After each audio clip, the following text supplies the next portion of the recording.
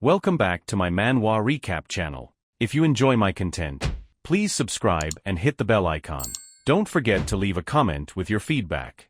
Subscribe now and enjoy the recap. Out of nowhere, a blue system window appears. You are killed. Survival duration 0 days, 0 hours, 0 minutes, 34 seconds. A dark-haired guy in a gray tracksuit is struggling up the rock, gasping and cursing. He clings to the stone with all his might, leaving cracks in it. The guy mutters to himself, wondering out loud how things could have happened this way. His whole body shakes as he tries to pull himself up and out of the hole he's in. He indignantly asks himself how he can die in such a place. Swearing, breathing heavily and climbing up with the last of his strength, the guy on all fours crawls up out of the hole and away from the rubble of concrete slabs. Groaning tiredly, the guy gets out from under a pile of huge pieces of buildings, poles, destroyed cars and trees, and falls back onto the asphalt.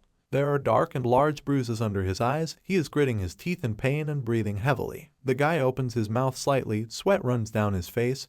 He looks up at the sky with an empty and lifeless gaze. He quietly and doomedly curses under his breath. A new blue system window appears. You are killed. Survival duration 0 days, 9 hours, 12 minutes, 7 seconds. The guy thinks that he continues to die. Under a dark sky, where nothing but clouds are visible, there are gray buildings on a lifeless and dilapidated city street. The guy thinks that, despite everything, he continues to be reborn in this hell every time. Breathing heavily, he clings to the wooden beam with his hand and grips it tightly in a desperate grip. He grips the thing with both hands and holds it out to the side like a baton, looking around to survey the lifeless street. He irritably swears out loud at those who have killed him again and again. He begins to carefully walk forward along the deserted street, constantly turning his head and looking around in search of danger, holding out a wooden stick forward as a weapon. He thinks that he doesn't know at all when all this will end. The guy notices a small alley where, among the rubble of concrete buildings, a door with broken glass can be seen. He immediately takes off and rushes forward, tightly gripping the wooden stick in his hands and gritting his teeth. He thinks that there is no one in this alley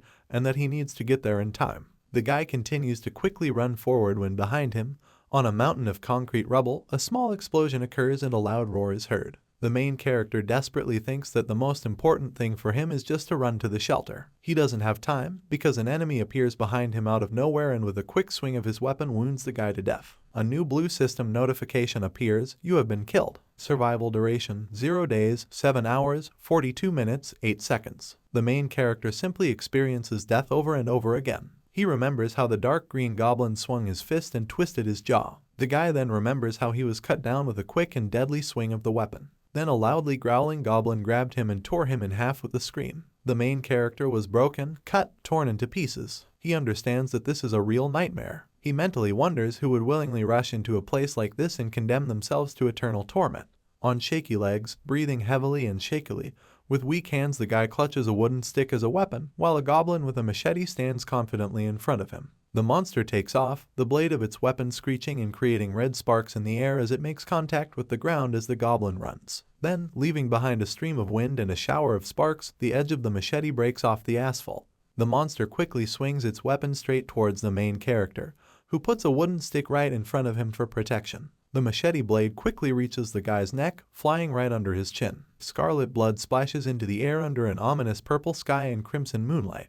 The main character thinks that he has the answer to the question of who will choose a similar fate of their own free will. His head falls to the dry ground at the feet of the dark green goblin, who stands near the lilac crystal. He touches the ground, his dark brown hair casting a shadow over his eyes and face, which is dripping with perspiration. A new blue system notification appears that is half hidden in the darkness, leaving only one thing visible: you are killed. The main character suddenly opens his eyes, the left one of which lights up with a bright scarlet light, and clenches his teeth tightly in stubborn anger. He mentally answers the question about who would consciously choose such a fate, and says that only an idiot like himself would do this. Among the tall skyscrapers with panoramic windows, the sun slowly rises and illuminates the city streets with a light yellow light. In the recent past, dungeons began to open all over the world. A crowd of different people in unusual clothes gathered in front of the large silver gates. People began to realize what was happening, and the world smoothly entered a new era. However, there was a nuance. Bright pink system text appears on a red background. A user with a level of 10 stars, an amateur, has no chance of developing superpowers. With his foot in a light green rubber boot, the main character takes a step into the black liquid.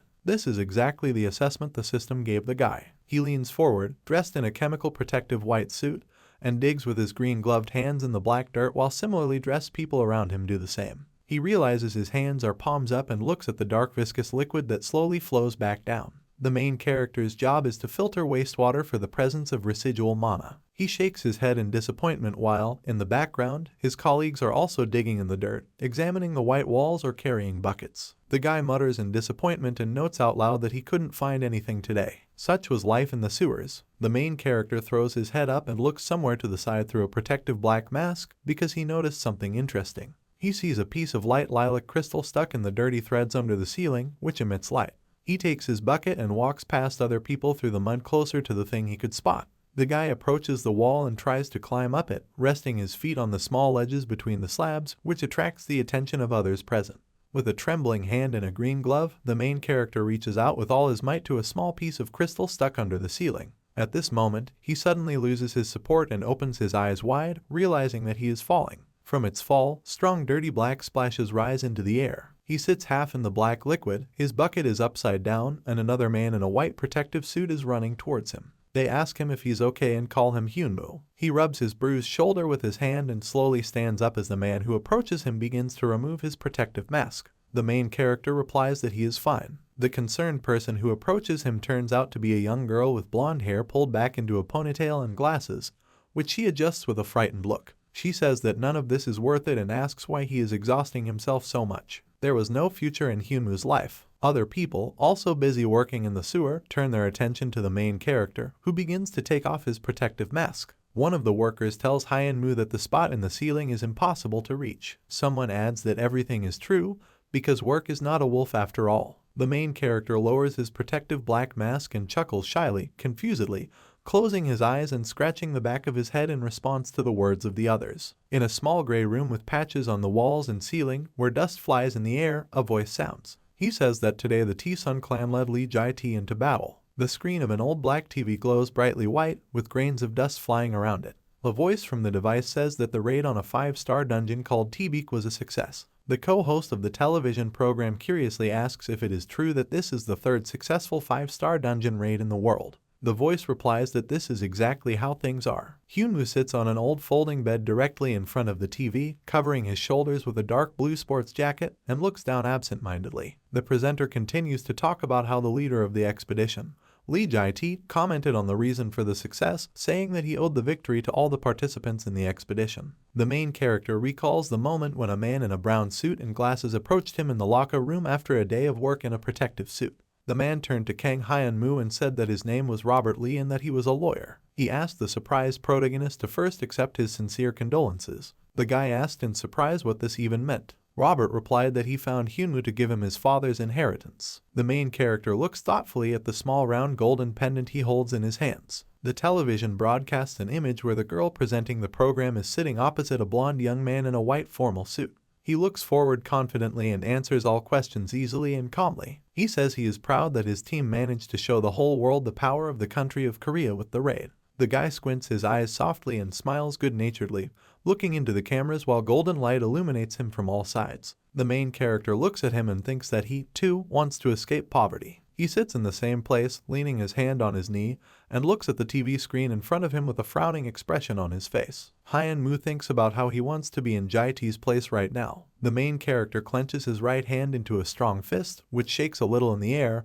and holds the resulting golden pendant in it. He mentally decides that he has nothing to lose at all, and therefore he must see what he himself is capable of. Suddenly, the golden pendant clutched in his hand begins to glow brightly with a pink color, which slips through the cracks between the protagonist's fingers. Hyunmoo staggers back in fear and opens his mouth in shock, sweat running down his face as the light only gets brighter and the wind rises. The main character clenches his teeth together and clutches even tighter in his right hand the golden pendant from which such a bright light emanates. A blue system window suddenly appears in the air and says, "Welcome." The main character finds himself in an empty place among concrete rubble and cracked earth, and right in front of him on the floor lies the same system window. Hyunmoo looks around fearfully with wide brown eyes, noticing only tall empty multi-story buildings and a scarlet moon high in the dark sky. He asks in horror what kind of terrible place this is. Suddenly pain shoots through his entire body and he hugs his shoulders in shock, blood spraying from his mouth through tightly clenched teeth. He twists in an unnatural position due to the pain and coughs up more blood.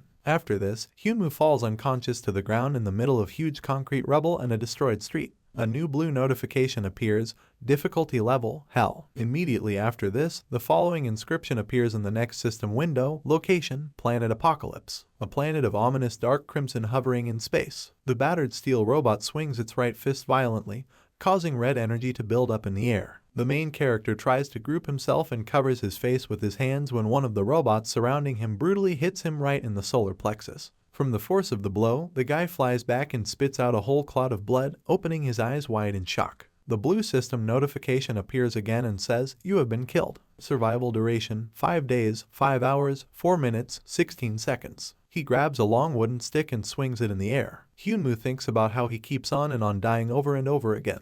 He hits the dry, cracked ground with a stick, standing among the rubble of buildings. Throwing his head up, the guy looks frantically forward with eyes wide open and full of horror. He screams for everyone to finally leave him alone. He quickly takes off and runs up, rushes forward and swings a wooden stick in different directions, attacking the armed goblins one after another without stopping or respite. Hyunwoo thinks again about how he goes on and on dying. Sweat runs down his face. He grits his teeth hard and looks away as he runs past the goblin, who is swinging his weapon at him. With the blade of the machete, the monster, during a wide swing, cuts in half the left hand of the protagonist, in which he was holding a wooden stick, which also shatters into 2 pieces. Hyunwoo thinks about how he only survives for a short time and then dies again. The goblin laughs contentedly, revealing his sharp white teeth and looking up at the main character with yellow eyes. At this moment, the goblin's face contorts in pain, and his eyes widen in shock. Despite his severed hand, Hyunwoo manages to grab the second piece of wooden stick flying through the air with his healthy hand.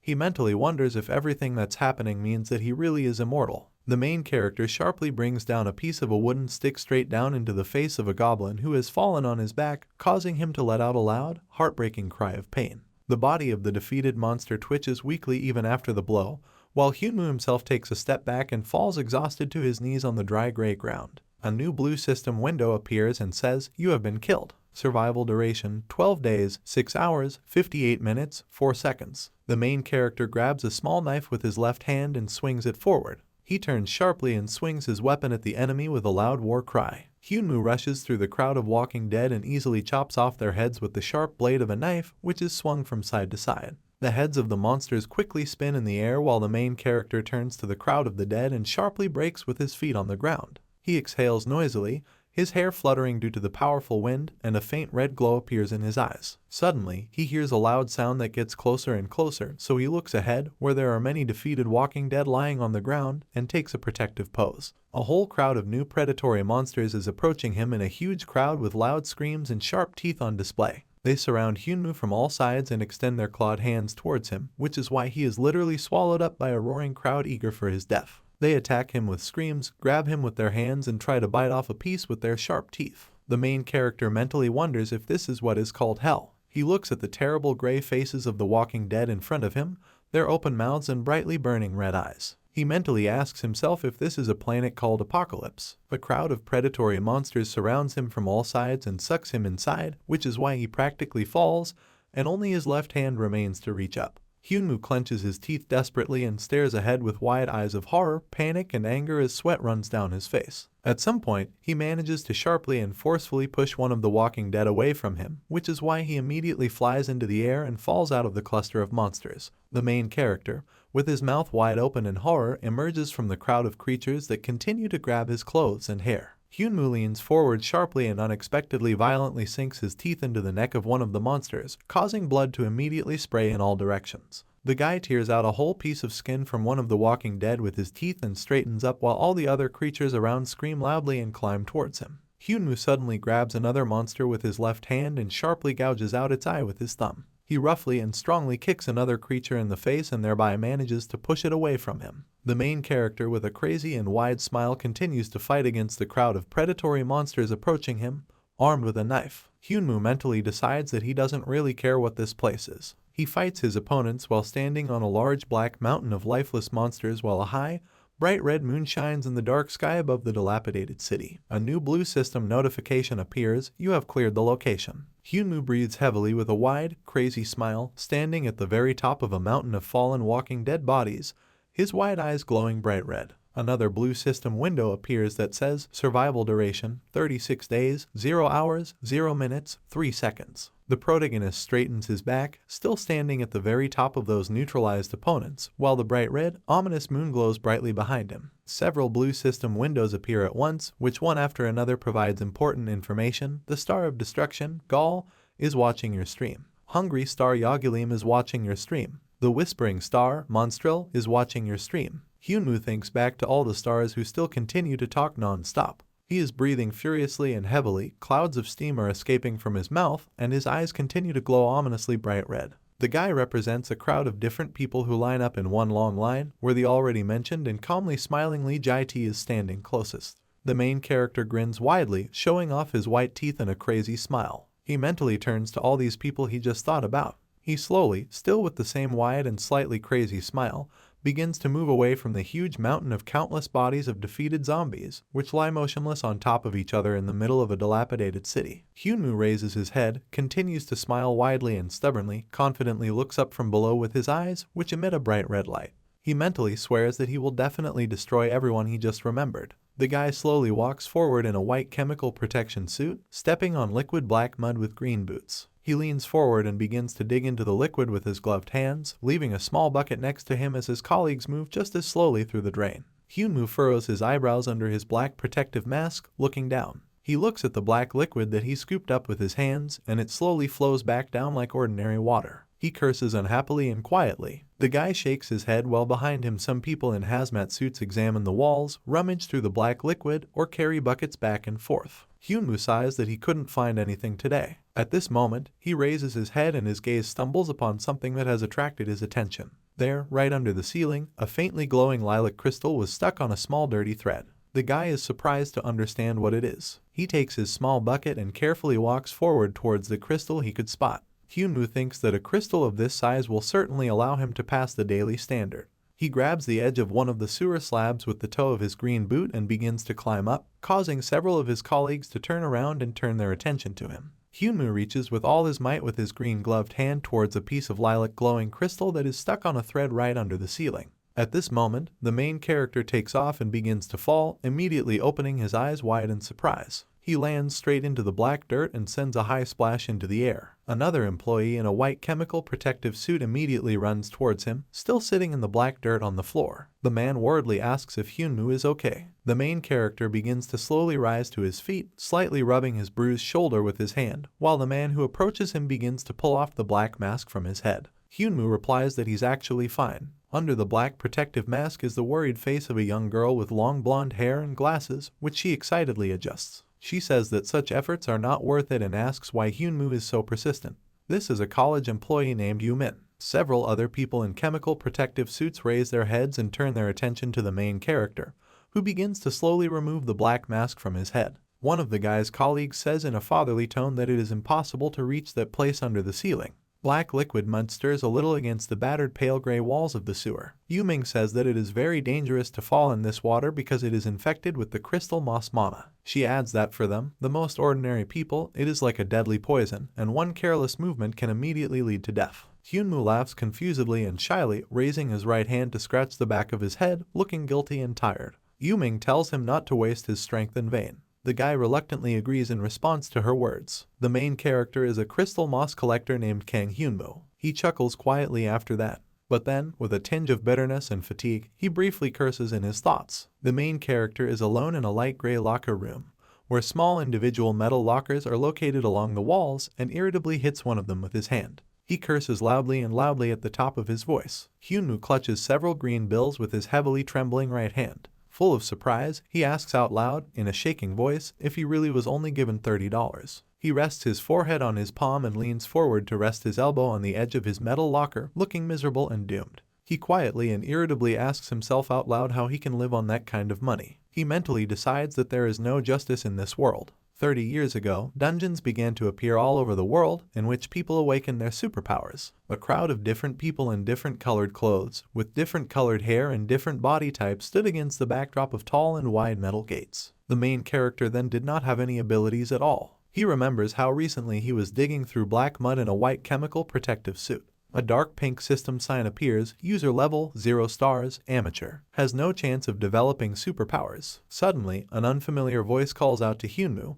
and the guy straightens up, leaning his palm on the metal locker door to turn in confusion towards the unexpected person. The main character simultaneously thinks that he did not have a single chance for a better life. Behind the guy stands an adult man in a dark gray suit with a small tablet and glasses. He says his name is Robert Lee and that he is a lawyer. The man says that he found the main character to give him the inheritance that was passed on to him from his father. Hyunwoo asks in surprise and confusion what kind of inheritance this is from his father. Robert first asks the main character to accept his sincere condolences on the death of his father. At the same time, Hyunwoo thinks that he was the poorest of the beggars. He asks the man for forgiveness. The guy turns around in a half-turn near his locker and points a finger at himself with a confused, frowning look. He says that he doesn't really have any parents at all. Kang Hyunwoo's life is like that. The guy extends his left hand forward, in which he holds a golden pendant on a small rope. Yu-Ming asks if this pendant was really an inheritance that the main character inherited from his father. He replies that is exactly how it happened. They are located in a labor processing district called Hwaesong. They sit on a bench at a bus stop, Hyunwoo holding the pendant in both hands and looking at the short rope that is attached to it. Yu-Ming opens her mouth in delight and claps her hands, looking at the little thing with wide eyes with delight. He says that this pendant doesn't look like anything very valuable at all. Yu-Ming disagrees and exclaims that this is actually called the Stone of Return.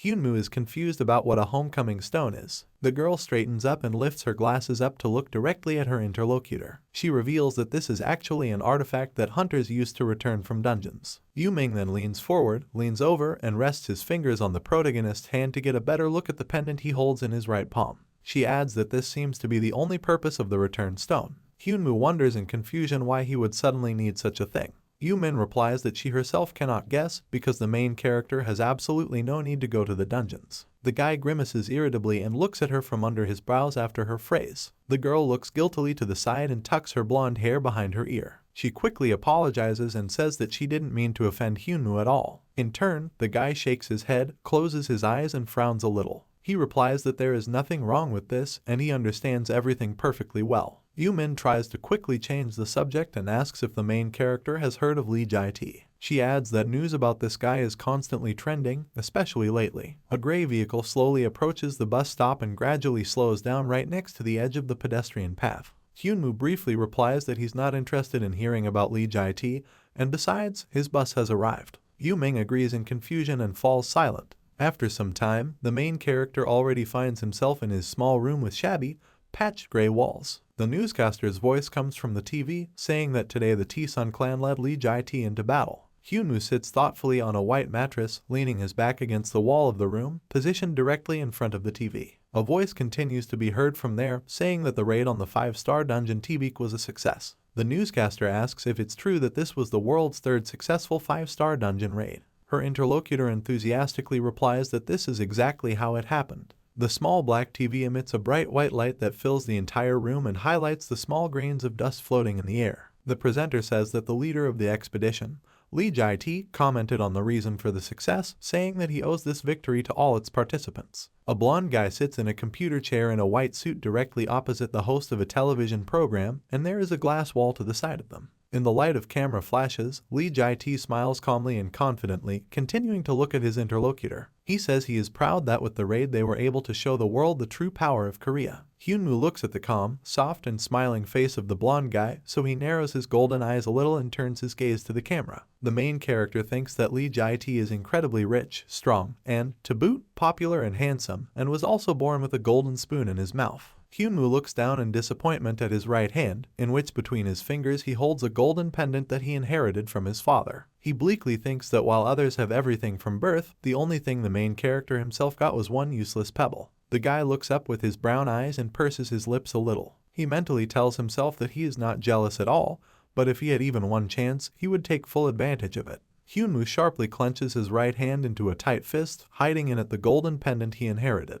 The main character strongly thinks that he would do absolutely anything for the sake of wealth. Suddenly, the golden pendant clenched in his fist begins to emit a bright pink light that slips through the cracks between the guy's fingers. Hyunwoo staggers back in horror and stretches his arm forward as far as he can. The wind picks up, the bright pink light becomes even brighter. The main character clenches his teeth tightly and clenches his hand into a fist even more tightly, continuing to look with wide eyes at the light that comes from the artifact. Suddenly, a blue system notification flies out of nowhere in the air. Welcome. Hyunwoo lands in a completely different space, finding himself in the middle of a street with concrete rubble on all sides, and the system window glows right next to the guy's feet. The main character straightens up in fear and immediately begins to look around with wide open eyes and an open mouth. He is in the middle of a half-destroyed city street, where tall buildings with broken windows stretch up to the ominously dark sky, and a blood moon shines frighteningly high above the ground. Hyunwoo fearfully wonders out loud what this terrible place he finds himself in is. Immediately, in shock, he notices a blue system notification appearing in the air right in front of his face and turns in its direction.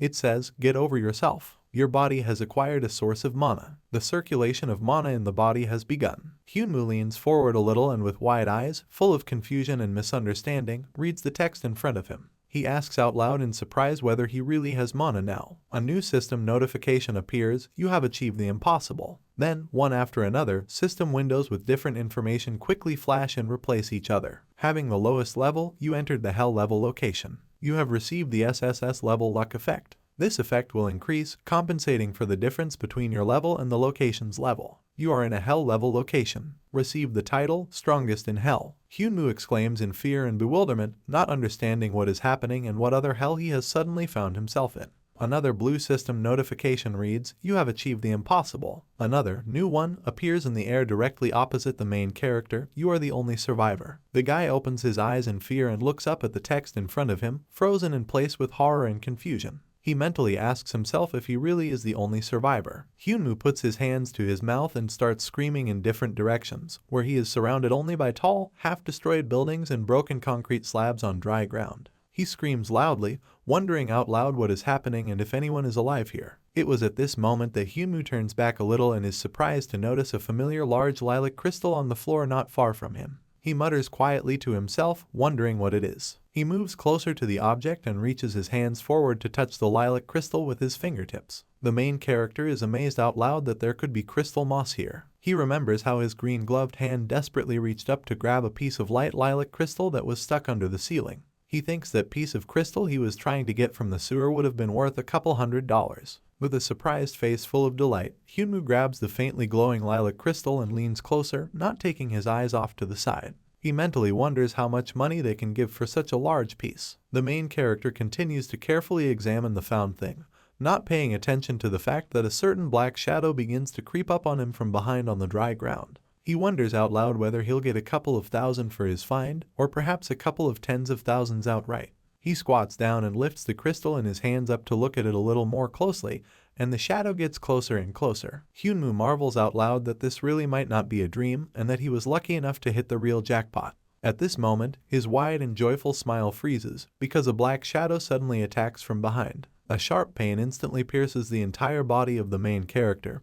He stops smiling, shudders, and sharply leans forward. He makes a small sound of pain. Hyunwoo stumbles back, drops the crystal he found back onto the floor, and wraps his arms around himself as crimson blood sprays from his clenched teeth. A new wave of stunning pain suddenly shoots through him, causing the main character to bend unnaturally and cough up even more blood. A new blue system notification appears in the air: body condition, poisoning, paralysis. Hyunwoo lies on the ground, surrounded by dark dust and shadow, weakly clutching his white t-shirt across his chest. He realizes in shock that he can't even breathe. A new blue system window notifies stamina level is decreasing. The next system window reports that the main character has been attacked. The guy's face is distorted by terrible pain that permeates his entire body, and he opens his mouth wide, emitting a soul-chilling scream. He barely manages to slowly roll over from his back to his stomach, still lying on the dry ground, and looks around, noticing only an empty street, which is littered up and down with fragments of concrete buildings and pillars. Hyunwoo mentally wonders who could attack him.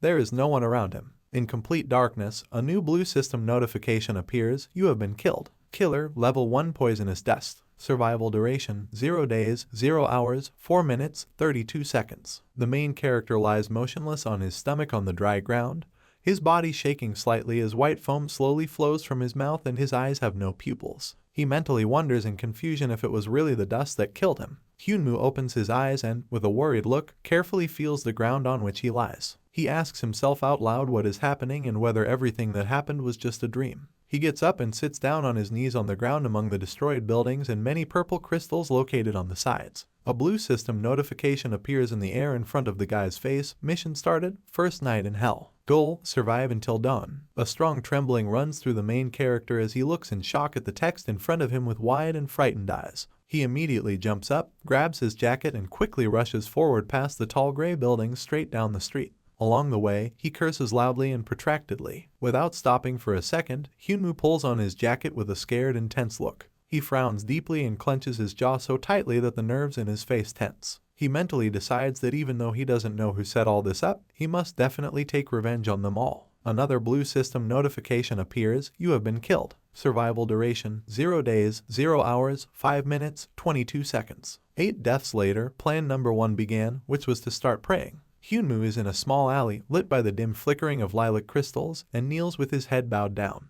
He loudly repeats that God will forgive his sinful soul and help him. He lowers his head with a tense and confused expression, full of despair, sweat dripping down his face. Hyunwoo calls out to both Allah and Buddha, not knowing who to turn to. However, after a few moments, the blue system notification appears again and reads: you have been killed. Survival duration: 0 days, 0 hours, 11 minutes, 13 seconds. 11 deaths later, the main character sits directly on the ground in a yoga pose. His body is shaking. He looks a little crazy and frantic. He frowns and opens his mouth wide. Several blue system windows appear at once. Your resistance to poisonous things has increased. Your resistance to nerve agents has increased. Plan number 2 is to be attacked by a large amount of poisonous dust. After a while, Hyunwoo's body goes limp and he sadly leans to the side. All because the blue system notification appears in the air again: you have been killed. Survival duration: 0 days, 0 hours, 24 minutes, 55 seconds. 14 deaths later, the main character sits in a yoga pose on the ground right next to a magical light lilac crystal with his eyes closed. He mentally thinks that he managed to survive longer simply by breathing this dirty air. A new blue system notification appears: your resistance to toxic substances has increased. Hyunwoo frowns a little and closes his eyes tighter. He mentally wonders if it is true that his current activity used to be called breathing exercises. Another blue system window says: your resistance to nerve agents has increased. The main character remembers being a little boy, and a man in a black suit stood opposite him and pointed his finger at Hyunwoo's chest. The man told the boy to inhale deeper than he usually does and exhale also stronger, with the one below the lungs. The main character looked down and opened his mouth slightly, exhaling noisily according to the man's instructions. The boy's interlocutor was pleased with the way Hyunwoo was breathing and said that he was doing great. The man stood in the shadows and only a little sunlight fell on him, slightly illuminating the boundaries of the features of his figure and face. He said that out of all the kids he has worked with, Hyunwoo is the one who shows the most promise. The main character strongly thinks that it was all worth it. New blue system notification says: new level. The guy slowly leans forward after being in one position for a long time and rests his palm on the ground in front of him to warm up a little. Suddenly a new system window appears: you are killed. Survival duration: 0 days, 1 hour, 41 minutes, 21 seconds. 28 deaths later, Hyunwoo stands near the lilac crystals in front of the city, swallowed up by gray dust, and stretches the muscles of his arms. He mentally notes that it seems strange to him that for some reason he feels such unusual lightness in his body. The guy wonders out loud how things are going with his level. He looks down and notices a blue system window appearing in the air. The concentration of poison in the blood has been exceeded. The next notification says: you have received a rare skill, Poisonous Blood. The main character raises his hands in surprise and looks at them with a confused and uncomprehending look. The new notification reads: the poison effect no longer damages you. Hyunwoo's brown eyes widen in surprise and he looks at his left palm in amazement. He wonders out loud how this is even possible. He raises both of his hands to look at them more closely as the purple crystal continues to glow faintly next to him. The guy says that it sounds impossible because he was only breathing poisonous dust, and now he has somehow developed immunity to poisoning. He frowns in irritation and squints his eyes, looking up and looking ahead. He mutters that everything that is happening is absolute nonsense. Hyunwoo walks forward through the ruined city, where fallen road signs lie among the concrete rubble. He approaches one of the crystals, which is located right on the ground among several small stones. The main character notes out loud that crystal moss is found almost everywhere here. He takes with his right hand one of the large pieces that came his way and examines it with squinting eyes. Hyunwoo quietly mutters to himself that he wishes all of these crystals were real so he could sell them all. Suddenly, out of nowhere, a blue system window appears in front of the protagonist's face: collect crystal moss. The guy answers out loud that of course he wants to collect it. At that moment, right under Hyunwoo's shocked gaze, the crystal disappears from his right hand. The new blue system notification reads: you now have inventory. The guy lowers his right hand in confusion and looks at the blue system window that appears in front of him, in which there is a description of the item received: crystal moss. Quality: highest. Physical state, crystal. Weight, 1 kilogram 16 grams. The main character mutters to himself in surprise, surprised that the item he received is actually real. He also adds out loud that he didn't even know he could do that. Hyunwoo smiles cheerfully and curiously looks at the information in the system window, raising his hand to swipe it with his finger. He happily says that it turns out he can do a lot of things. At some point, he hears a strange sound coming from behind him, so he turns around to look at where it's coming from. He mutters quietly to himself that he hears something. Hyunwoo lifts his head to look up at where the suspicious sound is coming from. The guy exclaims in shock that this sound reminds him of something familiar. A whole black mouth of buzzing insects suddenly approaches him. At high speed, a huge dark spot is rapidly approaching the main character with a frightening buzzing sound.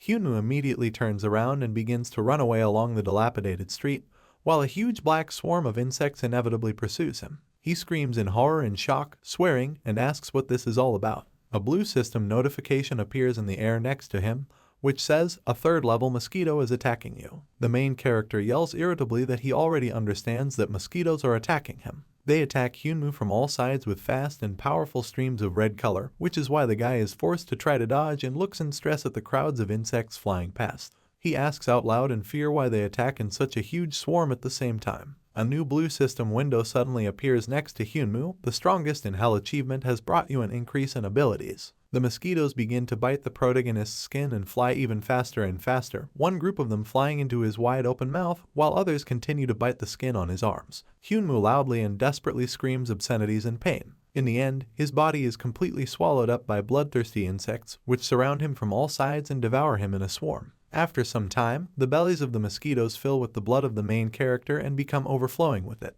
The next moment, the insects begin to explode under the light of the red moon, one after another. Explosions sparkle and rumble in the air due to mosquitoes and begin to destroy some buildings. A blue system notification appears, "You have been killed. Survival duration, 0 days, 6 hours, 18 minutes, 1 second. The next notification informs that Hyunwoo has received a new level. He slowly opens his eyes, his skin inflamed in places from insect bites, and sweat running down his face. He lies on the dirty floor in a practically empty room, where fragments of concrete slabs lie everywhere and there is only a small amount of undestroyed furniture. Blue system notifications appear in the air one after another. Average achievement achieved. You killed over 100 monsters at once. The effect level of poisonous blood has been increased. Hyunwoo, confused, asks out loud what this even is and how to understand it. He raises his hands in the air and looks at his palms. He talks to himself, wondering if the mosquitoes have just been poisoned by his blood. Several new system windows appear in the air again, which read, "You have contracted an infection. Health will decrease by a small percentage every second." The main character jumps up indignantly and looks indignantly at the notice in front of his face. Inflammation from insect bites is visible on his skin. Hyunwoo exclaims in annoyance, asking what kind of nonsense this is. As soon as the guy tries to get up, his body gives way and he falls on his side back to the floor, hitting his left shoulder hard on a nearby chair. The main character irritably swears out loud that he has just returned and has already received a new negative effect. Another blue system window appears in the air again. A new skill has appeared, disassembly. Hyunwoo irritably and loudly asks what this next skill is. One after another, system notifications appear in front of the main character. The infection infects the cells of your body. Health dropped by 10%. An effect called Last Man Standing has been activated and the regeneration process has begun. Hyunwoo falls to the floor and exhaustively reaches his right hand towards the sky in a futile attempt to stay on his feet. Falling, he wearily curses without strength and energetic anger. Some time passes. The main character, looking very tired and exhausted, looks at all the recent system notifications and reads the text written in them. He mutters that he's really tired of all these notifications and adds that it's like talking to himself. He notices the message about learning a new skill called disassembly. Hyunwoo is surprised out loud by this because he can't remember exactly when he received this skill. He muses out loud that even though there is nothing supernatural about this skill, it can still be useful. The main character also understands that, apparently, he managed to obtain this skill at the moment when he accidentally broke the leg of a chair. He sits down on the dirty floor and glances sideways at the window, where on the ledge outside sits a huge insect, similar to those that just recently attacked the guy. Hyunwoo mentally notes that he would like to send this world to hell, because there are even simple mosquitoes the size of a fist. However, after this he adds that there are still more opportunities here. The guy sighs, gets up from the floor and goes to the chair, whose leg he accidentally broke, to lift it into the air and take a closer look. The main character decides that, be that as it may, since he has acquired a new skill, he can use it. He says out loud the command to disassemble. The chair flies into the air and slowly begins to disassemble into individual parts caught by the wind. After that, all the parts themselves fall on the floor in separate groups right in front of Hyunmoo. He says in amazement that this is actually very cool. The guy sits down in front of the parts laid out on the floor and takes one of the chair legs in his hand to carefully examine it. He mentally thinks that he was able to gain a skill simply by breaking a chair, which means, purely theoretically, he can gain some new useful skill by creating something. After a while, a new blue system notification appears in the air, a new medium skill called Assembly. Hyunmoo happily looks at the text in front of his face and smiles widely in anticipation. He loudly exclaims that he finally managed to carry out his plan. He lowers his hands, one of which still holds one of the legs of the disassembled chair, and continues to look at the system window in front of him. The main character mentally rejoices that he was able to gain 2 new skills. He adds that he thought he would do this a little later, but now decides that now will be even better. With a wide smile and a ready look in his eyes, Hyunmoo rolls up the sleeves of his dark jacket and turns to the side, looking around the space. He decisively declares that he is now going to prepare a shelter for himself. The guy sits on a dirty and beaten gray floor and stretches his hands forward. A magical purple ball glows brightly between them. Hyunmoo mentally reflects that he still does not know exactly how long he will have to stay in this destroyed world. He looks forward and sees in front of him a half-empty and abandoned room where shards of glass or fragments of walls are scattered. The main character also understands that he does not know what kind of enemies he might accidentally encounter here. He rises to his feet and looks around at the half-destroyed and holy ceiling from which wires hang. He decides that he will have to create shelters for himself, and in this case he will be able to survive as long as possible. Hyunmoo holds one small piece of purple glowing crystal in his right hand, and presses the blue system window in front of him with the fingers of his left hand. He decides that he will probably use all the crystal moss in his inventory. He mutters quietly to himself, wondering exactly how much mana the crystals contain. At some point, he notices that there is a crumpled old newspaper on the floor next to his right foot. Hyunmoo picks it up from the floor and perplexedly peers at the words written in the newspaper, trying to read at least something in an unfamiliar language. He asks himself what is written in the newspaper and tries to translate the word star. At this moment, a new system notification pops up right in front of the main character's face and scares him a little with its surprise, new average skill, foreign language. The guy irritably waves his left hand in the air, dismissing the system notification that has arisen. He mutters quietly and a little irritably that in this world almost anything is considered a skill. Hyunmoo grabs the newspaper with both hands and continues to carefully read the text. He has difficulty reading about the double star and a man named Jae-T Lee, whom he recognizes as Lee Jae-T from the T-Soon Guild. The main character thoughtfully peers at the text of a newspaper article and raises his left hand to his chin. He talks aloud about everything that is happening and says that he does not know what exactly happened here, but everything looks as if he is still on the same planet, but it is not clear at what time. Hyunmoo looks away, frowns, and purses his lips. He looks ahead and sees a completely destroyed city, the wreckage of tall multi-story buildings on the floor and a gloomy dark sky. The guy wonders out loud if this could be the future of their planet. Afterwards, he shrugs, sighs, and rubs the back of his head with his left hand. He tells himself that even if this is truly the future of the planet, he still cannot do anything about it. He puts the newspaper aside and looks at the large number of corpses of huge mosquitoes, which are laid out in mountains in front of him. Hyunmoo says he can do something else right now. He looks down at the insects and frowns a little as he examines them carefully. He gives the command to use the skill and dismantle the dead mosquitoes. After some time, the main character lies exhausted on the floor, arms outstretched to the side and breathing heavily, while various components of killed insects lie in small piles next to him. He exhales irritably and says that he is incredibly tired of everything that is happening, because he is only doing the same thing. Blue system notifications appear in the air one after another. Received, regular class Hell Mosquito Sting. Obtained, regular class Hell Mosquito Wings. Received, rare class Hell Mosquito Blood. He places a jar of purple blood from a dead insect next to several wings and one stinger on the floor. Hyunmoo ponders thoughtfully about what he should do with all these many different ingredients he has obtained. He takes a close look at the few things he just set for himself and uses the command for the creation skill. In the hand of the surprised protagonist, in a faint purple glow, a dark dart suddenly appears and floats in the air above his hand. A blue system notification informs you that a rare class Hell Dart has been created. Hyunmoo wonders out loud to himself if this is really a dart. He carefully takes the red shell with both hands and carefully examines it. He mutters quietly to himself and argues that he does not know how effective this dart will be, and also cannot understand how he was so lucky to make a weapon of a rare class the first time. He grins in anticipation as he still looks at the resulting projectile. Hyunmoo decides that he definitely needs to try out the dart test. After a while, he finishes making darts from ingredients obtained from insects and stretches his stiff shoulders. He wonders out loud to himself if this is all he can do at this point. After that, he brings his hand to the last batch of remaining ingredients and illuminates it with a bright orange light. He pronounces the command to use the skill of creating new things. Blue system notifications appear in the air quickly one after another. Great success. You have created an item called the Legendary Class Secret Egg. You have achieved Create your first legendary item. You have leveled up your ability called Create. Hyunwoo stares in amazement at the resulting egg, with a shell that looks like many small mosquito wings. He is amazed that this thing is practically the size of his fist. Immediately after this, several more blue system windows are displayed. The legendary class secret egg requires supervision in order for it to hatch.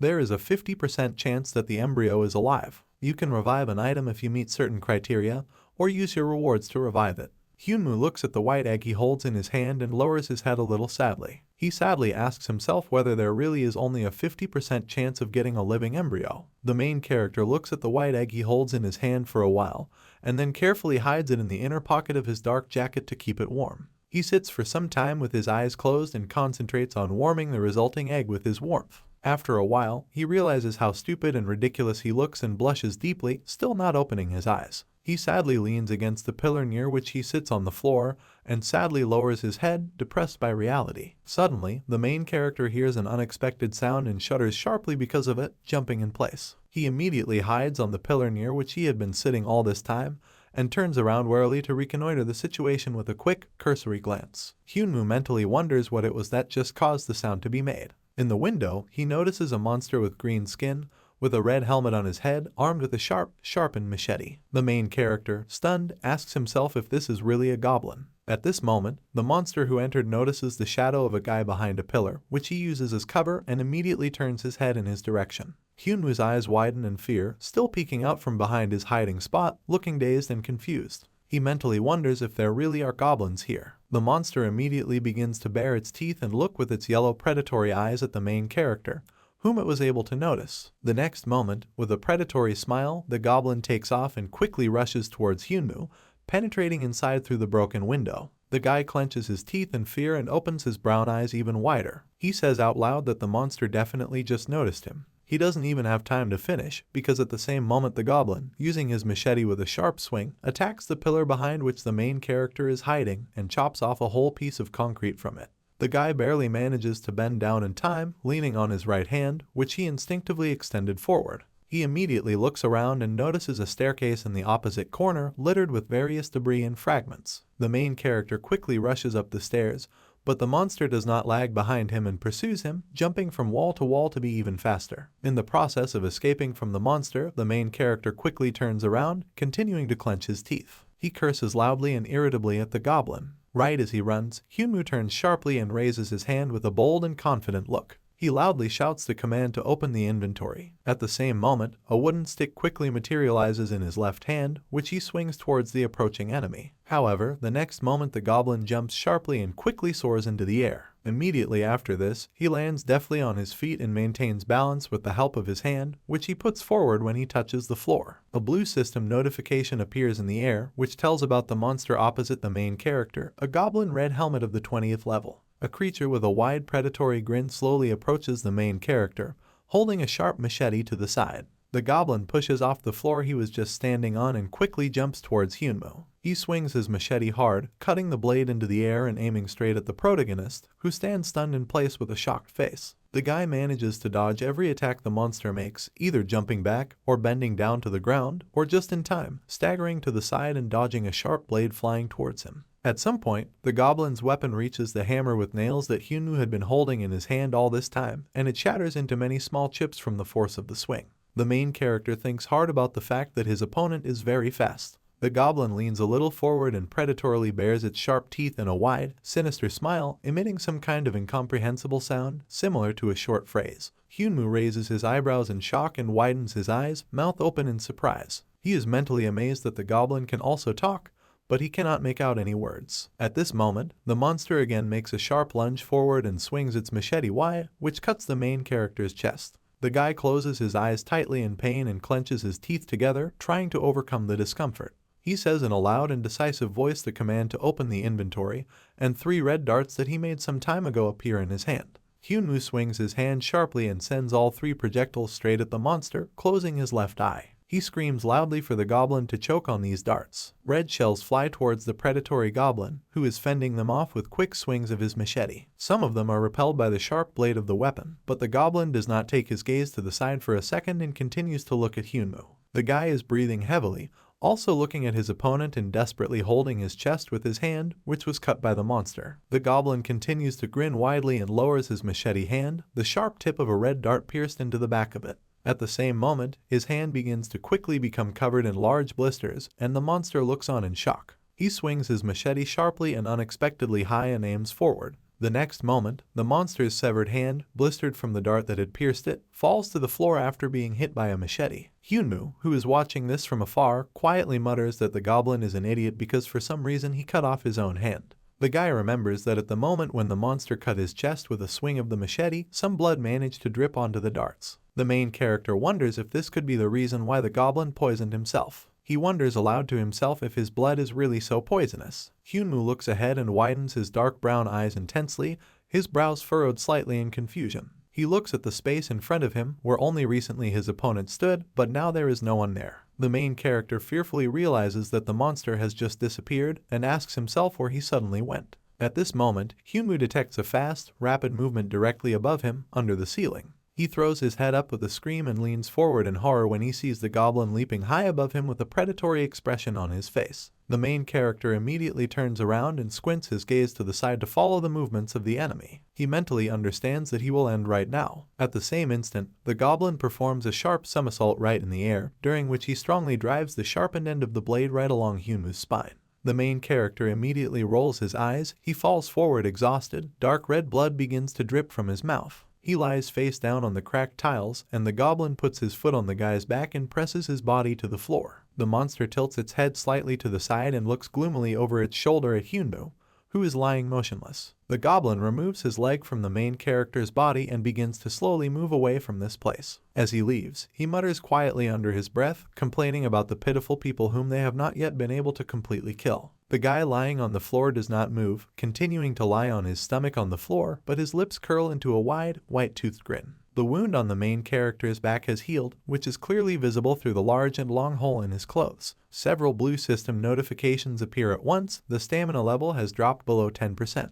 Regeneration mode has been activated using a perk called Last Man Standing. Hyunwoo rests his hands on the cold floor he's lying on and slowly, gradually raises his torso. He quietly mutters and swears at the goblins, and also swears that he will definitely take revenge on them all. He turns over on his back on the floor and spreads his arms in different directions, a large hole visible on his chest from the monster's machete attack. A new blue notification appears in the air, mission complete. The main character exhales noisily with relief. He opens his eyes slightly and looks at the ceiling, continuing to frown, sweat quickly running down his face. He curses under his breath in irritation. A dark purple sky rises above the half-destroyed city, where the streets are littered with large pieces of concrete buildings. A new blue system window appears. The quest's first night in hell is completed. Hyunwoo mutters with relief that he finally managed to survive until the morning. Various blue system notifications quickly pop up one after another. You have received 1 silver chest. A compensation bonus has been activated for the difference between your level and the task level. Instead of 1 silver chest, you will receive 1 gold chest. The main character frowns heavily, closes his eyes and clenches his teeth, barely raising his left hand to reach the pendant on his chest, which is under his torn white t-shirt. A new system notification says you can use an item called the Recall Stone before the next quest begins. Time until next mission, 14 days, 0 hours, 0 minutes, 0 seconds. Hyunwoo reaches out to the pendant and touches it with his fingers, a faint golden glow emanating from it. The guy quickly wraps his palm around the artifact and squeezes it tightly in his fist. He mentally begs to return home as soon as possible. When the main character opens his tired brown eyes again, rain falls on his face. He looks up in surprise and finds himself lying on the ground in the rain among dark bushes and shabby and dirty clothes. He sits down on the ground and looks around in surprise with his eyes wide open, noticing multi-story neat gray buildings standing in one row. Hyunwoo realizes in amazement that he recognizes this place he finds himself in. He smiles widely and looks around joyfully, turns his head and looks around with delight. He laughs and rejoices out loud that he managed to get back. The main character sits on his knees and joyfully throws his hands in the air, clenching them into fists and shaking them with joy. He screams loudly and repeats enthusiastically many times that he was finally able to return. Hyunwoo suddenly grabs the pendant with his hand and pulls on the rope to yank it from his neck in one swift motion. Having torn it from his neck, he raises his hand and, with a face full of anger, is about to throw the artifact straight into the ground. He indignantly screams and swears at his father because it is not at all clear to him what the man was thinking when he left this thing as an inheritance to his son. At this particular moment, Hyunwoo abruptly remembers how he discovered huge deposits of crystal moss in another world, how he acquired the disassembly skill, and also how he created a white egg. The main character immediately frowns deeply and freezes, still looking down at the ground where he wanted to throw the pendant. The guy leans forward and brings the pendant clenched in his fist closer to his chest, gritting his teeth in irritation. He curses quietly in indignation. At this moment, a man appears behind a wire fence and notices the main character sitting on the ground. Yuming appears in the opening in the fence, wearing a white cloak. She calls out loudly to Hyunwoo in disbelief. Because of this, the guy immediately freezes and opens his eyes wide in surprise and surprise. The girl quickly runs towards the main character, who continues to sit on his knees on the ground and only turns slightly in her direction. She shouts in concern, asking why Hyunwoo is sitting here and just getting wet in the rain. She finds herself next to a stunned and confused guy with a worried expression on his face and begins to take off her white cloak. She screams in fear that this is mana rain, because of which the main character can be poisoned. She throws her white cloak over the shoulders and head of Hyunwoo, who is frozen in bewilderment, who sits motionless in place and silently looks up at her. Yumin says they need to go indoors as soon as possible. Still with the same confused and stunned expression on his face, Hyunwoo stands already inside the room and motionlessly looks forward. He stands still, wrapped in a white cloak, the sleeves of which are tied into a knot against his chest. The guy mutters a greeting in a low, hesitant voice. He is standing in the bathroom near the shower, and in front of him Yuming leans forward and looks for something. Then she turns with a friendly, good-natured smile and holds a small light turquoise box in her hands. She says that she found a disinfectant against mana fallout for him. Hyunwoo looks at her without any enthusiasm while Yumin smiles widely and happily. The girl says that they need to clear the guy of mana. He mutters in response that this is not at all necessary, because he is definitely not poisoned. She immediately begins to wave her arms in the air indignantly, which is why the main character is forced to turn to the side to hide from her anger. Yuming screams, asking how he can say he wasn't poisoned. She resents the fact that Hyunwoo acts as if he is not a crystal moss waste collector and doesn't know how dangerous he is. She adds that when the poisoning begins, it will be too late to regret. She also says that dead people don't regret anything because they can't. Hyunwoo replies that he agrees with her words and will wash himself as she asks him to. After a while, the guy comes out of the shower, a towel wrapped around his hips, drying his wet hair, and Yuming sits at the table with a book in his hands. The guy thanks him for the shower and asks what day it is today. She replies that today is the 11th of September. Hyunwoo asks in surprise whether today is really the 11th of September. The guy stands still with a bare muscular torso and closed eyes and thoughtfully continues to dry his hair with a white towel. He mutters to himself in confusion, repeating that today is the 11th. Yuming looks in his direction in surprise and slightly tilts his head to the side with a questioning expression on his face. She asks if something really happened. She adds that Hyunwoo has been impossible to reach by phone for the past 2 days, forcing her to work alone. They stand opposite each other. The main character looks around thoughtfully while Yuming carefully examines him. The main character mentally reflects that only 2 days have passed, although it seems to him as if he spent several years in another world. He remembers that the place he ended up in seemed to be like the workers' quarter, and Hyunwoo wonders why he appeared there. Yuming brings the index finger of his right hand to his lips and gazes at the main character's torso. At this time, he continues to mentally think about everything and remembers that he was at home just before the teleportation. At this moment, Yuming closes his eyes and turns his head to the side with slight embarrassment. She clears her throat and tells herself to pull herself together because this is Hyunwoo. The guy jumps on the spot and covers his naked torso with a towel. He fearfully asks what her words mean. The girl closes her eyes and points her finger towards the door with a determined look, frowning slightly. She says Hyunwoo needs some clothes so she will go and buy them right now. The main character hesitantly protests and says that he actually still has clothes. Yuming points his finger at a black bag in the corner of the room marked with a biohazard symbol. She tells Hyunwoo not to even think about wearing his old clothes, because they are contaminated and, on top of everything else, all torn. The girl leaves the room, but finally stops and looks out of the doorway, pointing her finger at the main character, who stands awkwardly in the center of the room and covers his torso with a white towel. She says she'll be back soon, but in the meantime she tells Hyunwoo not to leave the house. The door can be heard closing, and the guy raises his eyebrows, listening to the girl's retreating steps, while a blue system window appears in front of him. He quietly asks himself if Yumin has left. After that, he lowers his head and looks closely at the blue system window, which shows icons with items, including crystal moss, several parts from a disassembled chair, and a gold-cut chest. The guy curiously asks himself out loud what is in his inventory. He looks at the icon with the chest and lightly taps it with his finger, which causes a new window to appear with information, golden chest, reward for the task. Hyunmoo mutters that he clearly remembers some mention of an award. After clicking on the icon in the air, a blue system notification appears. The SSS-Ranked luck perk has a positive effect on the quality of your rewards. In front of the main character, in a dazzling golden light, several cards with a black and white design on the back appear. Some of them are engulfed in amber flames and gradually burn out. In the end, a card flies forward and is especially brightly illuminated, with a wooden puppet depicted on the front side. A blue system window appears with the information, "You have received the legendary skill Help in Battle." Hyunmoo wonders to himself if he really just gained a new legendary skill. He extends his right hand forward, and the resulting card, surrounded by a slight golden glow, levitates directly above his palm. The main character mutters in confusion that acquiring any skill is a difficult task in itself, but here he immediately came across a legendary one. He wonders in bewilderment how this can be. Hyunmoo remembers out loud that only 7 hunters around the world seem to have the legendary skill. He imagines the dark figures of a group of people with different weapons standing in front of him in a blinding light, led by Lee Jae-tae. The protagonist uncertainly wonders if this could mean that he is now the 8th person with the legendary skill. He runs his fingers right under the inscription with the name of the skill he just acquired.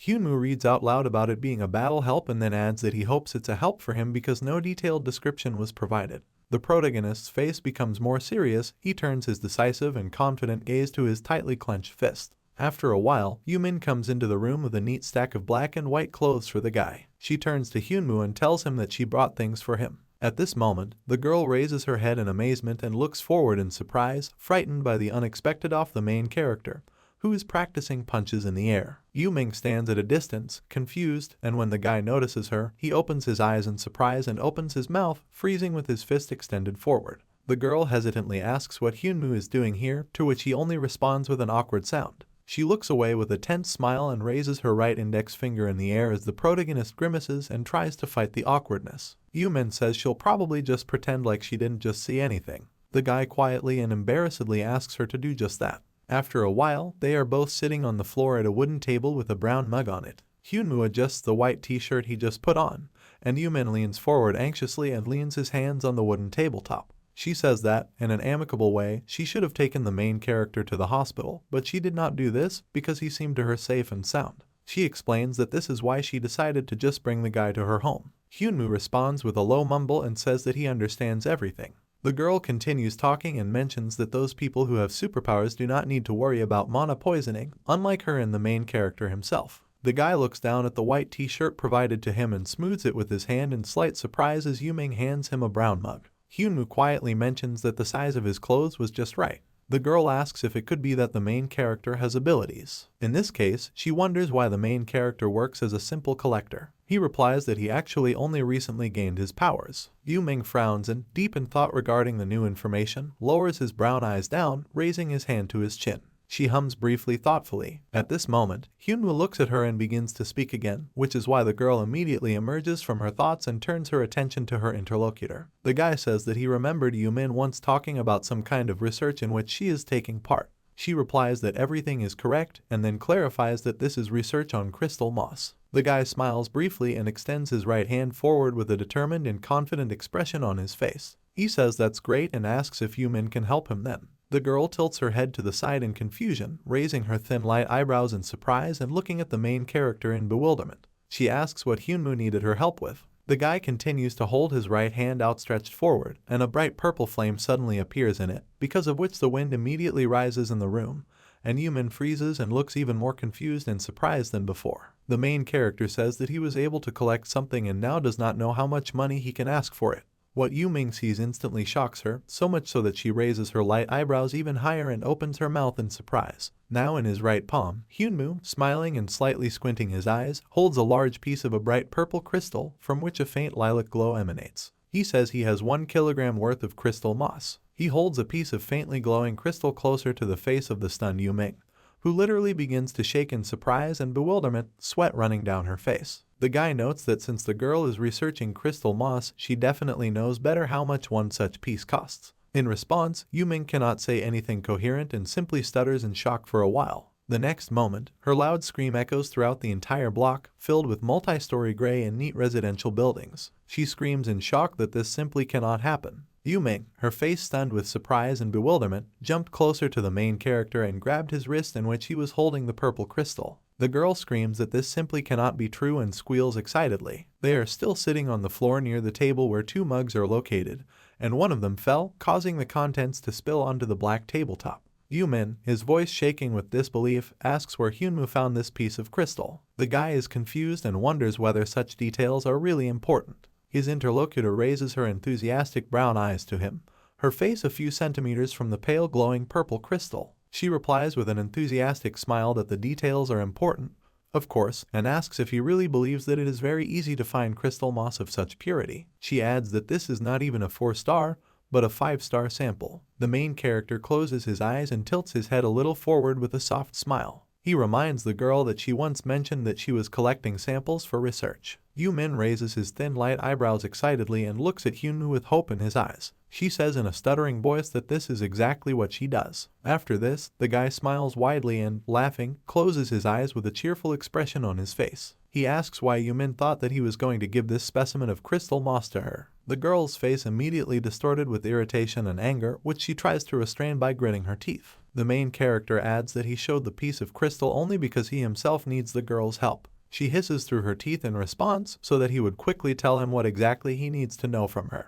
Hyunmu grins excitedly and leans forward a little, closer to Yumin's surprised face. He asks her to help him legally sell this crystal moss specimen. The girl sighs and closes her eyes with a tired look, putting her left hand to her forehead. She says that Hyunmu is giving her a difficult task because a sample of this size and purity would require a whole bunch of paperwork. The main character innocently asks if, in this case, the whole problem is volume. Yuming replies that if the sample were a little smaller, then the task of selling it would be easier, but that's still not the main problem. Immediately after her words, a quiet crunch is heard because the guy easily breaks a piece of purple crystal into 2 halves, which is why the girl jumps in shock in place. She screams, asking what he's doing. Yuming attacks his friend with his fist and hits him on the back with them while he now holds 2 pieces of the purple crystal in his hands. She loudly swears at him. Hyunmu asks her to stop fighting and mentions that he has more similar samples, even bigger than this one. The girl stops and looks up at the main character with her light brown eyes, full of tears. She sobs and asks if he is saying this in all seriousness.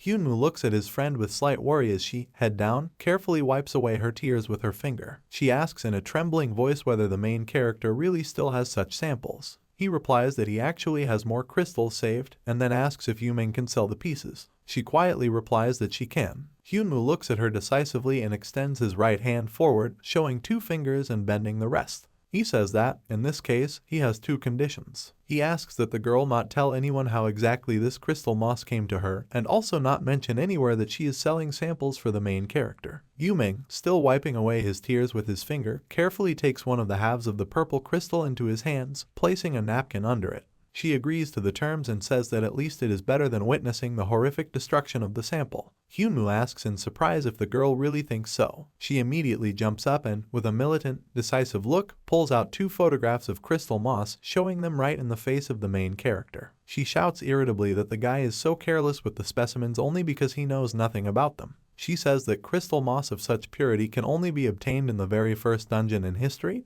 because these are samples of the highest standard. Yuming adds that these pieces of crystal moss are truly unique and priceless because they are worth more than the money people are willing to pay for them. She is indignant that Hyunmu dared to simply take such an important sample and break it right in front of her eyes. The guy briefly and confusedly apologizes to her. He mentally adds that it seems to him that all these crystals are the same. He shakes his head and closes his eyes, resting his right hand on his knee as he begins to slowly rise from the floor where they are sitting near the low black table. Hyunmu asks his interlocutor to sell this sample of crystal moss, and only then, depending on how much money they pay for it, the main character will decide what to do next with the remaining pieces. Yuming asks in surprise if the guy is really going to leave. The main character approaches the corner of the room, in which there is a black bag marked with a biohazard mark, and lifts it by the edge with his right hand. Hyunmu replies that he really is going to leave. Yumin suggests they go shopping for clothes for the main character the next day. He raises his eyebrows in surprise and freezes with a confused expression on his face, turning towards the girl. She says the guy can stay at her house and spend the night.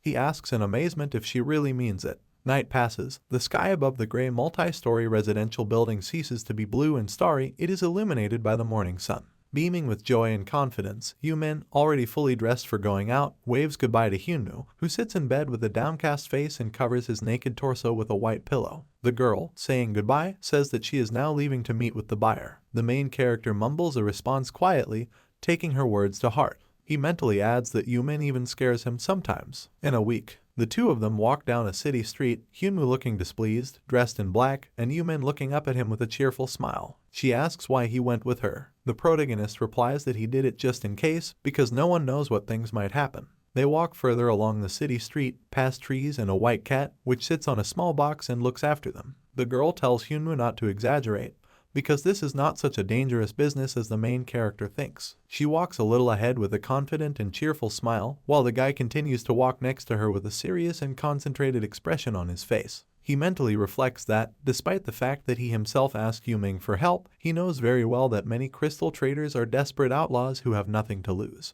At the same time, the girl mutters to herself, asking Hyunwoo if it could be that he just watched movies and dramas. Continuing to think about everything that is happening, the guy understands that sellers can offer a very high price in order for a person to bring them all his supplies, and then commit a crime. Very lost in his thoughts, the main character accidentally deviates to the side until Yuming grabs his hand and guides him along the desired path. Hyunwoo frowns deeply and purses his lips, looking ahead with determination and seriousness. He mentally realizes that he has a bad feeling about this whole situation. Sitting in the room is a large, muscular man with a frighteningly stern expression on his face, his hands clasped directly in front of his chin. At the cafe table next to him sits another man in a brown coat and hat, his face hidden in shadow, reading a book he holds in his right hand. Hyunwoo immediately tenses up as soon as he sees the first muscular man with a menacing look. He thinks that this person looks very suspicious and feels relieved that he went with Yuming after all. At this moment, she notices their client in the cafe and calls the main character towards the desired table. They approach a man in a brown coat and hat who is sitting in the far corner with a black book. The girl turns to him, greets him and says that she arrived today with her business partner. Hyunwoo is mentally surprised that they approached this particular person.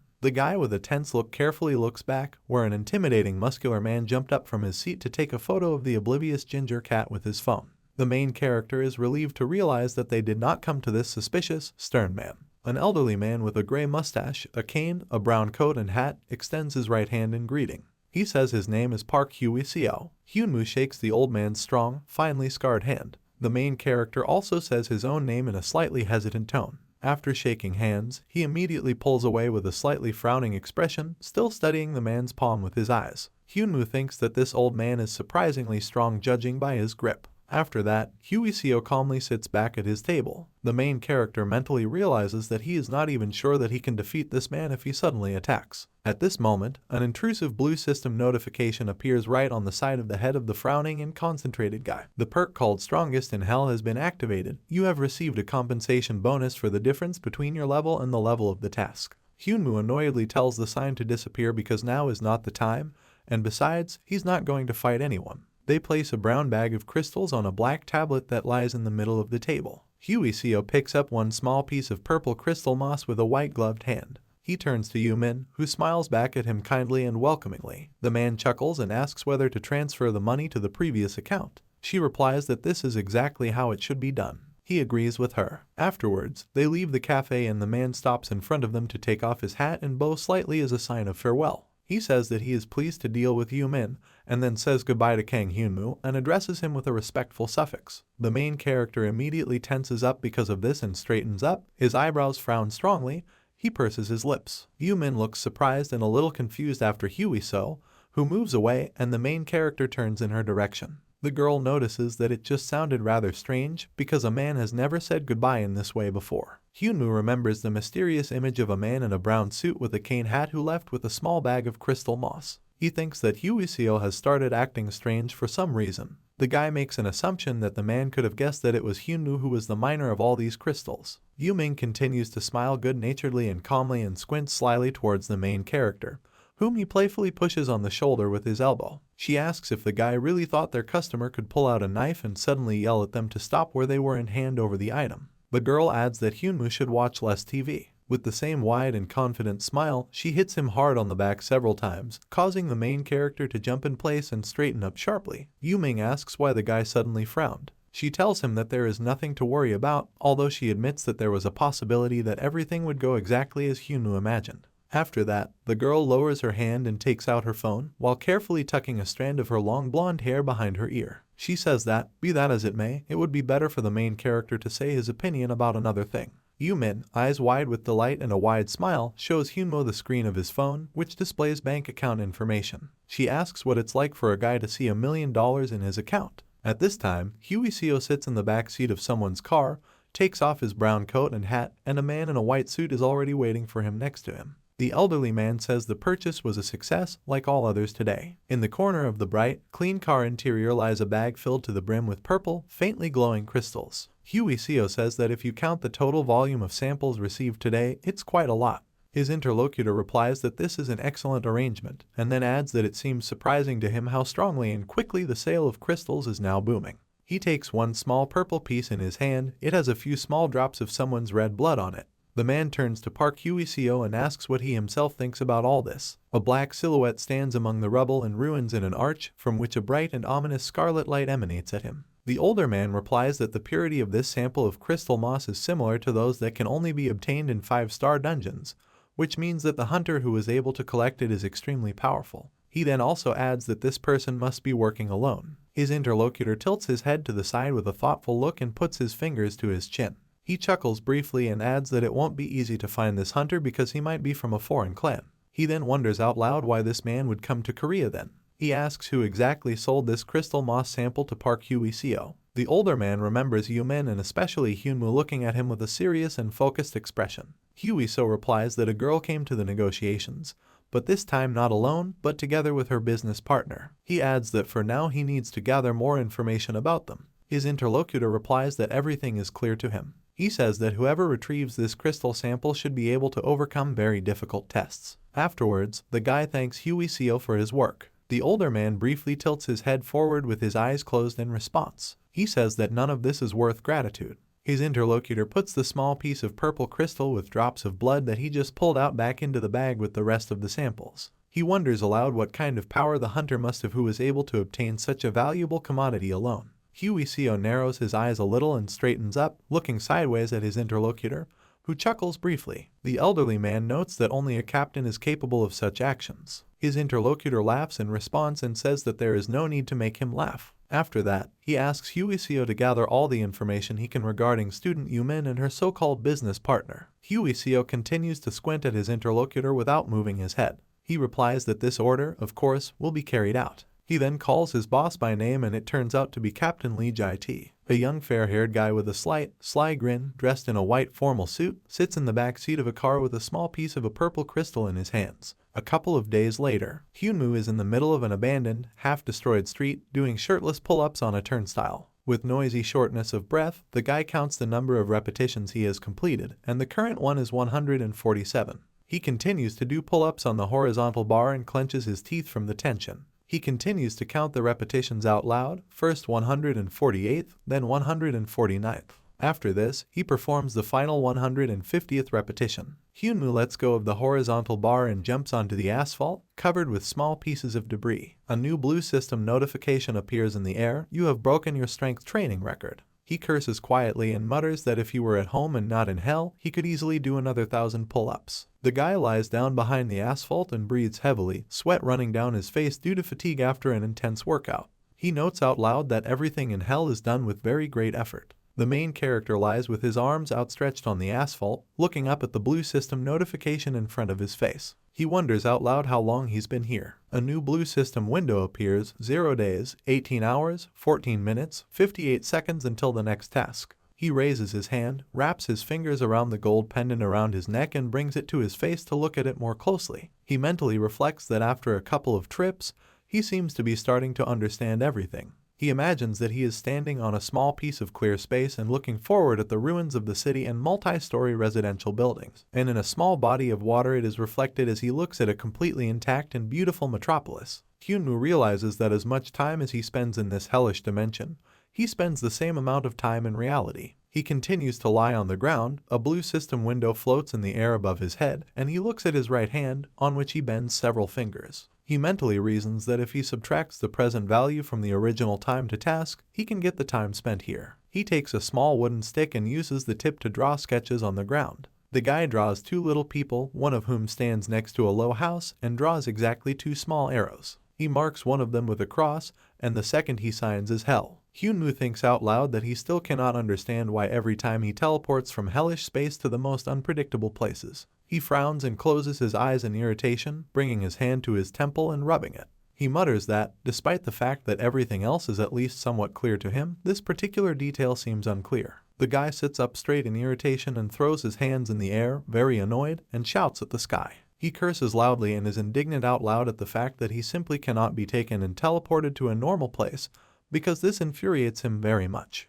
Hyunwoo sits down in a corner on the street right on the asphalt and sadly leans forward. He sighs and mutters that he doesn't understand anything. A blue system window appears in the air with an image of the skill card that the main character recently received and a description next to it. Helps in combat, remembers the user's techniques and helps them perform them with greater accuracy, and also helps predict the enemy's strategy and techniques. He quietly mutters the name of the skill out loud. A bare-chested Hyunwoo stands indoors and looks forward at the system window while simultaneously bandaging his left hand. He mutters that in this game such a skill could be classified as a cheat or hacking. The main character looks down at his bandaged hand and clenches it into a tight fist. He mumbles quietly about what it means that he was able to obtain such a skill as a reward from the system itself. Hyunwoo stands in a dusty and half-ruined hall with gloomy gray walls, a dark red punching bag hanging from the ceiling in front of him. He aloud finishes his previous thought with the fact that since the system itself gave him such a strong skill, it only means that without it the main character will not survive in the future. He pushes off the ground with his white sneaker-clad feet and leans forward sharply. Right at this moment, a blue system notification immediately appears in the air indicating that a skill called Combat Assist has been activated.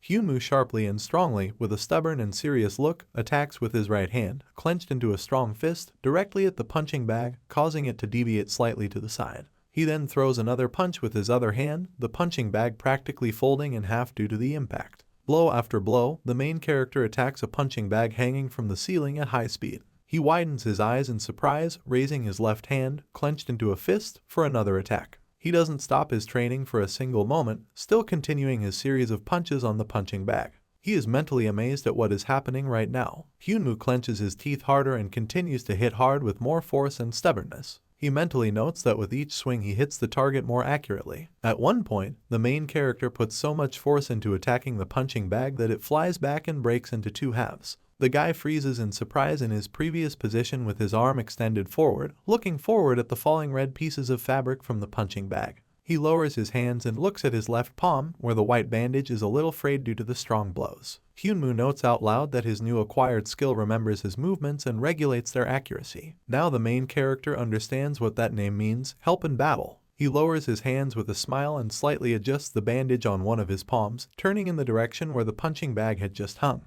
One after another, more and more system notifications and windows appear in the air, new task received. A quest called Beginner's Companion has begun. Kill entry-level scarecrows, eliminated 0 out of 5 targets. Hyunwoo looks down at one of the signs in the air right next to his face and frowns in annoyance with a displeased smile. He reads aloud and is indignant at the word newcomer mentioned in the text. He throws his arms up in irritation and waves them around, still staring intently at the system window in front of him. The main character loudly swears that he is actually not a newbie, so why does he suddenly receive this task only now? A blue system window appears with information that Kang Hyunwoo is only level 7. He frowns with displeasure, closes his eyes and rests his hands on his sides, simultaneously turning his head slightly to the side. He wonders aloud what kind of stuffed animals he's talking about, and then adds that he's never seen anything like stuffed animals in this world. Looking around, the main character begins to pull the light jacket back onto his body. He says out loud that there is nothing to be done about this because he still needs to raise the level. The guy puts his light green zip-up jacket on top and buttons it up with a confident and determined expression on his face. Hyunwoo tells himself that now is the time to hit the road.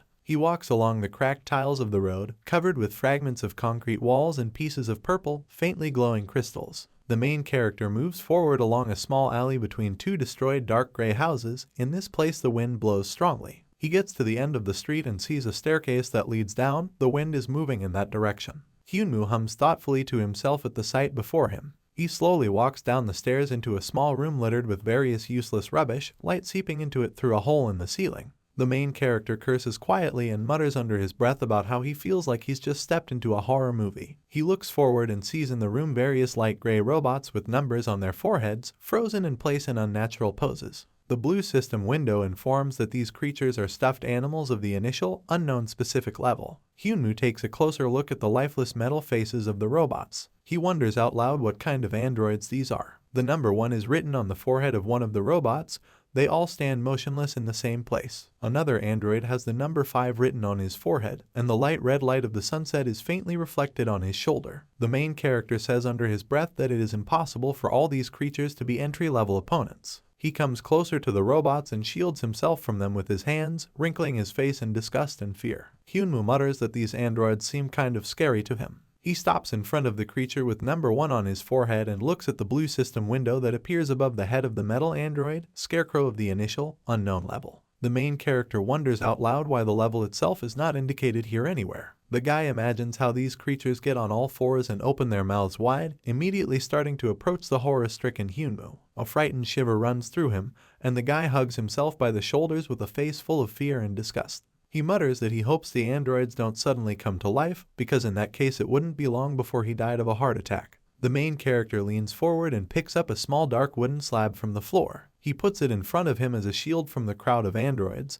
and with his right hand he summons a dark red dart. Hyunwoo tells himself that he doesn't know what exactly these creatures are capable of, so he decides to worry about his safety in advance. He wraps his fingers around the dart more comfortably and swings his right hand so as to quickly throw the projectile at one of the androids. The dart, sharp end first, flies straight into the neck of a metal robot with the number 1 on its forehead. The main character shouts loudly for his opponent to receive this attack. He remains in place for a while, hiding behind his makeshift wooden shield and listening carefully to the sounds that the androids must make. Hearing something, Hyunwoo suddenly squats down and covers his back with a wooden plate while the robots remain in their original places. The guy, with a wide smile full of delight and relief, straightens up and looks out from behind his shield to look at his opponents. He loudly exclaims that apparently the robots are not working at all because they have not moved at all. The main character comes out of his hiding place and swings his left arm as quickly as possible to hit one of the metal creatures from the small crowd. Hyunwoo loudly exclaims that since all these scarecrows don't work, he won't have any trouble dealing with them.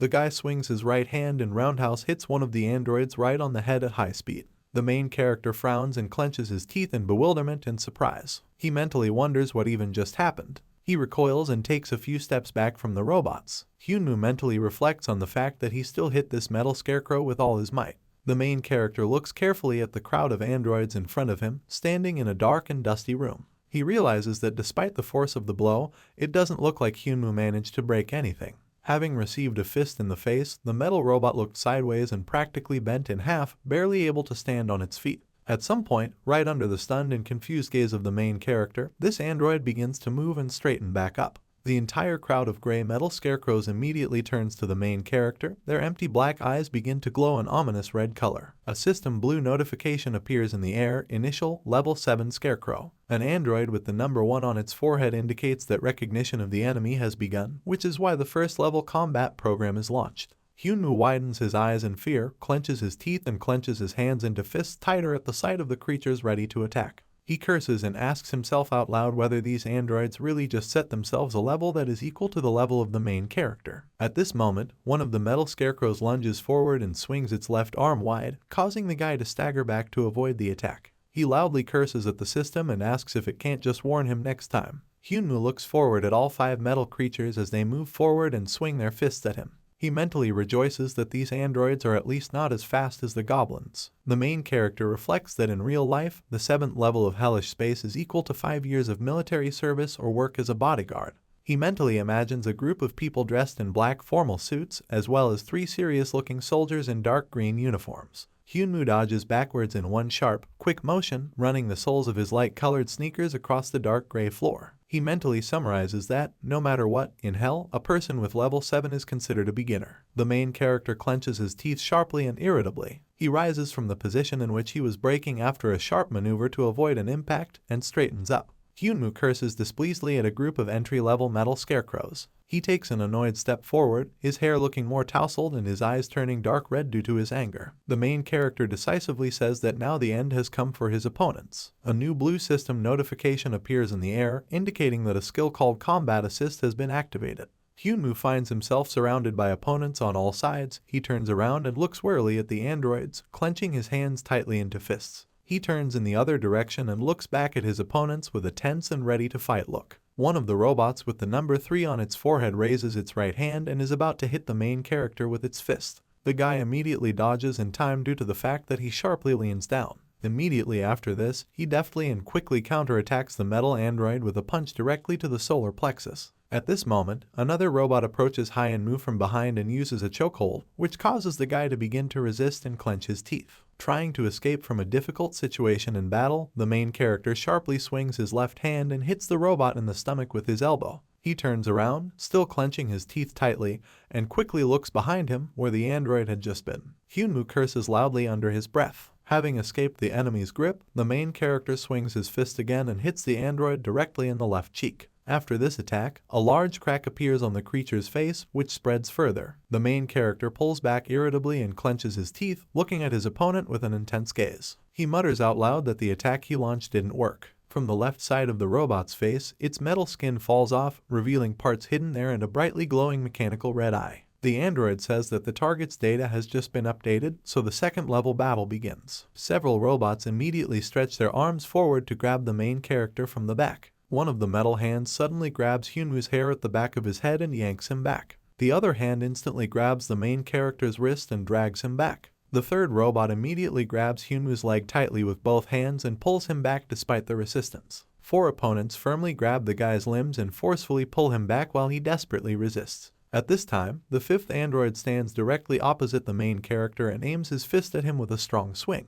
Hyunwoo screams desperately, cursing for his opponents to let him out. A robot with a crack in its metal face hits the main character hard and roughly right in the face, causing him to abruptly turn to the side. The next moment, the android immediately turns around and punches Hyunwoo in the stomach quickly and hard, causing the guy to lean forward in pain. The metal creature strikes the body of the immobilized protagonist, blow after blow, while he suffers from pain. One after another, blue system notifications appear in the air. The density of your body's tissues has increased. Blood clotting is increased. The pain threshold is increased. The density of your body tissues is increased. Blood clotting is increased. After some time, Hyunwoo, exhausted from pain, is released from the android's strong grip, and he himself falls exhausted to his knees on the floor. He bows his head forward, blood running down his face. Several more blue system notifications appear in the air. Your stamina level is below 10%.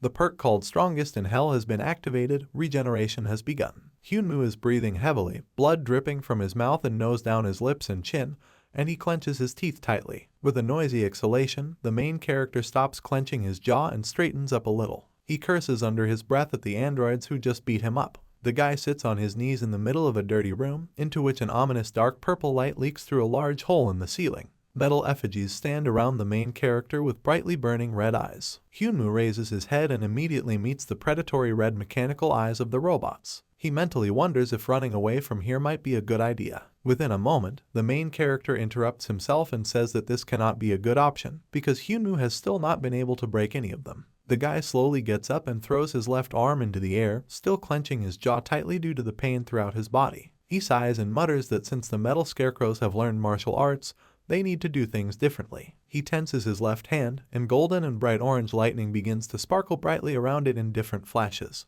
He slowly raises his hand a little higher, and a long object begins to materialize right next to his palm in the blinding light.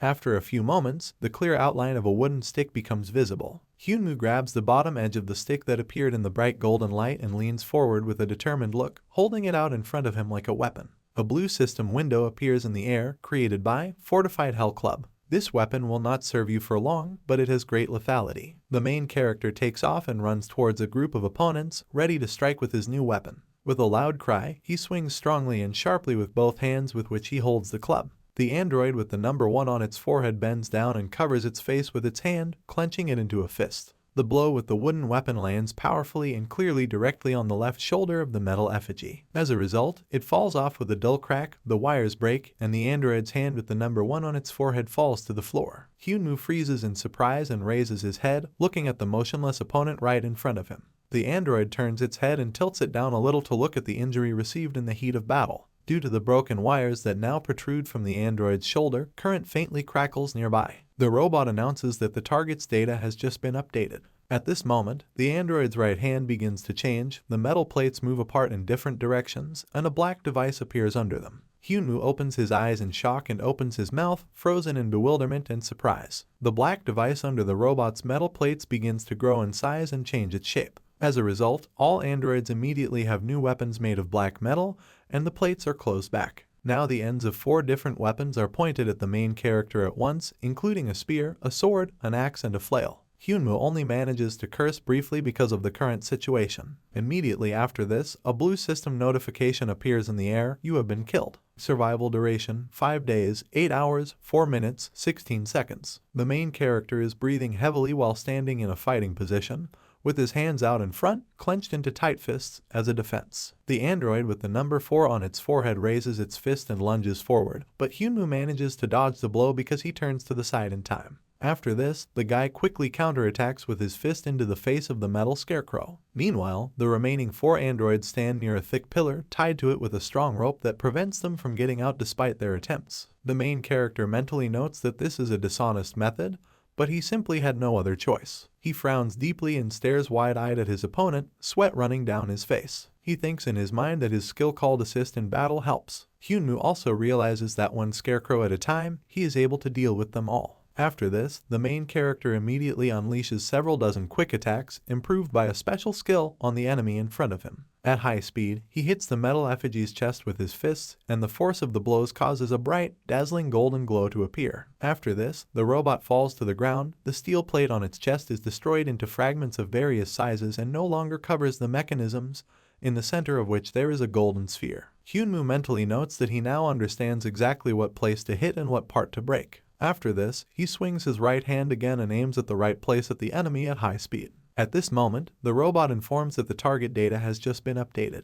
Then he announces that the 3rd level battle has begun. Because of this message, the main character suddenly freezes, without hitting the enemy with his fist. He sits astride a metal effigy, clenching his fist tightly and looking down at it. Hyunwoo laughs and mockingly tells the android to try to start his 3rd level fight. He lowers his hand and unclenches his fist with a wide and determined grin, bright fiery sparks appearing in the air. The main character says that the stronger his opponents become, the more powerful he himself becomes. Some time passes. Hyunwoo is lying on the floor, looking haggard and tired, sweat running down his ragged face. With a trembling voice, he asks himself with a sigh, how many times has this already happened? Every time the android defeats the main character in battle, a blue system notification appears in the air: you are killed. The first time, the robot wrapped its legs around Hyunwoo's torso and used a chokehold with its hands, causing the guy to fall to his knees and suffocate. The second time, the android suddenly jumped into the air and hit the main character hard with his metal knee right on the head. For the third time, the steel scarecrow grabbed the guy by the armpits and threw him over himself, painfully slamming his head straight into the hard floor. The fourth time, the robot deftly shifted all its weight onto its left arm and kicked Hyunwoo, sending him flying.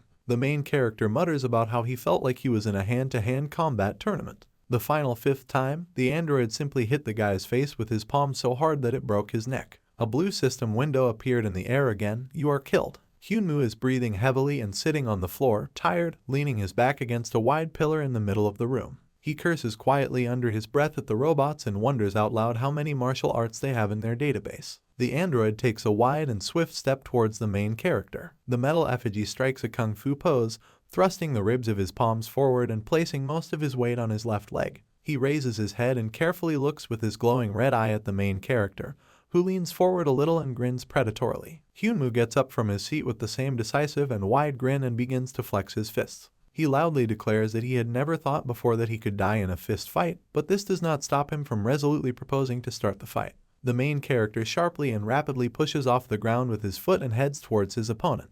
He swings his fist and punches, but the android avoids the blow in time because he leans back and puts his hands to the sides. Without wasting a second, Hyunwoo immediately turns on the spot and spreads his arms wide to his sides in the air. He presses the heel of his right foot firmly into the floor. Immediately after this, he sharply turns around and raises his left leg into the air, delivering a quick kick directly to the robot, which manages to put its forearm in front of its head as a defense. The android covers the right side of his face with his palm, his left eye glowing bright red. It indicates that the target data has been updated again. The protagonist smiles widely and readily, looking over his shoulder at his opponent. The robot adds that the 4th level battle has now begun. Hyunwoo barely has time to mentally rejoice that now it's his turn to fight at a new level. The android sharply puts 2 outstretched fingers forward and aims them directly at the wide-open eyes of the main character. With a loud scream and squeal of pain, the guy jumps back and covers his eyes with his palms, starting to swing his legs in the air. He screams that his eyes hurt. While Hyunwoo swears in irritation and is indignant, the robot gets closer and opens its mouth with sharp fangs wide, inside of which a red light burns brightly. The metal scarecrow strongly bites the main character on his left leg, which is why a sharp pain immediately rushes through the guy's body,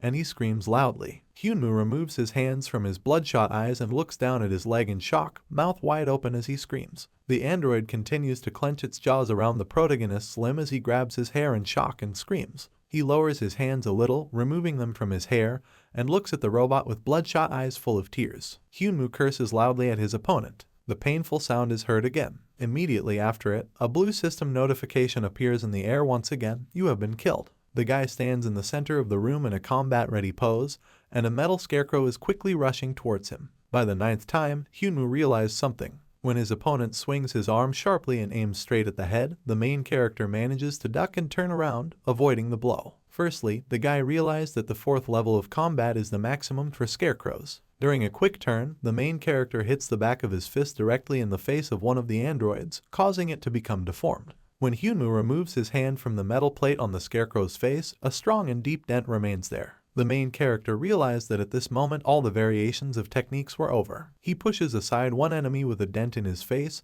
and at that moment another robot attacks from the air. He powerfully and strongly kicks the guy on the head, but he manages to cover the top of his head with both hands in time and hold back the attack. Hyunwoo grits his teeth at the force of the pressure he has to hold back. He looks forward and all 5 androids lunge forward to attack, some of them opening their mouths wide with metal fangs inside. The main character mentally notes that, secondly, the scarecrows have a script of movements and techniques beyond which they are unable to go. Hyunwoo grabs one of them by the leg and twists it sharply in the opposite direction with both hands. After this, he lunges forward and forcefully pushes the enemy forward, away from him. He mentally reasons that if the script is interrupted halfway, the scarecrow will slow down because the new script is being adapted to the situation. With effort, Hyunwoo pushes the android forward into the crowd of other opponents, causing them all to collide with each other. After this, the main character swings his right leg with a determined and angry look. He kicks a bunch of robots that got tangled together during the battle and violently pushes them into the wall. The guy mentally continues to list the details, remembering that it is not necessary to destroy the metal scarecrows because after receiving a certain percentage of damage, they still turn off. As a result, the resulting pile of androids is thrown aside at high speed by Hyunwoo's blow. He watches from the side as they fly away after his attack. He understands that, in view of the individual characteristics of these metal effigies, there is no need for him to break them completely. He rushes forward, clenching his hands into fists and clenching his jaw tightly along with a determined, intense look. Realizing this fact about the robot's characteristics changed the course of the battle for Hyunwoo. He quickly jumped up to the 2 androids and swung his leg hard, hitting his knee right on the chin of one of his opponents. Blue system notifications with the same content began to appear in the air one after another. You have won. The main character turns around and kicks another robot on the back, causing it to sharply stagger forward and throw its head back. The system alert appears again in the blue window. You have won. The exact same notification appears when Hyunwoo swipes his hand at another of his opponents. Immediately after this, he swings his left hand strongly and quickly drives his fist into the face of another metal scarecrow, which is why the blue system window appears again. You win. The main character shouts loudly and with curses that he doesn't care about anything at all. He continues to rapidly swing his fists in all directions, his punches causing wind to rise in the air and the androids to wobble on their feet. Hyunwoo shouts that he is going to deal with all his opponents. After this, he makes a sharp lunge forward, extends his right hand with a fist in front of him, and a powerful and dazzling ball of enormous energy appears in the air, which destroys all the androids at once. At the same moment, the main character shouts indignantly, asking when he will be credited for the completed task. As the heat of battle subsides, Hyunwoo breathes heavily and looks forward with his hands clenched into fists at the ready. The dark blue system notification appears in the air again. You have won. Immediately after this, several more windows appear. Task completed. You have completed the task called Beginner's Assistant. Joy overwhelms the main character, and he straightens up, throws his head back and screams with relief, still clenching his hands into fists. After that, he finally calms down and turns his head slightly to look behind him, a slight half-smile remaining on his lips. He exhaustively lowers his arms along his body and with a heavy exhalation looks at the destroyed and immobilized bodies of metal effigies that lie randomly on the floor of the room. Hyunwoo mumbles tiredly about how he feels really good right now. His exhausted body leans to the side on its own, and his eyes close slightly after a hard battle. He mutters quietly to himself that it's finally over. Immediately after this, the main character falls exhausted to the floor. He lies on the dirty light tiles, arms outstretched in different directions, and breathes heavily, looking at the ceiling. Hyunwoo quietly swears at the metal scarecrows because he wanted opponents of a suitable, equal level. Sweat runs down his face as he breathes noisily and tries to regain his strength, and he raises his left hand and looks at it. The main character curses quietly under his breath. His palm shakes slightly due to muscle tension as he tries to bend his fingers a little. Hyunwoo asks himself how this could be a task for a novice assistant when fighting could be compared to a master level. He exhales noisily and straightens up, sitting down on the floor and tilting his head back a little to look at the ceiling. The main character tells himself that every cloud has a silver lining, because the battle was so grueling and long that he was able to memorize all the Scarecrow's martial arts scenarios by heart. He looks away wearily, still sitting on the floor. The guy mentally thinks that he needs to first see what reward he will receive for completing this task, and only then return to his reality. A blue system notification says, the SSS level luck perk increases the value of your rewards. Hyunwoo extends his left hand forward, and above the open palm appears a golden card with the image of a powerful and spreading oak tree, and below the inscription, Heavenly Cradle. The main character carefully looks with his tired brown eyes at the card, from which a faint yellow glow emanates. He extends both hands forward, and now there is a small light yellow piece of fabric on them. Hyunwoo asks himself in confusion whether his reward really was an ordinary scarf. Suddenly, several blue system windows suddenly appear in the air at once. You have received the item, Heavenly Cradle, Legendary. Item effect, Sky Cradle, Legendary. A textile product with the effects of stimulating growth processes, wound healing and mechanical damage. The main character asks himself in confusion how he should understand the point about stimulating growth processes. He raises his hands up, straightens the light yellow piece of fabric so that it falls down, and looks at it. Hyunwoo says that everything is clear about healing, but it is unclear what growth this item accelerates. He mutters to himself that he is glad to have such an item because it is legendary, but still has no idea how to use such an item. Suddenly an idea lights up the main character's head. He brings the edge of a yellow scarf closer to his face. Hyunwoo wonders out loud to himself, maybe there is a chance that he will become smarter if he ties this fabric on his head. Humming to himself, with an innocent smile, the protagonist ties the edges of a yellow scarf around his head and waits. When nothing happens for a while, he blushes because of how ridiculous he looks now. With one short wave of his hand, he moves the yellow cloth away from his head, which he tilts forward to hide his reddened face from embarrassment. Hyunwoo mentally rejoices that no one can see him here right now because this is some kind of shame. He looks at his left hand, which is tightly gripping the edge of the light yellow fabric, and it is shaking a little. The guy talks out loud about why he might need such a thing, because when he dies and is reborn, he always feels 100% fresh and healthy. He is indignant at the fact that this useless rag is of no use to him. Hyunwoo sits on the floor near the battered wall and opens the blue system menu, while rubbing the back of his head with his right hand. He mutters to himself that in this case he can simply sell this item, because it is legendary level and therefore can be worth a decent amount. At this moment, the main character notices a white egg in his inventory. He remembers the existence of this object and that he made it from a mountain of defeated mosquitoes. Hyunwoo smiles and looks at the blue screen in front of him with interest, raising his hand to press the right spot. He says he got the idea because the description of the scarf mentioned growth, so there is a possibility that the piece of cloth could help the egg hatch. After some time, the main character, with a concentrated and incredulous expression on his face, is already sitting opposite the egg on the floor, covering it with a piece of light yellow fabric. Hyunwoo hums thoughtfully and wonders out loud if this handkerchief was just as useless for the egg. The guy reaches forward and raises his hand to move the light yellow scarf away. He tells himself that in the end the only option left is to sell the item. At this moment, suddenly the scarf begins to disintegrate into small pieces, which fly into the air and give way to a bright golden light. The main character makes a surprised and short sound when he sees what is happening. He looks around in confusion, his mouth open, while pieces of fabric fly into the air in small fragments around the guy. When the tissue is almost completely dissipated, several mosquito wings that covered the egg shell disappear, revealing a small crack underneath. Hyunwoo wonders out loud what that just happened in a confused voice, and then is surprised to notice that the egg is starting to crack. A frightened shiver runs through him when he imagines that some huge green lizard with sharp fangs could hatch from this object.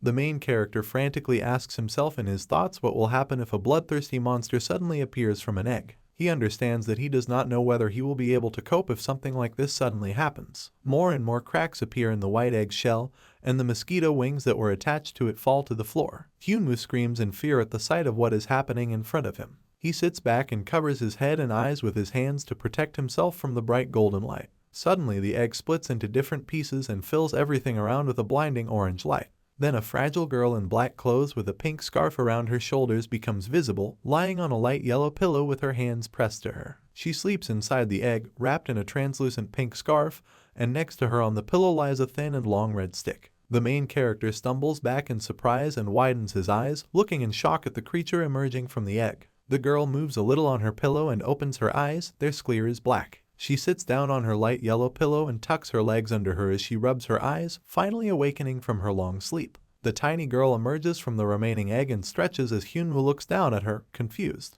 He asks in surprise if there really is a fairy in front of him right now. The protagonist's facial expression softens a little, and he smiles benevolently at the tiny girl. He extends his hand forward and points his finger at the fairy, who raises her eyebrows in surprise and looks at him. Hyunwoo says that the girl was smaller than he imagined. At this moment, the fairy leans forward, clasps the main character's finger with both hands and begins to bite the tip with sharp fangs. The guy groans in surprise in response to this gesture. He flinches sharply and raises his hand, trying to throw the fairy away from him with an irritated and disgusted expression on his face, which is why she crashes into the ceiling and ricochets away from him. Hyunwoo screams and screams loudly about how this fairy is actually a truly bloodthirsty monster. She lies face down on the floor, her thin light wings are dented, and her whole body is shaking due to pain.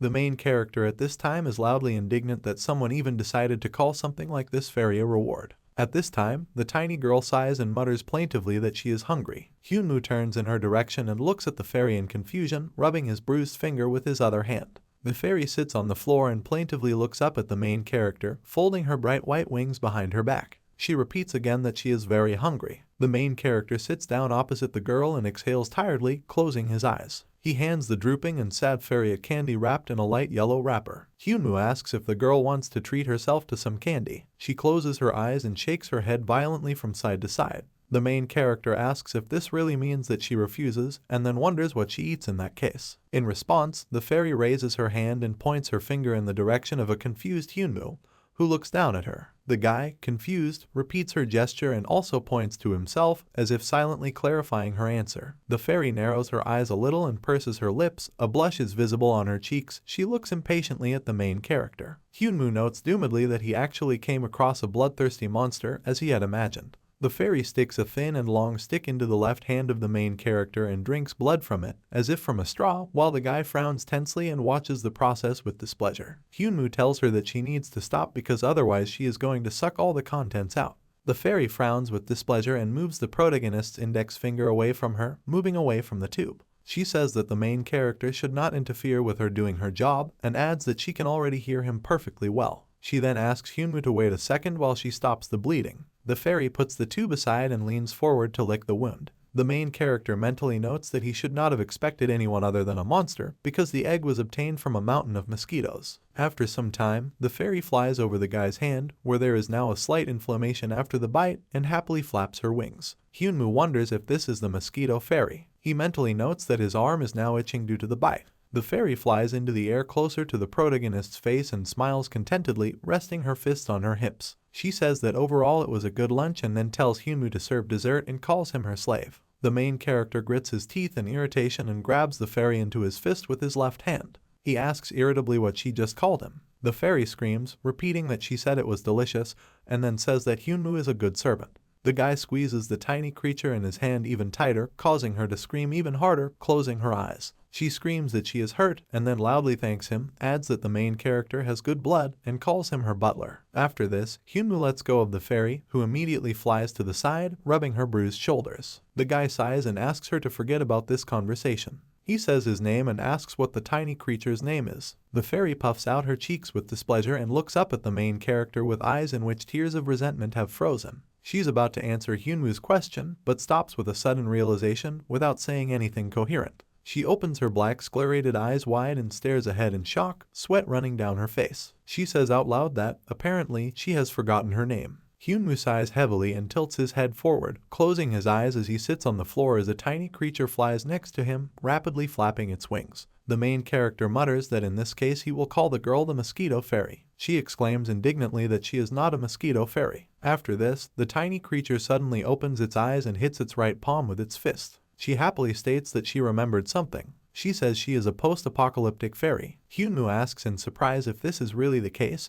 and then wonders if the girl was really born to save the world after the end of the world. She smiles widely, showing off her white teeth, and her thin white wings move even faster in the air. She innocently replies that she has vowed to begin devouring every single living organism that is still alive after the apocalypse. Hyunwoo opens his mouth and stares in shock at the fairy who floats in the air right in front of him and radiates an atmosphere of kindness, positivity, and harmlessness. A bright scarlet moon shines high above the destroyed multi-story buildings in the dark sky. The main character mentally notes that it seems that he will have to deal with this fairy before it is too late. Hyunwoo pulls back a little and to the side, still looking straight at the fairy with huge eyes of bewilderment and confusion. He mentally wonders if this tiny creature is really going to devour all life on the planet. The guy turns his head to the side and looks straight ahead in shock, placing his hand on his left leg, palm up. He mentally thinks that everything that is happening is some kind of nonsense, and then remembers that, by the way, his blood is very poisonous. He remembers the moment when the goblin, wounded by a dart, looked in shock at his hand, on which sores immediately appeared. Hyunwoo thinks that when the dart with his blood hit the goblin's hand, it immediately blistered. The tiny creature throws her head back contentedly and laughs loudly, placing her hands on her hips as her stomach, full of food, bulges out. She cheerfully asks if the main character was scared by her speeches. At this moment, the guy continues to talk about everything that is happening and mentally notes that the fairy had eaten her fill, and the poisoned blood had no effect on her. Hyunwoo reaches his left hand forward to touch the tiny creature's belly and lightly rub it with his finger. He mentally notes that he doesn't even have the opportunity to use the effect called Help in Battle right now because this fairy is not hostile. The main character adds to himself that he has no idea what combat skills and level this tiny creature has. He turns away from the fairy, looking dejected and annoyed, and stares into the space in front of him as the fairy flies right next to him. Hyunwoo mentally grumbles about how he doesn't seem to have a way to get rid of this creature, so he might consider befriending her and making her his companion. At this moment, the fairy again calls the main character her butler and says that she is hungry again. The main character leans forward and closes his eyes, scratching his head, while a tiny creature in front of his face defiantly flaps its wings and soars in the air. Hyunwoo agrees and adds that let everything be this way, since she is going to devour the whole world, because he really doesn't care at all. The fairy cheerfully agrees with his words. He looks at the small creature, who folds his black-gloved hands on his chest and smiles cheerfully. The main character notes that he doesn't want to just call her you or something like that, so he suggests calling her Rainian. She enthusiastically replies that it is a wonderful name and calls Hyunwoo her butler again.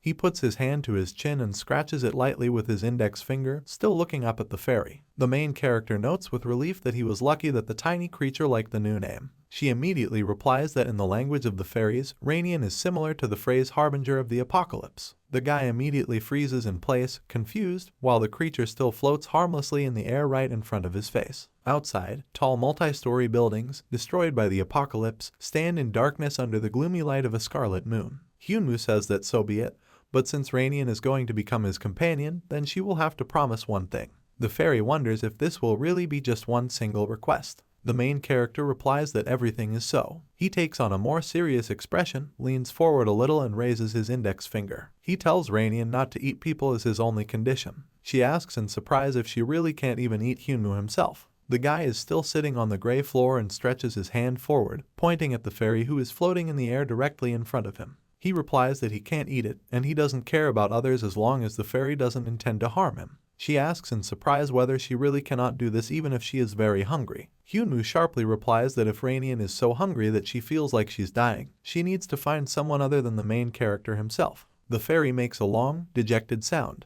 Then the guy adds that in exchange for fulfilling this condition, Rainian will receive his blood. The fairy immediately becomes more cheerful and smiles widely, saliva runs down her lower lip, and a kitchen knife appears from somewhere in her right hand. She replies that she agrees to such conditions, because all fairies are gourmets. She starts waving her arms and wings happily while Hyunwoo watches her with a distant smile frozen on his lips. He mentally replies that, no matter how gourmet the fairies are, they should still eat less. The main character rises from the floor and stands on his feet, putting his hands on his hips and turning in the direction that Rainian pointed to him. She asks what is there in the distance, and if they are people. There, fragments of defeated metal effigies are scattered around the room, traces and scratches are visible on the floor after a long battle. The main character boastfully raises his head and closes his eyes. He replies that the victims of his magnificent fighting skill lie there. But at this moment he interrupts himself and lowers his head again to look at the androids. He says to wait a second. Hyunwoo looks forward, where the top half of the fallen metal effigy lies against the wall, torn from its legs. The main character mumbles that he doesn't remember tearing any of his opponents in half. He remembers his final powerful blow,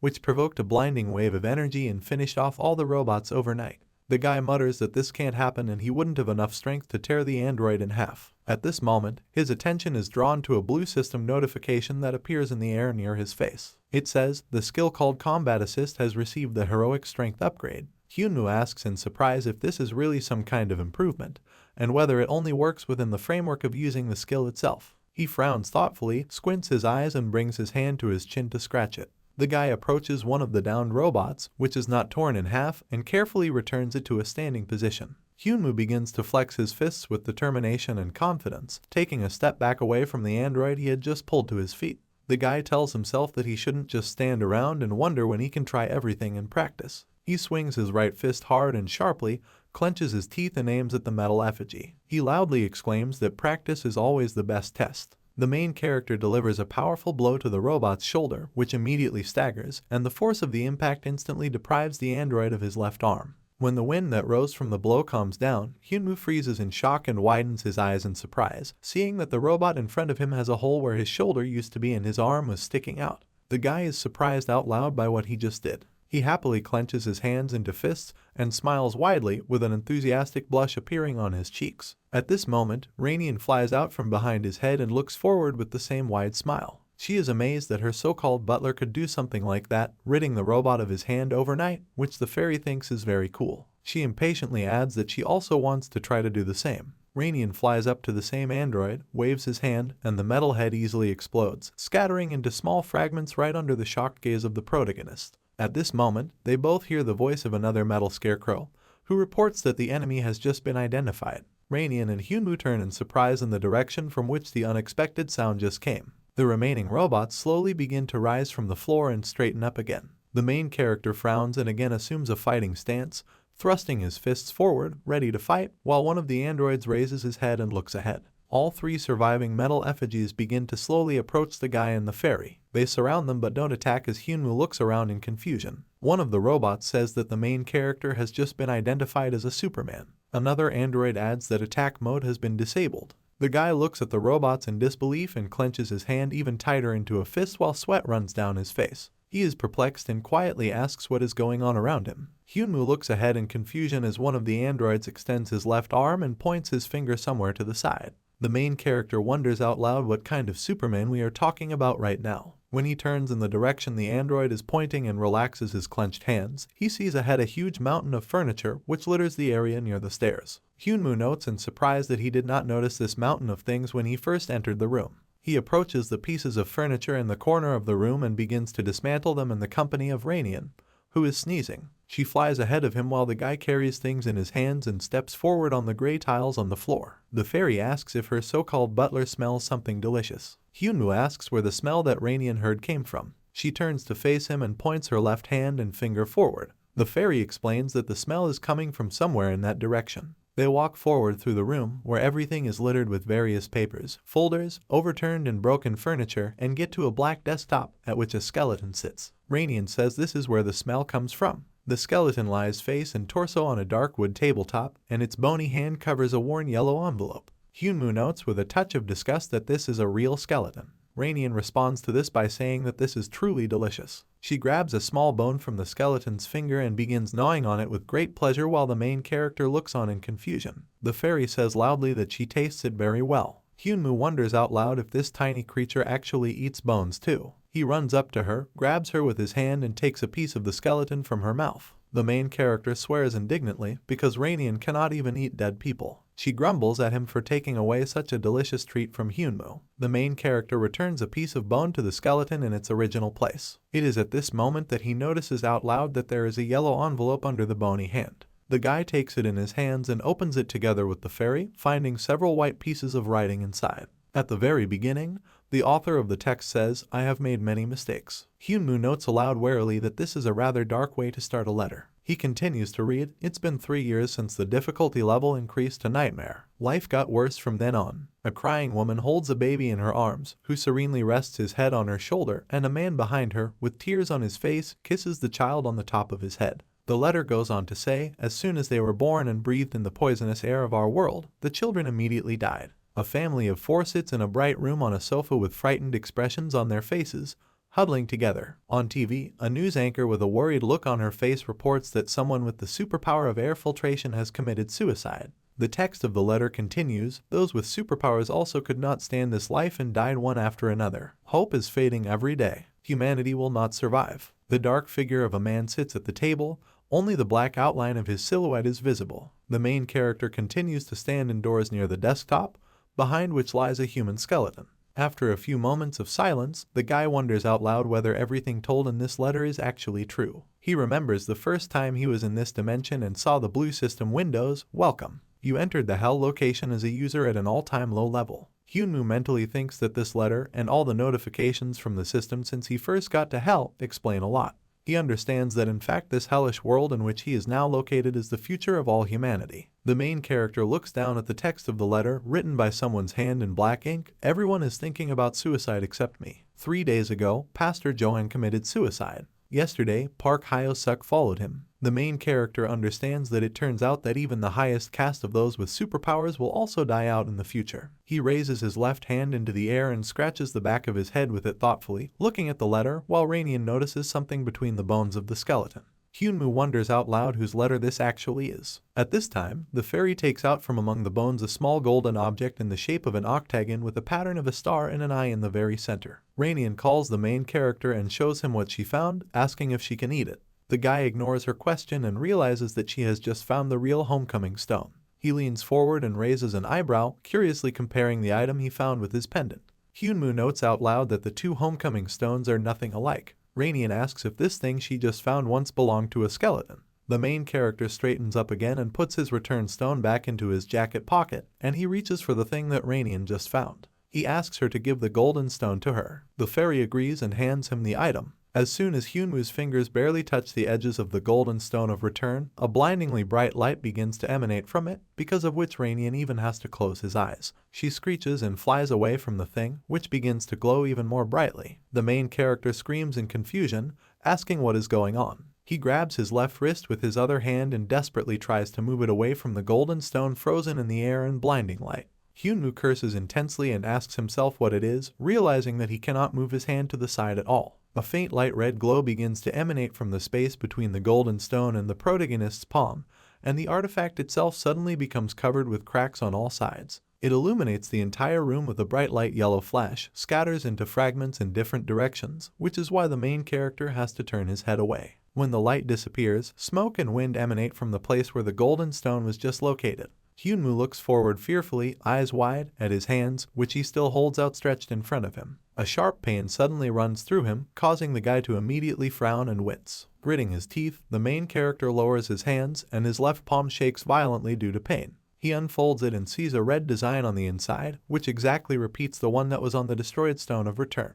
The guy asks out loud, confused, what this is all about. At this moment, a blue system window suddenly appears in the air to the left of Hyunmoo. "The stars are watching you." Immediately after this, a huge dark blue hole with sharp, jagged ends opens up right under the ceiling, and the main character looks at it in shock. Frightened, Rainian instantly flies away, waving her hand goodbye with a nervous smile. She shouts that her so-called butler can definitely survive alone, so she believes in him. Hyunmoo is so confused that he can't even answer anything intelligible. Dark blue energy from the formed hole under the ceiling begins to suck in the main character, who desperately stretches his hand forward towards Rainian. He shouts to the fairy to come back to him right now, but he doesn't even have time to finish. The next moment he is completely absorbed and finds himself floating in endless space where comets fly in the distance. The main character, in confusion, extends his right hand forward where the dark space turns black and the stars shine. He looks around in shock, his dark brown eyes wide as he lowers his hand back down. Hyunwoo mutters to himself in a low voice, wondering where he suddenly ended up. The main character begins to walk forward through the endless space as if there is some space under his feet and puts two palms to his mouth to make his voice louder. He calls Rainian loudly several times. At this moment, right next to his right shoulder, a blue system notification appears out of nowhere. The advancing star, Barul, is aware that you have absorbed a star fragment. Hyunwoo fearfully wonders out loud what that even means. Suddenly, an object with large bright blue spikes flies from space towards the main character, leaving behind a trail of energy and scaring Hyunwoo. The guy screams in shock and asks out loud what this is all about. The blue system notification appears again. Barul is disappointed with your reaction. Barul refused your fragment of the star and left. Hyunwoo watches in confusion as the object simply flies forward and disappears in a bright light blue flash of energy. The guy begins to literally shake with barely restrained anger, still looking at where the object had just evaporated. Hyunwoo laughs joyously and says that he is so angry that he is ready to literally tear and throw. He jumps in place and, with an expression of irritation and anger on his face, throws his hand up with his middle finger raised. The main character shouts indignantly, asking who this Barul is anyway, to be disappointed in Hyunwoo out of the blue. The guy angrily knocks with his left fist on the dark blue system window that is located right in front of him. He angrily asks what it was all about and then adds that he has never heard of anything like that, so he demands an explanation right now. A new blue system notification says, information has been unlocked. A man in a purple cloak stretches his left hand forward. A light blue galaxy floats in the air above his palm, from which a white liquid pours onto his fingers like water. The Lords of the Stars are cosmic beings, each ruling their own kingdom. Golden return stones, made in different shapes, fall from top to bottom one after another. The Lords of the Stars place particles of their power in stellar fragments and send them throughout the universe, all with the goal that these fragments will find worthy agents who can serve the Lords of the Stars and help them expand their domains. A group of people are standing in the dark, but each of them has figures of different colors and shapes glowing brightly in their chests. Hyunwoo wonders out loud in bewilderment why beings like the Lords of the Stars would suddenly be interested in the main character. Several blue system notifications appear in front of the guy at once. User Kang Hyunwoo has found a star fragment, and this means that the Lords of the Stars want you to become one of them. The main character crosses his arms over his chest and looks in confusion at the blue system window that appears in front of him. He mutters quietly to himself, asking what star fragment he's talking about. Suddenly, realizing what is happening, his brown eyes open wide, he looks forward in surprise. He says out loud that he understood what was happening. The guy remembers how the bright golden light from the artifact illuminated the entire space in the room. Hyunwoo realizes that we are talking about the stone found thanks to Rainian, which in fact is not a return stone, but a star fragment. The main character hears a sound coming from somewhere above in the vast space and raises his head in that direction. He asks himself out loud what that sound was just now. High above the guy's head, something flashes with a bright amber light, illuminating the dark blue space between the stars. Suddenly, several multicolored objects fly from there at high speed at once, leaving behind bright and long trails of energy, heading straight towards the surprised Hyunwoo. A new blue system notification appears above the guy's head. The Whispering Star, Monstrel, wants to develop your talent for charm, with which you can captivate and mislead everyone around you. The main character turns his head around in confusion. Two star-like objects with luminous spikes of yellow and orange colors fly up to him at once. Several more blue system notifications appear near Hyunwoo. The Conqueror Star, Arden, promises to teach you how to command an army of steel and fire. The Hungry Star, Yagulim, invites you to go with him in search of the serpent that swallowed this planet. The Star of Destruction, Gaul, offers you a whole world that can be controlled by someone else's hands. The Star of Tears, Verd, promises that one day you will become the ruler of the world of the dead. Multicolored objects that look like stars surround the amazed and confused protagonist from all sides. A new blue system window appears near the head of the perplexed guy.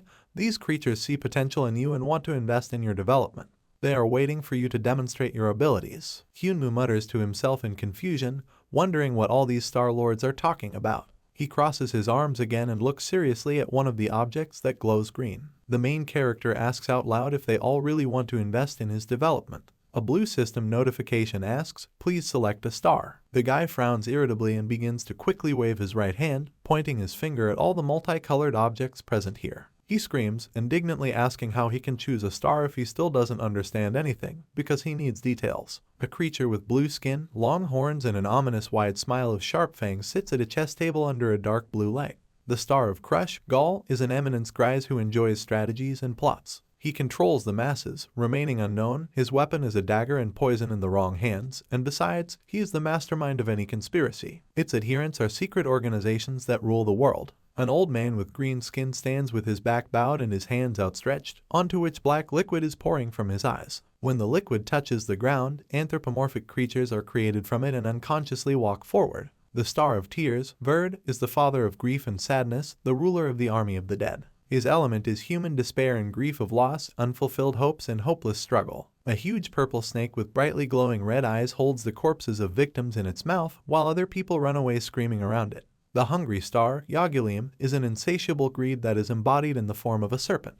There is always hunger in his kingdom, and he wants to devour the entire universe. A girl with large white wings and long golden hair leans forward towards a dark male silhouette with a charming smile. Whispering star, Monstrel. Her element is inciting passion in the light of day and deceit under the cover of night. She shines brightest next to those who themselves radiate light. Anyone, even the most powerful creature, will fall at her feet if she wants it. A man in heavy metal armor holds a huge sword in one hand and stands still, being surrounded by high and powerful fire that burns someone's dead body. Conqueror star, Arden. He is the star of madness and impotent malice. He burns everything with fire and cuts out his enemies, every last one. In his senseless rage, he wants the world to go up in flames, and he doesn't care if all he has left to rule is a scorched earth. Hyunwoo turns his head away from the multicolored, star-like objects near him and covers his mouth with his hand. He asks the system window why all these stars look like those for whom a psychiatric clinic is crying, or who have some kind of personality disorder. A new system window appears,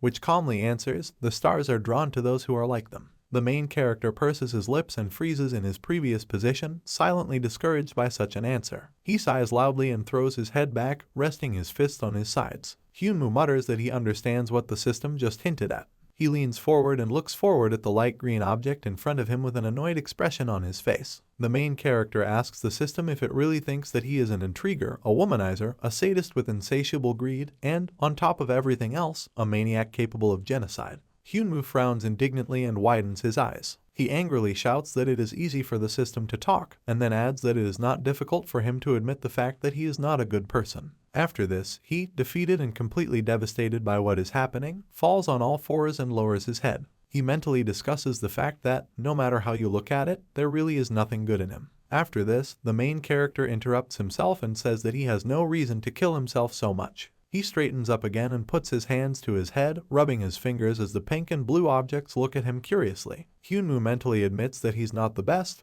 but he's still not that bad because he doesn't seem to have done anything shameful. An unexpected thought makes him raise his head sharply and stare ahead in bewilderment with wide brown eyes. He realizes that he may simply not remember any of his bad deeds. The main character looks at green and yellow objects that fly right in front of him in outer space. He mentally comes to the conclusion that he is not as crazy as these stars. Hyunwoo kneels on a dark surface and looks up at star-like objects. He waves his right hand. The main character says he has a question and then wonders what will happen when he makes his choice. A bright blue object slowly flies up to the confused guy and begins to spin in the air. Bright, glowing spikes shoot out from the center and spin around, emitting blinding energy. Thanks to this, Hyunwoo, who instinctively shields his hand from the thorns flying towards him, can see different images. In one of them, the main character stands on the carcass of a huge monster with a red sword directly opposite frightening creatures with red eyes. In another image, Hyunwoo stands in front of the South Korean flag behind the podium reserved for the President of the Republic. The next image shows the main character standing on the color, while a large multi-story hall is filled with spectators, flashes of cameras and phones.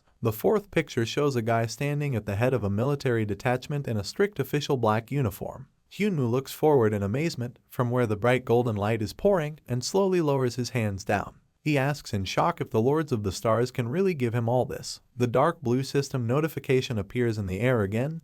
Please select a star. The main character frowns and purses his lips, looking up in disbelief. He mentally reflects on the fact that he has gone through so many obstacles, so he understands that the Lords of the Stars are clearly not telling something, that there is some kind of catch hidden here. Hyunwoo takes a sharp and wide step forward and looks up at the brightly glowing pink object. He asks what exactly he wants in return. A new blue system notification appears in the air. Serve the chosen star, nothing else. The main character hesitates a little due to the unexpected answer and looks up in confusion. He asks if that's really all there is to it. Several system windows appear in the air at once. The stars patronize and help their ward grow and then act through him. These are all the conditions. Hyunwoo continues to stand in front of brightly glowing objects floating in outer space and a dark blue system screen. The guy hesitantly asks whether it is necessary to make his choice right now. The answer appears in the blue system window. The ability to choose a star is a very rare and important event. A bright, almost blinding light emanates from the dark blue object, its spikes shimmering in different shades of blue and purple. The new system window continues the explanation.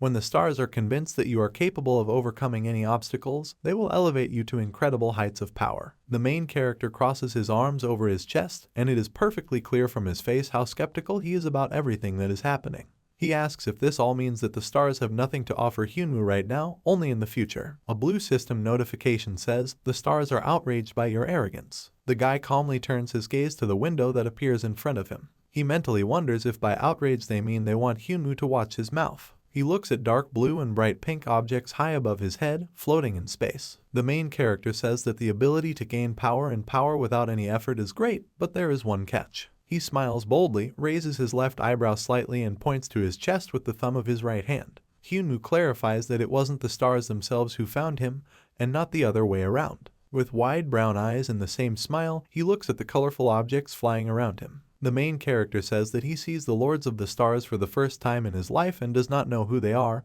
and they are already asking Hyunwoo to make a choice for life. He adds that he also has no guarantees or contract. The guy says that in the world it is customary for people to give guarantees, and even sellers of used cars care more about the buying side than the Lords of the Stars. The bright orange object sways a little in space after all these words. A blue system notification says, "Arden, the conquering star, has lost interest in you." He disappears in a small orange flash, and the main character waves goodbye to him with a carefree smile. He says that so be it, and wishes Arden a pleasant journey. Hyunwoo freezes with his right hand raised in farewell when a new blue system notification suddenly appears in front of him.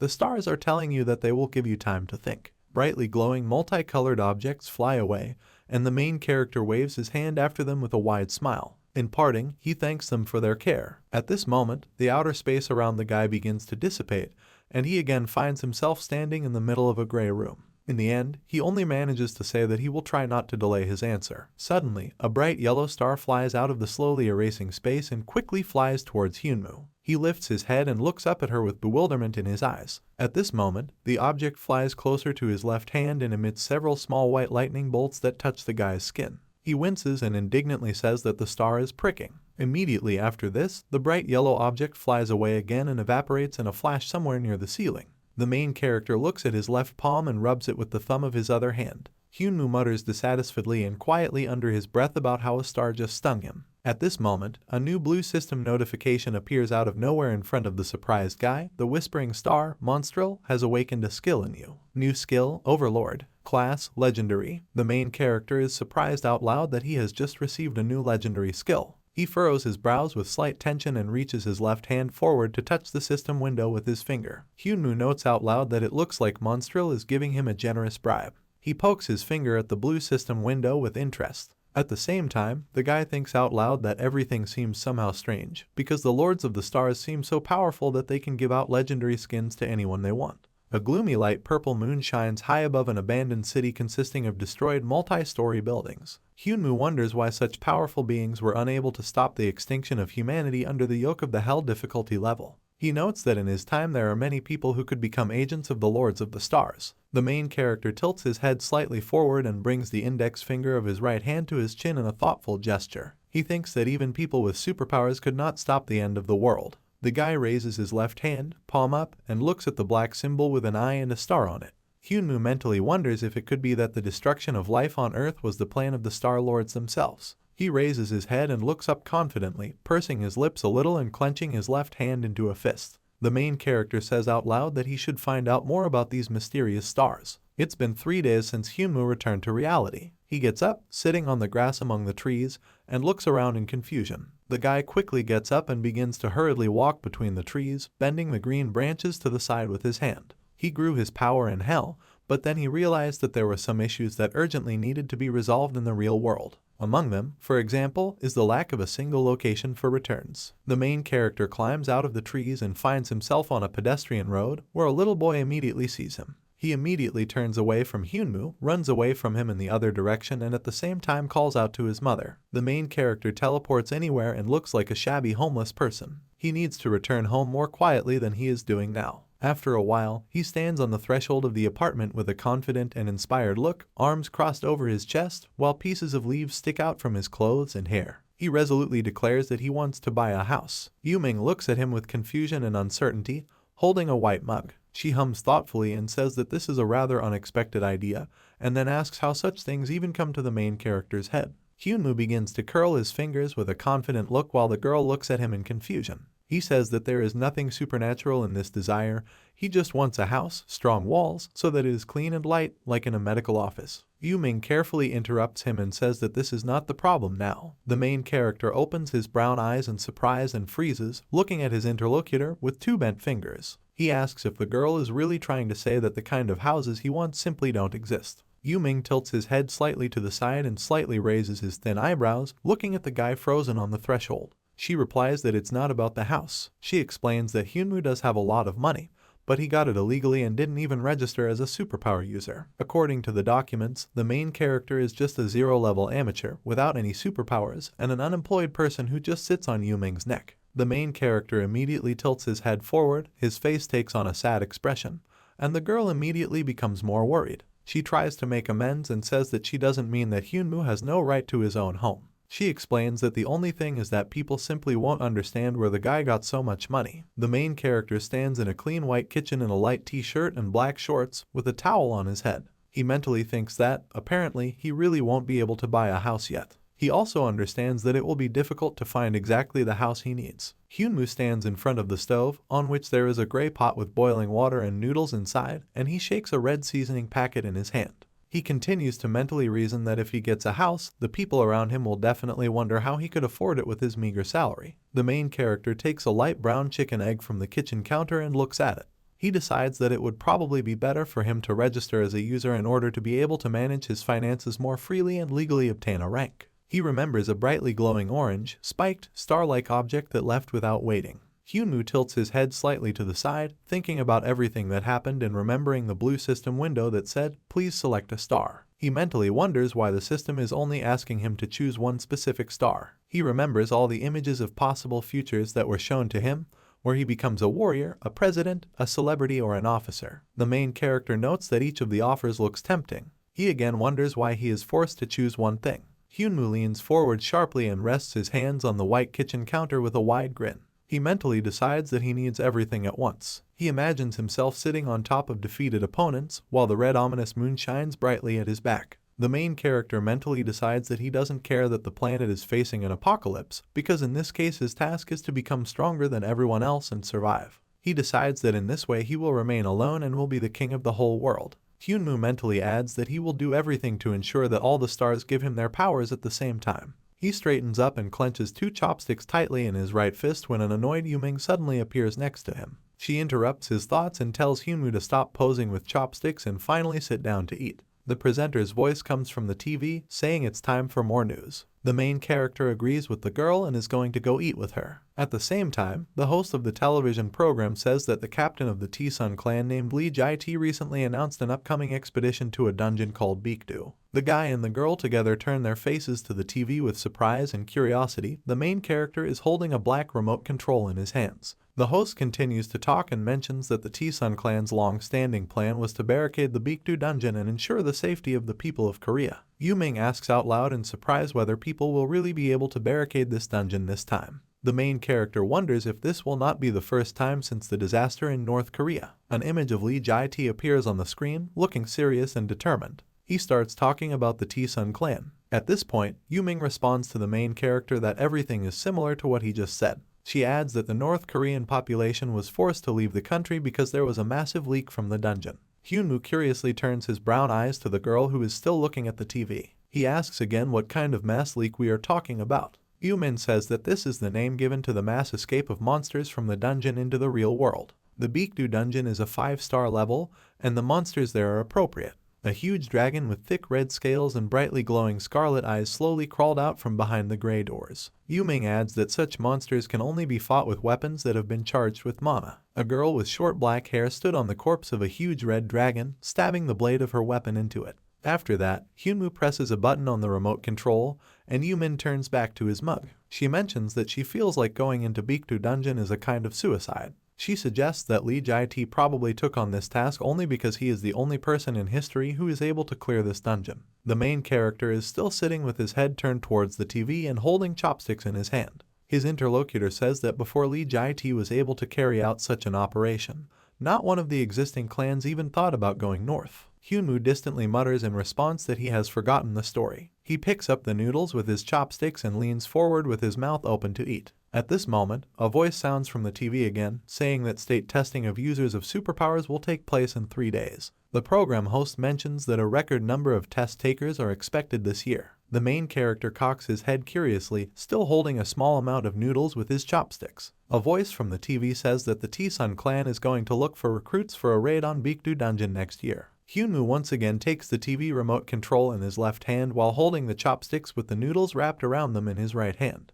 He says he definitely needs to register for this test. Yu Ming interrupts the guy and calls him by his nickname. With an annoyed expression on her face, she tries to maintain a smile as she holds the white mug in her hand. The girl asks when Hyunwoo will finish his lunch and then urgently asks him to turn off the TV and finally eat. Confused, he replies that he will do it right now. On the street near a low gray building, a whole crowd of people have gathered, communicating with each other or holding phones. They are standing next to a sign that says, "Government Testing of Superpower Users." Hyunwoo stands among the rest of the people with an irritated expression on his face, crossing his arms and looking ahead, tired from the crowding and waiting. He mentally resents how big the crowd is and wonders how much longer he has to stay here. At this moment, an irritated man appears behind him, who opens his mouth wide to scream indignantly. He calls out to the main character, calling him uncle, and tells him to move. Hearing this, Hyunwoo immediately turns to the stranger with an angry expression on his face, which is why the man immediately raises his hands up in conciliation. The main character, gritting his teeth, asks what the man just said.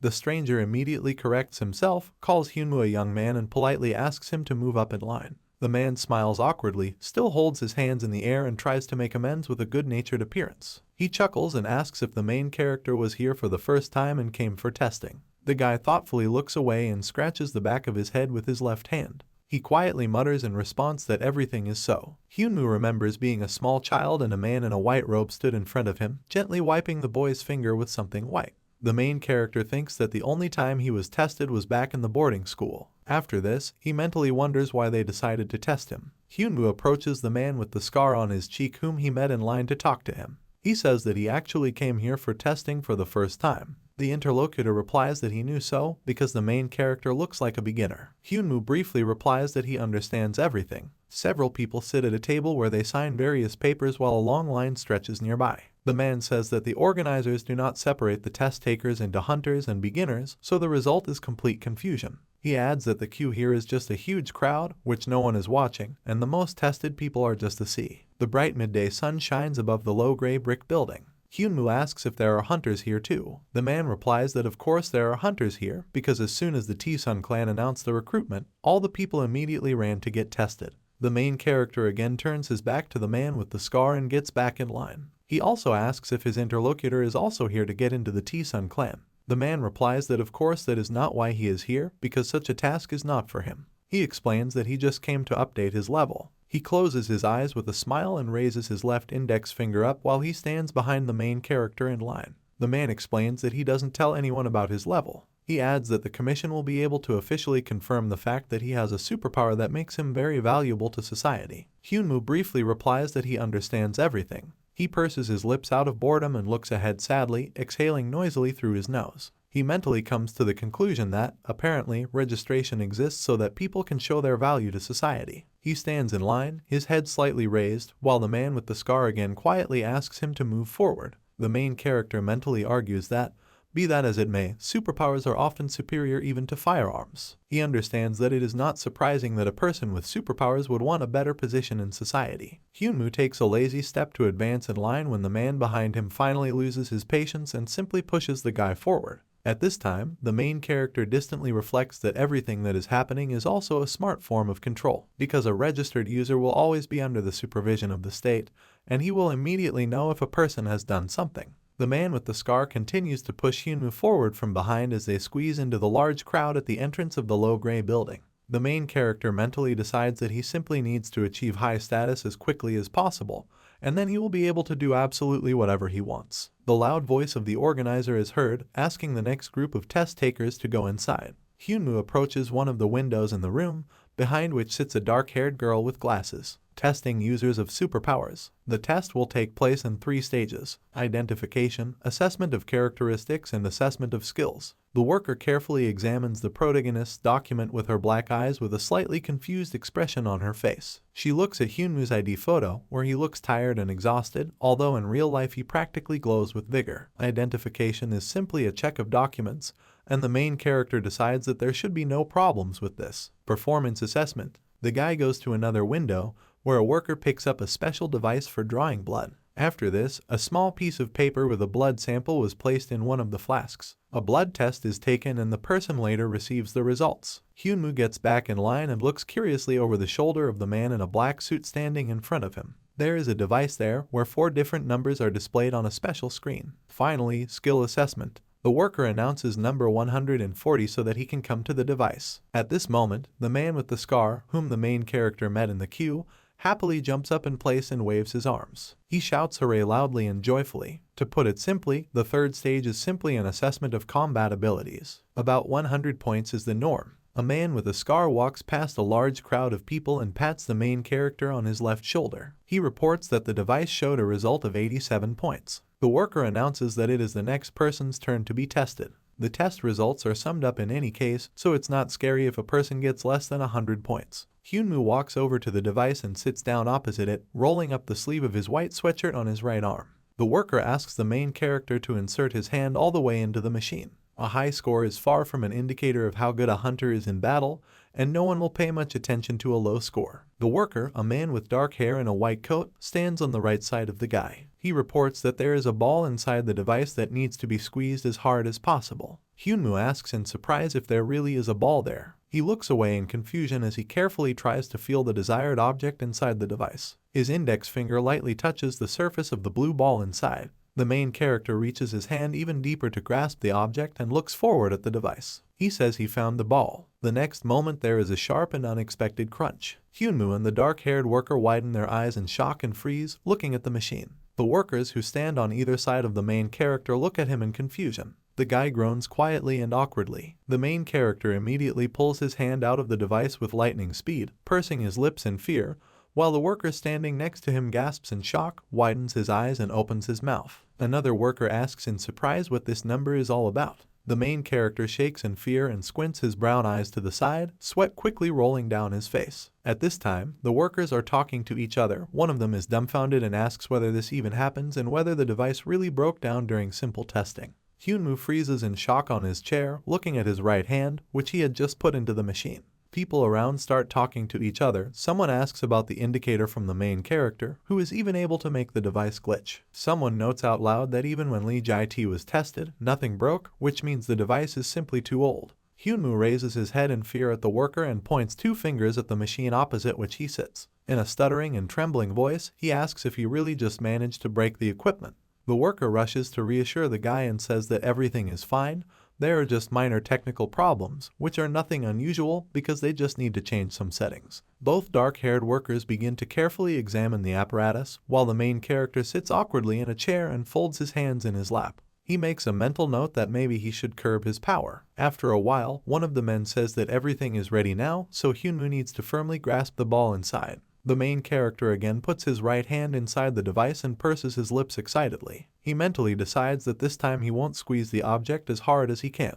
Even though he doesn't know whether this will affect the test results, he still wants to try to restrain himself. There is a loud sound again, which leaves both workers and the guy himself in a bewildered, stunned state. One of the men asks if they really have some problems with the server. His colleague wonders if they should send a report to their superiors about this. They answer him hesitantly that they don't know how right this decision will be. The worker politely turns to Hyunwoo and asks him to wait a little longer because they need to set up the equipment again.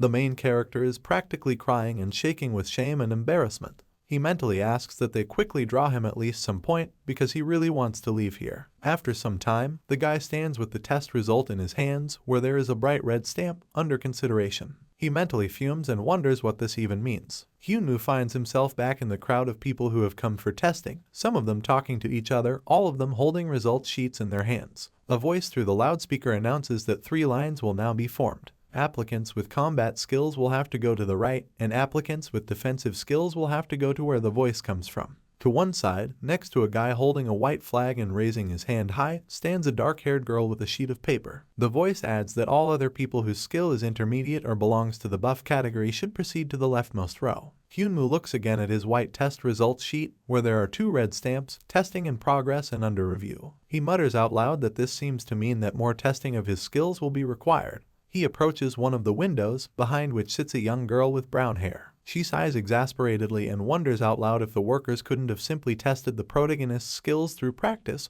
rather than playing scientist instead. Hyunwoo mentally chuckles awkwardly and agrees with her. The girl asks if the main character's skill is similar to the intermediate one. He looks away thoughtfully, grunts and scratches his right cheek with his index finger. The guy remembers how he dropped a few drops of his green blood into a small glass cube, which is why the workers began to suffer from a strong stench. Hyunwoo replies that he's not sure, but he thinks his skill is similar to intermediate. The girl is relieved that at least they were able to sort this out. The main character leans with both hands on the edge of the window while the girl sorts out the documents. She asks if the guy is going to take the hunter skill test. Hyunwoo replies that he really is going to do it. She says that in this case he should take a special leaflet. The worker carefully places the paper into a brown envelope without looking up at the main character. She reveals that this time it will not be a normal test for hunters because it will be conducted by the T-Sun clan. She also adds that she doesn't really want to read morals. One dark-haired guy stands in battle clothes with a sword in his left hand while the lifeless bodies of his allies lie around him. The girl says that, despite the fact that the position of a hunter seems attractive on the surface, it is still associated with an increased risk to life and health. A man with short red hair and a scar near his right eye stands in a brown suit as gold coins fall from the sky behind him. The worker says that only a few of the hunters end up becoming millionaires. Several sad-looking people perform the duties of ordinary workers. The girl says that other hunters not only take risks, but often find themselves forced to work like other people just to make ends meet. Hyunwoo replies that he is not going to become a hunter for the money. The girl raises her eyebrows in slight surprise and looks up at the guy with her light brown eyes. She asks why the main character then wants to take this position. Is it really because of fame or influence? The guy doubtfully replies that he is doing this out of duty to his country. The worker looks up at him, puzzled, slightly opening her eyes and mouth in surprise. Hyunwoo smiles broadly and decisively, looking at his interlocutor and raises his left hand forward. He says he doesn't know why he's doing all this. Then he begins to say that now there are some rumors that in the distant future humanity will become extinct due to the fact that the level of difficulty in dungeons will increase to the point of impossibility. The worker smiles awkwardly after such speeches and hands the main character a brown envelope with documents. She replies that it is quite possible that something similar will happen. Then she says that the envelope contains a certificate of registration, a flyer, a map, and a list of necessary contacts. She also gives a little hint that the theme of testing for hunters will be dungeons. Hyunwoo opens the envelope and quickly scans the flyer that was placed there with curiosity. The girl advises you to familiarize yourself with the theme of dungeons at home, because it may come in handy. The main character puts the brown envelope aside and smiles good-naturedly towards the worker. He says that he is very interested to find out what kind of dungeon the testing organizers have prepared. There are several cars parked in the parking lot of a low gray building surrounded by modern skyscrapers. 2 serious, stern men in gray formal suits are walking towards them. They approach a dark green car that is parked nearby. One of the men comes closer and opens the back door. Lee Jae-tae comes out of the salon in his classic white suit, and all the people present immediately start looking at him in admiration or filming him with their phone cameras. The guy straightens up and approaches one of the men, who immediately bows his head forward in a short bow. Lee Jae-tae asks how the preparations are going. His interlocutor replies that everything is going according to plan. Together with his bodyguards in gray suits, the guy calmly moves forward, not paying any attention to the curious people surrounding him. A stern man in gray reports that a team called the Red Butterfly has already arrived. He adds that many clans have a grudge against them, but Jae-tae has nothing to worry about because their goal is to compete with the T-Sun clan, not among themselves. The blonde guy quickly interrupts his interlocutor with a short negative answer. He tilts his head slightly to the side, then grins mysteriously and slyly, peering forward over the shoulder of one of his bodyguards. Jae-tae says that these people from Team Red Butterfly are not here to compete with the T-Sun clan, but for the expedition to the north. Different people stand behind each other, surrounded by a bright light of red energy that curls from side to side, as well as butterflies with scarlet wings. Among these people there is a girl with platinum hair and light gray eyes, a guy in glasses and a suit, a muscular woman in a short black top, a stern girl with long red hair and armor. Lee Jae-tae says that the Red Butterflies team contains very talented, strong fighters, some of them have very rare skills. He adds that all these people had never taken part in any competitions until the T-Sun clan announced recruitment for an expedition to the north. The blonde boy chuckles softly and tilts his head slightly to the side, still walking forward in the company of his bodyguards. He says that he would accept people from the Red Butterflies without the competition, but they themselves want to compete. Lee Jae-tae is accompanied by 4 men in dark gray suits as they walk down an empty corridor. The guy asks if there are any other contenders. His interlocutor, the largest of the bodyguards, replies that all the other test takers are 20 levels worse, which means the Red Butterfly has no competitors. Jae-tae takes out a tablet and opens Hyunwoo's profile, which shows his unfortunate photo. The bodyguard talks about the main character, clarifying that he became interested in him because he learned that Hyunwoo has some unusual skills. The blonde guy asks with slight curiosity what kind of extraordinary skills we are talking about. His interlocutor clarifies that the main character has a skill called Poisonous Blood. Jae-tae hums thoughtfully and holds out a white tablet forward, looking at it with some skepticism.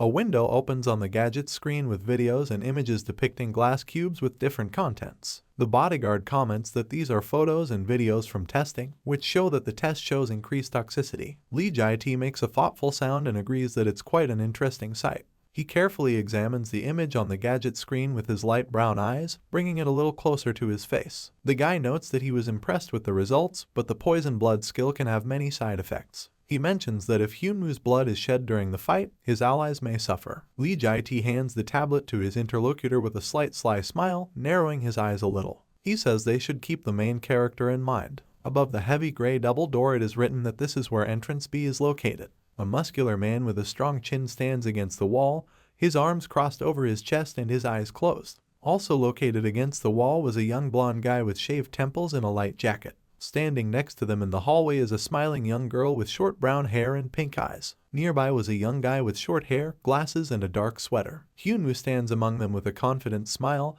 his hands in the pockets of his denim jacket, which he put on over a white sweatshirt. A man in a strict gray suit suddenly emerges from behind the door. He finds the main character with his eyes and calls him by name and surname. After this, the man walks closer to the guy and takes out a small purple object from his trouser pocket to hand it to Hyunwoo. The worker says that he brought this item for the main character. The guy asks in surprise what this even means and what it is. The man doesn't give any answers, puts the purple object into the guy's palm, and then quickly turns around and walks away along the bright corridor. Hyunwoo just calls out to him and hesitantly asks what this thing was that was just handed to him. The man moves further and further away, but the main character remains in place and fearfully extends his hand towards the worker walking away. He yells at him to stop and asks again what the item was just given to him. Having received no answer, the main character is left standing in place with a completely dumbfounded face, frozen with a purple object between his fingers, while other test takers begin to move from their places. All of them, one after another, stretching their muscles or adjusting their glasses, begin to move towards the open doors. A voice comes from the loudspeaker announcing that the participants can go inside.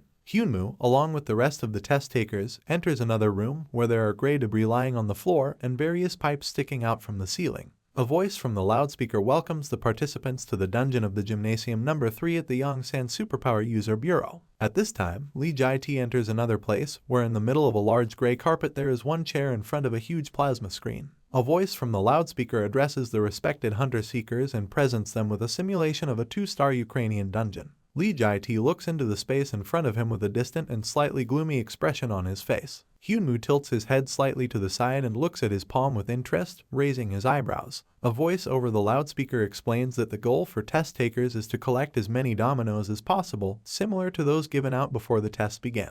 The participants have a view of a huge abandoned city with various destroyed multi-story gray buildings. A voice from the loudspeaker explains that the theme for testing is dungeon. A girl in a brown tracksuit wears her long red hair in a high ponytail. Lee Jae-tae takes his place on a gray chair in the center of the room and rests his hand on his cheek with an interested, sly smile. Hyunwoo grins and begins to flex his wrists, looking determinedly into the space in front of him. A voice from the loudspeaker announces that the participants will have exactly 3 hours to survive in this dungeon. On the gray and worn surface of the floor, small drawings are depicted in chalk, in which a person, an arrow, a cat's face, and several small rhombuses are visible. One of the testing participants explains that each of them has one domino, and they receive from 1 to 3 pieces for monsters. He adds that the winner will be the one who collects the most dominoes. Several participants, including a blonde guy, a dark man, a girl with short hair, and a guy with glasses, gathered in a small group to discuss. The guy with glasses adds that local monsters are not the only target, since the participants themselves are considered such. He turns to the side and extends his left arm forward with a benevolent expression on his face. He asks which members are voting to act as one team.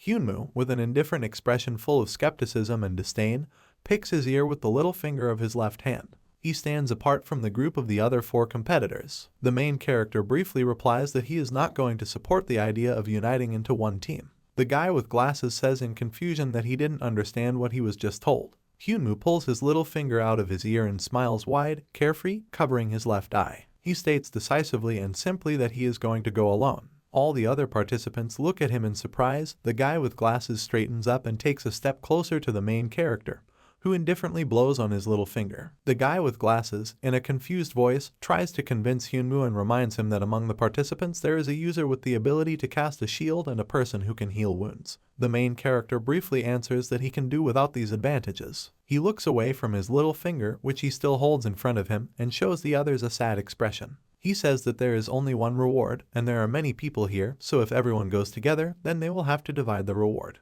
The guy with the glasses throws his hands up in disbelief while everyone else looks at Hyunmoo standing to the side. They ask him if he really wants to go alone just because of the reward. The main character replies that this is exactly how it is because there are no other reasons. An irritated, large man in a brown sweater takes a step forward as Hyunmoo walks away indifferently. The man shouts after the main character that 4 of them have much less chances because other applicants probably go in groups of 5. Hyunmoo rudely and indifferently replies that he doesn't care, and then mockingly wishes the others good luck. At this moment, the man suddenly grabs the main character by his white sweatshirt hood. He loudly tells him to stop. The man's face is distorted due to anger. He clenches his left hand tightly into a fist and looks irritably at his interlocutor. He yells that he's not going to just let the main character go to let the other team take his domino, so he makes Hyunmoo hand over the domino before doing so. The guy narrows his dark brown eyes a little and turns slightly towards his interlocutor. He says quietly that the man just reminded him of the knuckles. At this moment, the guy jumps back sharply and breaks free from someone else's strong grip and immediately swings his left hand. He suddenly and forcefully hits the chest of a large man in a brown jacket with his fist, causing him to immediately stagger to the side. At the moment when the opponent falls to the floor, Hyunmoo deftly leans forward and with a smile grabs the domino that had fallen from the opponent. He clenches it in his fist with an ominous and wide grin, looking from under his brows at the test takers present. The main character says that he probably won't leave until he takes all the chips from the other participants. He takes a step forward and spreads his arms to the sides with the same scary grin. He asks who will be next in line. The guy with glasses immediately raises both hands up in a conciliatory gesture, which is why the main character tilts his head to the side questioningly and looks at his interlocutor in bewilderment. The guy says loudly that he gives up. Hyunmoo asks if he really means it. He smiles even wider and leans forward a little, extending his right arm forward with an irritated look on his face. He asks if his interlocutor really hopes to outwit him. The main character adds that he does not need the surrender of other participants, but only their chips. He looks down at the floor, where a small purple diamond-shaped domino has just landed right next to his white sneaker. The guy with glasses still holds his hands high in the air, while between him and Hyunmoo, who picked up the chip from the floor, a man in a brown sweater lies motionless on the floor. The main character asks if his interlocutor really gives away his domino like that, and then wonders what he is going to do without it. The guy with glasses replies that the rules don't say anything about players losing all their chips. He adds that at least he will definitely not face disqualification. Hyunmoo smiles widely, his eyes opening slightly in delight, and he slams his right fist into his left palm. The guy with the glasses explains that the main character just knocked out a man who can create shields, so they wouldn't have been able to win the fight anyway. Hyunmoo is happy about this and says that this is all pretty smart, so the rest of the members are great. He adds that he only cares about the chips anyway, so he won't beat anyone else. The guy with the glasses closes his eyes while still holding his hands up in front of him and lets out a loud sigh of relief. At this time, in a room with large plasma screens, Lee Jae-tae chuckles to himself. He leans forward with a smile, sitting in his gray chair, and leans his elbows on his knees. A stern bodyguard in a dark, formal suit stands motionless next to him. Lee Jae-tae says that everything that is happening is very similar to the red butterfly, because the girl just robbed the other applicants of their knuckles and went alone. The screen shows a girl with long red hair quickly running forward past the destroyed buildings. The blonde guy notes that this girl has a 2-star class, but when she acts together with her clan, they are capable of clearing a 3-star dungeon. The bodyguard standing next to Jai-T's chair raises his eyebrows in surprise and looks back at him. He asks if we are really talking about a 3-star dungeon, because it seems incredible to him. Lee Jai-T replies that if the members of the Red Butterfly are combined with a stronger team, then they will be able to achieve greater heights. The diagram shows 5 people, among whom 3 are colored black, 1 is blue, and the other is red. Only the image of a red man makes it to the final stage, as evidenced by small arrows. The blonde guy says that the results are not that important anyway, because the key role is played by the talent of the person, which can lead to victory. Lee Jai-T adds that it's not just survival skills that are important in this simulation. The red-haired girl opens her brown eyes in amazement and slows down a little, noticing something ahead. She immediately takes a fighting stance and stretches her hands clenched into fists forward, because she sees a dark creature with iron elements of armor ahead of her. Jai-T reveals that they are also going to test and select the best talents, and for this purpose they are using special monsters. A large, muscular creature with a respirator and a white mask on his face sparkles with his red eyes and also takes a fighting stance. Lee Jai-T notes that things will be very interesting. His bodyguard takes a small step forward, his wide eyes glued to the action on the screen as the blonde boy sits calmly in his chair. The man, confused, asks what kind of creature is that appeared in front of the girl. Lee Jai-T replies that this is the latest development of the factory called Do, which is a prototype of a fully autonomous android. 2 skeletons float in space, next to them is a huge mushroom with a red cap, and around them are various translucent blue system windows with information. The blonde guy says that the fists of the prototype android are equipped with amplifiers, and his skin is saturated with the spores of a mushroom monster that was obtained in the Chernobyl dungeon. The creature sharply and quickly attacks the red-haired girl, who purses her lips and manages to dodge the blow in time. At this time, Lee Jai-T continues to say that the working name of the prototype is a mushroom droid. He notes that this name does not seem to him the best option, but this does not highlight the fact that this machine is the peak of the modern military industry. One of these mushroom droids takes a long step towards the 2 applicants, who attack it from afar. Lee Jai-T says that this prototype has high combat accuracy, increased durability, and was also reinforced against mana attacks. The machine leans forward, ignoring the steam emanating from it, and throws its right arm into the air. The blonde guy continues his story and mentions that the creature's epidermal impregnation also has regenerative properties,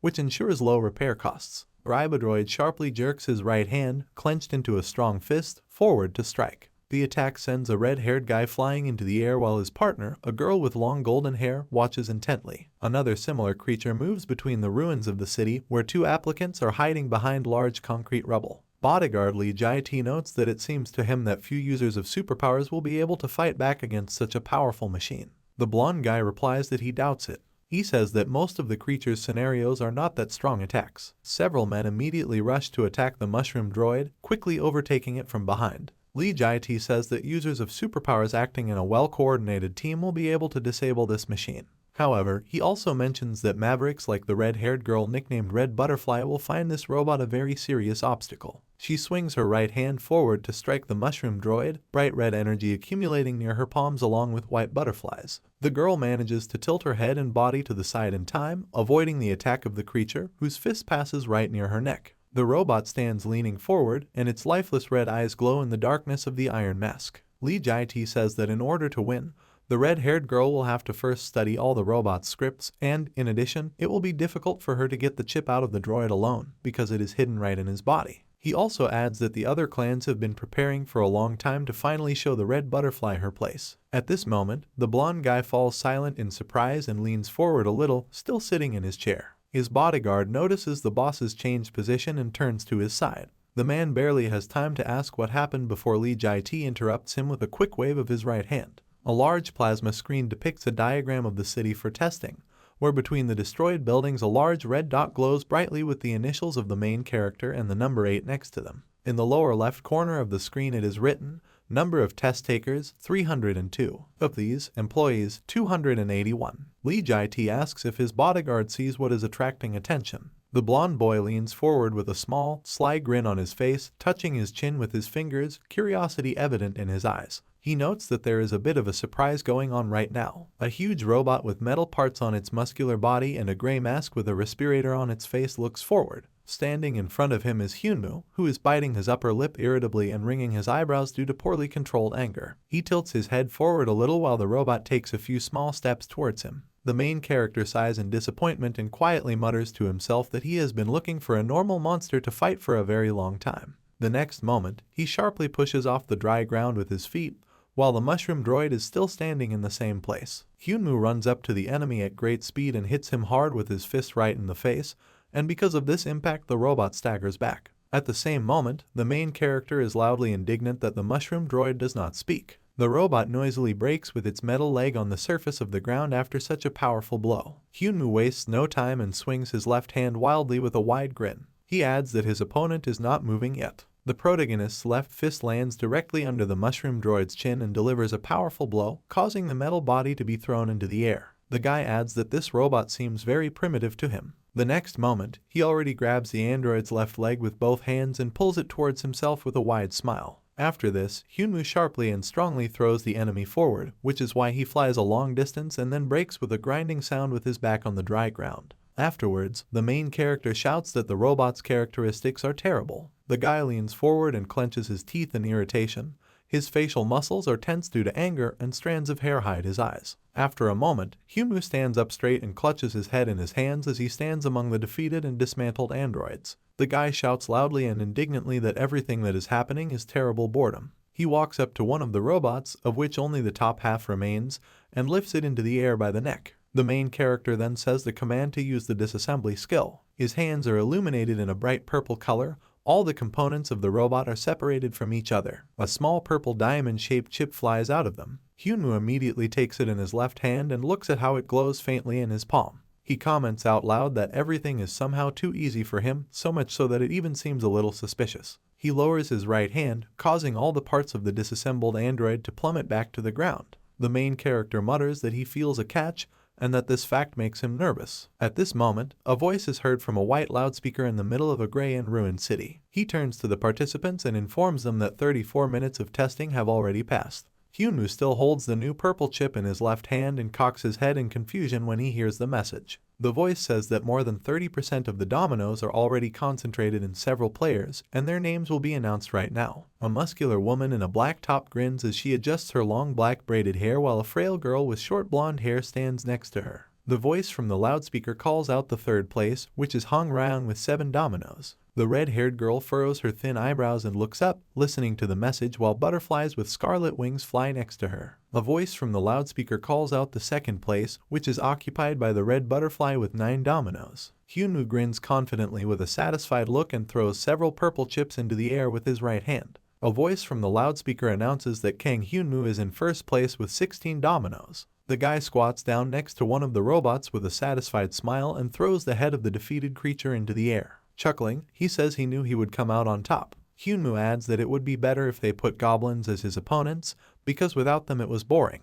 He says that even the metal effigies were stronger than the monsters here. The main character holds 2 pieces of purple fabric in his hands and takes a closer look at them. He says out loud that he wants to see what he managed to get during this time. A dark blue system window appears, mushroom skin, normal class. The guy exhales noisily and looks more closely at the dark purple material in his hands. He says that this is a completely ordinary thing, but he finds it interesting. Hyunmoo remembers fighting against 5 metal scarecrows in a dark, dusty room. He reasons out loud that if this material is what the scarecrows from hell are made of, then it makes sense why the robots are so durable. The main character applies several purple pieces to his left forearm. At this moment, long pieces of material begin to move and slowly wrap around the surprised guy's limb. He notes out loud in amazement that the material is actually alive, and immediately wonders if he can make something out of it. He loudly speaks the command to use his creation skill. The entire area nearby is quickly illuminated with bright white light. Hyunmoo sits on the floor and curiously touches new details in his image, similar to small pieces of black scale armor. He notes out loud that he thinks it all looks pretty good.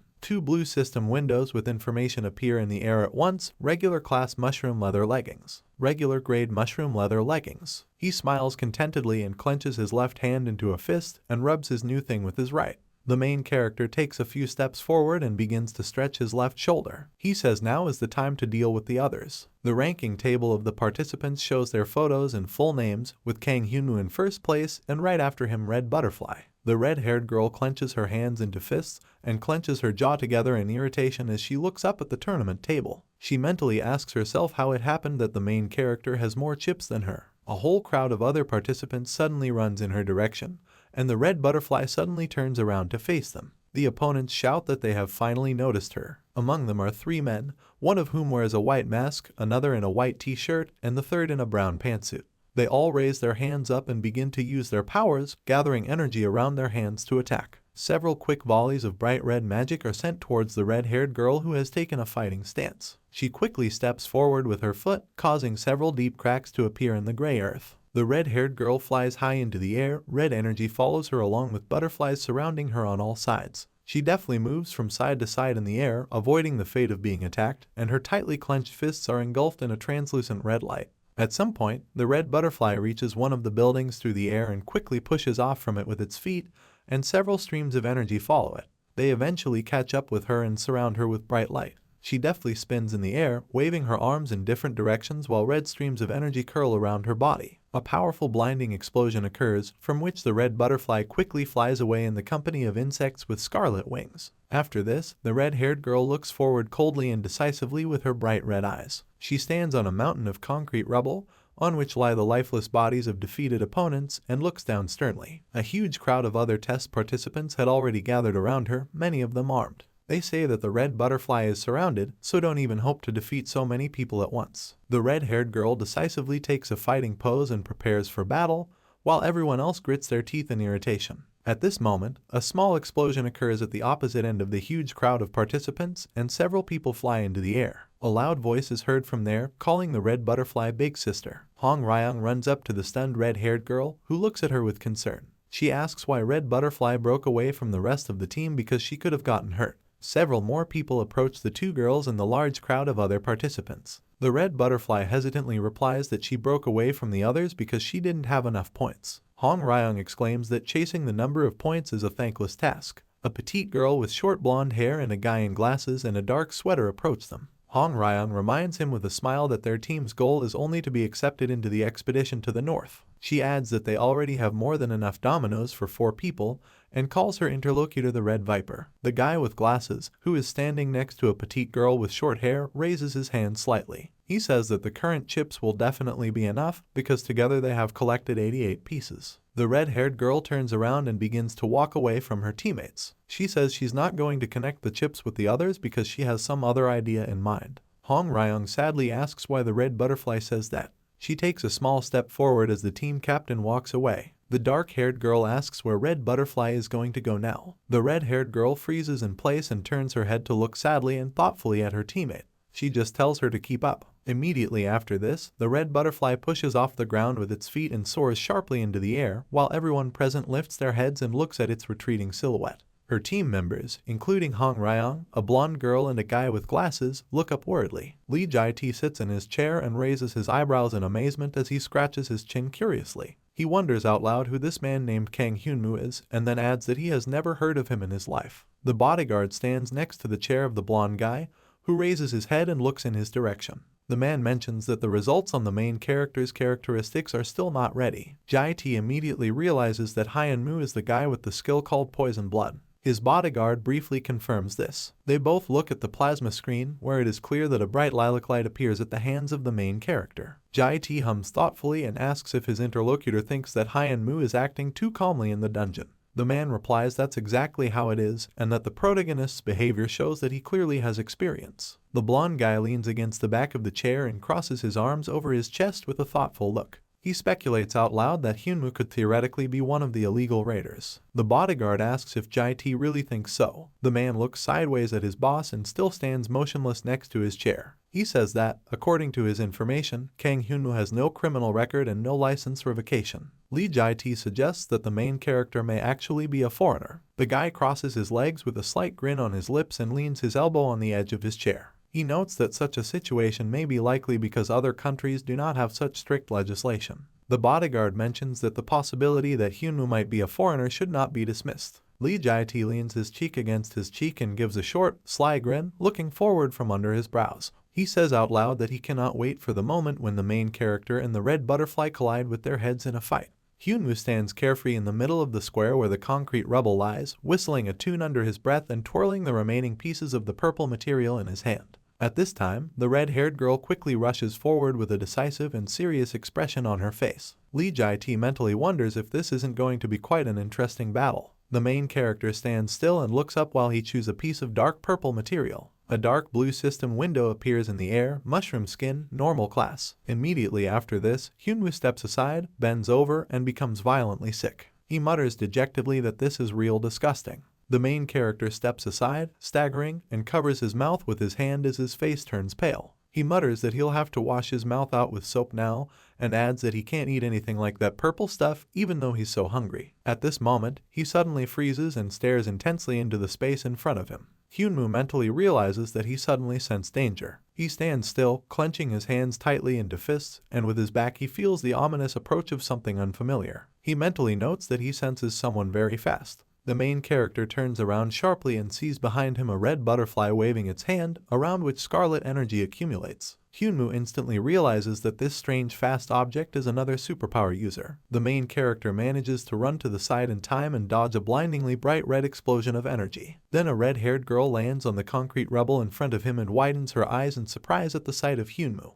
He immediately recognizes her and mentally calls her by name. The red butterfly straightens up in bewilderment, still holding her hands in front of her in a fighting stance. With a little confusion, she asks if the main character is really here all alone. The guy looks ahead with a calm grin and points at the red butterfly with the finger of his left hand. He grins and says that he has a lot of henchmen, and they are all waiting for his order. The red-haired girl looks at him indifferently from under her brows, completely unimpressed by his words. She then coldly and sarcastically calls him a joker. Immediately after this, she again extends her arms forward in a fighting stance towards Hyunwoo, red butterflies flying around her. Several system windows appear in the air: red butterfly, race, human, level 14. Kang Hyunwoo, level 7. The girl says that she has been waiting for this moment for a very long time. The main character at this time mentally notes that he himself is only at the 7th level and that the red butterfly is twice as strong as him. At this moment, she abruptly takes off and runs forward, her red hair fluttering behind her. She swings her right hand hard and hits Hyunwoo, who only manages to block in front of him with both hands. He grits his teeth when he feels the pressure of the girl's blow on his forearms, covered with dark purple leggings. The main character mentally indignantly wonders what kind of power his opponent has. She pulls back and this time swings her right leg powerfully and sharply at the guy. He manages to quickly move to the side and avoid the fate of being attacked by the red butterfly's foot. Hyunwoo mentally realizes that if he fails to dodge at least once, the red-haired girl will finish him off in an instant. He exhales noisily and, while sweat is running down his face, manages to quickly glance in the direction of his opponent. She swings her right leg again and this time stands much closer to the main character. The main character quickly staggers back, and as a result, the red butterfly kicks hard right on the ground, causing small pieces of asphalt to fly in different directions. Without wasting a moment, the red-haired girl lunges again and swings her leg again, and Hyunwoo barely manages to jump out of the way. He mentally realizes that if it weren't for his skill called Help in Battle, he would have been a corpse long ago. The red butterfly swings its left leg again, drawing a bright line of scarlet energy right in the air, which practically touches the protagonist, who miraculously dodged the attack. While Hyunwoo stands motionless, the red-haired girl quickly turns around and leans on her left leg. The main character fleetingly realizes that he is dodging attacks only thanks to his skill, which reacts to the opponent's movements in real time. Red Butterfly quickly raises her bent left leg and aims her foot straight at Hyunwoo. She swings quickly and strongly for a roundhouse kick, and butterflies with scarlet wings fly around her. The main character casually thinks about the fact that he just can't figure out the moment to strike back at his opponent. With a gambling grin, he moves a little to the side and crouches, resting his knee and left palm on the surface. The guy mutters to himself that at this rate he might lose to the girl. She looks down at him sternly and coldly. She has a confident look, and translucent red butterflies fly next to her body. The main character mentally thinks that using his skill on people is, of course, dangerous, but the girl is much higher in level than him, so he wonders whether it's worth a try. The red butterfly again pushes off the ground with its feet and soars sharply into the air towards the main character, who slowly rises and straightens up. He grins widely, showing white teeth, and looks at his opponent with wide, determined eyes. He extends his right hand forward, and bright blue energy begins to form in his palm, along with a fast flow of wind. Hyunwoo mentally adds that, on top of everything else, he's already starting to get a little tired. A blue system notification appears in the air. The upgrade called Heroic Strength for the Combat Assist skill has been activated. The main character sharply clenches his hand into a fist, which is immediately engulfed in the bright blue light of his superpower. The red butterfly continues to rush forward with a determined look straight towards Hyunwoo, crimson energy accumulating around her hand. They both jump up and swing at each other, ready to fight right in the middle of the square, where stones and fragments of concrete are scattered. Their collision causes a deafeningly loud sound and a dark purple crack appears in the darkness. Red Butterfly and Hyunwoo simultaneously extend their arms forward as they move towards each other and prepare to strike. As their fists collide, a blindingly bright white explosion dramatically illuminates the space. The main character frowns heavily and clenches his teeth, and the girl opens her red eyes in shock. After the blow, she suddenly feels an unexpected pain in her right hand, and at first she doesn't even understand what it is, but simply looks forward in bewilderment. She immediately looks down at her hand, sweat quickly running down her face. Within a moment, she screams loudly in pain and sinks to the ground, clutching her arm in the place where the displaced fracture occurred. Hyunwoo exhales loudly and leans forward, his black hair hiding his expression. The red butterfly looks up at him, her face pale with pain and anger. She bites her lower lip forcefully and holds onto her wounded hand. The main character tells her to give her all her chips. She throws a small brown bag of purple dominoes in his direction, some of which fall out onto the dry gray ground. The girl says that Hyunwoo can take them because she really lost to him. She is still half sitting on the ground while the protagonist calmly puts his hands in the pockets of his denim jacket. Red Butterfly asks what that ability was just now. The guy is about to answer her question, but at that moment he notices a sound nearby that distracts his attention. He turns to the left in surprise and only manages to open his eyes slightly. With a loud scream, Hong Ryong runs out of nowhere and sweeps the surprised protagonist off his feet with his muscular body. He immediately falls to the ground, pushes off from it and jumps into the air several more times after such a powerful blow, until he finally slams his back into the wall. Shocked, Hyunwoo doesn't even move, but only widens his brown eyes and opens his mouth in shock. He indignantly, stammeringly, asks out loud what that just happened. Hong Ryong angrily grits her teeth and prepares for another attack, not taking her eyes off the main character, and a guy with glasses calmly appears behind her. Hyunwoo recognizes him and asks what happened. The worried black-haired girl turns around and steps aside, and the guy from her team turns to the main character. He mentions that he didn't expect to meet Hyunwoo again and then introduces himself as Red Viper. Hong Ryong finds himself next to the red-haired girl and places his hand on her back. The guy with glasses introduces his partner named Hong Ryong to the main character. At this moment, she notices with concern that the red butterfly's arm is injured. She immediately jumps on the spot and sharply turns her head towards the main character, ready to immediately rush to attack. The girl indignantly asks if Hyunwoo was the person who broke Red Butterfly's arm. She replies that revenge should be forgotten, because even the two of her comrades will not be able to cope with the main character. At this time, the guy himself begins to rise from the ground and kneels and points with his right hand at the group of opponents. He asks if Hong Ryong really decided to get into trouble too, and adds that he was the person who broke Red Butterfly's arm. Hyunwoo continues to fume and look ahead at his rivals. He asks if Hong Ryong really thinks he won't do anything back to her. At this moment, his words are interrupted by a voice from the loudspeaker, which reports that 3 hours have passed, which means the testing is completed. The main character lowers his hand and raises his head, looking up with eyes wide open in disappointment. The voice says it is going to announce the winners right now. Hyunwoo curses in irritation, because if it weren't for the girl, he would have been able to collect even more dominoes. A voice continues to be heard from a loudspeaker hanging on one of the buildings. He says that Ha Yun-teik is in third place with 21 dominoes. In second place is Kang Hyunwoo, who has 69 chips. The main character immediately freezes in place, raises his head indignantly and clenches his jaw, causing the nerves in his cheeks to tense. He asks loudly what this all means. A voice from the loudspeaker announces that the red butterfly took first place with 88 dominoes. The red-haired girl opens her eyes in shock and looks up in bewilderment. She asks how this could even happen. Hong Ryong stands with his back turned to her, his hands tightly clenched into fists. She asks a rhetorical question about what kind of assumptions there could even be. She throws another one next to the bag of red butterfly chips while looking steadily towards the main character. Hong Ryong says they won because they worked together like a team. Hyunwoo puts his right hand to his face in irritation as he stands away from everyone else. He comes to the conclusion out loud that all the team members folded their dominoes while the red butterfly herself distracted him. The red-haired girl immediately jumps up in place in bewilderment and looks at him. She exclaims that everything was really wrong and he misunderstood. Hyunwoo doesn't pay attention to this and turns his back to the others. He briefly says that he doesn't really care. At this moment, Hong Ryong loudly and sharply calls out to him, who is outraged that he decided to go somewhere. She points her hand at the confused and stunned red butterfly, who is still holding onto the wounded area. The black-haired girl asks if the main character is really going to leave without an apology after he broke his rival's arm. Hyunwoo stops irritably and exhales noisily, still not turning to face them. He mutters to himself that what is happening is some kind of nonsense. Then he begins to mentally reason that he shouldn't get excited right now because otherwise they might find out about his strength and therefore he needs to act deliberately. The main character is still standing still with his hands in the pockets of his denim jacket. He mentally notes that Hong Ryung's surprise is understandable because she rushed to the scene and found her partner with a broken arm. He mentally crosses out several hieroglyphs with red crosses while everything also stands motionless in place.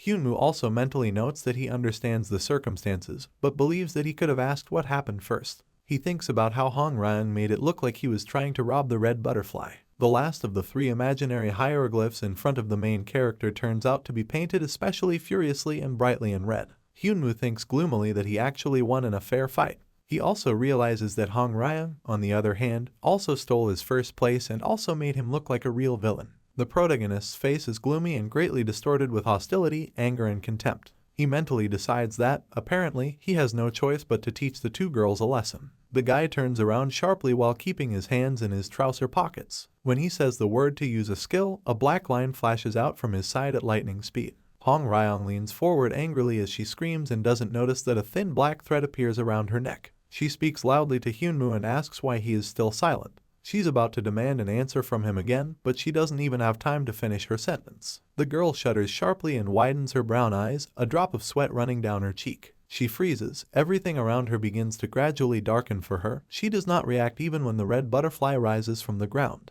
She calls Hong Ryung's name several times and then asks what is happening to her. The main character stands ominously in place. The atmosphere begins to thicken around him. A dark substance begins to appear from the cracks in the wall behind him, and the wind rises. And suddenly, behind and around the guy whose eye begins to glow red, a whole crowd of completely different creatures and monsters appears out of nowhere. A huge green snake with an open mouth rises above them all. Hong Ryung suddenly falls to the ground and turns pale, and also begins to crawl back convulsively at the sight of the frightening creatures. Suddenly, a girl with a disfigured dark gray face, covered with cracks and spiders, appears in front of her. She addresses the frightened girl by name and asks how she is doing. Horrified, the black-haired girl begins to quickly crawl back from her friend and extends her right arm forward to hide from the monsters. She screams loudly in horror and this frightens the confused red butterfly, who begins to anxiously call her friend's name. After this, the red-haired girl calls Haru in a panic. A nearly unconscious Hong Ryung is placed on the ground as she suffers in pain and her team members gather around her. A frail girl with short white hair places her left hand on Hong Ryung's chest, and a faint light green glow begins to emanate from this place. Hyunwoo, who is watching this from the side, mentally says to himself that he just wanted to teach the girl a lesson. He turns to the side and sees a medical team with a stretcher in dark green clothing running to help. The main character purses his lips and looks forward with a nervous expression on his face. He makes a mental note that he didn't expect it to be this bad. He turns around and disappears from the sight of everyone present as quickly as possible. He mentally comes to the conclusion that he should get away from there as quickly as possible. Meanwhile, in another place, Lee Jae-tae and his bodyguard are watching what is happening through plasma screens. The man asks if his boss thinks everything happened just because Red Butterfly underestimated Hyunwoo. The blonde guy looks forward thoughtfully and rubs his chin with the index finger of his right hand. He mentally answers the question and notes that he doubts that the problem is with the girl. He also adds that Hyunwoo knew exactly what he was doing because his movements were precise and controlled. The plasma screen shows an image of the main character leaving the dungeon for testing along the stairs. Jae-tae also notes that the uniqueness of the situation is that Red Butterfly is twice as advanced as Hyunwoo, and that the guy, even if he has not reached level 10, already poses a real threat to the hunters. Jae-tae slowly rises from his gray chair, which attracts the attention of his bodyguard. The man asks his captain what they will do now and if they should make an appointment with the Red Butterfly. Jae-tae replies that there is no need to do this at all. He narrows his light brown eyes a little while he still looks forward to where the plasma screens are located. The blonde guy says that he wants to meet Kang Hyunwoo first. At this time, the main character himself sits on a chair near the wall with an exhausted expression on his face and puts a cold aluminum can of carbonated drink to his forehead. It is located in the rest area for all test takers, where several other people are resting after physical activity. The guy mentally thinks that his assist skill in battle with an improvement called Heroic Strength could still be easily survived, but the Overlord skill sucked all the remaining mana out of him. Hyunwoo has a displeased expression on his face and dark circles are visible under his eyes. He hopes that he can recover before moving to a location called Hell. The main character also mentally reproaches himself for using the Overlord skill. Because of this, he now has 0 mana. He is still sitting almost in the very corner, leaning closer to his knees, when suddenly a man in a dark, formal suit approaches him. He asks if it's true that the guy's name is Kang Hyunmo. The main character replies that it is he, and then lazily wonders who is asking him. He raises his head a little, moves the chin a little to the side, and looks up at the man. He congratulates Hyunmo on successfully passing the test and calls himself T Min-soo, deputy captain of the T-Sun clan. The man hands the main character his business card, which says Deputy Captain T Min-sun, and below is a number and email address for contact. He says that information about Hyunmo's excellent skills has reached the clan. The man says that this is why the T-Sun clan offers the main character absolute support in developing his talents. The room turns out to be completely empty. There are no other people nearby, only empty chairs and cabinets. Min-sun adds that with the clan, the guy will be able to achieve the best results as a hunter. Hyunmo thoughtfully examines the business card he received, which he holds right in front of his face. The man says that only the T-Sun clan can provide such complete support. The main character suddenly asks if this means that only stars are above the clan. Min-sun raises his eyebrows in surprise and looks at his interlocutor in slight bewilderment.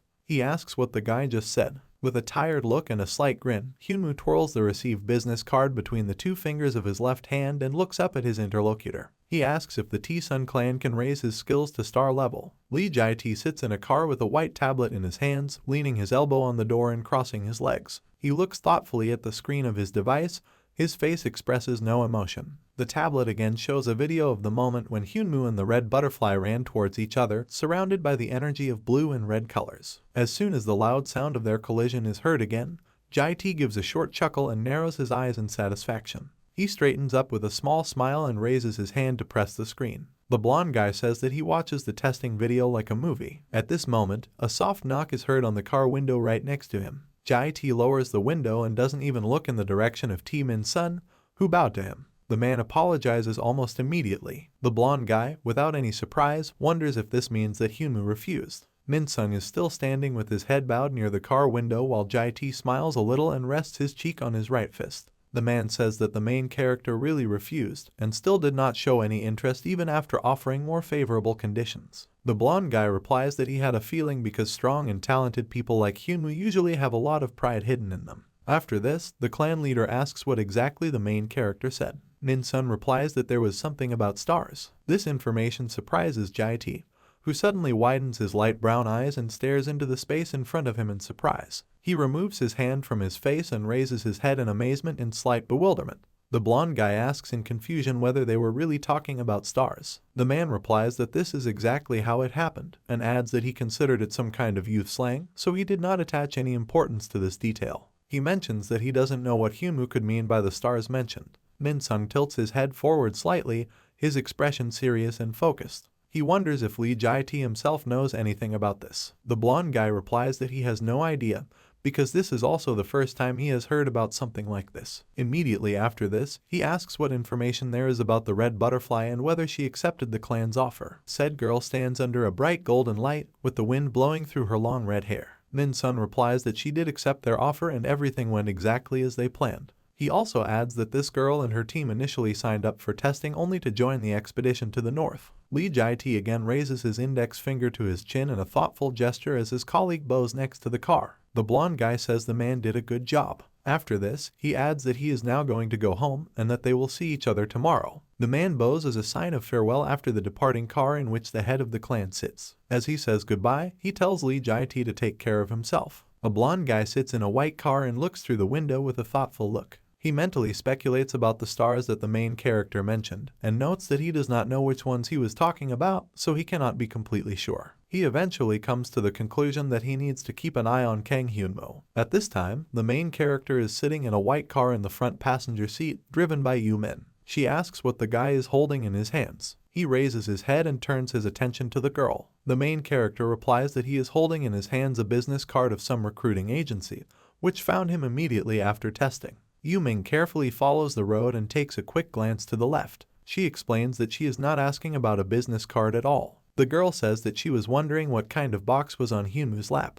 He lowers his gaze and also looks at a relatively small object in front of him. He briefly replies that he now understands what Yu-min wants to know. The main character puts the business card aside and takes the box in his hands, carefully opening it.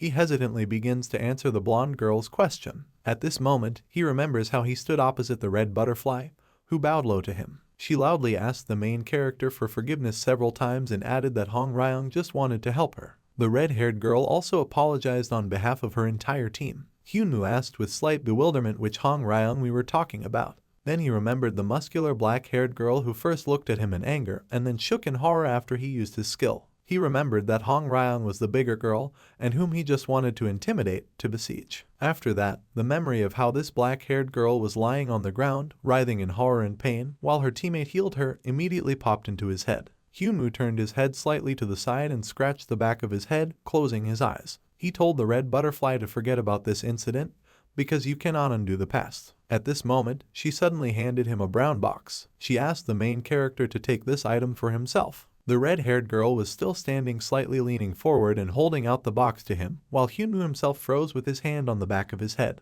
The red butterfly explained that this item was a prize for first place in the test. She said that the box rightfully belonged to the main character, and that the prize would have gone to him if everything had gone according to plan. The girl still stood with her left hand extended forward, in which she held the prize for first place. She again asked the guy to pick up the box because it was very important to her. Hyunwoo tells Yumin that he had no choice after that and had to take the prize. He looks down into an open brown box containing a pair of gray gloves on a soft white cushion. An explanatory blue system window appears in the air. Gloves of iron grip are a rare class, increase strength and blocking. The main character notes out loud that he actually got a pretty good thing, which seems like an excellent outcome to him. Yumin sits behind the wheel and looks ahead at the road while talking to Hyunwoo. She mentions that the sample of crystal moss that the main character gave her to sell was bought by Park Hwee-seo. The guy wonders if that old man really bought goods from them again. The blonde girl says that Hwee-seo has been buying a lot of copies lately, and even when she sells them to someone else, the man still repurchases them. Hyunwoo turns to face his interlocutor and raises his eyebrows in surprise and bewilderment. He wonders out loud why Hwee-seo needs so much crystal moss. The main character looks away, frowns and imagines the dark silhouette of a man holding one small sample of a purple crystal in his right hand. The guy mentally thinks that even if we consider rubies, would anyone buy them in such quantities since there is simply nowhere to put them? He catches himself thinking that Park Hwee-seo may be working for someone high-ranking, and this person needs crystals in large quantities for some suspicious business. The main character comes to the conclusion that in this case it would actually be more profitable for them to contact directly the old man's boss himself. Hyunwoo remembers a man in a beige coat with a book in his hands and a gray mustache, whom he met in a cafe. He mutters his name quietly and thoughtfully under his breath. He is still looking out the window with a slightly frowning expression. His arms crossed over his chest, Yumin gives him a quick glance. The main character mentally notes that it will be difficult to get rid of Park Hwee-seo without any difficulties. The girl asks if the box of gloves is the only prize Hyunwoo received for testing. He replies that Yumin is right and that there must also be a cash reward somewhere. The guy picks up the box and starts shaking it a little, causing the white soft upholstery to fall out on one side. It falls into his lap and it becomes clear that a small piece of paper has been taped to the inside. The girl notes out loud that something just fell out of the box. Afterwards, Hyunwoo approaches Yumin, who is driving the car attentively, and holds out his hand with the piece of paper for her to look at. He briefly calls the blonde girl's name. Wrinkling her face a little, she asks why he suddenly started talking in such an obscene voice and what's the matter. The main character grins slyly, leaning his elbow on the stand between their seats, and shows her the piece of paper found in the box. He asks if Yumin wants to go to some restaurant with him. When the girl looks at the piece of paper, she sees a bank check for 50 million won. The next moment, the navigator in the car briefly reports that the route has just been rebuilt. A white car is turned off and parked on gray asphalt. Hyunwoo and Yumin leave the salon after dinner at the restaurant and go to the apartment building near which they left the car. The guy says that after all, joining the association is something, because even for a simple test they award a generous prize. His interlocutor replies that in this way people from the association show how much they value hunters. She then adds that, however, the common people do not like this at all because they consider the life of hunters to be simple. Yumin says that Hyunwoo should still be more careful. He turns his head and raises his eyebrows a little, clearly disagreeing with her words. The main character briefly brushes off the request to be careful, because now it is his money and he can spend it as much as he wants. The next moment he suddenly freezes and smells a strange smell very nearby. Yumin doesn't notice anything and reaches out to press the button to open the door with his finger, and Hyunwoo is already turning his head and looking around warily. He looks behind him and realizes that the smell and ominous sensation he felt were coming from that direction. He becomes gloomy, and now Yuming becomes wary and turns to him in fear. The main character firmly tells her to quickly go back to the car parked nearby. Confused, she asks if something happened. Hyunwoo doesn't answer and again urgently asks her to get back in the car and lock all the doors. He frowns and darkens, the nerves in his cheeks tightening as he looks ahead warily. He adds that Yumin should stay in the car until he returns. The main character walks forward along the alley between residential buildings to turn the corner. He almost immediately stops near the wall, on which splashes of crimson blood are visible. He looks ahead, deep into the nook in which two unconscious men lie, and also stands a black male silhouette at the farthest end of the place. Hyunwoo says that he didn't expect to be waylaid like this right outside his house. He addresses the man by name, who turns out to be Park Hwee-seo. The old man smiles a little under his bushy gray mustache and adjusts his beige hat, which slightly covers his eyes.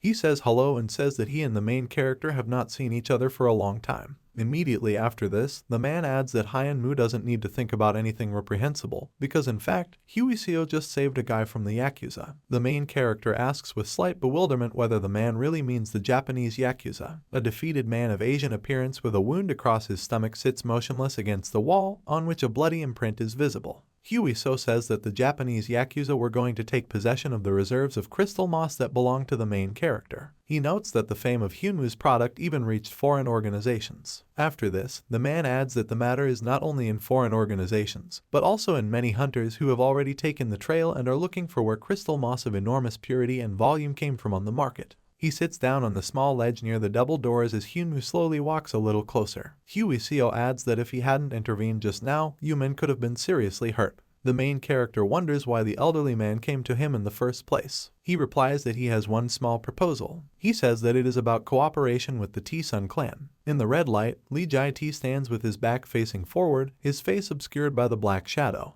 Hyunwoo keeps his hands in the pockets of his denim jacket and leans forward a little with a wary grin. He mentally comes to the conclusion that the T-Sun clan is behind what is happening. The guy answers his interlocutor that he is sorry, but today he has already refused the clan once. After this, Hwee-seo rises from the place where he was sitting, looks at the main character and raises his right hand in front of him. He says that he has a dossier on Hyunwoo, albeit a very meager one, unfortunately, because it is almost impossible to collect data on the guy. The man adds that he feels as if someone has deleted any mention of the main character from the database. Hyunwoo widens his eyes in shock and throws up his head in bewilderment in response to these words. He asks in confusion what his interlocutor is even talking about. They stand opposite each other in a small dead-end alley, with two unconscious Yakuza lying on the ground between them, Hwee-seo leaning on his wooden cane. He explains that the main character sells crystal moss, which is formed only in the highest level dungeons. He also says that he was told how Hyunwoo performed during testing, like someone who already has experience in dungeon raids. After this, the man mentions that, despite all the details listed, according to the documents, the main character is still listed as an ordinary sewer cleaner, and therefore something in what is happening clearly does not add up. The guy chuckles a little nervously and asks Hwee-seo to slow down a little with his speeches. The man doesn't pay attention to this and adds that the T-Sun clan doesn't care what organization Hyunwoo works with, they just need him as an employee. The main character smiles nervously and looks forward at his interlocutor. He again addresses the man by name and says that he is very grateful for the help, but there was an error about the organization. Before he can finish speaking, Hwee-seo tilts his head forward a little and adjusts his beige hat with his right hand with a sigh. After that, he looks at Hyunwoo menacingly and frighteningly from under his brows, his right eye glowing bright red. He says that, apparently, he chose not the best method of persuasion, and hopes that the main character will understand why Hwee-seo is now forced to switch to a harsher tone. At this moment, a dark blue system notification appears right behind the guy. You have received a significant bonus to strength thanks to the strongest in hell perk. Hyunwoo leans forward a little and opens his mouth to cry out an explanation in concern. He asks Hwee-seo to stop and listen to him, but is instantly interrupted. The man sharply swings his wooden cane, which he aims straight at the protagonist's throat. At the last moment, the guy manages to lean his torso back, which is why the wooden weapon flies through the air a couple of centimeters from the main character's face. This movement causes a powerful wave to rise behind Hyunwoo and sweep along the alley. The main character takes his hands out of the pockets of his denim jacket. He nervously asks Hwee-seo to stop and listen to him again. Without wasting a moment or changing his position, the guy swings his right hand to attack. The man mentally wonders if Hyunwoo is really trying to strike back from such a ridiculous position. He then notes that in this case, the protagonist's attack will be less effective, which means there is nothing to worry about. The next moment, the guy's fist meets the left cheek of a slightly dazed Huey Co. The force of the impact causes the old man to stagger back, his beige hat flying off his head to the side. He frowns in surprise, a small abrasion remains on his cheek, from which a little blood splatters. He mentally notes that Hyunmoo is currently wearing the hunter's gloves, which became the prize for the red butterfly. The main character calls out to Huey Co and addresses him by name. He gets into a fighting pose, holding both fists out in front of him, and resolutely clenches his teeth in anger. The guy says that all his actions right now are self-defense. Hyunmoo stands in a small dark alley next to two bodies of defeated Yakuza, directly opposite the elderly man, who is again leaning on his wooden cane with a calm look. Huey Co notes that the main character seems to really enjoy making life difficult for himself. The guy raises his eyebrows and straightens up a little, slightly perplexed by the words spoken. He briefly asks what this phrase even means. After this, the man frowns a little, his calm and concentrated face becomes even more serious. He slowly takes off his beige coat with his right hand. It falls to the ground, revealing Huey Co's black suit and his arms covered in small scars as the man reaches for one of his jacket buttons. He also takes it off, after which he remains only in a vest, but still looks forward with the same sternness in his eyes at the main character and leans on a wooden cane while the wind flutters his long orange tie. The man says that if Hyunmoo is not going to listen to him in a good way, then everything will be bad. After these unexpected words, he literally throws his black jacket at the main character, causing the guy to momentarily lose his orientation in space. He clenches his teeth tightly, frowns, but doesn't waste a second and throws his jacket aside with a sharp wave of his hand. Hyunmoo annoyedly exclaims that Huey Co shouldn't make any laughing scenes like this. However, the guy immediately freezes in surprise, opens his mouth a little and becomes wary when he sees the view opening before him. The jacket slowly falls to the ground as the older man firmly and confidently holds his cane in his right hand, which in fact was hiding the blade all along. While he stands in a pose for the upcoming battle, ominous white energy emanates from his body and rushes somewhere high up. The main character looks at the weapon in bewilderment and realizes that it is a real sword. Huey Co lifts it in front of his face, covering one eye with a sharp metal blade and glaring at Hyunmoo with the other. The guy immediately jumps back, opening his mouth wide in fear, and dodges a quick swing of the weapon. At this moment, a dark blue system notification appears on the left side of him, Skill, Combat Assistant.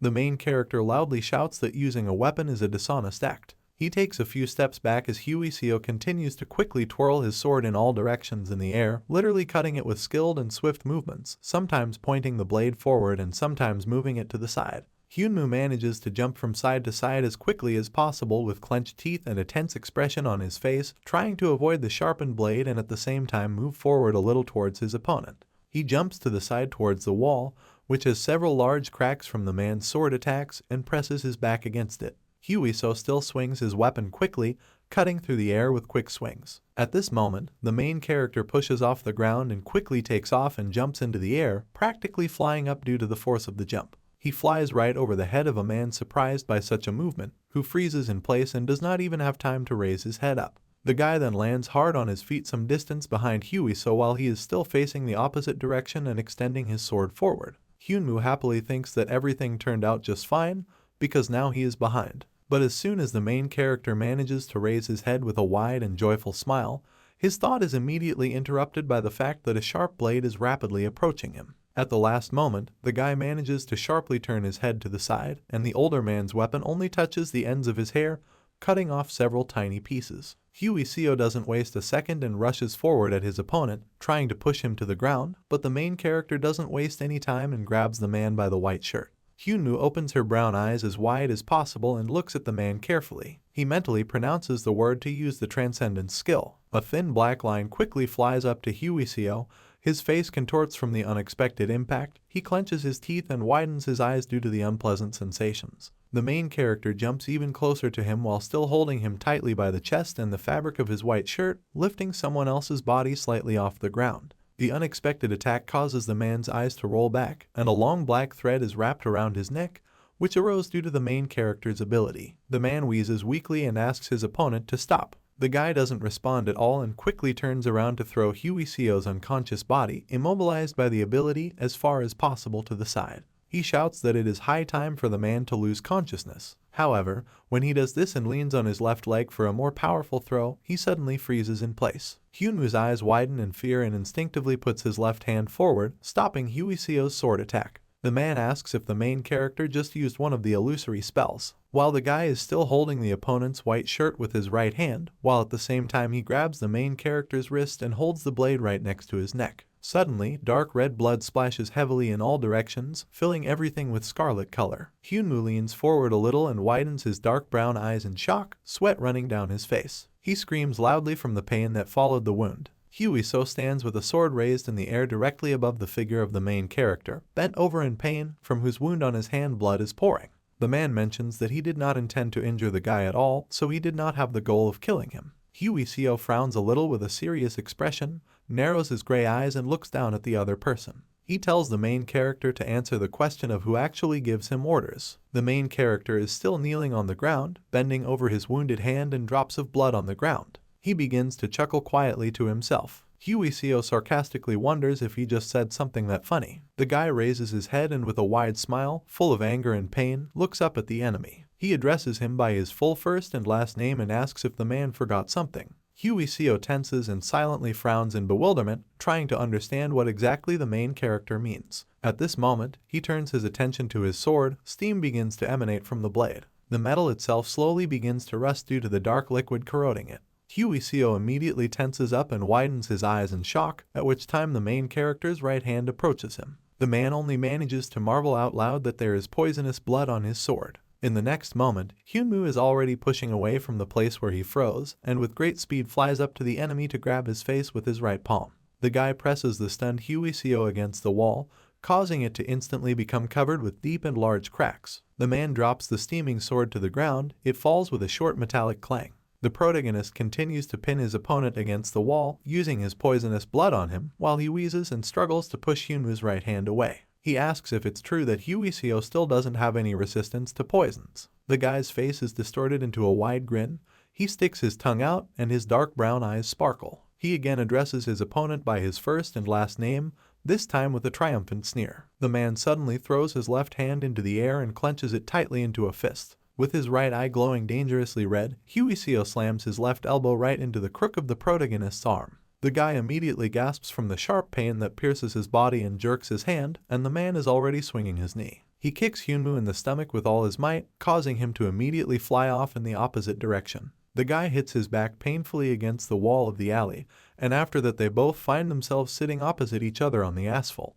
Hyo with a trembling hand, he frantically reaches for the inner pocket of his gray vest. He takes out a small glass bottle from there with his fingers. Hyunwoo sits up straight and watches as the man pours the orange contents of the bottle onto his face. He calls out to Hyo and asks what kind of medicine it is. His interlocutor raises his head a little and frowns from under his brows at the main character, lowering the empty bottle. The main character is already standing opposite with a self-confident grin and flexing his right wrist, looking down at Hyo. The guy mockingly asks the man to share the medicine if there is anything left there. His interlocutor quietly mutters to himself that he cannot believe his eyes. The man is still sitting on the ground while Hyunwoo stands in front of him and watches him carefully with a smirk. Hyo says that he is sure that he touched the palms and ribs of the main character, but he still stands as if nothing happened. He asks if the guy has some kind of recovery skill. Hyunwoo closes his eyes and tilts his head forward a little. 2 system notifications appear on his right side. Your health level has dropped below 10%. Activation and beginning of the regeneration process. The guy briefly and modestly answers that he may actually have the skill of regeneration, and then asks if Hyo is ready to continue their fight. The man rests his right hand on his knee and glances briefly at his sword, which lies to the side. He chuckles briefly and replies that will be enough. The main character opens his eyes in surprise and looks at his interlocutor in bewilderment. He asks again, confused, which means that this will be enough. Hyo begins to slowly get up from the gray asphalt where he has been sitting all this time, and the guy is still standing in front of him. The man replies that he came here to offer something, not to start a fight. Hyunwoo says that Hyo was the person who attacked first. His interlocutor explains that he hoped that the main character would understand if force was used, but it turned out that the guy showed much more resistance than expected. After this, the man tilts his head thoughtfully and rubs his chin with his fingers. He mutters to himself that he is very interested in who is behind Hyunwoo. The main character jumps up in irritation and is loudly indignant that the man continues to talk about this again. He points his right thumb at his chest as Hyo bends down to pick up the sword. The guy says that he has no bosses and that he acts on his own. The man asks where, in this case, the main character has so many skills. Hyunwoo grins and says it's his secret. Huiseo puts the sword back into its wooden case and looks sideways at his interlocutor. He says that if the main character joins the T-Sun clan, he will be able to get absolutely everything he dreams of. The guy replies that he promised himself that he would never work for someone. Right after this he mentions that there is some nuance here. Huiseo immediately becomes more attentive and serious. He narrows his eyes. Hyunwoo comes closer to the man and looks at him with a wide, almost gambling smile. He says that Huiseo himself can work for the main character and not vice versa. The man sighs heavily and opens his mouth slightly, which is practically hidden by his thick gray mustache. He replies that the guy is talking absolute nonsense. They stand opposite in a small dark alley and look carefully into each other's eyes. Huiseo says that if Hyunwoo is going to just keep his head in the clouds, then he better get out of here. At this time, the guy reflects that this person was someone who could be useful because of his connections with people. The man turns and walks away in the opposite direction, straightening his orange tie while the protagonist remains in place and smiles widely. He mentally reflects that now that information has been revealed about how skillfully Huiseo uses his abilities and knows how to handle people and information, Hyunwoo definitely cannot miss such a chance. He tilts his head slightly and smiles madly, his brown eyes wide and following the man's retreating figure. The main character is still standing in place and smirks a little when the man freezes due to his voice. Hyunwoo asks his interlocutor to honestly tell what is so special about the T-Sun clan. He mentions that he heard that this association is weaker than a rank 3 Almighty Lotus, and their normal member is worse than a rank 2 Great Unknown.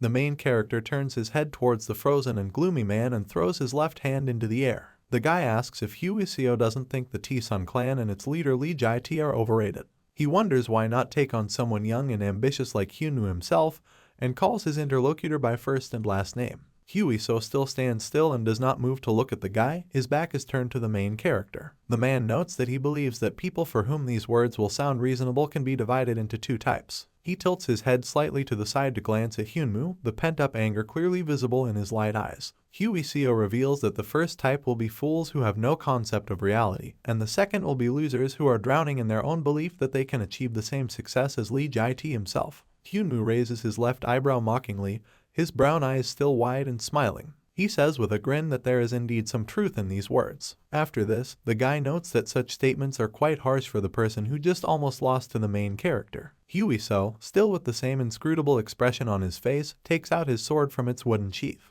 Hyunwoo grins mockingly, looking at his interlocutor from under his brows, his expression becoming more gloomy. He wants to talk about what will happen even if the man tries to use this blade, but he doesn't have time. Huiseo swings his weapon so sharply and quickly, cutting the air with metal, that he leaves the guy in bewilderment. He smiles nervously and widens his eyes in shock, his black hair swaying in the wind that has risen from the unexpected attack. The man calmly says that if he had originally come with the intention of killing the main character, he would not have been able to even resist. Hyunwoo furrows his eyebrows sharply when he feels a tiny scratch on his cheek and the fact that several strands of his hair have just been cut off. He is still standing in absolute disbelief when a huge crack in the wall suddenly appears behind him. The guy turns around sharply with a tense expression on his face and looks at the destruction that appeared after swinging the sword. The man says that, in addition to the fact that the T-Sun clan has many assistants who are stronger than Huiseo, all of them are controlled by Lee Jae-tae himself. The man raises his head and looks sternly at his interlocutor. He says that hearing such speeches from a person who has not even reached the 10th level is even funny. Hyunwoo leans forward a little, his black wavy hair half covering his darkened face. He asks what makes Lee Jae-tae so unique. Huiseo frowns a little and looks at the main character carefully. He repeats what Hyunwoo just asked.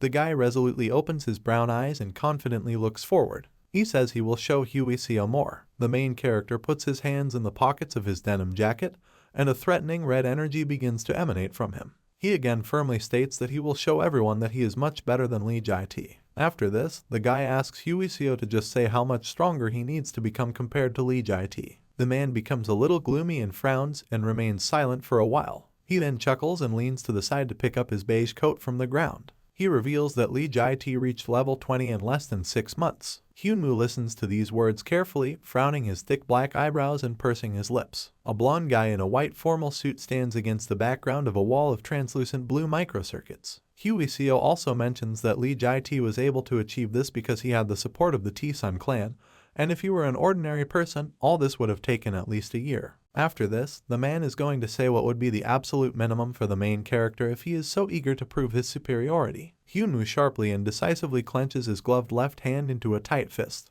He interrupts his interlocutor and firmly states that his minimum will be 2 weeks. Huiseo, who has already put his jacket and beige coat back on, turns towards the main character with interest. The guy repeats that he is going to reach his 20th year in 2 weeks. He smiles again, broadly and decisively, the nerves in his cheeks tightening as the white-haired man watches him carefully. Hyunmoo says he can convince Huiseo that he is better than Lee Jae-tae. He states that if everything works out, the man will be obliged to work with the main character. In response, Huiseo remains silent for a while. Then he makes a small movement with his left hand, which is holding his beige hat. He says that it's even difficult to laugh at such a proposal. He turns around, places his hat on his head, and saunters past Hyunmoo. Huiseo says that he has no idea where the guy is going to train, but he hopes that it will be a better place than what Lee Jae-tae had. Stomping quietly, the gray-haired man leaves the dark alley and leaves the main character alone. Hyunmoo grins widely, revealing his white teeth, and tilts his head forward slightly. He says out loud that Huiseo has nothing to worry about because the guides have one good place. A violet moon illuminates the ground, on which stand destroyed and tilted multi-story buildings. A dark blue system notification flashes in the air, Apocalypse Star, difficulty, Hell. With a loud cry, Hyunmoo swings his left hand clenched into a fist forward.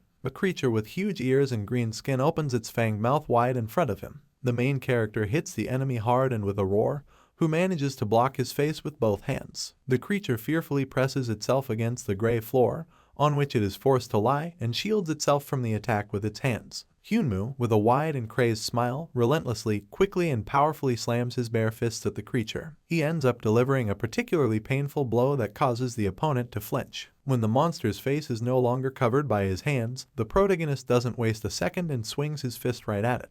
The creature opens its mouth and begins to gnaw Hyunwoo's hand, blood splashes in all directions, and the guy himself clenches his teeth in unexpected pain. Immediately after this, his eyes light up with a crazy scarlet fire, and the corners of his lips creep up again in a wide, crazy smile. He pins the creature even further to the ground and presses his fist deeper with a wide grin and wide brown eyes. The monster becomes weaker and resists less, and several broken teeth fly out of its mouth. The main character smiles madly, opening his mouth and looking at his enemy with red eyes from anger. He shouts for the creature to continue what it started doing. He sits astride the monster, which is desperately trying to escape, and frantically kicks the surface of the ground while Hyunmoo continues to shove his fist into its mouth. The main character mockingly shouts that there is no need to spit out everything he puts into the monster's mouth, and advises him to chew each piece thoroughly. Bright dark red blood splashes powerfully in all directions. The creature lies motionless on the ground, its skull is pierced and its mouth is broken, from which a long tongue hangs. A new dark blue system notification flashes into the air, new level, 15th level. Immediately after this, a new system window appears, the Conqueror's star is watching you. Hyunmoo breathes heavily after what happened and tilts his head forward a little while he glances up.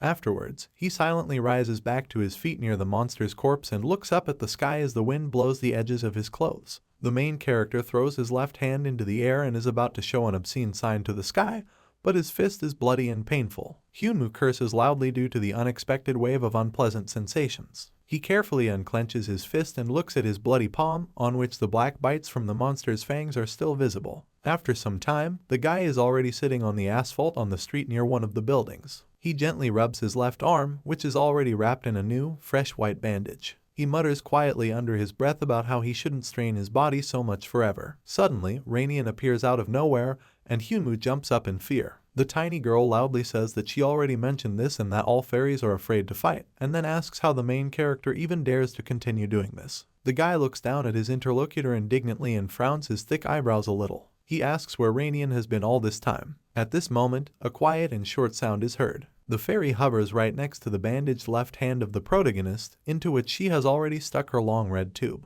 She innocently asks what happened to Hyunwoo's hand and if she should press on it. Immediately after this, the fairy begins to enthusiastically drink the blood of the guy, who can barely contain his overwhelming anger. Then he resigns himself to his fate and sighs heavily, closing his eyes as Rainian continues to drink his blood. He mentally reasons that everything is fine because he can be revived even if he dies on the battlefield. After this, he also notes that he is still not entirely sure that he will actually come to life. After that, Hyunmoo glances his brown eyes to the side. There lies a huge mountain of defeated monsters with dark green skin. When the main character abruptly sits back on the ground, Rainian just as quickly falls down after him. The guy mentally thinks that at least everything is getting better. He also notes that, if we compare what is happening with those early and futile attempts to find at least a couple of monsters to fight, serious progress has already occurred. Hyunwoo remembers a goblin in a cloak and a red hat, whom he met in one of the buildings and who was able to seriously wound the guy. He mentally notes that the only problem is the goblin he met first. The main character thinks that among everyone he fought with,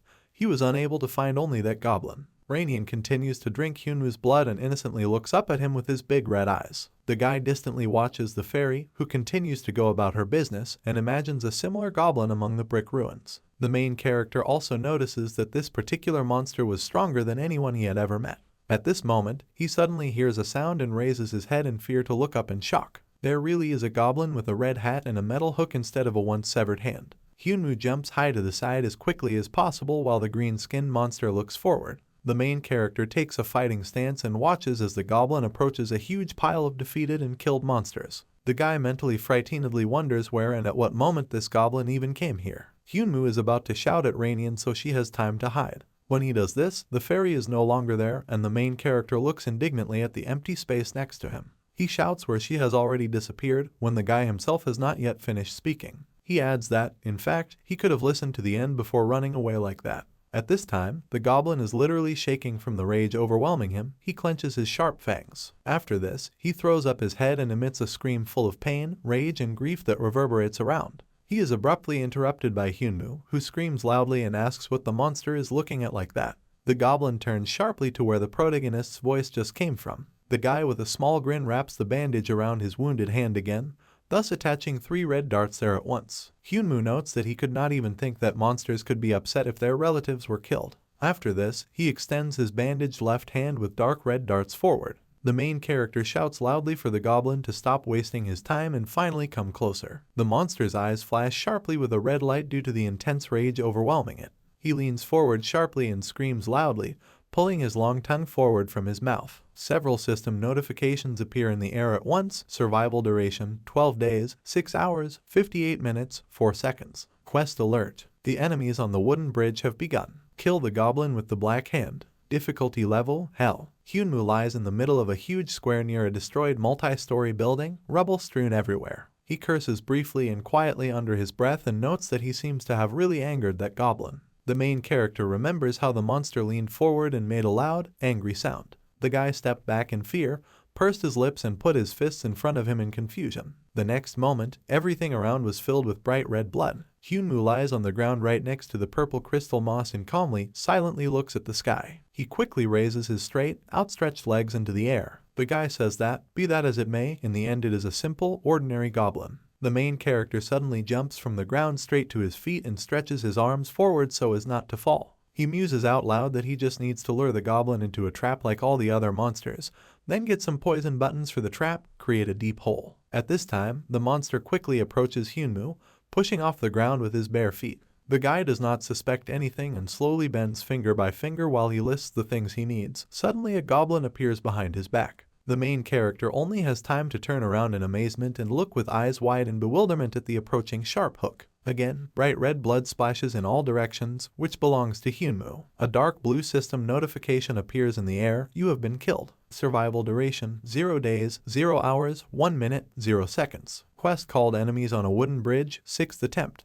The main character runs away as quickly as possible along the destroyed road and breathes heavily from the load. He curses loudly while driving. The guy rushes forward and only has time to turn back in fear, where a goblin with a machete and a hook quickly jumps after him. Hyunwoo wonders out loud if killing the monster's kin really caused some kind of reaction. He loudly asks that the creature at least give the main character a chance to rest. The goblin ignores any requests and swings its weapon in rage, with a long tongue sticking out of its wide open mouth. At this moment the guy stops, turns around and swings his gloved fist at the monster. He says loudly that, by the way, to be fair, the creature started all of this in the first place. With a wide swing of his right hand, Hyunwoo almost hits the monster, who immediately stops. The main character raises his eyebrows and smiles widely, still holding his hand in the air. He tells himself out loud that everything is fine and he really just needs to attack. However, he does not have time to finish, because the goblin makes several quick swings with his machete and immediately leaves several deep wounds on the guy. The monster then makes a quick swing with its weapon again and leaves a deep cut along Hyunwoo's body. Blood sprays from the guy's mouth as a wave of sharp pain shoots through his entire body. He mentally curses and realizes that he really is no match for this creature, and therefore asks himself if maybe he should just hide somewhere after the resurrection. One old man said that revenge only leads to more revenge, and that forgiveness is the only way to truly win. Hyunwoo mentally thinks that if this is true, then maybe he should just forget about this goblin and finally start leveling up. The protagonist's unconscious body lies in the square in front of a destroyed building, while a cloaked goblin slowly walks away in the opposite direction. The main character notes that such ideas about forgiveness even sound funny because he would rather die than run away like that. He decides that he never forgives anyone and never regrets his actions. The goblin once again swings his left hand, in which he firmly holds the machete, and leaves a deep cut in Hyunwoo's body. Then the guy lies on the ground and screams loudly from the sharp pain piercing his entire body while his blood splashes in all directions. He decides that if someone tries to stab him in the back, he will definitely make sure that these people pay for it. The goblin stands over the unconscious body of the protagonist, the wind blowing his long brown cloak. Hyunwoo thinks that if he cannot take revenge and continues to simply run away from those people, then it seems to him that his pride is unlikely to be able to endure this. A monster in a brown cloak slowly walks along the street of a destroyed city filled with various concrete debris. He makes his way between the buildings in silence, pieces of purple crystal moss glowing brightly around him.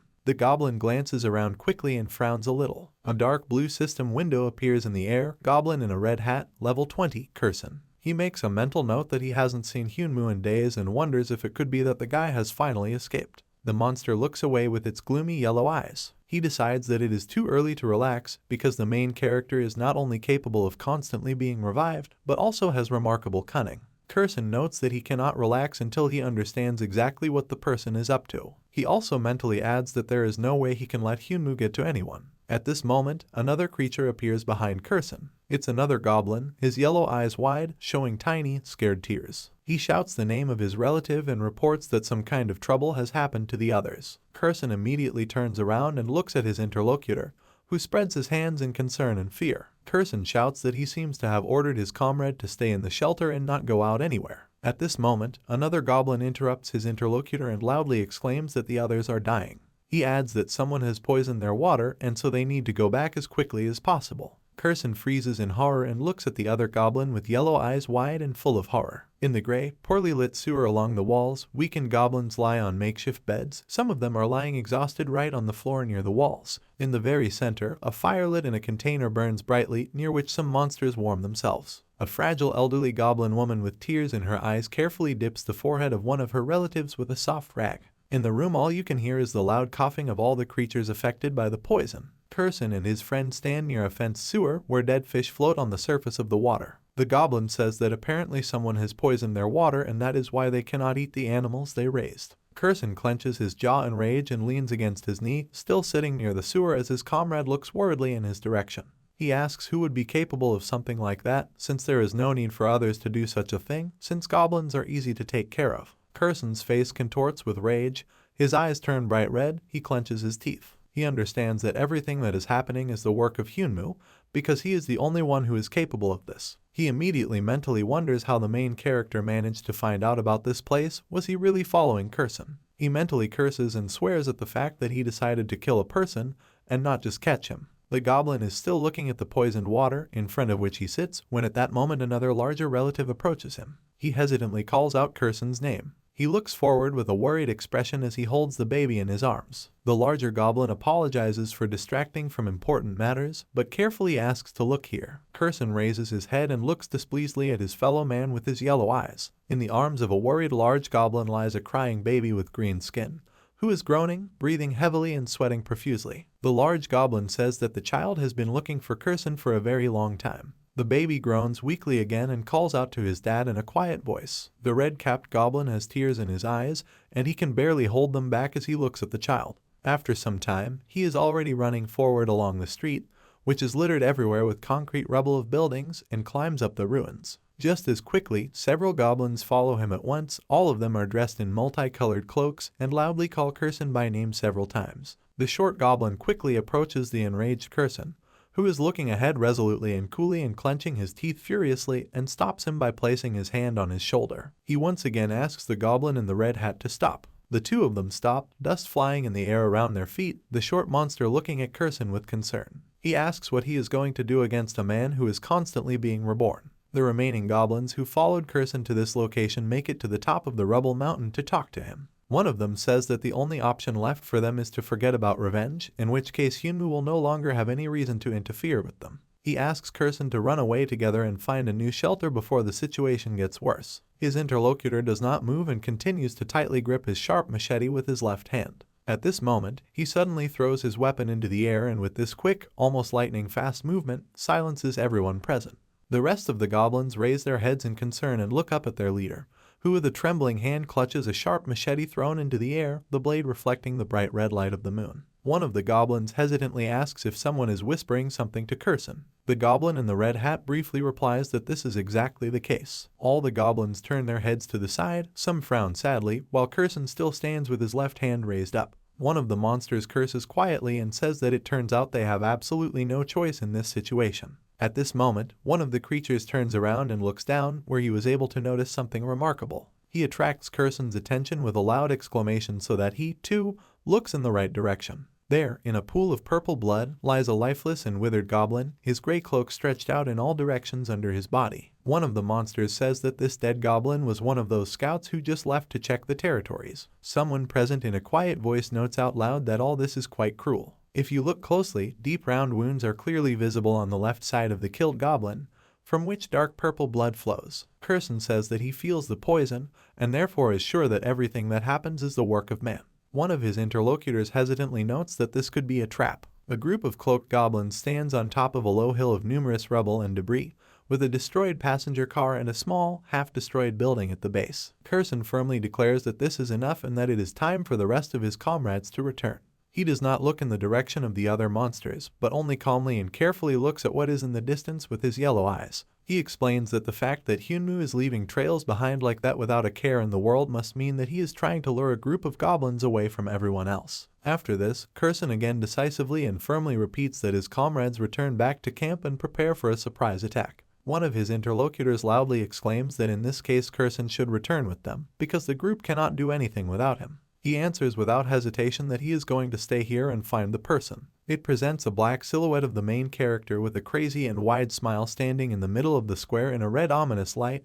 while various pieces of buildings are lying around and purple pieces of crystal moss are glowing. Kurson says that despite Hyunwoo's progress beyond all expectations, he still has not become stronger than the goblin. He also notes that, thanks to numerous fights with the main character, he was able to remember absolutely all of his habits, even the way he breathes and walks. The rest of the goblins carefully and silently look at their leader, who stands a little further away and continues to scan the horizon. Kurson assures his interlocutors that it will not be difficult for him to kill Hyunwoo even with his eyes closed, so everyone should entrust this task into his hands. The short goblin looks away worriedly and closes his eyes, clearly disagreeing but hiding it. He says he understands everything, but reminds Kurson to be careful because of the two of them. Only Hyunmoo is able to return to life after death. The goblin in the red hat calmly interrupts his interlocutor and tells everyone else not to worry about him. He turns his head slightly to the right to glance over his shoulder at all his comrades. Kurson firmly promises that he will definitely be able to return back to them alive. The rest of the monsters respond in unison that they believe his words. After this, the goblin in the red hat, gritting his teeth with poorly controlled anger, continues his way through the streets of the destroyed city completely alone.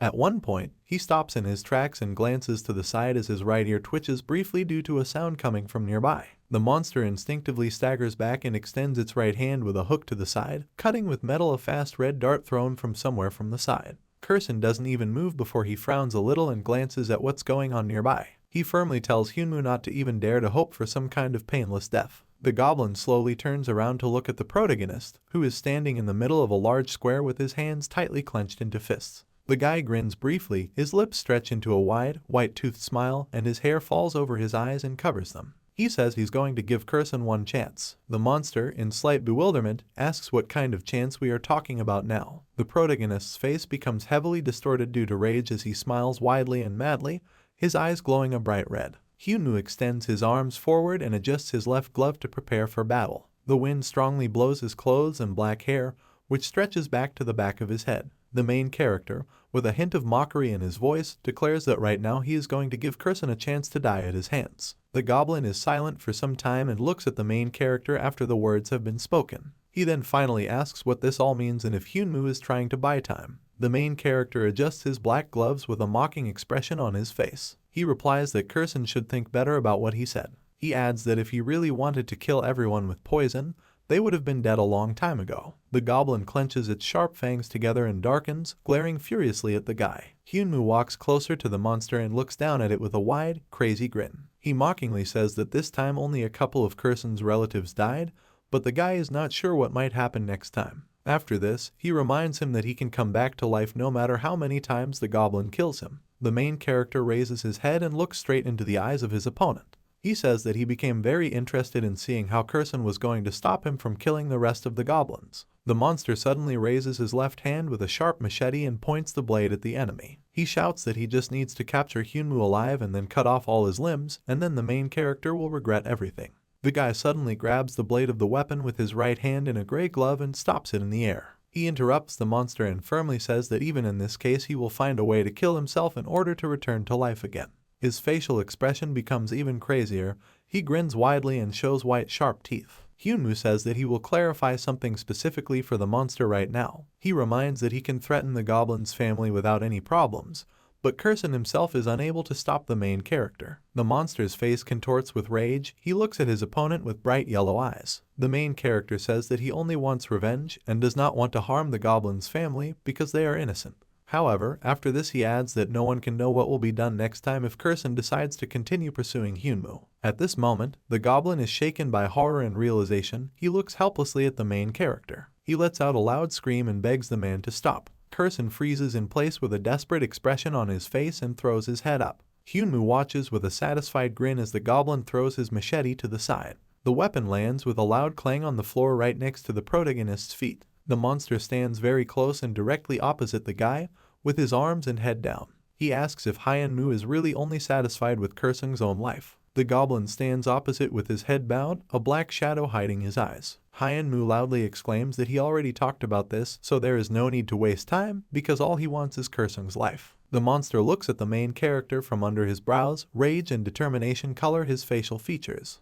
He firmly demands that the guy keep his word and, after killing him, finally leave this place. They stand opposite each other against the background of a destroyed building. Hyunmoo grins mockingly. Kursan asks the main character not to raise a hand against his relatives. The guy then leans forward to pick up his opponent's machete from the ground. He notes contentedly that this can be the end of their conversation. He then adds that if they had been able to talk like this from the very beginning, then perhaps everything that is happening would not have gone so far. However, at that moment, Kursan lifts off the ground, jumps into the air and swings his left leg hard for a powerful kick. He sends the main character far forward with one impressively powerful kick. During the landing, the guy hits his head painfully on the stone floor and closes his eyes. He grits his teeth tightly and opens his brown eyes to look at his opponent, sweat running down his face. At this moment, Kursan is already flying in a black silhouette straight towards the main character, strongly swinging his arms to strike. With a wide and powerful swing of his machete, the goblin attacks Hyunmoo, who is still lying on the ground. The monster clenches its white sharp fangs together in rage and looks down at its opponent.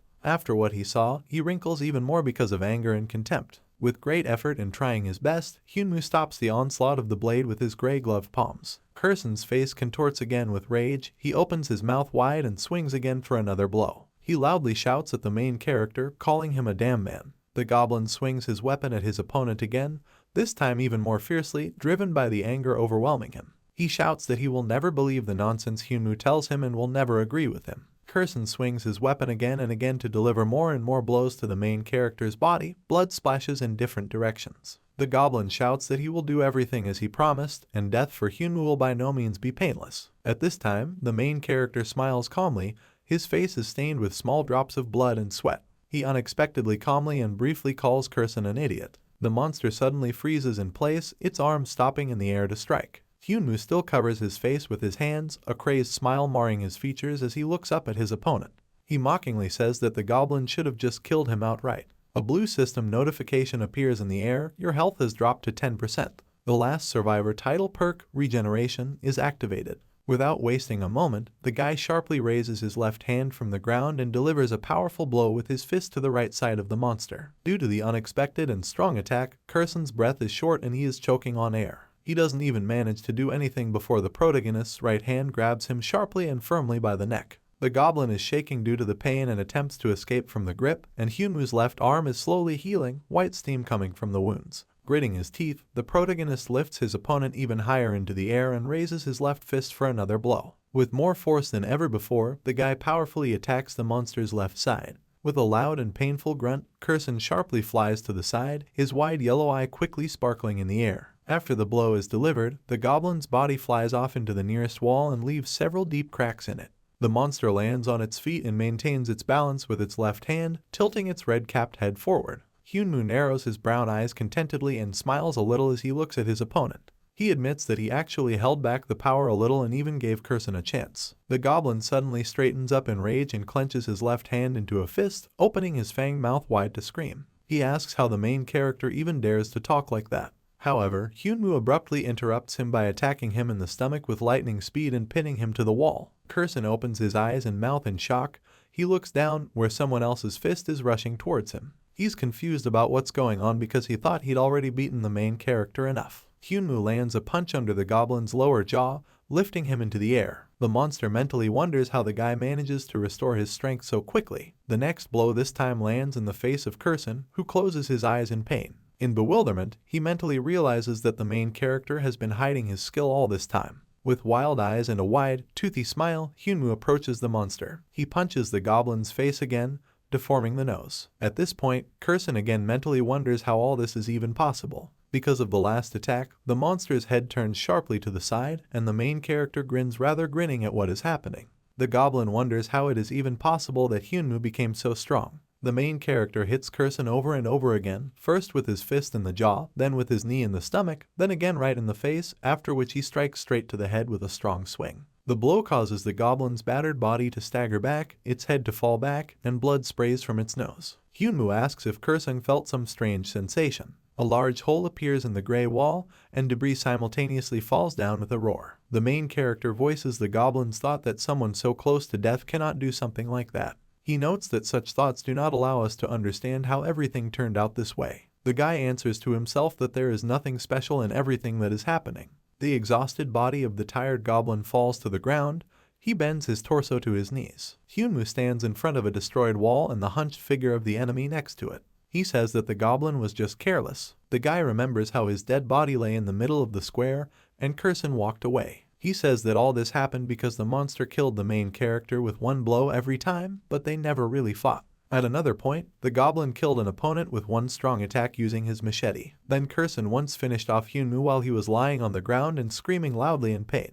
The guy explains that all this time the goblin sincerely believes that he can kill his opponent whenever he wants. The main character leans a little closer to the monster's forward-hanging head with a grin. He says that Kurson simply became too careless and it is entirely his own fault. The goblin, in a low and weak voice, asks his opponent to stop this. He then looks up while he is breathing heavily and sweating, but he still looks resolutely at the protagonist from under his brows. Kurson tells Hyunmoo to stop being so cocky because he can still end the guy as long as he's still standing. The monster jumps up and makes a dash forward towards the main character, who is calmly standing in the same place. Kurson shouts that he will definitely get Hyunmoo's head as a trophy. However, at this moment he falls silent due to the fact that a cough leaves his mouth and a sharp spray of blood. The main character chuckles briefly while contentedly watching what is happening. The monster falls back to the ground, face down in a pool of his own blood as Hyunmoo looks down at it. He says it is too late for such movements. Kurson breathes heavily and looks down at his right side, where he can see two red round holes. Hyunmoo holds a red dart in his hands and twirls it in front of his opponent with a smile. He says it's okay to slow down a little now because he's not going to be as careless as some. At this moment, Kurson kneels and throws his head and right hook hand up in despair. In a loud and trembling voice, he begs the main character to stop, admits his mistakes and asks for forgiveness for killing Hyunmoo all this time. He again asks the guy to stop and listen to his words. He says that unblessed goblins cannot live here, and if Kurson dies, then all his people will die. The main character frowns a little and looks down at his opponent in slight bewilderment. The goblin leans forward, blood flows from his nose.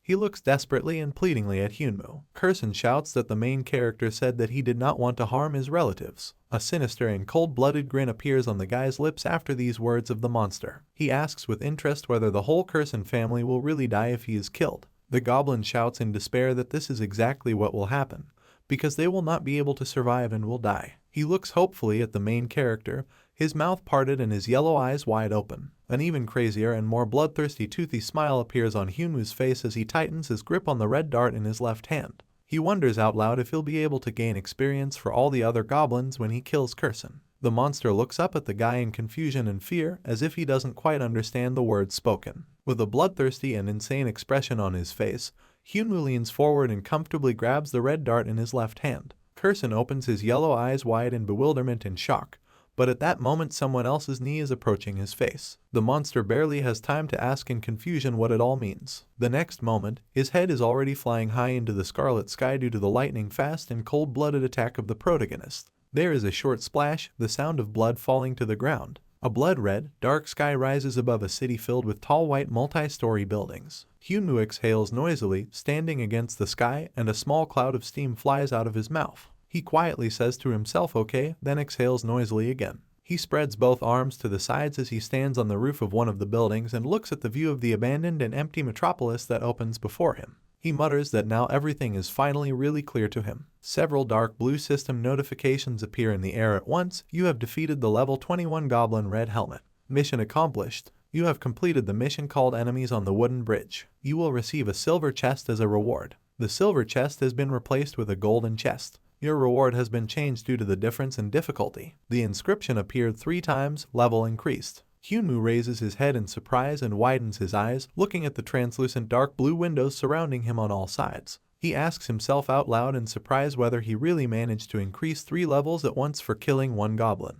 Several more new notifications say, your return stone has been activated. 2 days ago, Apocalypse Star, difficulty Hell, time until next mission 21 days, 0 hours, 0 minutes, 0 seconds. The Star of Destruction, Gaul, is watching over you. The main character wonders out loud whether they really give more experience for committing revenge. Out of nowhere, Rainian appears in the air again and, with a wide smile, cheerfully waves his right hand in the air. She calls out loudly for Hyunwoo, calling him her butler. The fairy hovers in the air not far from the guy who stands over the corpse of the defeated goblin and throws various things out of his pockets. Rainian asks if the battle has just ended. The protagonist replies that it is, and that she can now eat the monster because he has finished examining its body. The fairy curiously asks why the guy decided to conduct an inspection and whether he is really trying to find something specific. She flies closer to Hyunwoo, who carefully holds the goblin's machete in his hands and carefully examines the sharp metal blade. The guy explains that he was trying to find out what exactly made the goblin so strong.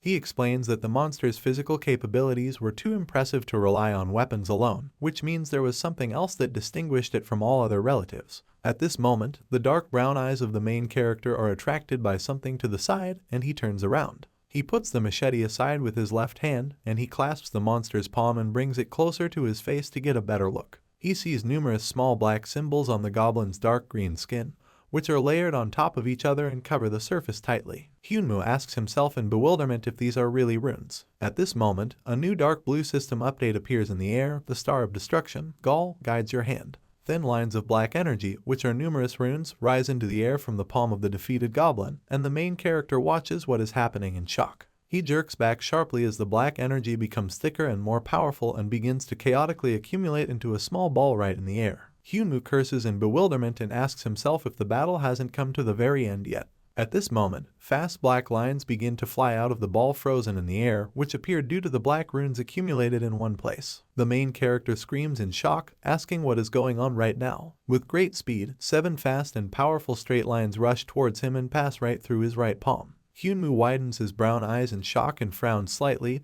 his mouth parting in bewilderment. Another dark blue system notification appears in the air again. You have absorbed part of the Star of Destruction, Gaul. The main character looks down at his right hand, where the dark gray glove is torn, revealing a new black tattoo in the very center of the palm. The guy asks in bewilderment what it means that he just absorbed some of it. After this, a new dark blue system notification appears. You have learned the legendary skill family. Lines of black energy around Hyunwoo begin to slowly dissipate into the air as he sits upright on the ground, staring at his right palm in disbelief. He quietly asks out loud if he really just learned the skill. In a dark bedroom, into which sunlight does not penetrate due to the windows tightly closed with curtains, Yumin lies on the bed. Her body is half covered with a white blanket. Her long blonde hair is spread out on the pillow. She lies facing the window. Her eyes are slightly open, and her sad and tired gaze is directed forward. Her smartphone and glasses lie near the white pillow. Yu Ming is called by name several times in a row. There is a click, because of which the girl suddenly comes to her senses and immediately opens her light brown eyes, but still does not get out of bed. She is called by name one more time. She sits up a little in bed and with sleepy eyes looks up at the man who has entered in confusion. There, standing there in a white sweater, is a surprised Hyunmoo, who also looks at Yumin while she is still sitting in the bed. She asks in confusion if it is really him. The main character wonders why the girl is so surprised by his appearance and whether she really didn't hear the door just open. Yumin closes his eyes and puts his black glasses back on with his right hand, remaining silent in response for a while. She asks if Hyunmoo is hungry. The guy raises his eyebrows in surprise and looks at his interlocutor with even greater bewilderment. He makes a short and confused sound. Yumin slowly rises from her bed where she had been lying all this time, her long blonde hair hiding her face. She distantly says that she doesn't have much food in her apartment. The main character again calls the girl's name in slight confusion. Without raising her head, Yumin walks past a confused and worried Hyunmoo, who stares after her. The girl asks the guy to wait for a while. She goes to the grocery store. At this moment, the main character suddenly leans forward and carefully grabs Yumin's wrist, stopping her. He calls her name loudly and asks her to stop. She looks forward with her head bowed while the guy stands behind her and holds her hand, looking at her back. He hesitantly starts the conversation and is clearly going to tell her something about what happened. However, after this, Hyunmoo frowns and looks down worriedly, pursing his lips a little. He mentally wonders what he should do and whether he can really tell her the whole truth. Yumin suddenly reveals that Park Hwee-seo came to see her 2 days ago. She stands with her head down, her long blonde hair covering her face, and the main character looks at her with a stunned look. The girl says that Hwee-seo asked her if anything happened to Hyunmoo, and she simply answered that the main character was not at home. Yumin then adds that this conversation made her wonder why Park Hwee-seo came and started asking about the guy. Her body begins to shake slightly from the overwhelming emotions that she is trying to contain. The girl adds in a trembling voice that everything that is happening does not look like it is connected with crystal moss. She asks if something really happened while the main character was not here. Hyunmoo tries to interrupt her speech by calling her by name and asking her to stop. However, Yumin continues and reveals that the more she thought about everything, the more she realized that she had no idea what was really going on. She abruptly pulls her left hand out of the protagonist's grip, and he looks at this in surprise and concern. The girl asks what Hyunmoo has been doing all this time and what he is hiding from her. He again asks her to stop, calm down, and just listen to what he has to tell her. Yumin frowns deeply, tilts his head forward and closes his eyes out of excitement and anger. She screams loudly that she doesn't care what exactly happens, but if he really did involve her in something dangerous, then he should be held accountable for it. She demands that the main character tell her why she now has to constantly wait for him. Hyunmoo tries to get her attention again by calling her name. The girl does not stop and continues to be loudly indignant. She demands to tell her what is happening and why the main character constantly disappears and then appears again. She adds that the guy never explains anything to her about what is happening, and it all seems very awkward to her. At this moment, Hyunmoo suddenly grabs her by the shoulders, causing her to immediately fall silent and look at him in surprise. The main character again loudly calls her by name. He leans forward a little, bringing their faces very close, and looks straight into her eyes. He once again loudly calls her by name and asks her to calm down. Yumin looks at him with worry and confusion. An embarrassed blush appears on her cheeks. Hyunmoo firmly says that he will explain everything to her right now. She turns her head to the side while the protagonist is still holding her shoulders with a tense expression. The girl loudly replies that he needs to try to explain everything to her. At this moment, the guy mentally notes that it is not difficult for him to understand why Yumin reacts to what is happening this way. He remembers how she saw him in the yard during the rain immediately after his first return from hellish reality. He mentally notes that the girl was involved in all this from the very beginning, and even when something completely inexplicable happened, she pretended as if nothing had happened, so it is not surprising that she was very stressed. The guy remembers how Yumin ran up to him with a worried look during the rain.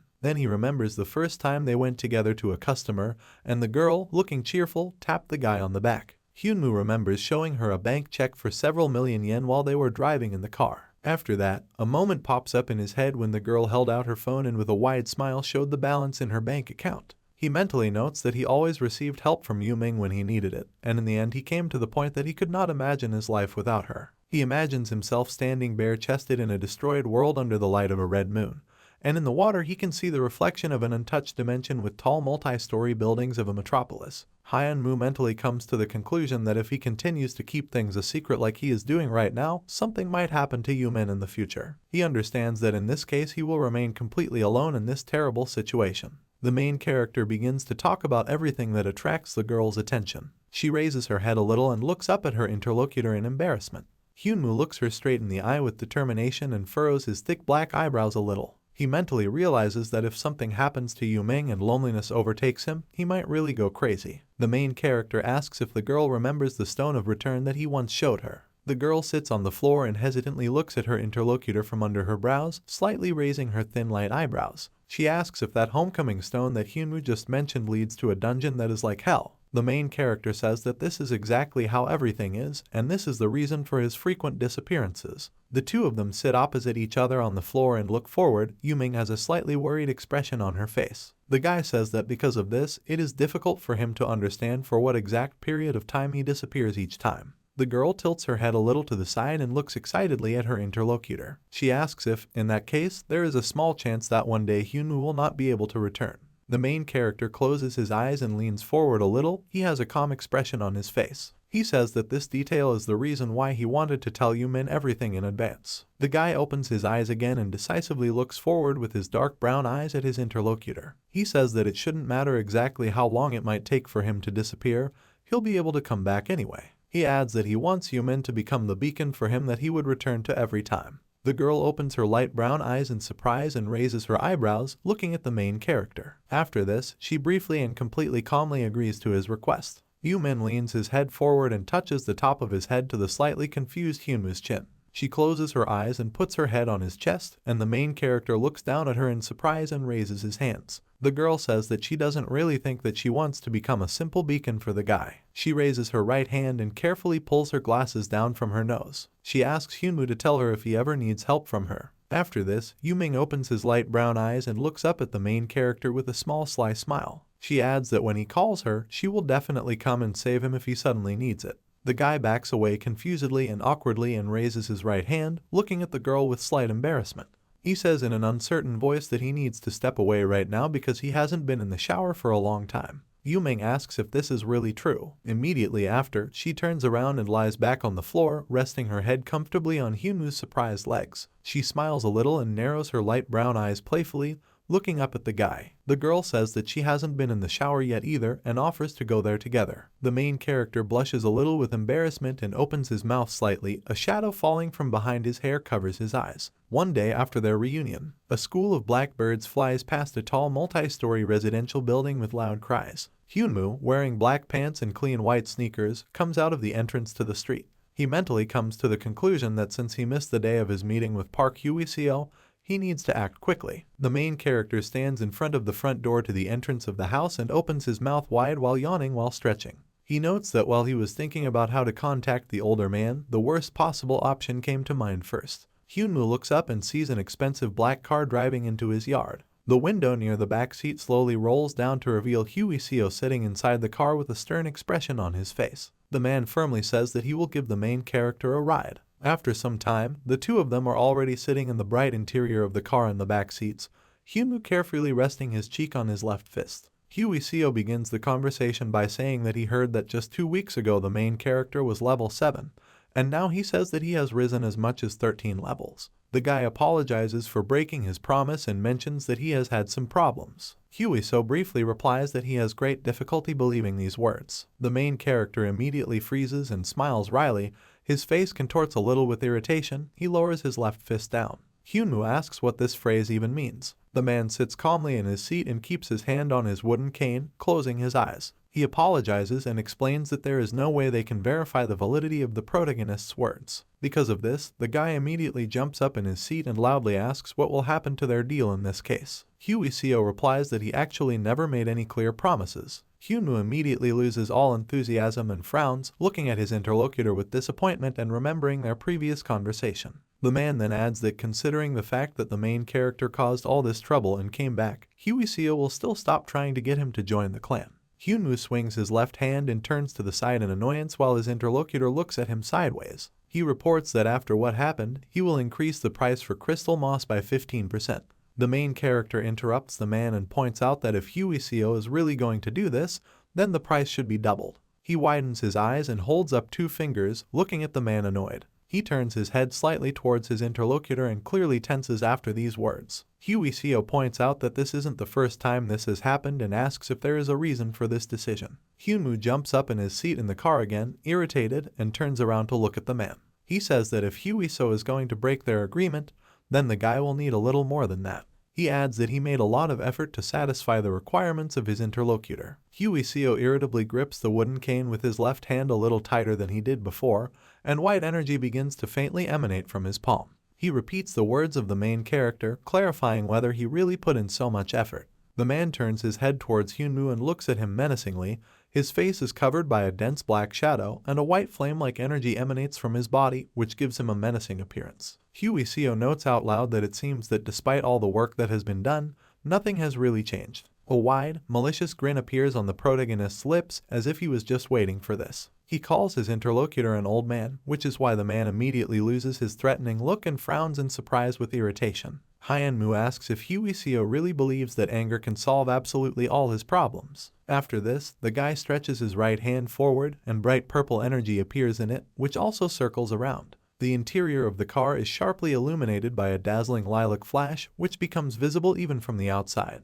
Huicio suddenly frowns even deeper and tenses as he looks forward at his interlocutor. Hyunwoo leans forward with a wicked wide smile and narrows his eyes a little as he holds the purple piece of crystal in his right hand. He asks if the man knows what a monopoly is. Huicio closes his eyes and leans both hands on his wooden cane as Hyunwoo shows him the purple crystal with a brazen and confident expression. He grins widely and says that the man must know how valuable this crystal moss is, and that no one except the main character is capable of obtaining it. He raises his left eyebrow high with a wide and amused grin as the crystal glows faintly lilac in his hand. The guy adds that the whole thing is exactly as he said, because he has a complete monopoly on crystal moss. After this, Hyunwoo asks what might happen if he continues to be treated with the same coldness. Huicio opens his eyes and frowns darkly, turning his head slightly towards the main character. He says that the guy is going too far because he is already being given a price that can be compared to the highest quality crystal moss from 5-star dungeons. After this, the man adds that, on top of everything else, he gives 15% on top.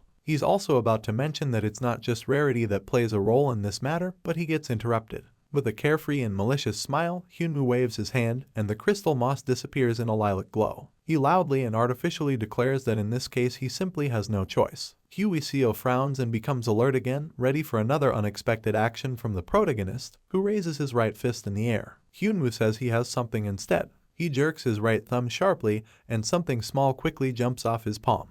Huicio manages to catch it thanks to his quick reaction and squeezes the object in his right fist. The main character finishes and says that he wants to give the man something more interesting.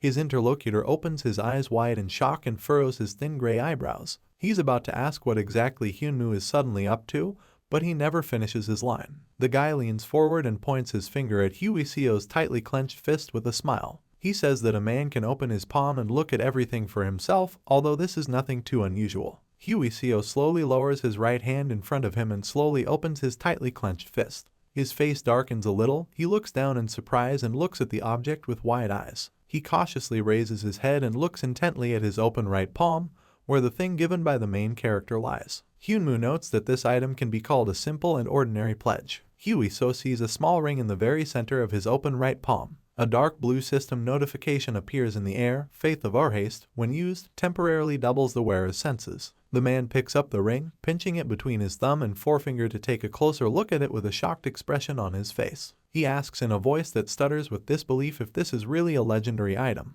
Hyunwoo tilts his head to the side with a wide and sly grin and crosses his arms over his chest. He confidently replies that this is exactly how it is, and then adds that he was confident that a person like Huicio would immediately recognize the legendary item. He says that the ring has an effect that is the ability to temporarily double the wearer's senses. The main character turns with a wide grin to his interlocutor and rests his left cheek on his palm. He notes that he has absolute confidence that even Lee Jai-T himself never gave Huicio anything like that. After this, he asks if the man now understands what is happening. He squints his eyes slyly and looks attentively at his interlocutor with a wide grin. He asks if Huicio has now realized that Hyunwoo is actually a lot more useful than Lee Jai-T. The man, with the same concentrated and wary expression on his face, looks at his interlocutor, who raises his head with a proud look. The main character suggests that they both agree that Huicio will keep the artifact until he admits that Hyunwoo is more useful than Lee Jai-T. At this moment, the elderly man mentally notes that this thing is not a fake at all. He tilts his head forward again and looks closely at the object in his hand.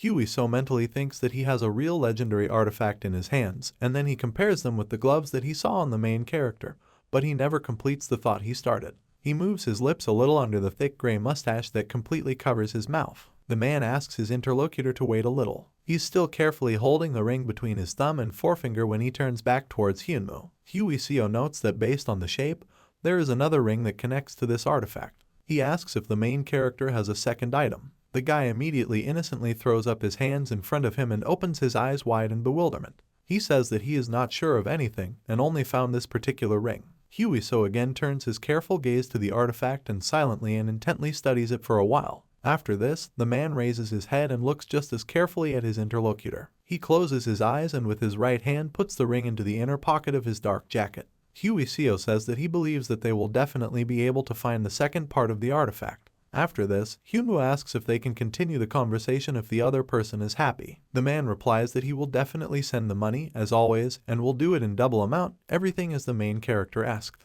Hyunwoo smiles contentedly as he glances sideways at Hyuiseo and crosses his arms over his chest. The man again rests both palms on his wooden cane in front of him and glances at his interlocutor. He says that having so much money might make things difficult for Yu-min, but if Hyunwoo gives a sign, he can rest assured that the national tax authorities won't notice anything. The main character smiles contentedly back as he watches his interlocutor and mentally notes that Hyuiseo is quite experienced and does absolutely everything to make sure that the other person is completely satisfied. Hyunwoo smiles contentedly and rests his chin on his left palm to look out the window. He mentally notes that Hyuiseo's experience is the reason why the main character will do absolutely everything to win him over to his side. At this moment, the guy puts his right hand into the pocket of his black pants and squeezes the second gold ring into a strong fist. A dark blue system notification floats into the air. Yukil Heart's obedience can track the owner of Vera or haste and temporarily reduce the owner's experience gained by 50%.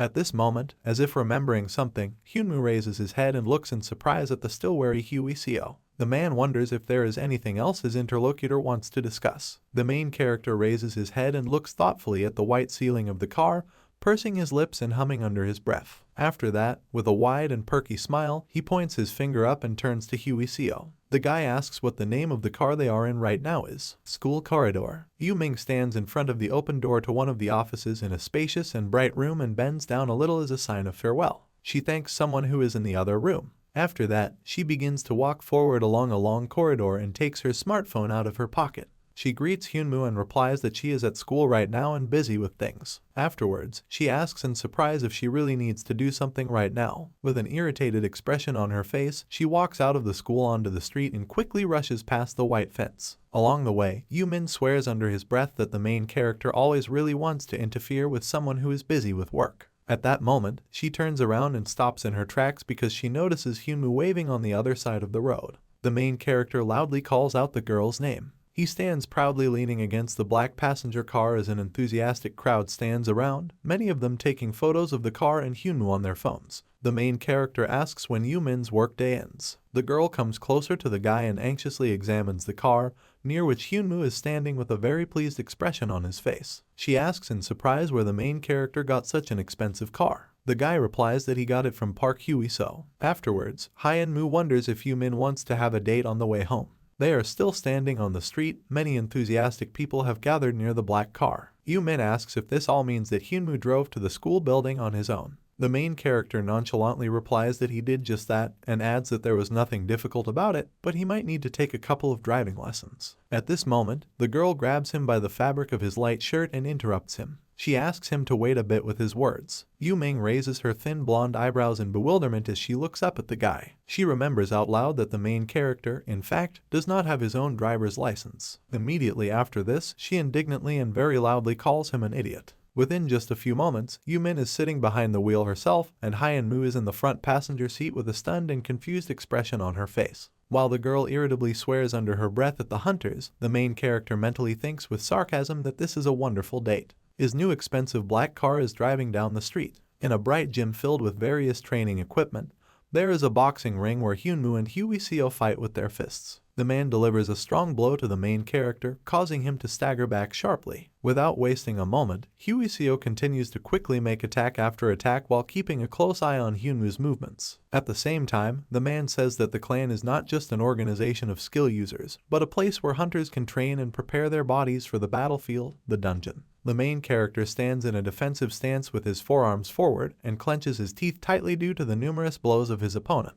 The bright and spacious room is intended for an office where there are numerous workstations with computers. Huiso lists the many benefits that the clan provides, including advertising, tax services, housing, clothing, training, bonuses, medical services, transportation, accounting, legal work, that is, any whim of the hunter. At this moment, the man leans forward and delivers a sharp blow directly to the right side of Hyunmu, who bends over in pain. Huiso says that each hunter can be called a kind of company. The protagonist leans forward and shakes after the attack, hugging himself by the shoulders while his opponent stands in front with his hands tightly clenched into fists. The man says that among all the clans, it is the T-Sun clan that has the most favorable conditions in the whole world, which means that regardless of the reason, thirst for fame or money, not joining this organization would be a huge loss. Hyunmu, in a weak voice due to the pain throughout his body, begins to answer that even all these listed advantages do not affect his decision. At this moment, he sharply attacks with his right fist forward, which is why Huiso is forced to duck down as quickly as possible. The main character shouts loudly that he still has no intention of joining the T-Sun clan. While Hyunmu still has his arm raised forward, his opponent suddenly leans down, swings his left fist, and plants his foot hard on the floor. The guy only has time to grit his teeth tightly and look warily down where an attack is being prepared on him. With a blow of enormous power, Huiso manages to throw his opponent back, hitting him right in the stomach with his fist. Hyunmu falls to the floor on all fours and clutches his injured right side with his hand while his opponent adjusts his black gloves as if nothing had happened. Huiso notes out loud that the main character's reaction speed has accelerated. He explains that he tried to see the guy's ability to regenerate, but unfortunately, this was not possible. Hyunmu lifts his head with a wide grin and rests his left hand on his knee as he slowly stands up and breathes heavily. He mutters to himself about how he thinks he just broke his ribs. However, right after this, he asks if Huiso thinks that the main character managed to survive for quite a long time without using skills. The man looks carefully at the main character from top to bottom and studies him with a gaze. He hums briefly and thoughtfully under his breath in response to these words. After this, Huiso abruptly takes off his white shirt and reveals a muscular torso covered in places with scars from wounds. He says it takes a little more time and practice to answer the protagonist's question clearly. Hyunmu is mentally amazed at what his opponent looks like. The man leans forward and begins to swing both hands in black gloves, which he clenches tightly into fists.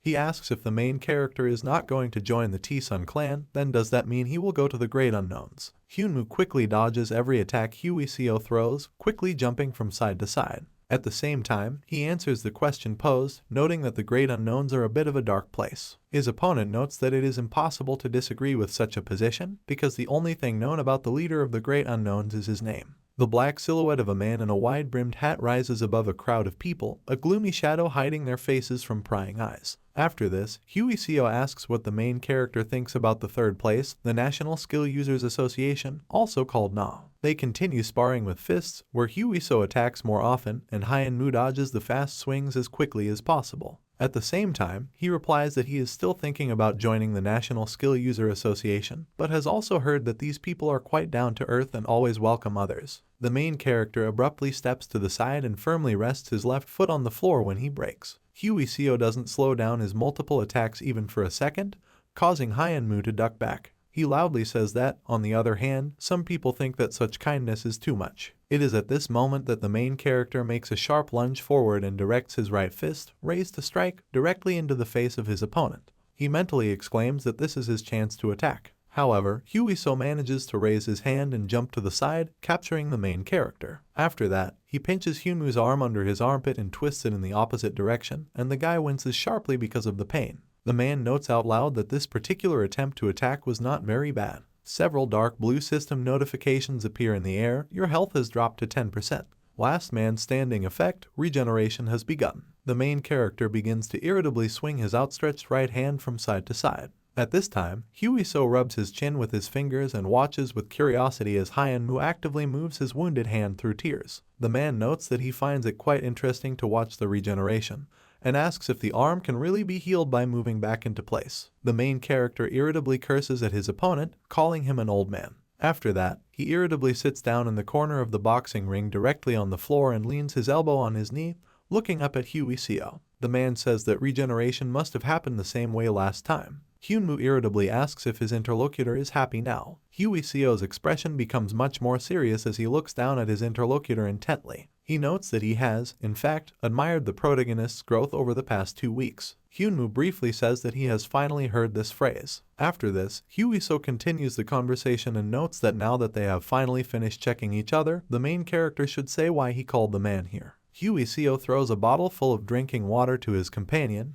who reaches out to catch it. Hyunwoo replies that he called his interlocutor here to return the car to him. The man briefly replies that this is exactly what should be done. They are still standing on opposite sides of the boxing ring, and Huey Seo looks down at his interlocutor intently. At this moment, the main character asks if his interlocutor has accidentally heard about the stars. The man, slightly perplexed, asks about the stars. Hyunwoo sits with his left forearm resting on his knee, looking up at his interlocutor with slight irritation. A dark blue system window appears just below Kang Hyunwoo, human, first class, level 20. The guy replies that he's talking specifically about the stars, and again asks if Huey Seo has heard anything about them. The man asks if the main character is talking about the class system of skill users. Hyunwoo replies that it is not about them, but about something like the Star of Destruction, the Star of Tears, and also parts of stars. At this moment, Huey Seo suddenly opens his eyes a little and becomes wary. He remembers Lee Jae-tae standing in front of a large crowd of people who are hidden by a black shadow with a serious and concentrated expression on his face. The man talks about what he heard about the stars among the best rankers, including Lee Jae-tae himself. Hyunwoo asks if this is something that only select people know about. Huey Seo replies that such a scenario is quite possible. He turns to the side and rubs his chin with his fingers, looking thoughtful, while in the background the main character slowly rises from the floor. The man says that, in addition, one of the best rankers named Xiao Oji, originally from China, once mentioned a group called the 5-Star Association that created the dungeon. Huey Seo adds that, among other things, the Half-Ability Users Association, which is also called the Reverse Crusade, uses the Star of Bethlehem as its symbol. After that, he says that it seems that this is not all. Hyunwoo asks what all this means and what 5 stars and the Star of Bethlehem are he talking about. He looks up at his interlocutor with slight surprise in his expression and raises his eyebrows. Huey Seo says that the main character can figure out other details himself. After this, the man adds that he wanted to say something and suggests that Hyunwoo go and clean out the dungeon. Tall metal gates, surrounded by barbed wire and fencing, stand under a gloomy and dark sky. The main character raises his eyebrows in bewilderment and tilts his head slightly to the side.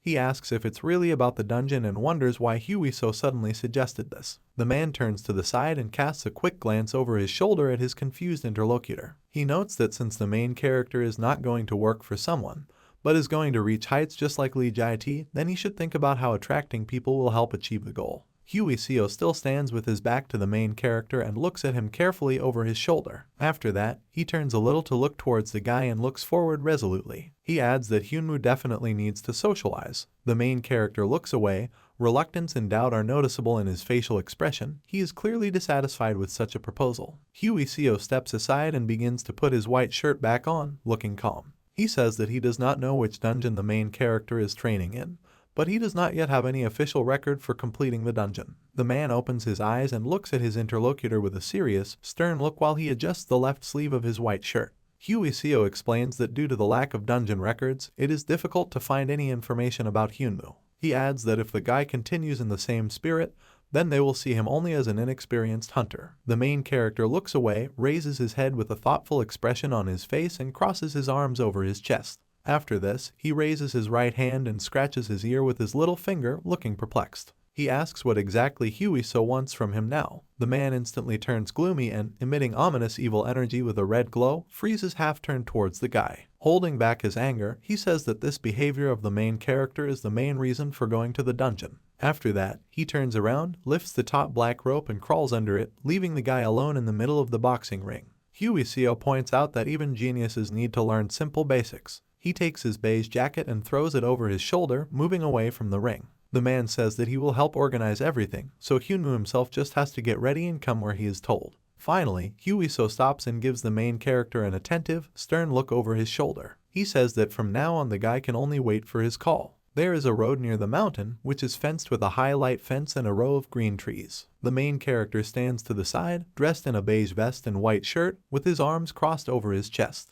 He mutters to himself that Huey Seo's words are the reason why he came here in the first place. Hyunwoo lifts his head and looks at a large, tall mountain covered in thick green forest. He aloud calls this place Mount Chinjai. He stands on the platform, people with climbing equipment, jackets and backpacks pass by. Mount Chinjai is a permanent 1-star dungeon, which is also directly known as Chinjie Dungeon. This is a place where all beginners can test their abilities. A girl with a small golden gong in her left hand appears to a crowd of travelers in jackets who have come to look at the mountain. At this point, Hyunwoo mutters irritably to himself about how ordinary townspeople come to this place for a walk to enjoy the scenery, so why does he need to be here? At this moment, the girl with a golden gong and a yellow jacket raises a wand, which she holds in her right hand. At this moment, she begins to beat the small gong hard, which attracts the attention of everyone present and scares some tourists. She calls all registered ability users in a loud voice. Hyunwoo opens his eyes in slight bewilderment and looks at the girl in confusion, still standing away from her. He mentally wonders, confused, what that even means. The girl continues to beat the gong vigorously, creating a ringing sound, and people with backpacks approach her from different directions. She asks everyone to come closer to her as loudly as possible. After that, she points with a golden wand at all the people who approached her. The girl rereads each one out loud, from 1 to 4. After that, she points to the side with a slight smile, blush on her cheeks and a decisive, confident look. She says that there is a 5th ability user standing there in the distance, and adds that everything is fine. The girl puts the small golden gong aside and smiles broadly, looking at everyone gathered. She greets them, introduces herself by the name No Hall and says that she was sent as a caretaker from the Great Unknowns. After this, she sharply points to the group of people gathered, who wince and cover their mouths due to the smell that comes from Howl's breath. She tells everyone to let her explain something now. Hyunwoo wonders in confusion if her breath smells like alcohol. The girl frowns a little, a slight blush is visible on her cheeks, and she points forward with her golden wand. She says that, to begin with, everyone present must be very interested in why they needed a caretaker. She says that there are many newcomers with inflated egos who come here and start fighting with others. Hyunwoo frowns in displeasure as he listens to the dark-haired girl's words. He opens his mouth wide as he yawns, clearly not paying enough attention to the caretaker's words. Howl continues the story, mentioning that due to the egos of the newcomers, various unpleasant incidents often happened, so a caretaker was appointed as a preventive measure. The main character, without enthusiasm or interest, sleepily stands away from everyone, and a muscular, fair-haired man turns warily in his direction. Howl is still looking forward, her gaze serious despite the slight blush that is still visible on her cheeks. She says that there will be a mid-rank hunter from each clan and asks if everyone understands. After that, she raises both arms up and stretches, kneading the stiff muscles. Howl says that now they have decided everything. She casts her light brown eyes at everyone present with a dissatisfied look from under her black cap. The girl warns that if any of those present are not happy with the presence of the caretaker, then they simply do not need to fight with the others, and then she will not do anything. The entire group of ability users looks ahead attentively. Among them is a large blonde man, 2 girls, and a dark-haired guy with glasses. They are standing in a small group right next to Call, who is watching them intently. She decides out loud that now is the time to talk a little about dungeons, and asks if everyone knows that the number of stars directly affects the difficulty. She adds that among the dungeons there are both constant and changing ones. A man in a mask and protective clothing holds a large sheet of paper in front of him and carefully examines it. Howl says that in shifting dungeons, the area is constantly changing, and because it is difficult to predict what might happen, they are much more complex. A small square forms a map with bright pink triangles marking various points. Howl says that the same dungeons are always the same, which makes their passage much easier. After that, she puts her fist on her right thigh with a big smile and looks forward. The girl sums up that the unchanged 1-star dungeon they came to is very simple. After this, she mentions that even in such conditions it is impossible to know exactly what can happen, so in any emergency, she will help the newcomers and they should not worry. At this moment, she jerks sharply due to an unexpected urge to vomit and puffs out her cheeks strongly. All 4 of the group of newcomers watch with disgust as Howl vomits. After that, she straightens up and wipes her mouth with the sleeve of her jacket. She apologizes for this incident and explains that she just had a little too much alcohol yesterday. Hyunwoo, in bewilderment, with the same disgusted expression on his face, raises his eyebrows and looks warily at the girl. He mentally wonders if she's serious about acting like this. Immediately after this, Howl sharply extends the golden gong stick forward and points it at the blonde man. She says that now it is time for all the participants to introduce themselves, and they will start from the left. The man tenses a little and looks warily at the girl, while the main character, who stands at a distance, watches him. The man introduces himself as Park Si-moon and says that he has 2 stars. Immediately after him, 2 girls introduce themselves one after another, one with long brown hair and the other with short hair. The first one says her name is Han Na-kyung and she has 1 star. The second one says that her name is Kim So-yeon and that she also has 1 star. After all of them, a young dark-haired guy with glasses raises his left hand in the air. He says his name is Kim Soo-chwan and that he also has 1 star. Hyunmoo, who has been watching from the sidelines all this time, frowns a little. He makes a mental note that they end up with a small group of 5 with 2 girls and 3 guys. At this point, Hall turns his attention to Hyunmoo and asks how things are going about him. He raises his head and frowns with slight wariness, looking at the girl. He reluctantly answers that his name is Kang Hyunmoo and that he also has 1 star. The dark-haired girl tilts her head a little and looks sternly at the main character from under the visor of her black cap.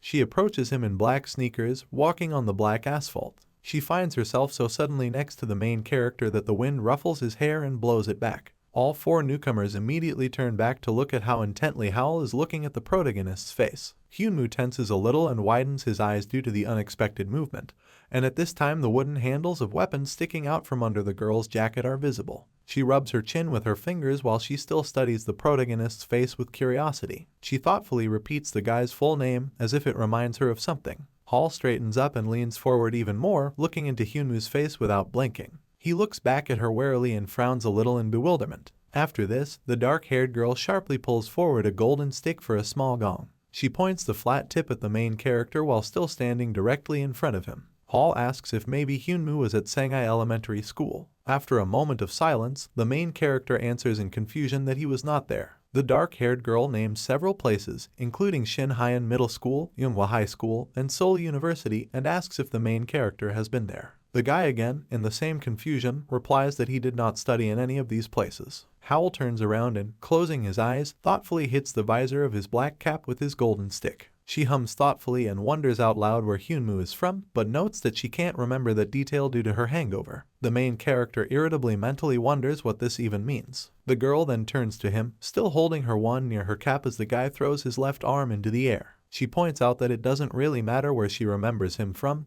and asks if Hyunmoo took his equipment with him. The guy briefly replies that's exactly what he did. He turns his attention to his left palm, near which orange energy gradually begins to accumulate, which raises a small wind. Afterwards, a small stick appears in a bright golden light and ends up in Hyunwoo's left hand. Howl frowns curiously and tilts his head slightly to the side when he sees this. She wonders if it is some kind of stick. The 4 of them watch the girl and the guy stand away from the group and talk to each other, and Park Si-moon suddenly grits his teeth in irritation. Howl asks in bewilderment if this stick is really the main character's weapon. The guy smiles good-naturedly, clutching the wooden weapon tightly in his left hand and shows it. He says that despite the stick's appearance, it is still quite special. He adds that it's a goblin bat that causes something to happen to any item that the monster drops when killed. However, he does not have time to explain what exactly is happening with the objects because he is abruptly interrupted. Si-moon immediately takes off and quickly runs up to the main character and Hall. On the way, he loudly calls out to Hyunmoo and indignantly asks if the guy is really mocking them. He stops with a look of anger and begins to irritably remove the straps of his green backpack from his shoulders. Si-moon exclaims indignantly that the main character has not been serious all this time.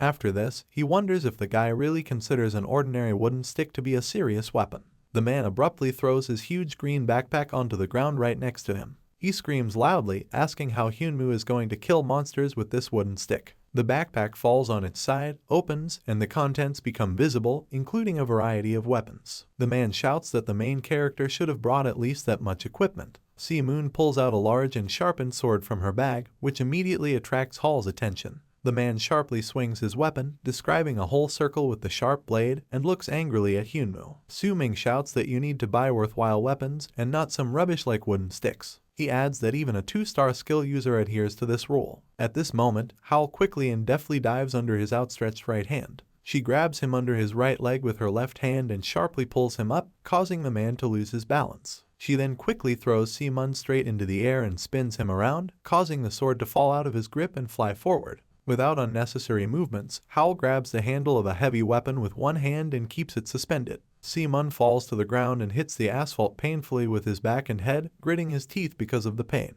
He widens his eyes and looks up, noticing Howl suddenly swinging his sword. The blade pierces the black asphalt right next to his right ear, and the man looks at him in shock, tears welling up in his eyes. The dark-haired girl squats down right next to the head of Si-moon, who looks up at her in fear. She addresses him by his full name and surname and asks if he has really gone crazy. Howl sternly frowns his thin black eyebrows and looks sternly into the man's face. She reminds that it is prohibited to take out your weapons outside the dungeons, because this can cause excitement and anxiety among ordinary citizens. After that, she asks if, even considering that he is a beginner, she really needs to teach him such little things. She raises her right hand and wraps it around the hilt of a sword stuck in the asphalt.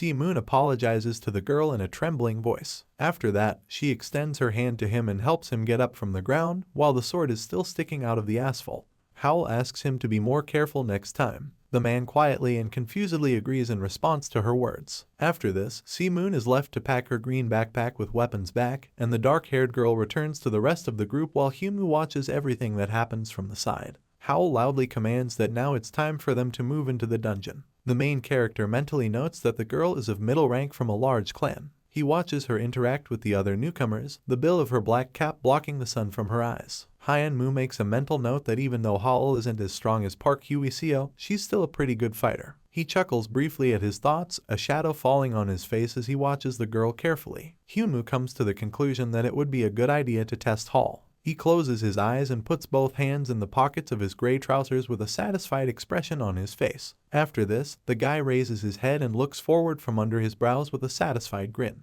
He stands on the edge of a paved empty space as some movement begins in the shadow of a large tree behind him. Something slowly moves towards a large pile of black dirt, which slowly slides down. The creature increases in size, rises, and its long ears protruding in all directions become visible. Black mud slowly flows down the face of the embittered, full of rage goblin. His yellow eyes glow brightly. There is a sign attached to the metal wire fence indicating that there is a 1-star dungeon on the territory. At the entrance to the fenced area, armed soldiers in black balaclavas and green camouflage uniforms stand. A group of newcomers walks past the fence. After that, they go inside the guarded facility through the main entrance. Howl leads the group towards a tall metal gate in the middle of a lifeless and bare space. Hyunwoo is the last one to enter the territory. He is followed by the attentive glances of the soldiers. As soon as the main character is inside, the metal wire gate is immediately closed with a heavy bolt. All the members of the dungeon descent group turn back with tense expressions on their faces. Among those gathered are Hyunwoo, Kim So-yeon, Han Na-kyung, Kim Soo-hwan, and Park Si-moon. Howl also glances briefly behind his back and looks at the newcomers with his light brown eyes. After that, they all turn forward. Howl raises both arms and stretches with a wide yawn. She says that now it's time to start descending into the dungeon. They find themselves in a dimly lit space where dark green plant roots stick out everywhere, tightly entangling the walls. Howl says that the thing that everyone present is looking for is inside the dungeon. She glances briefly at her light brown eyes from under the visor of her black cap. The dark-haired girl says that this dungeon is not a simple jungle, and that the deeper people go, the more goblins they will encounter. She turns to face the group, all of whose members are looking at her intently. Howl asks if there is anyone present here who knows how to clear a dungeon. Moon raises his right hand high in the air before answering her question. He says that they have to get the return crystal. Howl replies that this is exactly how it is. In the distance you can see a poorly lit passage with a bloody mark above it. The skulls of some creatures lie around it, and someone's yellow eyes glow brightly from the darkness. Howl says that if the participants go in the direction where the goblins begin, they will see a cave, inside of which they can get a return crystal, which is the first condition for clearing. Hyunwoo thoughtfully rubs his chin with his fingers and looks away to the side, slightly raising his thick eyebrows upward. He mentally talks about the return crystal, which makes it possible to leave the dungeon after completing a certain goal, which almost exactly repeats the situation in the hellish dimension. Howl says that for each additional condition met, participants will receive a reward. However, after this she says that since today is their first foray into the dungeon, they should limit themselves to only the first condition with the return crystal. The girl looks sternly and decisively at the newcomers, raising her right hand with her index finger outstretched. She says that now, until the situation becomes completely hopeless, they should not expect any help from her because she will just watch from the side. After this, Howl says that everyone can get down to business. Moon steps forward a little and places his backpack on the ground, turning to the rest of the group. He asks everyone to come closer and first distribute rolls among themselves. Near the stones there are plant roots and various bushes growing. The blonde man also remembers out loud that due to goblins' incredible sense of smell, they all need to cover themselves in grass to hide the smell. Hyunwoo is still standing away from the rest of the main group, who are discussing further tasks. Moon advises that everyone should prepare for snake attacks and never forget about their heads. The main character mutters quietly to himself, repeating the spoken words, including the mentioned grass and head. He asks in bewilderment why they would cover themselves with grass and watch their heads, noting that it sounds somehow strange. Si-moon immediately stops talking and turns to Hyunmoo with an annoyed expression on her face. He turns around and takes off, walking along huge moss-covered cobblestones, closer to the main character. The man indignantly asks what is so strange about this, and adds that he learned about such advice on the channel of a famous hunter streamer with the nickname Wild Breath. Hall immediately steps between the two of them and stops Si-moon by pressing her hand to his chest. The man shouts indignantly that Hyunmoo doesn't dare to be indignant and argue because he doesn't even have equipment. The dark-haired girl interrupts him with a short, stern phrase and asks him to slow down a little. She raises her head and, frowning her thin black eyebrows, looks up at Hyunmoo. Howell tells him it's time to stop bickering and start working with the rest of the group. After that, she asks if the main character could explain what exactly he found strange about Si-moon's proposals. With a stern and focused expression on his face, Hyunmoo looks forward with dark brown eyes. He wonders why they would use the grass, given that goblins have a truly excellent sense of smell, with which they are able to distinguish fresh grass from long withered ones. He takes his right hand out of the pocket of his gray trousers and points his finger at one of the bushes. He says that, among other things, they should worry about their knees, not their heads, because the goblins have no reason to attack them from above in such a dense forest. Si-moon clenches his teeth tightly and leans forward in irritation. He shouts loudly, does Hyunmoo really think he's that smart? At this moment, Howl sharply punches the blonde man in the gut, causing him to immediately fall silent and choke on air. She notes that if those present wanted to ask her opinion, she would answer that what Park Si-moon said would be true. The man holds onto the area where he was hit and then raises his head and looks at the dark-haired girl with a tense smile. After this, Hall adds that all his advice would have been true only 10 years ago. Si-moon immediately freezes in place and opens her eyes in bewilderment upon hearing the girl's phrase. The whole group looks at Howl carefully, and genuine shock and confusion appears in the eyes of the blonde man. The dark-haired girl says that the streamer with the nickname Wild Breath, whom Park Si-moon mentioned, is currently clearing 3-star dungeons and has not completed 1-star dungeons for a long time. She also adds that similar tricks suggested by the blonde man no longer work. She says this happens because the more people encounter monsters, the more they understand them. Howl takes a short step forward, pressing his black and white sneaker onto the dark green moss-covered surface of the cobblestones. She says she accepts Kang Hyunwoo's position. The dark-haired girl stands with her hands in the pockets of her sports yellow jacket and looking straight into the eyes of the main character. She notes that the guy knows quite a lot about such nuances and wonders whether such knowledge can be gained without real practical experience. She looks at him from under the visor of her black cap. She looks attentive and serious. Howl notes out loud that she feels as if Hyunmoo has already hunted a huge number of goblins before this moment. The main character tilts his head slightly to the side with a satisfied grin and also looks the girl straight in the eyes. He briefly replies sarcastically that he just completed his homework. For some time, Howl does not take his light brown eyes off his attentive, slightly wary gaze. After that, Hyunmoo takes his hands out of the pockets of his gray trousers and carefully spreads them to the sides. He replies that this is his very first dungeon, and with a grin asks where he could legally hunt until now. At that moment, the blonde man snaps his head up with a sudden loud sound of realization. Si-moon raises his right hand and points his finger at the main character, in front of whom stands a gloomy Hall. The man exclaims that Hyunmoo must have been googling all those goblin queries the same way. At this moment, in the distance, in a dark space, some short sound is heard that attracts the attention of all three. Among the stones, which are overgrown with dark green moss, some creature rushes with lightning speed and with a loud scream. It suddenly stops right next to the three heroes and jumps into the air with its mouth wide open and swings its club. A monster with dark green skin and long fangs on its lower jaw rushes towards people screaming.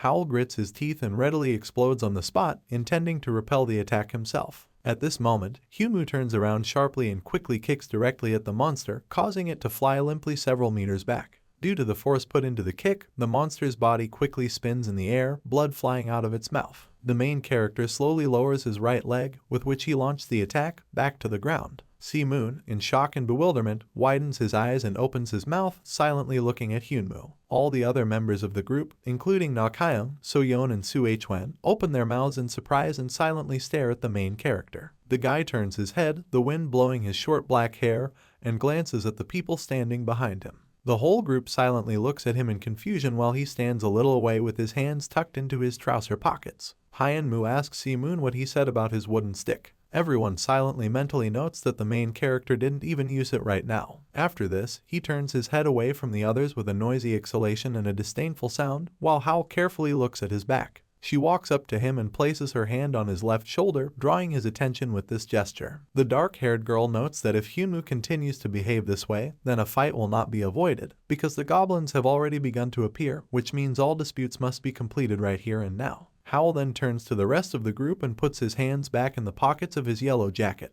She says it's time to finally start clearing out the dungeon. The monster with dark green skin opens its mouth wide and lets out a loud, threatening scream. A light brown whip begins to spin quickly in the air, with which one of the group members launches an attack. This person turns out to be Na-kyung, who with a sharp swing cuts the monster's body into two halves. She grabs the weapon more comfortably and rushes forward, along with her Soo-hwan and So-yeon rush into the attack with their equipment. There are two more goblins standing in front, one has a weapon in his hands, and the second stands motionless in place. So-yeon rushes forward with a focused and stern expression, holding a kunai in her left hand. She inserts her index finger into the hole in the handle and begins to quickly spin the weapon. After this, the girl makes a quick dash forward and leaves a very deep cut in the left side of one of the goblins. She stops a few meters away from the monsters and turns around to see Soo-hwan already jumping into the air and swinging his sword. The blade of the dark-haired guy's weapon hits the goblin's left shoulder, leaving a deep cut in it. Soo-hwan opens his mouth wide and lets out a loud belligerent cry as he forces his attack.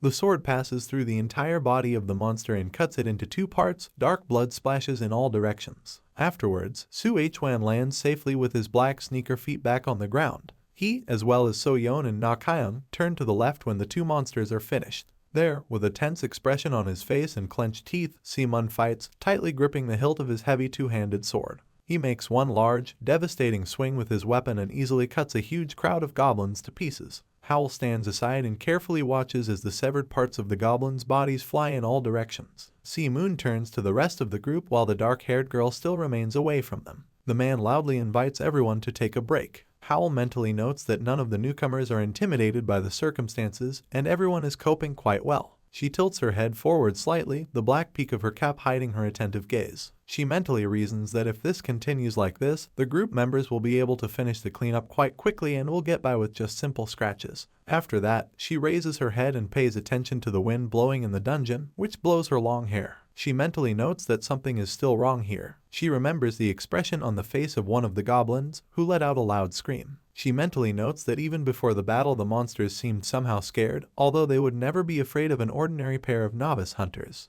Then Howl remembers how two goblins looked at the group of people with a worried look. She mentally comes to the conclusion that there must be something more here, so she decides, once this is all over, to send the newcomers away and check out what is happening herself. However, at this moment an unexpected sharp sound is heard, which immediately attracts Hall's attention and forces her to sharply turn around. She takes off and quickly rushes along the stones covered with dark green moss. The girl clenches her teeth and frowns her thin black eyebrows, finding herself in the right place. She screams loudly, asking the rest of the group what just happened there. Na-kyung looks forward and shakes in fear, holding his brown whip tightly in his hands and covering his mouth with his hand. She calls Hall in a trembling voice. Ahead, a beaten and unconscious goblin is hanging from a high, thick wooden post, near which the lifeless corpses of his relatives also lie. A terrible and cruel picture opens up before the group members. Dead monsters are tied to wooden posts everywhere. The whole earth is covered with their corpses. Na-kyung, in a trembling and uncertain voice, asks if it's normal to encounter something like this in the dungeons. Howl stares forward in shock along with the rest of the frightened and bewildered hunters. One of the group members notes that they came from the opposite direction and wonders where these mountains of dead bodies could have come from.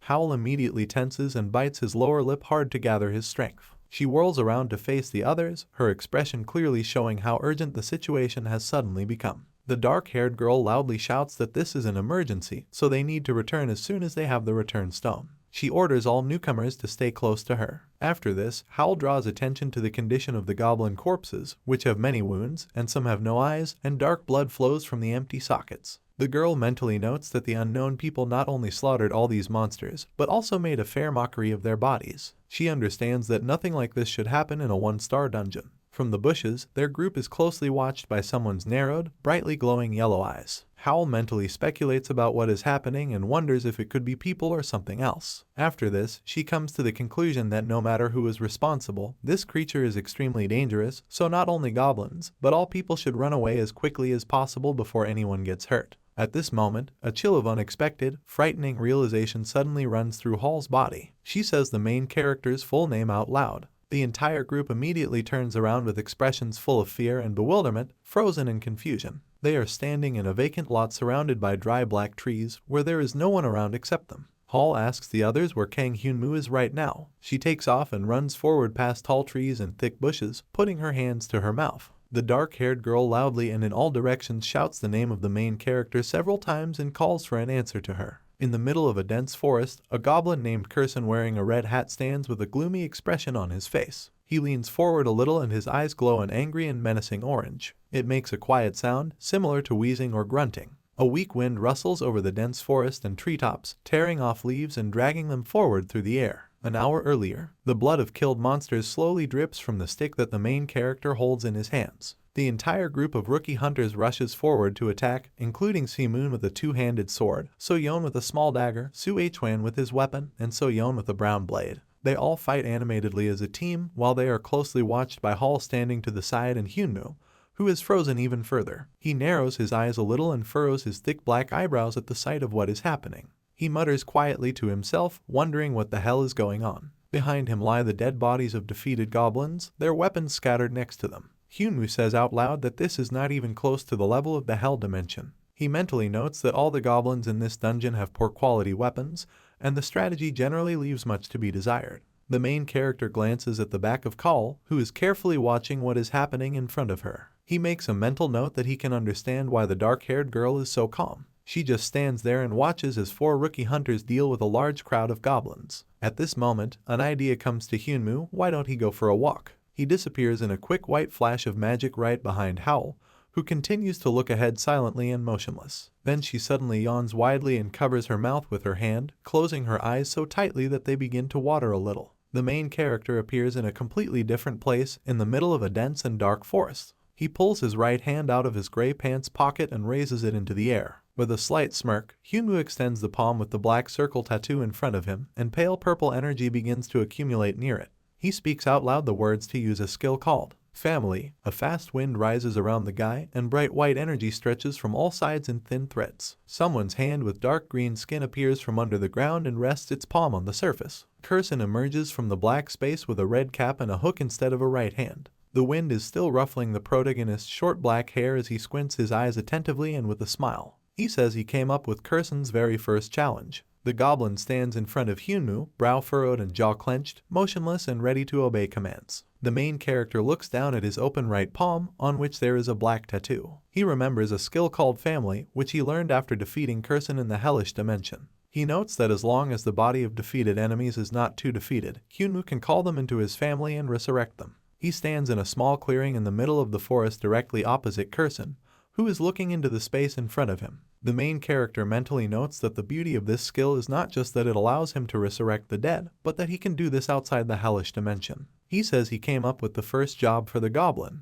He raises his eyebrows with a small smirk and looks at Kurson carefully. He orders the goblin to kill all the monsters living in this place. The creature frowns and looks up at Hyunmoo darkly, clenching its sharp teeth tightly. Kurson clarifies what monsters we are talking about. The main character answers in a calm tone that he means goblins. At this moment, the monster suddenly throws its right hand with a metal hook into the air and opens its mouth indignantly. He screams loudly, swearing, asking if Hyunmoo really wants Kurson to kill his own relatives. After this, the guy tilts his head a little to the side and looks down at the goblin with a wide, smug smile. He asks if maybe if he refuses, he should just destroy the entire Kurson tribe. The goblin immediately clenches his teeth together even more and grinds them, his face contorted with anger and hatred. He makes an angry sound, like a wheeze, but does not respond to the words of the main character. At this moment, some rustling is heard in the bushes, which immediately attracts the attention of Kurson and Hyunmoo. The guy notes with slight mockery that the monster appeared as soon as he was mentioned. A goblin stands in the bushes with a confused expression on its wide, large muzzle and looks at Kurson and Hyunmoo with its white eye sockets. The main character points to him and explains that the goblin will just need to kill all the monsters living here. For a few moments, everyone present freezes and looks at each other. Kurson freezes half-turned towards the other monster. Despair appears on his face. He looks at his relative with yellow eyes full of guilt and sadness. After that, he sways, turns around and takes a small step towards the other goblin. Suddenly, due to a strange sensation, Hyunmoo straightens up and widens his dark brown eyes in confusion. He mentally wonders why he suddenly had such a strange feeling. The main character wonders if this feeling could be coming from Kurson. He mentally reasons that perhaps because they are connected by the family skill, they therefore share emotions too. He imagines himself standing in the middle of the dark space of endless space, in which the stars shine brightly, and looking at the back of the retreating Kurson. Hyunwoo puts his hands in the pockets of his gray pants and watches distantly as the goblin walks away. He mentally reflects on the fact that the feeling he is experiencing right now seems disgusting and unpleasant to him. He watches as Kurson moves closer to another goblin, who does not understand anything at all and looks ahead with a dull gaze. The main character notes that he gets the impression that Kurson is trying to deny something. The goblin with the red hat comes closer to his relative and looks into his face, devoid of any intelligence. Kurson asks himself if the creature in front of him is really considered a goblin. He swings his right hand with a metal hook for a powerful blow to the monster. At the same moment, he says out loud that this goblin doesn't even talk and doesn't have any weapons with him. With a quick swing of his right hand with a metal hook, Kurson cuts through the air and leaves a deep wound on the chest of his relative. He screams, asking if this creature, who wears only rags as clothing, is a goblin. Kurson moves close to the face of another monster, clenching his teeth tightly. He asks loudly if it can really be said that the two of them belong to the same race. A wide, crazy grin appears on Kurson's face. He bares his long white fangs, and his eyes begin to glow bright red. He loudly shouts that classifying him and these goblins as the same race is like laughter. Kurson lunges forward quickly and rips the other monster in two with a loud scream. He shouts that this creature in front of him cannot be called a goblin. Hyunwoo, who witnesses what is happening, closes his dark brown eyes slightly with a tinge of sadness in his gaze. He mentally notes that this feeling seems to be hatred of his own kind, and that Kurson does not want to believe that his kind could be so weak. The red-capped goblin rushes forward, waving his arms and metal hook with a rage-filled expression on his face. He screams loudly and several times that this cannot be, but suddenly falls silent. His long left ear, sticking out from under his red cap, twitches a little when it detects a short sound. Kurson stands up and casts a look full of anger and rage over his right shoulder at the goblin standing behind him. There, two goblins with confused expressions on their faces stood motionless and shaking in fear. They make a short, perplexed sound that does not form a word. Kurson immediately pushes off the grassy ground with his feet and jumps into the air. During a high jump, he sharply swings his right hand with a metal hook, rapidly approaching two monsters. He clenches his sharp white teeth tightly and glares at his fellow creatures. Kurson hisses angrily that now these vile creatures have come to an end. They don't even budge as he approaches even faster at great speed, about to attack. The severed limbs of goblins and splashes of dark blood fly into the air. A few drops of blood fall on the face of the imperturbable Hyunwoo. He does not move from his place and only lowers his gaze a little to look at his cheek, where there is a trace of a drop of blood. The main character stands motionless and watches as Kurson frantically fights with his relatives. The goblin violently and loudly repeats the death order for other monsters several times. After that, Hyunwoo turns around with a slight smile and glances over his shoulder one last time. He says that he is happy with what is happening and that he will return here soon. A group of novice hunters led by Call walks through the dungeon, looking around. A dark-haired girl repeats the main character's full name loudly and several times in the hope of finding him. She looks around warily with a frown on her face and clenched jaw. Howl mentally catches himself, realizing that Hyunwoo may already be a corpse and that she shouldn't scream so much. At this moment, the head of the main character appears from a thick bush right next to the dark-haired girl. He calmly says that it turns out that the group was here all this time. Howl immediately jumps up to Hyunwoo with an indignant expression on his face and points an irritated finger at him. She loudly calls him an idiot and asks if he has really gone crazy for deciding to act on his own initiative without permission. The main character innocently replies that he just needed to step away and relieve himself. Paul immediately becomes even more indignant and angrily asks what Hyunwoo just said. After this, the dark-haired girl closes her eyes in irritation and rubs her head with her left hand while the main character looks at her in surprise. She asks if the guy received any injury during this time. Hyunwoo replies that he's fine, and then confusedly wonders if something happened to the others, given how tired they look. Howl tells the main character that he will explain all the details later, but now he needs to stay close to her, because they will leave the dungeon as soon as they find the Stone of Return. The two of them are standing not far from the main group of rookie hunters, looking at each other, and at that moment Simon points his finger into the distance. He exclaims loudly that there is something important in the distance. There, near the trunk of a thick tree, surrounded by the lifeless, dead bodies of goblins, stands a large boulder with a red design. Moon exclaims in surprise, asking if this is the Stone of Return. Hall immediately joyfully straightens up in place and turns towards the large cobblestone, when suddenly Simon suddenly takes off from his place. The dark-haired girl is about to say that they finally have the opportunity to take the stone and return from the dungeon, but she doesn't have time to finish. The blonde man takes off, leaving his entire group behind, and quickly rushes towards the Stone of Return.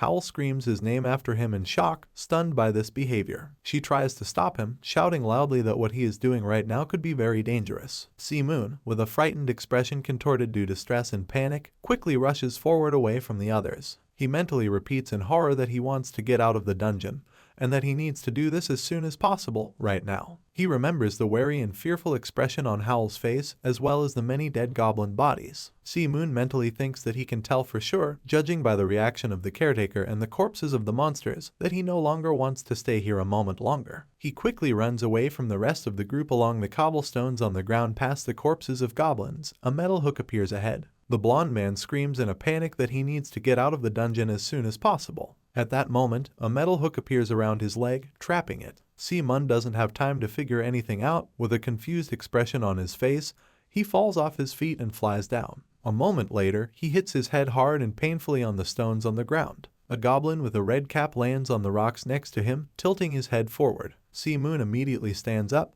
bracing his hands on the ground and turning his head to look fearfully behind him over his left shoulder. He screams in bewilderment and shock, asking what that just happened. He freezes in horror when he sees Kurson, who is swinging his right hand with a metal hook, ready to attack. At the same moment, Howl breaks out of his seat and quickly rushes away from the main group towards Si-moon. She screams the word no loudly. The blonde man raises his left hand in fear and covers his face with it as the hook approaches him. Howl runs as quickly as possible towards him and snatches one of his daggers from behind his back. She makes a quick and sharp swing, parrying Kurson's attack and successfully protecting Si-moon from the attack. Na-jeon and So-yeon, who have been standing aside all this time, open their mouths and widen their eyes in shock. Soo-hwan also has a scared and surprised expression on her face. Hyunmoo watches the scene carefully and coldly, raising his fist to his mouth in a thoughtful gesture. Howl quickly jumps, pushing off the cobblestones with his foot in a black and white sneaker. She quickly approaches Kurson, who has frozen in place, for a new attack. At this moment, the goblin with a fanged grin quickly turns in her direction and with his left hand takes out his machete from its sheath. With a loud sound and a shower of sparks, the monster parries Call's attack and her daggers. She grits her teeth hard due to the pain that shoots through her body as the machete blade makes a scratch on her left arm.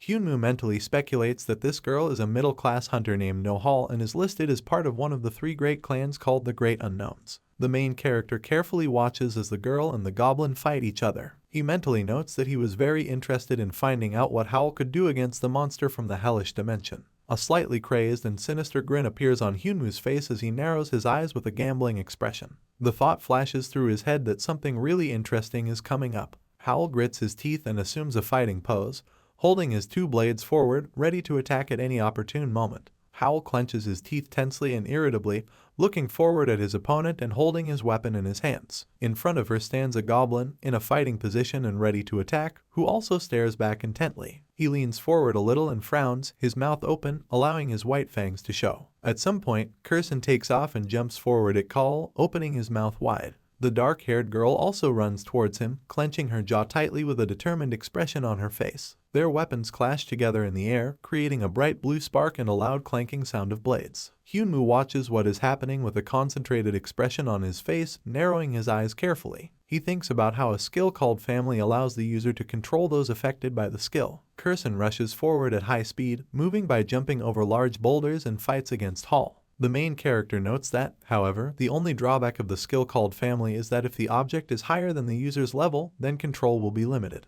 After this, he adds that he still managed to fix it with ease. He did this with the help of the Kurson family. A large crowd of goblins with sad expressions in colorful cloaks stands not far from Kurson. Hyunmoo notes that if he dies, then Kurson himself will die after him, which will lead to the complete extinction of his tribe. The main character frowns his thick black eyebrows and turns back with a serious expression on his face. He mentally notes that it may be the disappointment that the goblin is experiencing, but he is causing a real massacre. The bodies of tortured and tortured monsters lie on the ground, dark blood flowing from their numerous wounds. Hyunmoo mentally wonders if this might not just be a simple hatred of his own kind, but rather a way of expressing his pain. After this, he notes that perhaps this is a good thing, because the novice hunters cannot even move. Seo-yeon, Na-kyung, and Soo-hwan look on in shock with their mouths slightly open. The main character mentally comes to the conclusion that a much more important detail is the caretaker named Howl. At this moment, she makes a sharp lunge forward and swings her right hand strongly for a powerful blow. She sharply swipes the blade of her weapon from bottom to top in the air, almost hitting Kurson, who manages to dodge. Hyunmoo mentally calls No-hal's name, remembering that she is a mid-ranking member of the Great Unknown clan.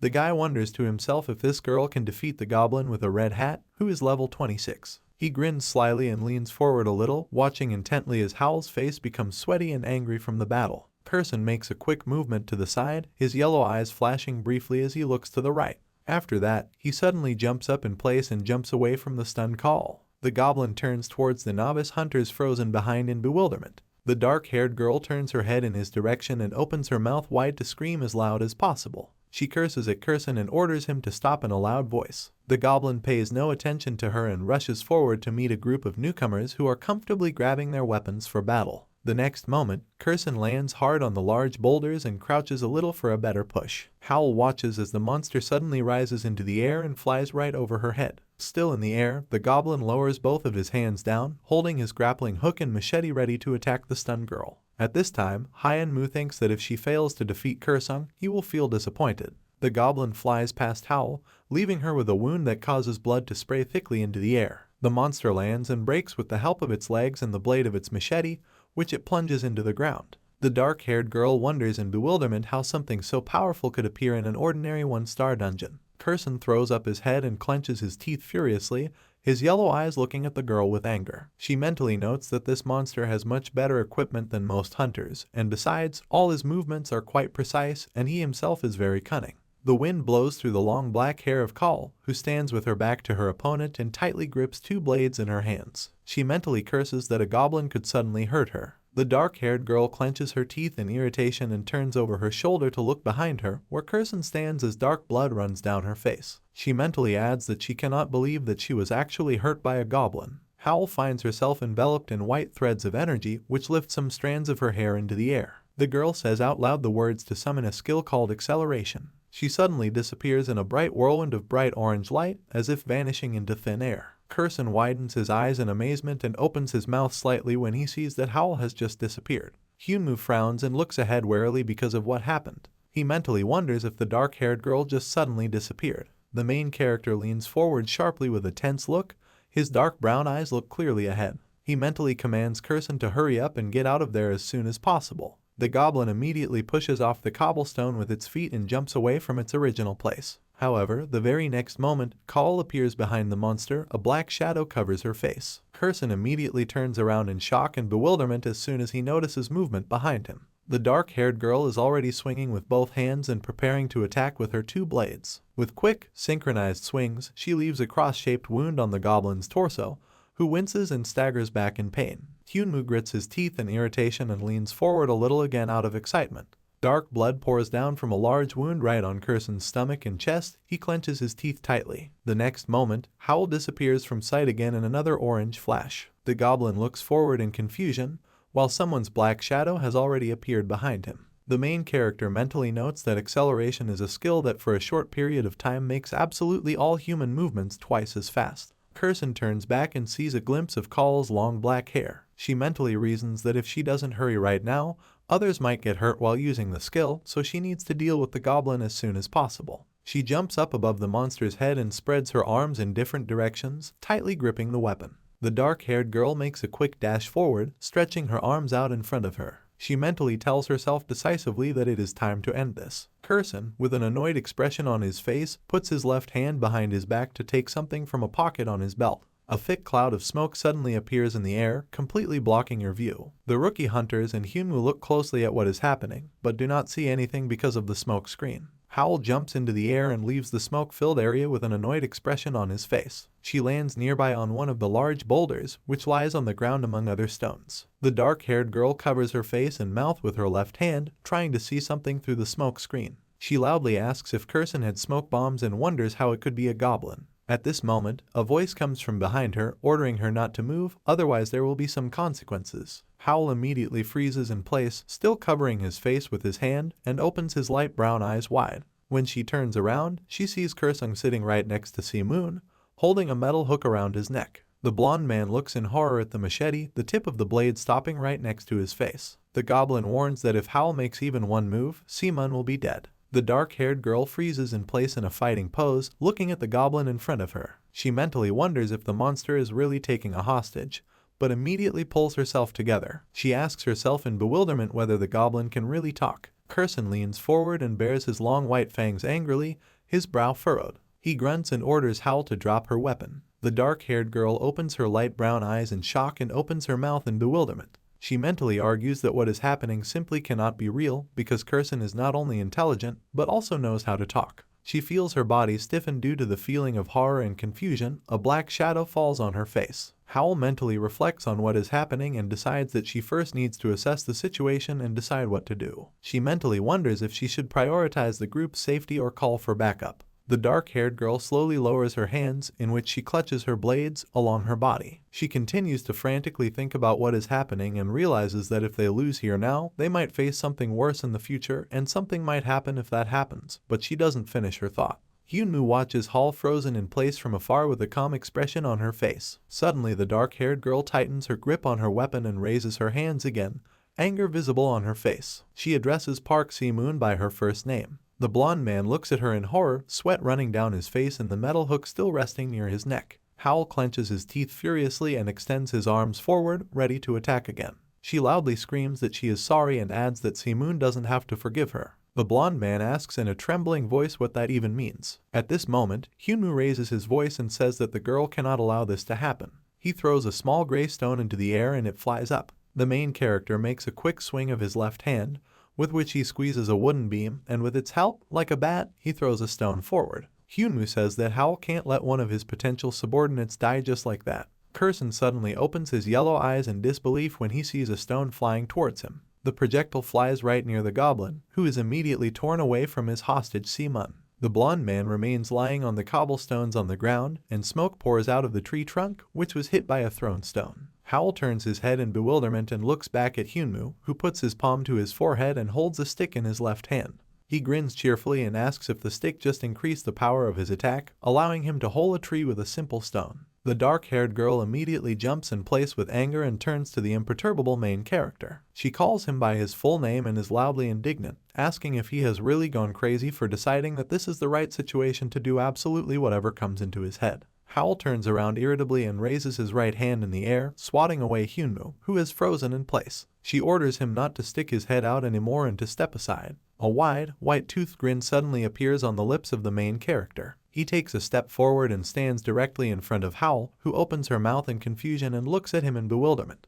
He turns to her with a slight smile and narrows his dark brown eyes. Hyunmoo asks why he should stay out of the battle and step aside. The dark-haired girl, in confusion, lowers her arms with the weapon closer to her chest and raises her thin black eyebrows upward. Howl throws his head up in irritation, raising one eyebrow and opening his mouth in bewilderment. She loudly asks what the main character means. Hyunmoo mentally notes that there is no limit to his disappointment, because Howl was very tense in the battle with the 21st level goblin. He mentally wonders if all people of this girl's level have the same pseudo-skill. He stands half-turned to Call, who indignantly shouts at him with various words, to which he does not pay any attention. Hyunmoo notes that he didn't expect people of her level to be so weak. He represents a goblin looking down from above, with the ends of his red cap blowing in the wind. The main character comes up with the idea that if No Hall had to fight Curson during her lifetime, she would die at that very moment. The goblin would have placed his right foot on the lifeless and unconscious body of the prostrate dark-haired girl. After this, an unexpected thought occurs to Hyunmoo, which he telepathically voices to Curson, mentioning that the goblins seem to have orders not to kill people. The main character turns his gaze to the monster,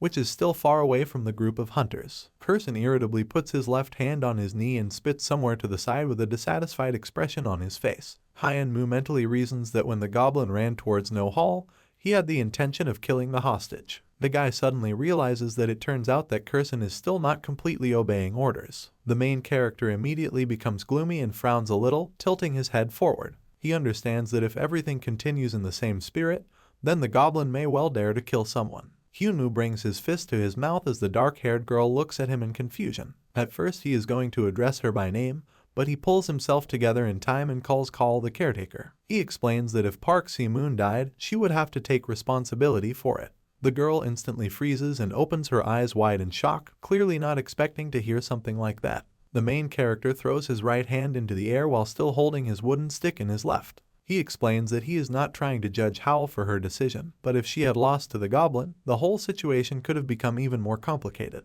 Afterwards, he asks if it wouldn't be too cruel to sacrifice the blonde man in such a way. Hal frowns in confusion and looks down, clearly thinking about the unexpected words of the protagonist. At this moment, Hyunwoo leans forward a little in front of her to pick up something from the ground. He says that, besides, he hasn't done anything here yet, and that if they leave like this, they won't accomplish anything at all. After this, the main character straightens up with a satisfied smile and throws a stone raised from the ground over his palm into the air. He mentions that he was now able to explain the reason for his action. Hyunwoo suddenly turns around and swings hard to hit the stone with the stick again. With a wide and excited grin, he frowns a little as he makes a quick strike at the projectile, which immediately flies forward. The main character shouts loudly for Call to step aside and not interfere with him. The stone rushes forward at high speed towards Kurson, who stands up from the ground he was sitting on, stunned. The shell flies right next to his right cheek while he sits frozen in shock in the same place. The goblin rises to his feet, his cloak rising into the air due to the sudden movement. The wind rises. At the same moment, Hal sharply pushes off with his foot from the nearest cobblestone on the ground and quickly rushes forward towards the monster, leaving behind a trail of thin golden threads of energy. She jumps into the air and swings her left hand hard, holding one of her blades. The dark-haired girl thinks that absolutely every mistake could cost the new hunter his life, and she under no circumstances can allow this, so she will take care of the goblin herself. Howl immediately freezes and widens her light brown eyes as an orange smoke bomb flashes quickly in front of her face. It explodes and blocks any opening for anything for the girl, who immediately jumps back, and at this time Hyunwoo is already rushing forward. With a wide grin, he comfortably grabs the wooden stick with his right hand and swings it to strike. Kurson clenches his long white fangs together in irritation and looks straight at his opponent with a deep grunt.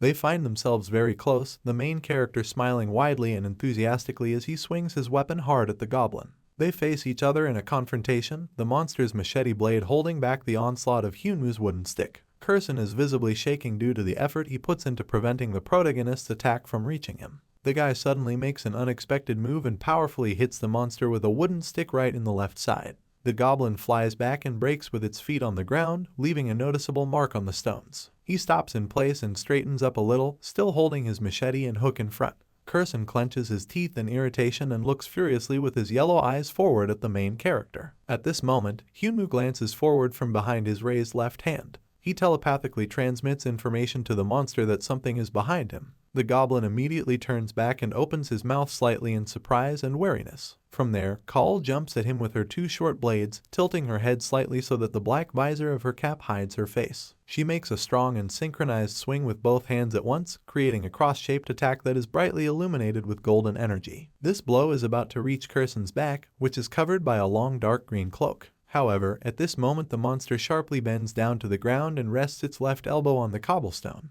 After that, he immediately raises his right leg and kicks his foot at Call, who throws her head back due to the strong impact. Next to the goblin, who is still holding near the ground, the protagonist's foot in black shoes suddenly stops. Hyunwoo hits Kurson hard and fast, who ends up in the air and quickly spins there. After this, the monster falls to the ground and painfully hits its head on the cobblestones that lie there. The main character telepathically conveys to him that such an outcome is still better than being stabbed in the back. The goblin throws up its head and grunts indignantly towards Hyunwoo, looking up at him. Howl does not waste a moment and is nearby, again swinging for a new attack on the fallen monster. She barely manages to throw a punch before Kurson parries it with his right arm, which has been replaced with a metal hook. The dark-haired girl pulls her hand back with a tense and concentrated expression on her face. They fight tirelessly, using different techniques and attacks, trying to reach each other and finish each other off, but each time they successfully dodge each other's weapons. At one point they come face to face, Howl holding off the goblin's machete with his two crossed blades. Kurson clenches his long fangs tightly together and glares furiously at the dark-haired girl,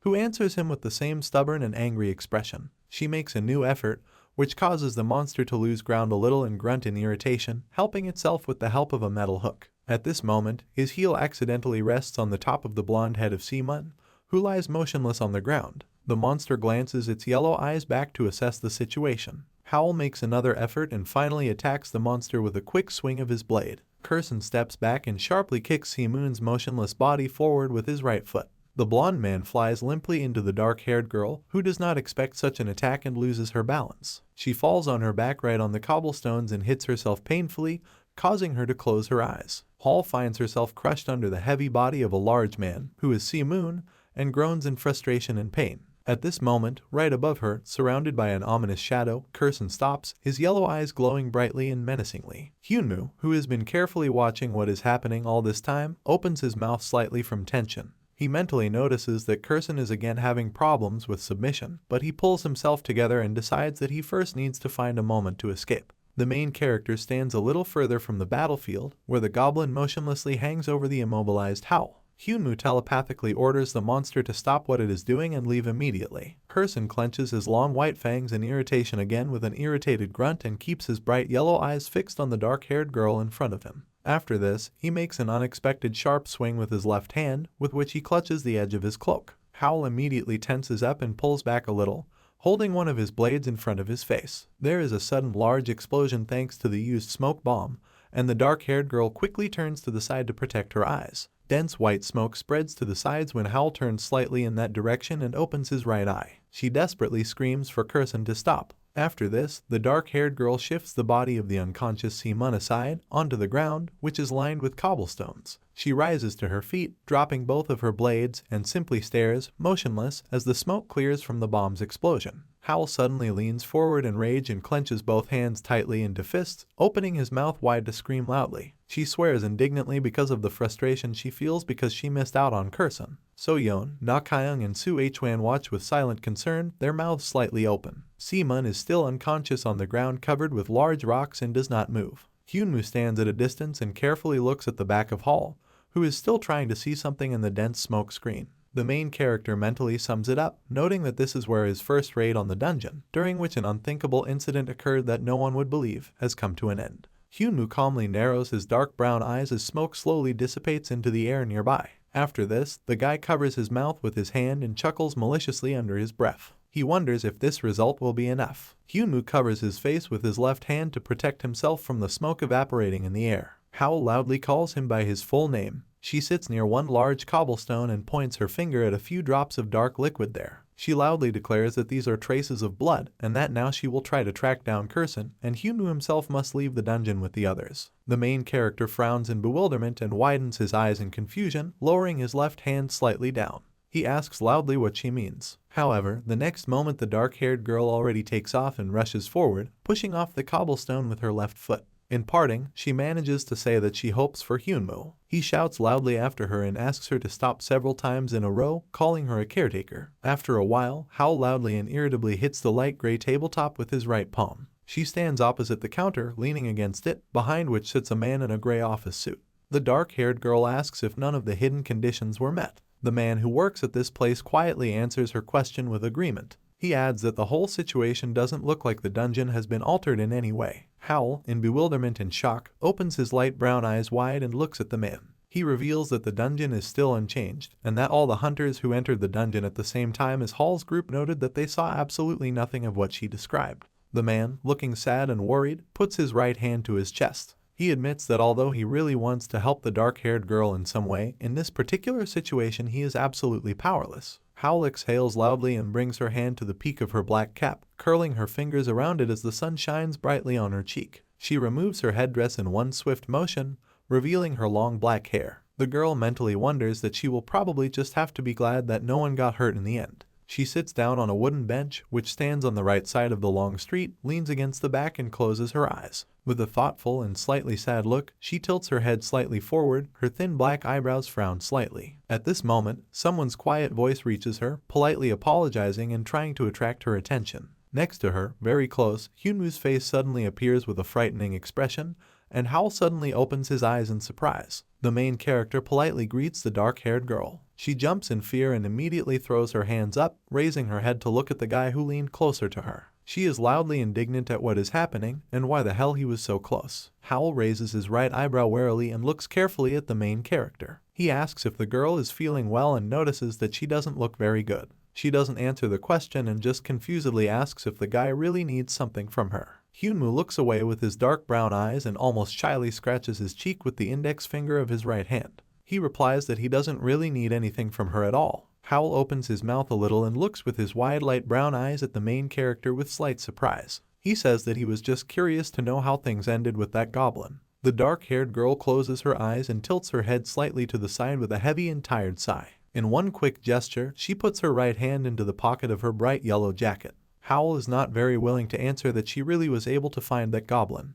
After that, she takes Curson's red hat out of her pocket, and the main character raises his eyebrows in bewilderment and opens his mouth slightly. The dark-haired girl says that the goblin looked very bad, as if someone had already harmed him by the time she arrived. Howl remembers how she stood in front of Kurson's tortured body and there were traces and strong splashes of his dark blood everywhere on the ground. After this information, Hyunwoo curses quietly in surprise. The dark-haired girl turns her light brown eyes attentively to the red cap, which she still holds in her right hand. She explains that apparently the other goblins noticed that Kurson was injured and attacked while they had the chance. She adds that even though she took the red hat as evidence, she still feels like she needs to look into the matter properly first. Howl puts the item back into the pocket of his yellow jacket and raises his head to look at the surprised Hyunwoo with a smile. She says that she still forgot to thank the main character. The dark-haired girl extends her left hand forward for a handshake. She notes that the guy really did a good job down there in the dungeon. They stand opposite each other right next to the wooden bench, Howl still holding his left hand outstretched forward.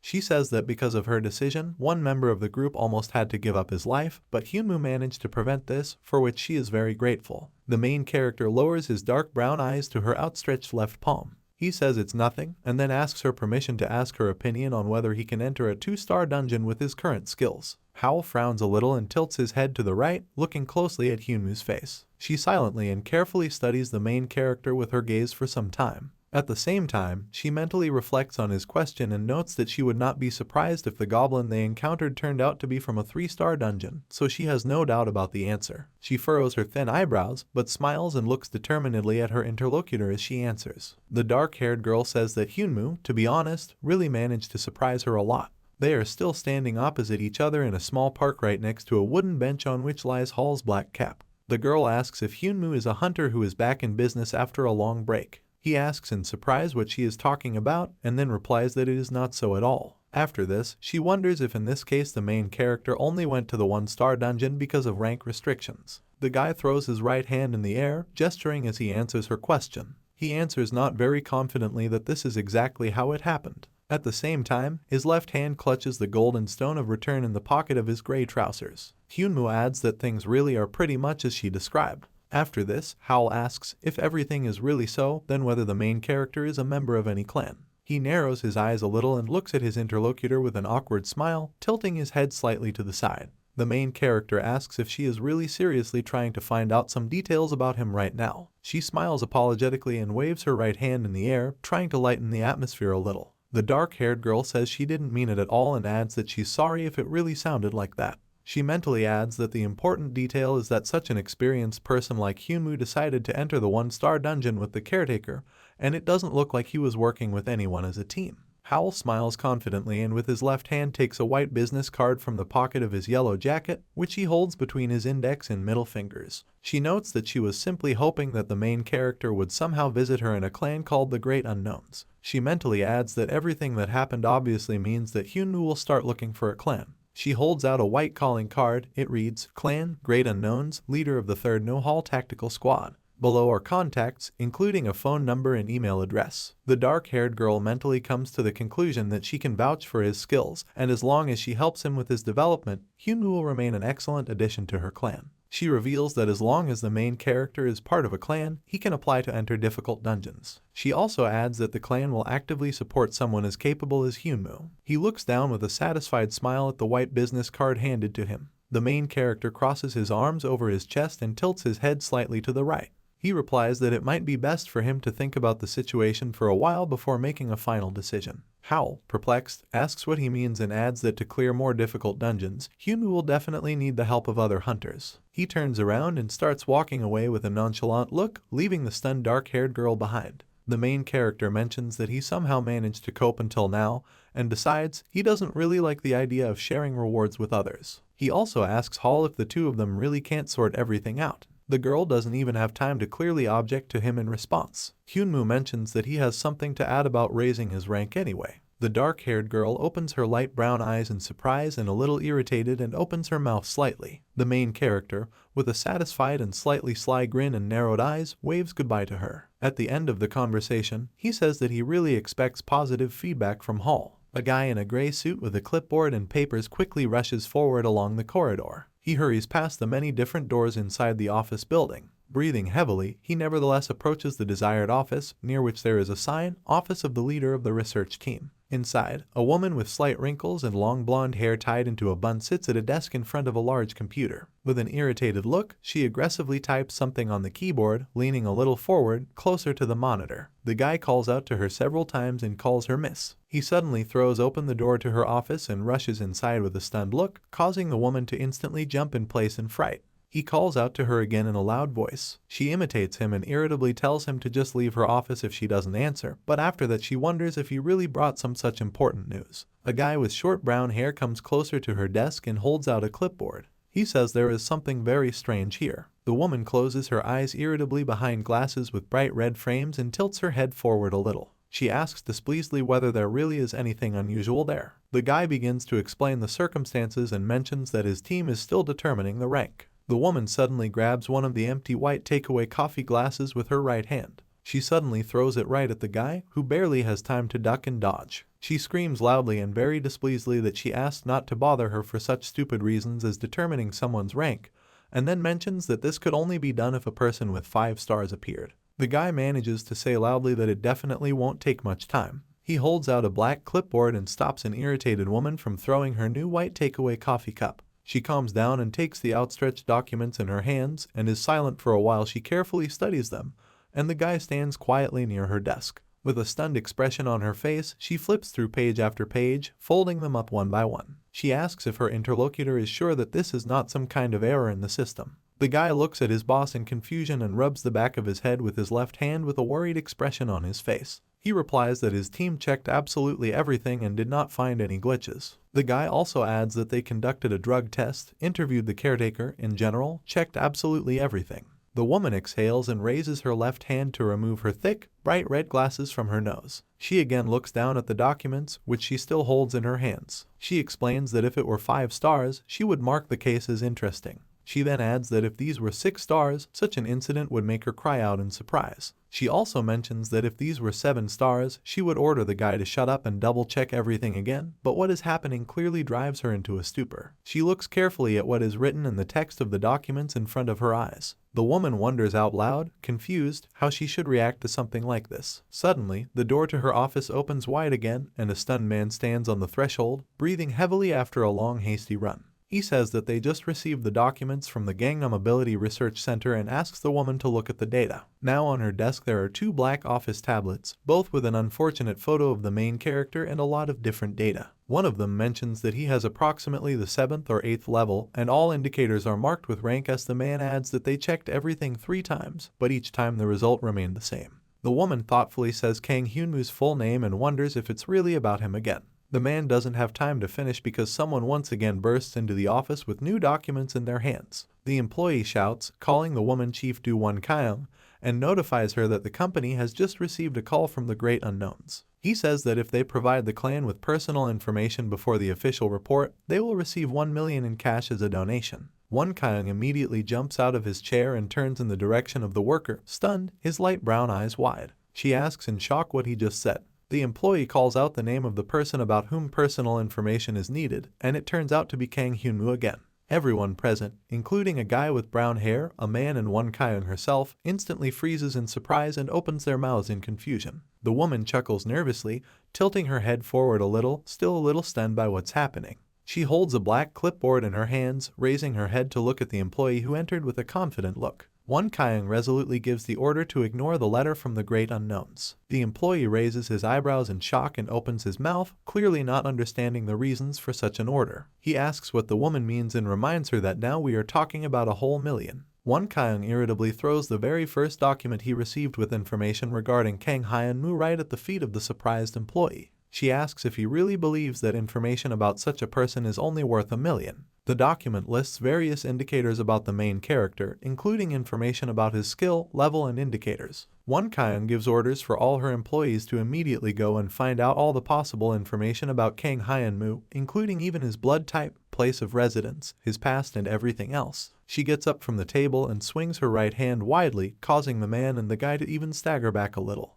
The woman loudly declares that no one should know about these orders. The employee, confused, asks what they should do with the official report in this case. Won Kyung sharply points the finger of his right hand directly at the unfortunate photograph of the main character in one of the documents. She firmly and loudly replies that the official report will be delayed until they find Kang Hyunmoo. She waves her right hand wide again, and all the employees hurriedly, almost running, leave her office one after another. Won Kyung rudely orders them to speed up with all their tasks. They respond with one loud and friendly agreement with the order. After this, the woman tilts her head forward, closes her eyes and crosses her arms over her chest. She mentally pronounces the main character's full name several times. Won Kyung opens his eyes with a small grin and looks forward from under his brows through the lenses of his glasses with thick, bright red frames. He mentally asks who Kang Hyunmoo is. She mentally calls him by his full first and last name again, this time more confidently. At this time, the main character lies on a dark gray tile with his eyes closed and a naked torso. Steam is in the room. He slowly opens his dark brown eyes and looks forward as if he is not fully aware of what is happening.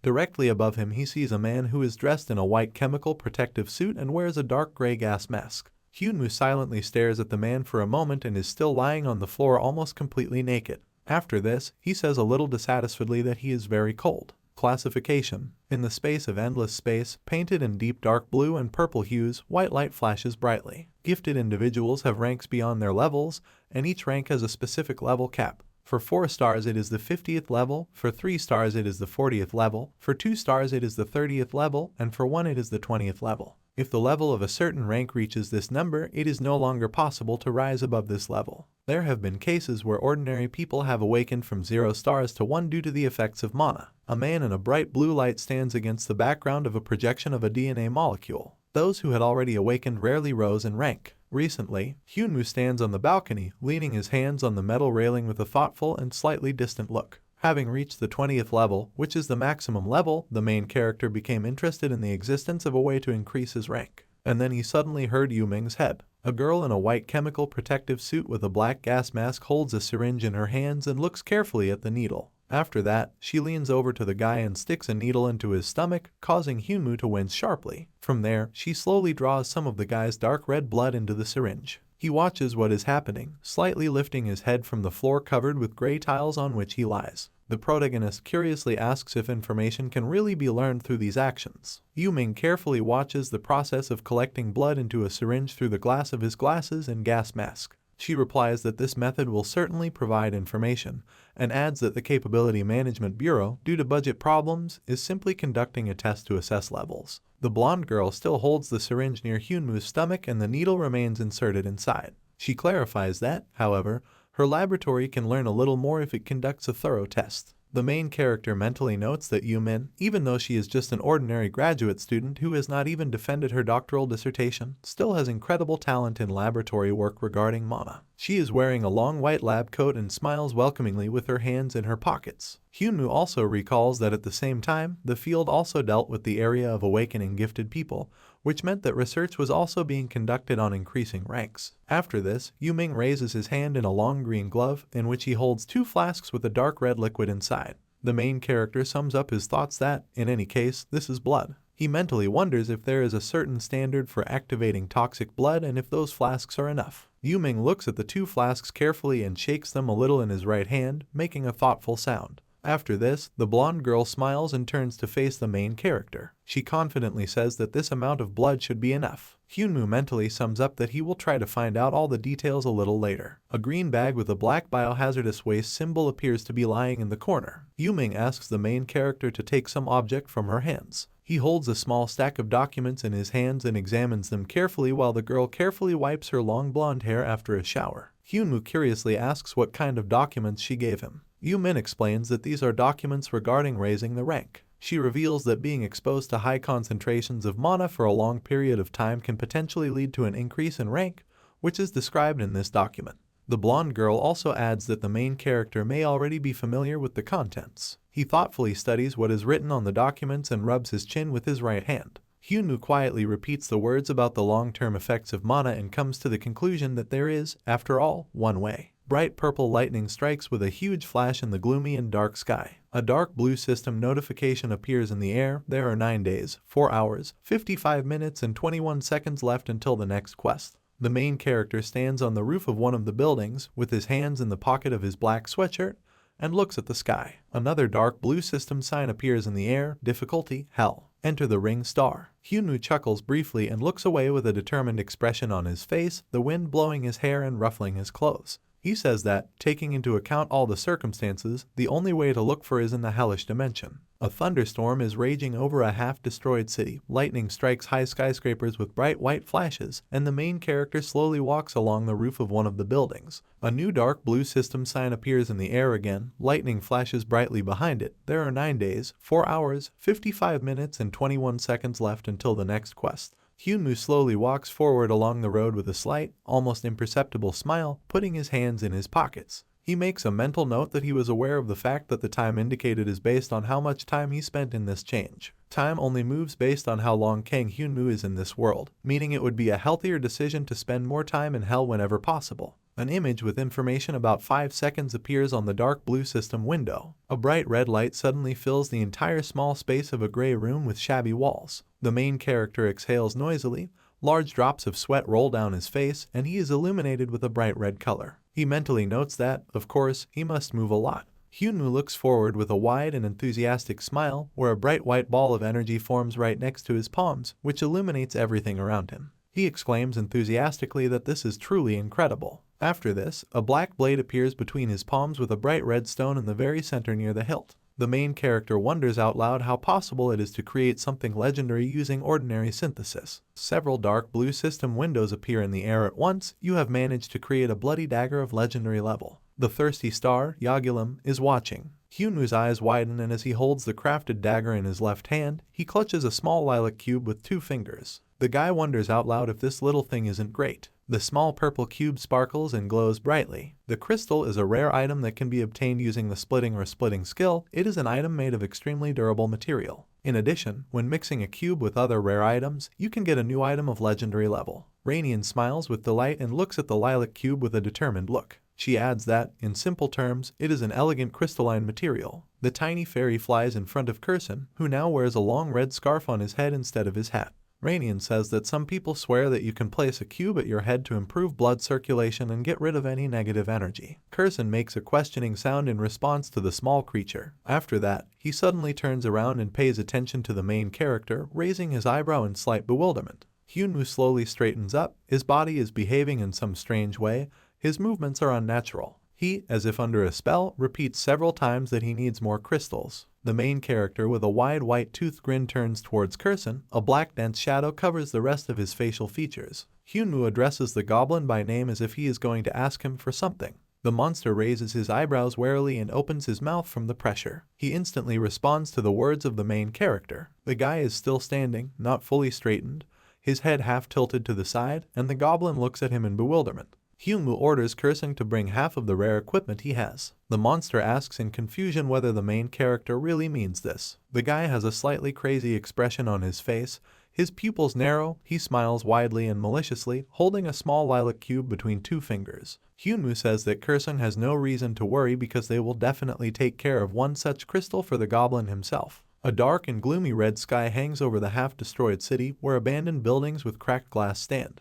Suddenly, far from the ground, a bright and unexpected violet light flashes, illuminating the space. This is a small pink star that looks down on one of the buildings. She moves a little, tilting from side to side, and is still soaring high in the sky. A new dark blue system window appears in the air. The thirsty star, Yagulum, is watching. In 9 days, Hyunwoo breathes heavily and noisily, grabbing his left shoulder with his right hand and squeezing it tighter. Sweat runs down his face and bare torso as he opens his mouth and casts a searching glance at his left hand, which is now wearing some kind of special equipment. The main character mentally notes that this object is called Oset's hand. A black dagger with a bright red stone near the hilt and white equipment for the left hand float in blue space. Several dark blue system windows appear in the air. Oset's devil's left hand, legendary level. Category, glove. Physical defense, average. Magic defense, below average. Coefficient, low. Another dark blue system window says, bloody dagger, legendary level. Category, sword. Physical defense, low. Magic defense, below average. Ratio, average. Hyunwoo approaches the gray empty wall and carefully knocks on it with his right hand. He muses out loud that although the place is quite old, it could be renovated and turned into a shelter, which seems like a completely normal option to him. After this, he sharply extends his left hand, in which he holds the bloody dagger, forward, and his body is engulfed in red bright energy. With wide and determined dark brown eyes that sparkle with scarlet, Hyunwoo throws several very fast and whistling punches. The wall turns out to be broken into large and small pieces, they all fall down, and in the middle there is a cross-shaped hole. The main character with a wide and satisfied smile draws attention to his left hand, in which he still clutches a black dagger. He notes out loud that he felt uneasy about the fact that the equipment was only for his left hand, but now he realizes that he is getting used to it quite quickly. The main character mentally reflects that over the past 9 days he managed to do absolutely everything he could. Due to the fact that he did not have the opportunity to increase his level, he began to create new items. In addition, he recalls that he began to strengthen his skills. One day he was lying in a puddle of purple liquid and his fingers were twitching due to pain and his skin was all bruised. Several dark blue system notifications appeared in the air at once. You have survived the agony of your body melting in acid. An attribute called acid was added to poisonous blood. The thirsty star, Yagulum, is watching. Hyunwoo also noted that at the moment he has virtually no knowledge of the area. So one day he squatted down and laid out a piece of paper on the floor, tying a pencil to a metal curtain hook. The main character asked the goblin to draw absolutely everything that was nearby. He stands in the middle of an incomprehensible space, the hood of his black sweatshirt is thrown over his head, he hides his hands in his pockets. Hyunwoo mentally wonders if all this effort can be considered enough and immediately answers to himself that it cannot. The dark blue system notification appears in the air again.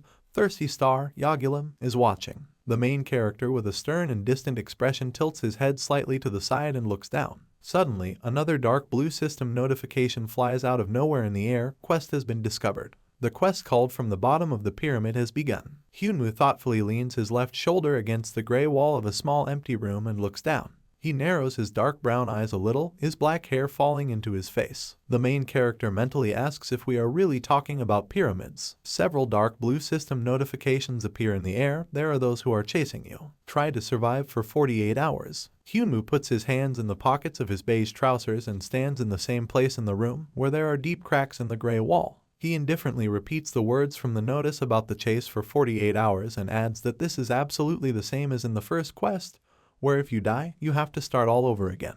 The main character lowers his head and turns his gaze to the dark blue system window frozen right in front of him. The thirsty star, Yagulum, is watching. After this notification, several more appear at once. The thirsty star, Yagulum, wants to give you a test. Accepting the challenge will increase the reward, but also the difficulty. Hyunwoo raises his right hand and grabs his black hood with it to pull it down. He asks curiously what kind of test we are talking about, and whether the level of difficulty will be higher than now. The main character narrows his dark brown eyes a little and looks carefully from top to bottom. He quietly wonders out loud what kind of reward will follow after all the conditions are met. The guy stands motionless for some time in the middle of a gray and half-empty room, right in front of a dark blue system notification. Hyunwoo mentally reflects that he has spent the last few days looking for other ways to become stronger, besides the obvious increase in rank, but has not been able to find any clues on how to increase his level. He raises his thick black eyebrows a little and opens his mouth slightly in slight surprise. Afterwards, Hyunwoo smiles, a bead of nervous sweat rolling down his left cheek. He decisively pronounces a phrase that marks his agreement to accept the conditions of the new test. The dark street of an abandoned city is illuminated only by the dim purple glow of crystal moss. Suddenly, multicolored stars flash brightly in the dark purple sky, including pink, blue, orange, yellow, violet, and green. One after another, more and more system notifications appear in the air. The weeping star, Verd, is watching you. The broken star, Gaul, is watching over you. The whispering star, Monstrel, is watching over you. The conquering star, Arden, is watching over you. The star of the monsters, Augusto, is watching you. The twisting star, Hernan, is watching you. Hyunwoo throws his head up to the sky in shock and opens his dark brown eyes and mouth wide. He asks in bewilderment what this is and what happened so suddenly. Several new system notifications say the quest has arrived. A quest called at the bottom of the cauldron begins. A bright purple light appears in the sky, which illuminates a huge creature that appears out of nowhere, similar to a purple snake and many smaller creatures. Another dark blue system notification appears in the air. You are being pursued by Yagulum vassals. Survive for 48 hours. Hyunwoo immediately clenches his teeth warily and stumbles back, furrowing his thick black eyebrows. He looks ahead irritably and silently, at the same time experiencing severe stress. Another blue system notification appears in the air. A curse is given. The main character takes a sharp step back. His facial expression becomes even more tense and frightened. He repeats in his mind, wondering what other curse he's talking about. The dark blue system window informs you that the curse is called Delicious. Hyunwoo instinctively covers his face with his hands from a possible attack and closes his left eye. He mentally repeats the name of the curse he received. After this, the main character opens his eyes in shock and looks intensely forward with his mouth wide open, lowering his left hand slightly. However, after a moment, Hyunwoo freezes in confusion when he realizes that nothing is happening. Confused, he asks out loud what the curse called Tasty means. Suddenly, a loud and unexpected sound comes from outside the window, which is fenced with metal bars. Hyunwoo abruptly covers his face with his left hand, which he clenches into a fist, and carefully peeks out with only one right eye. He mentally repeats the name of the curse he just received. As soon as the realization of what is happening comes to him, the main character lowers his hands in shock and opens his eyes in shock and opens his mouth. He mentally asks in confusion what the curse just made him like. Rainian and Kurson, who are located a little further from the main character, carefully look at his back. The guy asks, confused, if the curse just made him tasty. He looks down and examines himself, simultaneously frantically feeling for any changes. He wonders out loud, confused, if that curse was just talking about the protagonist's body. Hyunwoo suddenly freezes because he realizes that he senses something fishy. Kurson and Rainian are breathing heavily, and both of them are drooling from their slightly open mouths. The main character turns his head warily and pays attention to his companions, who do not take their eyes off him. They both suddenly find themselves unexpectedly close to a shocked Hyunwoo. Kurson's mouth is drooling and Rainian is blushing excitedly. The guy instantly jumps back to the opposite part of the half-destroyed and empty room. He shouts loudly that his companions are crazy and orders them both to stay as far away from him as possible. Rainian asks in disappointment if Hyunwoo, having become so delicious, won't even let them try himself. The main character jumps up in fear and opens his eyes wide, at the same time opening his mouth and covering himself with his hands. He loudly asks what the fairy is talking about and does she really know what kind of curse was just placed on him. Rainian opens her mouth and taps her chin with her finger. Her cheeks are flushed and she's breathing heavily. She replies that she knows about the curse and adds that she feels like Hyunwoo is covered in spices. She puts a finger to the tip of her protruding tongue and imagines the protagonist being carried forward into a world for numerous monsters, decorated with various other products. The tiny fairy talks about how the main characters seem to be covered with spices, which can be tasted in the Yogulum banquet hall. She adds that if Hyunwoo were suddenly caught under this curse, then everyone around him would instantly become insanely hungry and the main character himself would taste and smell delicious.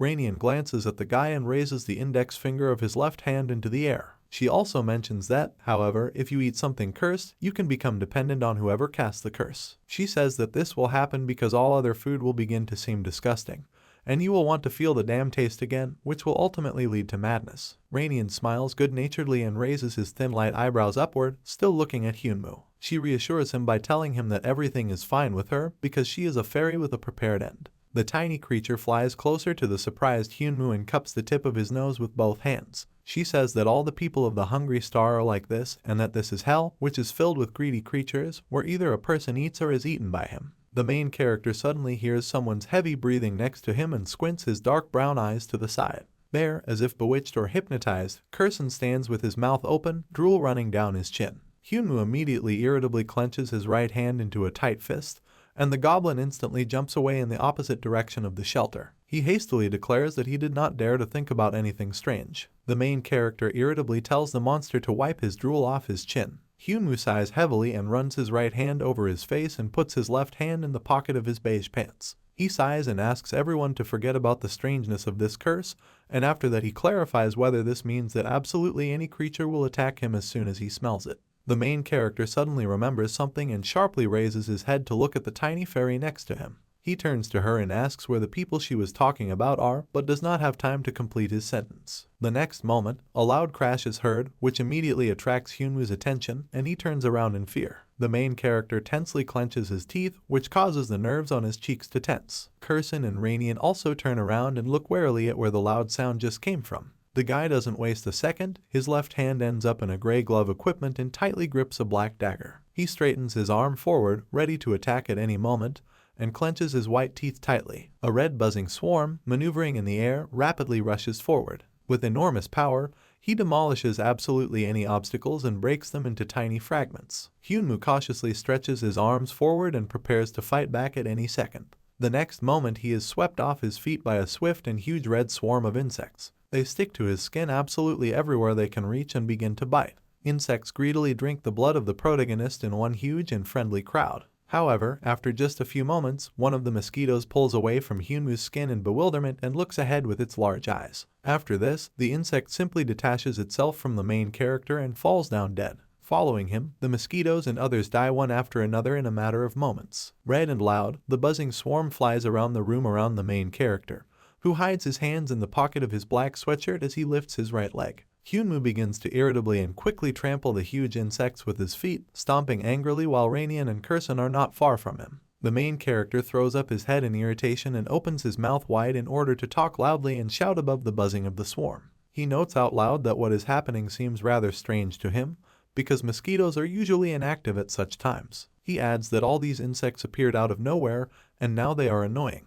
Rainian flies closer to Hyunwoo. Her light wings shine a little in the air. She talks about how mosquitoes occupy the lowest position in the Yagulum chain of power. The tiny fairy flies closer to the right ear of the protagonist, who looks back at her. Rainian mentions that these insects are the smallest spies of Yagulum. Hyunwoo asks the fairy what could happen next. She slyly narrows her red eyes with black sclere and smiles, looking at the guy. Rainian replies that mosquitoes are also considered one of the fastest monsters, which means that the rest will arrive soon. She raises her thin light eyebrows a little and looks attentively at the main character. The tiny fairy sums up that what is happening only means that the mosquitoes simply found Hyunwoo. He becomes a little wary after her words and just silently looks at the fairy for a while. At the exit of the building there are large red doors, and lilac crystal moss grows everywhere. The main character carefully and slowly walks through the doors and finds himself outside the building. He raises his head and with wide brown eyes sees a gray bird feather right in front of his nose. Pigeon feathers fall from the sky one after another, and Hyunwoo looks up at them in bewilderment.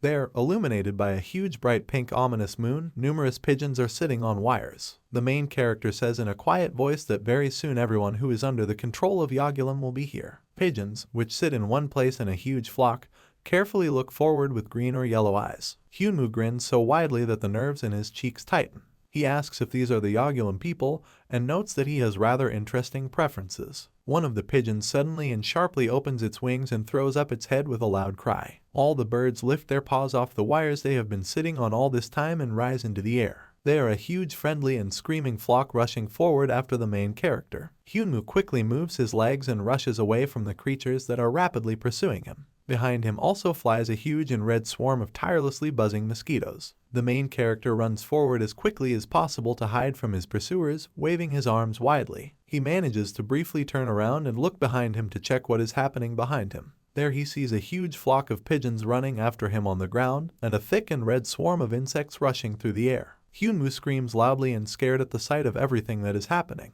He runs ahead with Kursun, who follows on his heels, trying to hide from a flock of birds and a swarm of mosquitoes. Right while driving, the guy loudly asks himself how he can even cope with all this alone. The main character and the goblin are running under a bright red moon across a half-destroyed bridge. They're both breathing heavily as they run evenly, sweat running quickly down their faces. Hyunwoo loudly calls out to the goblin, who responds with a short roar. The main character glances at his companion as he runs, still breathing noisily and quickly. He hurriedly asks if Kursun has one free place in the village. The goblin glances towards Hyunwoo, also trying to run as fast as possible. He does not answer right away, and for some time he hesitates to approach the topic. After this, the monster looks away while they are still running from their pursuers. Kursun admits in an uncertain voice that the birth rate in the village has recently increased. The protagonist irritably asks the monster to forget about this issue, mentioning that he should not have even hoped. He clenches his teeth tightly and looks ahead warily, still not stopping for a second. Hyunwoo mentally notes that he was ready for absolutely anything,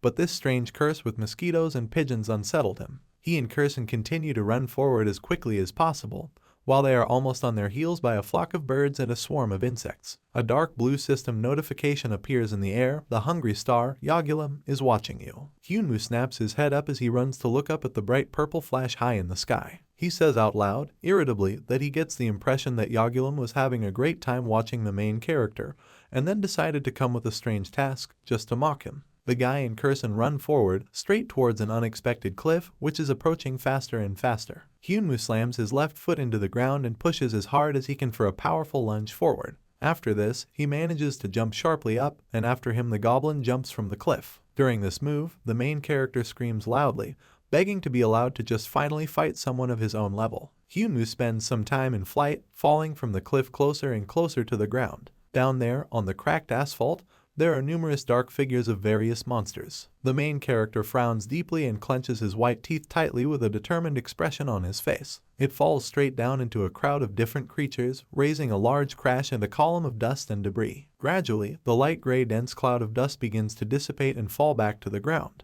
Monsters with red skin and sharp teeth look forward, standing under a bright red moon. Hyunwoo stands with his right knee and palm on the ground, gradually rising back to his feet. He lifts his head with a determined expression and looks ahead confidently with his dark brown eyes. Then he rises to his feet and comfortably grabs his black dagger with his left hand. The main character sharply extends his left hand forward and smiles widely with a determined and almost cheerful look. He loudly declares that everything is going just fine. A huge horde of monsters immediately begins to move towards Hyunwoo, who is standing at the landing site. He loudly and joyfully declares that this is where he should have started. The main character boldly rushes forward with a wide smile and swings his left hand with his weapon to attack. He laughs and says loudly that he is very happy to see all the monsters here. One of the creatures comes close to him, saliva spraying from his mouth between his long white fangs. The monster suddenly grabs Hyunwoo's left hand and wraps its powerful fingers tightly around it. After this, the creature roughly and firmly grabs the right hand of the instantly wary protagonist.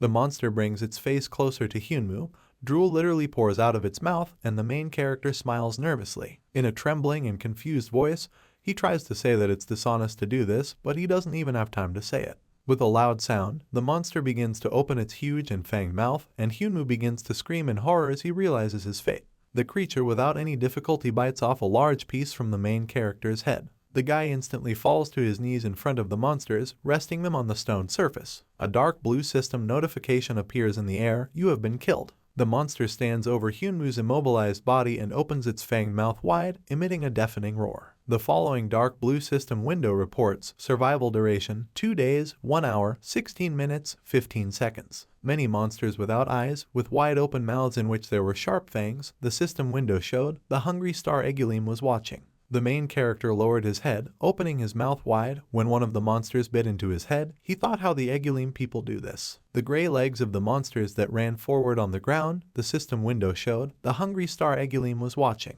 Kang Henmu opened his mouth, screaming, his eyes turned white, and he thought that no matter how many times he would come back to life. The guy closed his eyes. He was sandwiched between the bodies of numerous monsters, from whose mouths saliva was dripping. The system window showed that the hungry star Egulim was watching him. The main character thought that everything was repeating itself, so there was only one way. Kang Henmu ran forward, frowning and opening his mouth wide, beads of sweat running down his face, and he shouted, "Please." The system window showed the hungry star Egulim was watching. The guy was running along the road in the street. A huge horde of monsters was chasing him, and he shouted to stop watching him. Kang Henmu thought that it would be better for him to run away. A system window appeared that showed the remaining survival time, 47 hours, 39 minutes, 50 seconds. The second system window showed the hungry star Egulim watching, and the guy swore loudly. Kang Henmu clenched his hand into a fist and ran away, looking over his shoulder, shouting that this should be fun, and this was probably the original plan, leaving him no choice but to play hide and seek with these monsters. Many monsters with gray skin who ran after the guy.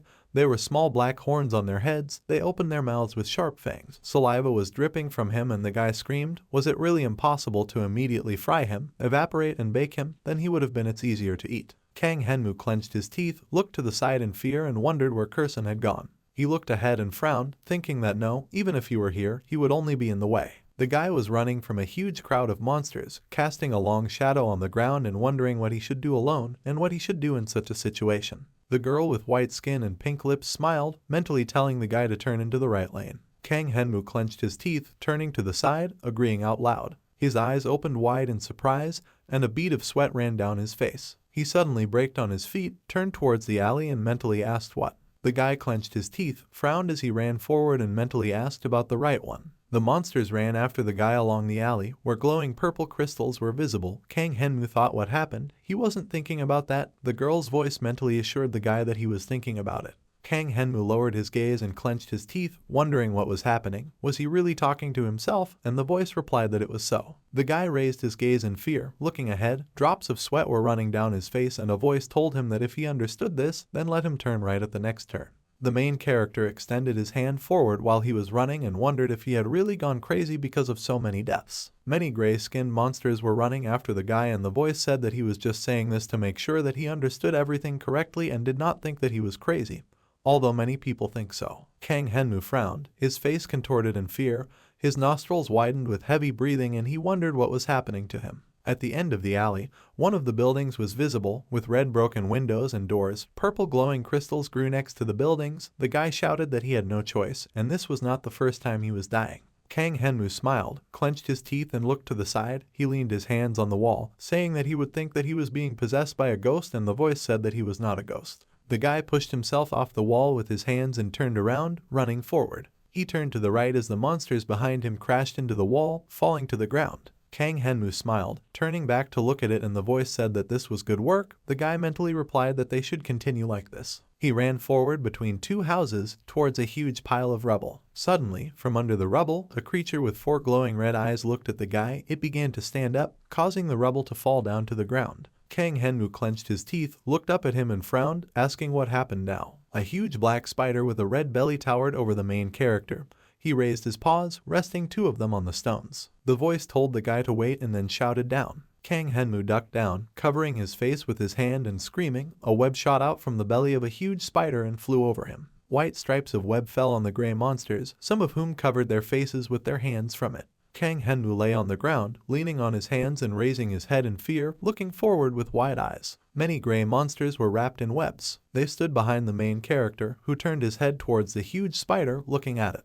The guy opened his mouth in fear and looked up, drops of sweat running down his face. The spider was sitting next to the guy who was lying on the ground. The system window next to him showed the Black Widow level 87. The guy's face was distorted in horror. He looked at the spider with his mouth wide open, asking about level 87. The voice told him that now he would be safe until the Egulim star went berserk. Kang Henmu frowned, looking up and wondering how she knew all this. A huge spider with many glowing red eyes, which raised its paws. A voice asked what he thought. Planet Earth, around which red energy shone, a voice said, a place where the stars fell silent, and now they cannot live without being tied to the rules of this world. The main character clenched his teeth, closed one eye and put one hand in front of him, looking at the golden star from which lightning came. The voice said that she was the only one who could whisper to him.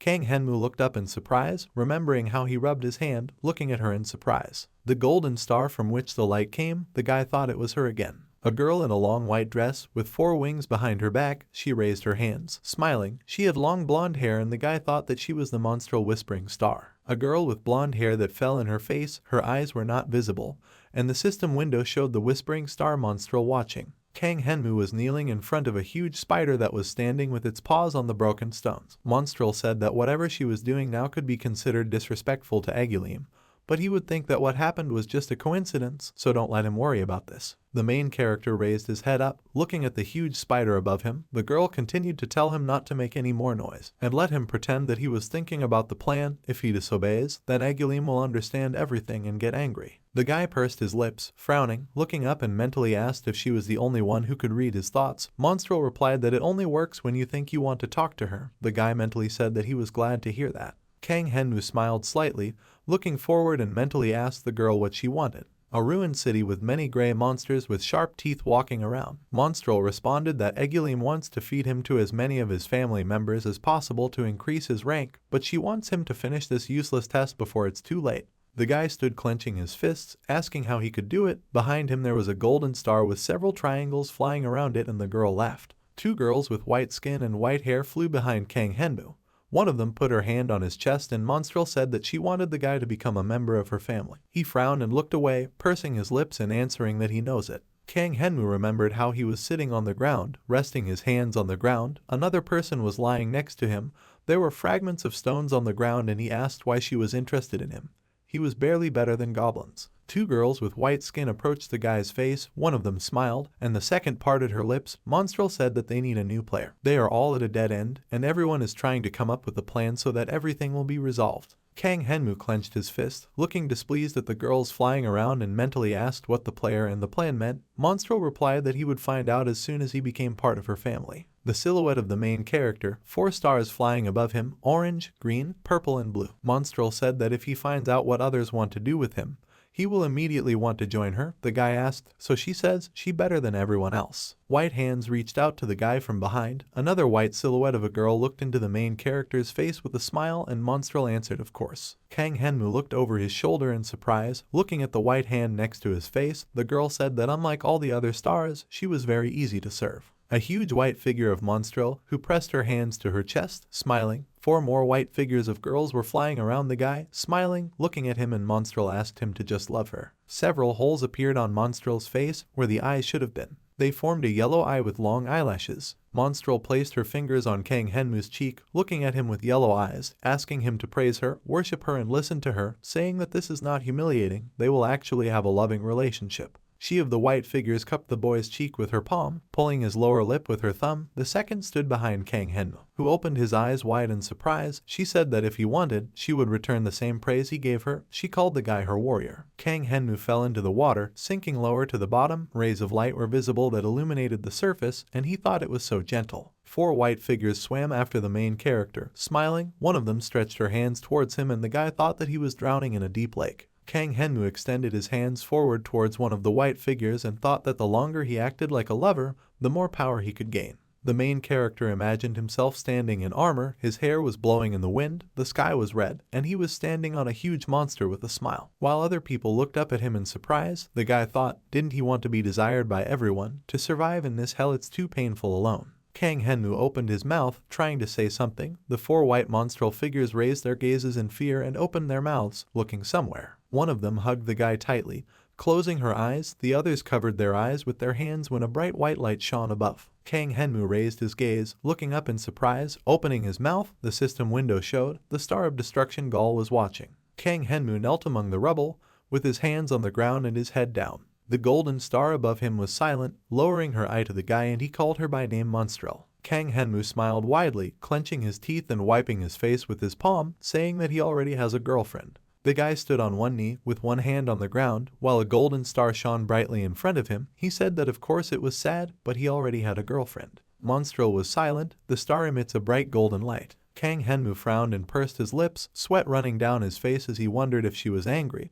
But it wasn't surprising considering she killed that spider. Monstrel, with 4 wings and golden eyes, looked down at the guy with a smile. Under her feet there was a golden chute on which she stood, and the girl said that it was a great loss for a hero like him to have only one woman. The main character looked at her questioningly, his mouth open. The paw of a huge spider appeared in front of him, which the guy looked at. A huge spider stood right in front of the main character's face, and Monstrel said that at first she thought of putting it in Egulim's mouth a couple of times to make him come to his senses. The spider opened its mouth in front of the guy, from which saliva flowed, and the girl said that now it seems to her that she must at least give him a way to get out of here. Kang Henmu clenched his teeth, looking fearfully at the spider in front of him and turning his head away from him. Monstrel said that he rejected the easy path. The guy closed one of his eyes, looking to the side, sweat running down his face. He looked at how many red spiders headed towards him. 3 of them were climbing onto the guy's hand, and the girl said that he would have to make a lot of effort. Kang Henmu looked in fear at the many spiders that were crawling towards him and loudly asked what she was doing.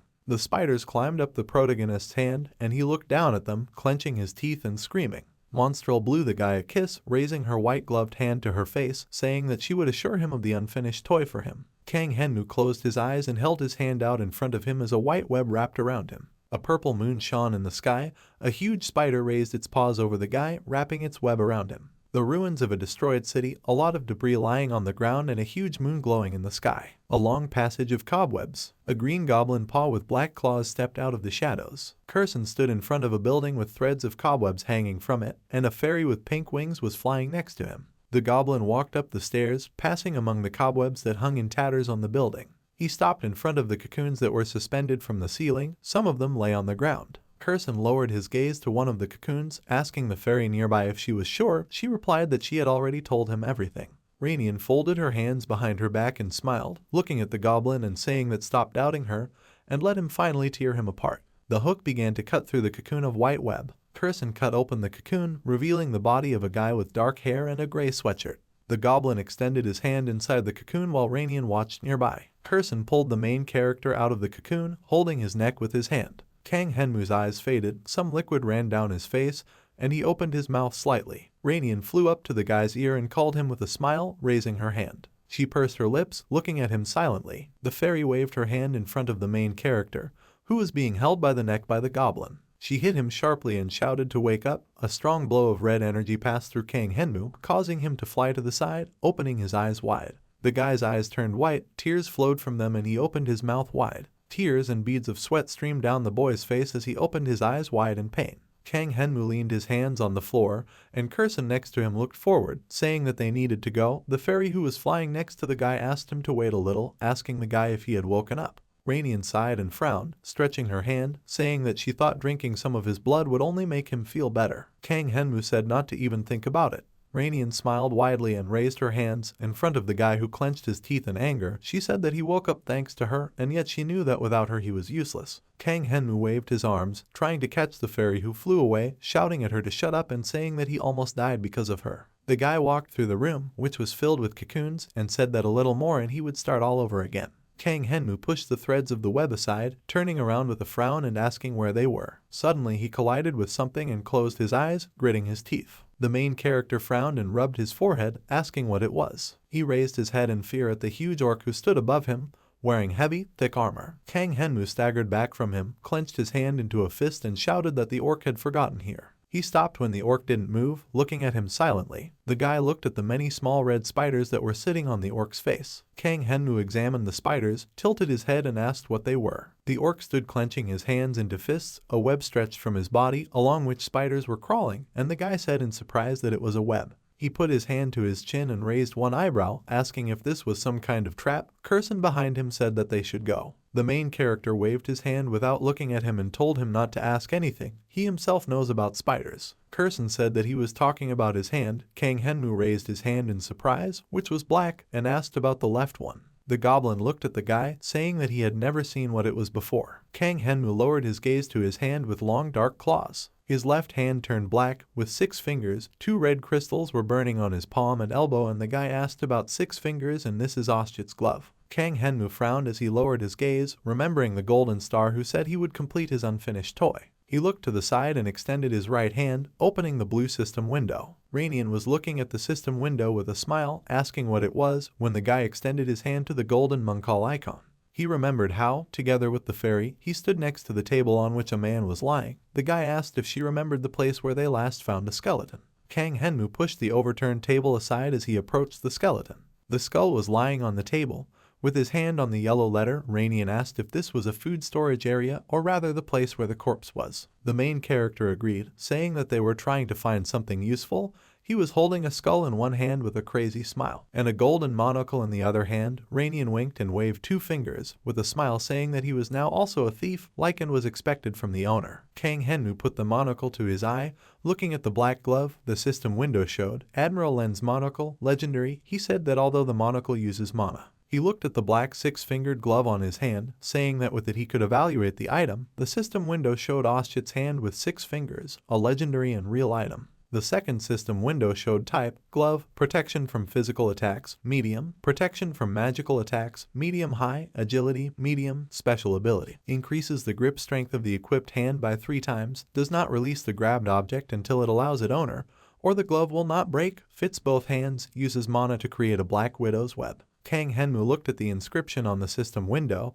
which said that this was a legendary and real item. The main character's eyes widened when he asked about the real item. He looked down, looking at the glove, the red crystals of which were shining brightly, his hair flowing back, and he mentally asked what it was. He had never seen objects with such a title before. He remembered a black dagger with a red crystal. The system window showed a legendary bloody dagger, a black glove with 6 fingers. The system window showed Oschit's left hand and a black scythe with ice shards on its surface. The system window showed the Winter Reaper's sickle, legendary. The guy thought that all the things he had created before were fakes. Kang Henmu opened his mouth slightly, looking down at the glove in confusion, and thought that this item was of a level higher than the legendary ones. He lowered his head, clenching his gloved hand into a fist, and said that this was great. Kang Henmu smiled widely, clenched his teeth, and said that with such a toy, he would definitely be able to do it.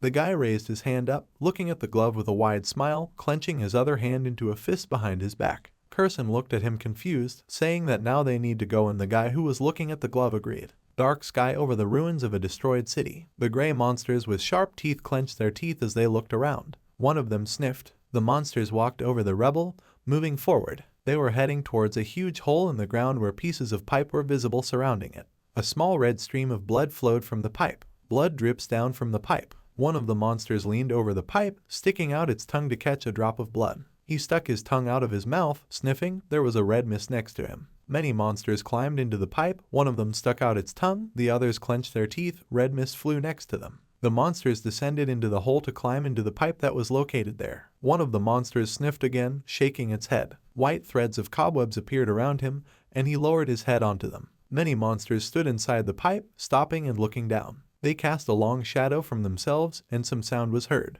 A mosquito with a red belly flew forward. It landed on the neck of one of the monsters. The abdomen of the mosquito that was sitting on the monster began to deflate. The monster lowered its head, clenching its teeth. The second one behind him looked at the monster next to him. A black mosquito flew away from the monster that stood in the middle. The other two around it turned their heads towards the monster that stood between them. One of the monsters opened its mouth wide, saliva running down its fangs. The other monster also opened its mouth wide, sticking out its long tongue. Two monsters bit the one in the middle with their fangs. One of them dug into his neck and the second into his side. They screamed and growled loudly. Kang Henmu stood in the shadows, stretching out his left hand, a white light flying next to him. A black mosquito landed on the main character's finger. The system window showed the mosquito was level 3, a familiar. The guy looked at the mosquito that was sitting on his finger. Many other mosquitoes were flying above him, from which white light emanated. There was a white cobweb wrapped around Oshit's black glove. Kang Henmu frowned, looking forward with his brown eyes. With a smile, he clenched his gloved hand into a fist, pulling the threads of the web and pointed at it with the finger of his other hand, saying that it was too easy. One of the monsters stood in the middle. Another monster grabbed his shoulder. Blood flowed down him. Many more monsters surrounded him, pulling their paws in his direction. Kang Henmu smiled, clenching his teeth. 3 more mosquitoes flew through the air, their bellies red with blood. The monsters tore at the other's flesh, clenching their teeth and tearing out chunks of flesh. One of the mosquitoes landed on the other monster, sticking its stinger into it. His abdomen began to deflate as he poured blood inside. One of the gray monsters raised its head and opened its mouth. The others did the same, looking ahead in surprise. Many monsters attacked each other, opening their mouths and clenching their teeth. They growled and screamed, sitting in the pipe, attacking each other. Loud screams and squeals were heard. They came from a circular passage, near which Kang Henmu stood with a smile, holding one of the mosquitoes on his finger. He said that was great, let them continue to fight each other. The guy smiled widely, clenching his right hand into a fist. There were 3 mosquitoes sitting on it, and the guy told the monsters to continue eating each other. The main character frowned at the jar containing several mosquitoes. He thought that before he received the task, he learned something new by experimenting with his skill set. The guy looked back at the smiling Curson, thinking that even though he could only control a certain number of creatures. The guy stood with his head down. There was a hood on his head, and many insects were flying around. Kang Henmu thought that if it comes to something small, like mosquitoes, then a lot more of them would fall under his control than large monsters. 3 mosquitoes were lying on the ground next to the guy's sneakers. One of them began to move its legs, and the guy thought that the mosquitoes that died from his poisonous blood and fell under the influence of the affinity skill were reborn with weak resistance to poisons. 2 mosquitoes sat on the reddened hand of the protagonist, sticking their stingers into it. Kang Henmu thought that this was enough to easily take care of these high-level monsters. Many gray monsters with sharp fangs pierced each other's flesh, opening pieces, blood flowing from the wounds of some. Curson smiled, lowering his head and putting his finger to the red hood, saying that how unpleasant it is to see strong creatures with 0 intelligence. Kang Henmu looked at him and smiled widely, agreeing and saying that he does not consider himself weak, but he is glad that he is enough smart to find a place like this. A large sewer with several circular passages and a staircase that led up. The guy said it was great for hanging out these monsters. There were plenty of exits, so there was no point in worrying about them being surrounded, and he could just sit here all the time.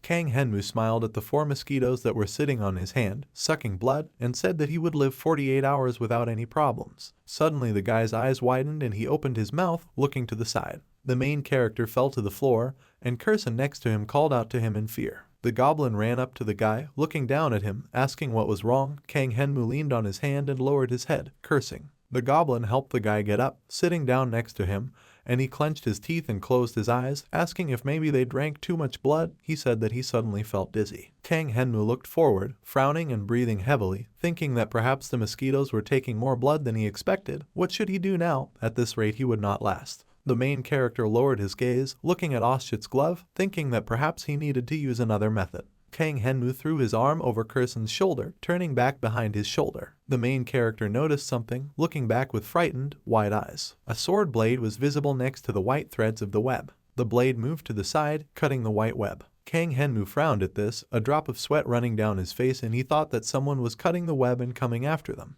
The guy put his hand on the goblin's chest, stopping him, and thought that they knew it was a trap. The guy asked the goblin to stay away. The main character looked forward, squinting his eyes and frowning, thinking that these monsters would be smarter. Kursun looked at the guy in confusion, asking what he was talking about. He extended his hand forward, bright red energy began to emanate from it, and the guy thought that these were not just guests. Kang Henmu clutched a black dagger in his hand, smiling widely and clenching his teeth. He said that it's a little crowded here, so don't let Kursun get in the way. Two green glowing lights were visible in the darkness. The main character looked at them in surprise, frowning and holding out his hand with a dagger in front of him. Many similar green lights appeared in the darkness. Kang Henmu looked at them in surprise, his mouth open and his head raised. He stood in front of a dark passage, where many green eyes were visible. The guy asked in confusion what. He smiled widely, clenched his teeth and nervously asked how many there were. A large round dark passage where green glowing eyes can be seen. A man in a camouflage military uniform and black boots began to emerge from it. Kang Henmu's eyes widened in shock, sweat running down his face, and he asked if it was a human soldier. The guy clutched a black dagger in front of him, pursing his lips in fear. The man in military uniform continued to walk forward. Only his clothes were visible, the rest was hidden in shadow. The main character looked at him carefully, frowning, causing wrinkles to appear on his face. Many dead men came out of the passage, dressed in military uniforms. The one in front had a green military cap on his head. Kang Henmu smiled nervously as he looked at them and let out a chuckle. He asked if it was a zombie, a dead man whose eyes glowed green. Small parts of his face were missing, small pieces of flesh. The system window showed biter level 22. The zombie in front raised his hand and waved it while the others stood behind him. He muttered, "Take it." The other zombies opened their mouths, lowering their green eyes. Kusaka pointed forward, opening his mouth wide, and shouted immediately. At the same moment, many zombies ran forward, their mouths open. Kang Henmu smiled as he looked at them and raised his black-gloved hand behind his back. A white cobweb appeared around it. The guy waved his hand, in which there was a dagger. The throw left a red ray of light, and the guy thought that he knew that everything would not be limited to ghasts alone. The dagger hit one of the zombies in the forehead, and he raised his head from the blow. The zombie opened his mouth as a black dagger was stabbed into his forehead. Red lines ran across the zombie's skull, blood flowed out of the container in the dagger, and the system window showed a short blade covered in blood. Legendary, special effect, the owner can inject his blood into enemies. Kang Henmu pulled the white web with his hand, looking at the zombies with a wide smile, and shouted that seeing how bony and skinny they all were, he thought that they were completely hungry. The guy pulled the web, taking out his dagger from the zombie's skull. Blood gushed into the air, and the guy shouted that food was served. Many zombies surrounded the wounded man, from whose wound blood was flowing, leaning towards him, trying to devour him. Kang Henmu landed on the ground in front of the stairs, resting his hand on the floor and lowering his head. Biter opened his mouth wide, calling the other zombies fools. He pointed at the main character, who was climbing the stairs, with his finger, saying that the man was running away. Kang Henmu turned to him, frowning and gritting his teeth, and cursed. He climbed the stairs while other zombies ran towards him, trying to catch up. Kusaka opened his mouth wide, looking angrily at the other zombies, calling them fools and asking what they were doing.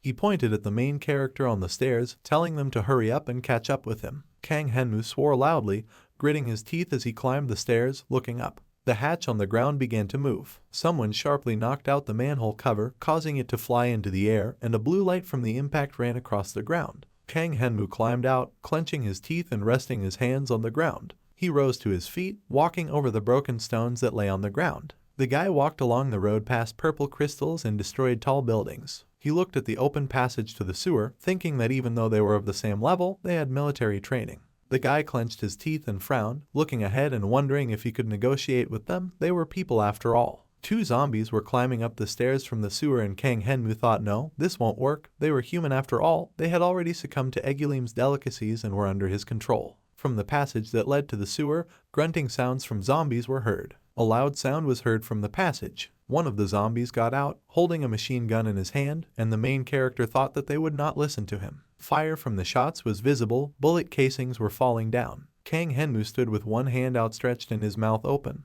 A bullet flew next to his head, the second hit the guy's shoulder, and the third hit his thigh. Blood flowed out of his thigh. The main character closed one eye and looked to the side, gritting his teeth and screaming in pain. He fell to one knee with his hand on the ground, blood stains visible on his shoulder and leg. The zombie who was holding the machine gun walked forward, saying that they had hit the leg. Kusaka followed him, lowering his head low and said that then there was no need to shoot, it was a waste of ammunition. Kang Henmu sat on the ground next to the rubble, smiling and tilting his head, saying what a relief. He narrowed his eyes, frowning at the zombies and mentally asked what he should do. The wind blew and the main character's eyes widened in shock. He raised his head questioningly, sitting on the ground. The sky turned completely red, glowing purple crystals were visible on the buildings, and Kang Henmu thought about his surroundings. He stood up, bent down and looked over his shoulder, mentally asking why it suddenly became so quiet. The main character lowered his gaze downwards, shouting stop. There was no blood on his shoulder. The blood from his leg also disappeared and the guy said about the blood. A growl was heard. Kang Henmu lowered his head, his eyes wide open, his face and body were completely in shadow,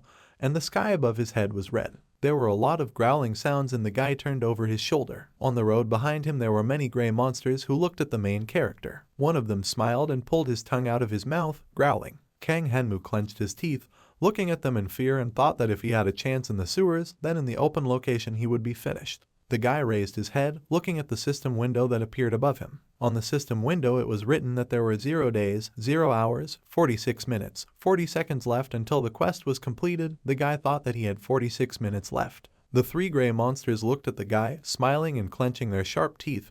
Kang Henmu thought that even if it was only an hour, this time would be enough to kill him hundreds of times. One of the zombies looked at the general, saying that everyone had gone upstairs. He looked forward and asked them to wait. 2 system windows showed that the main character's health is less than 10%, and thanks to the privilege of the title, the last one standing begins to regenerate. Kang Henmu lowered his gaze to the black glove, thinking that at least things weren't completely bad. The general opened his mouth, asking the others to make sure that the guy's meat would be tasty. The zombies walked forward, opening their mouths. Kang Henmu clenched his teeth and put his hand in his pocket, staggering back. The gray monster ran forward, opening its mouth wide and sticking out its long tongue. The zombies also ran forward, one of them opened its mouth. They surrounded the protagonist, growling and grunting as he stood between them. Kang Henmu brought the purple square crystal to his mouth, biting it with his teeth. Zombies and gray monsters ran at the guy from 2 different sides, growling. Kang Henmu clenched his teeth. Purple shards from the crystal were flying next to them. The system window showed that the mana of the crystal stone was passing through it.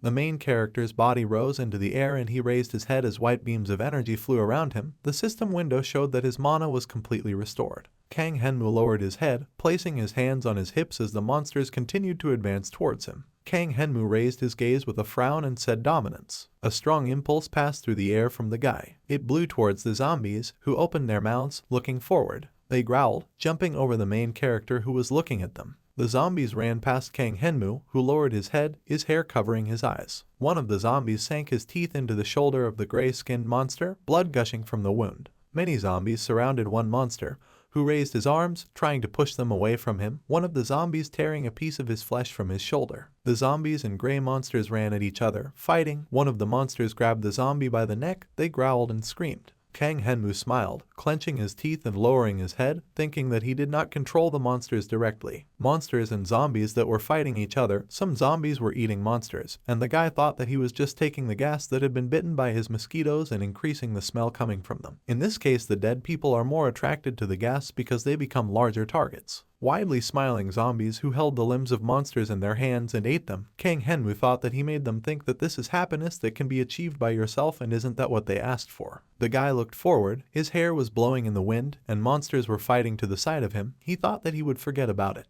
Kang Henmu pursed his lips, looking forward with a serious expression on his face, and wondered if such a sight was the norm for people before the extinction. He looked at the carnage of zombies and gas tearing heads and limbs from each other, blood spattering in the air. Kang Henmu's eyes widened as he looked at this, thinking that in his mind, this was a real hell. Suddenly something flew near the guy and he tilted his head to the side, frowning and looking at the projectile. He gritted his teeth and looked over his shoulder, saying that it was a gunshot. Next to the rubble of stones, the zombies were on one knee, holding machine guns. Next to them was the zombie general, who folded his hands behind his back. The guy frowned at this and thought, why? After all, domination is still in effect. He looked at the zombies who stood in the distance and aimed at him, and at the general who stood in front of them. Kang Henmu opened his eyes wide, his mouth parted in surprise, and realized that this was the range, thinking that they were too far away for it to affect them. The general shouted, taking aim. Several zombies brought machine guns to their faces, taking aim. He shouted, "Switch the automatic fire." One of the zombies switched the small lever on the machine and the guy thought what kind of fire it was.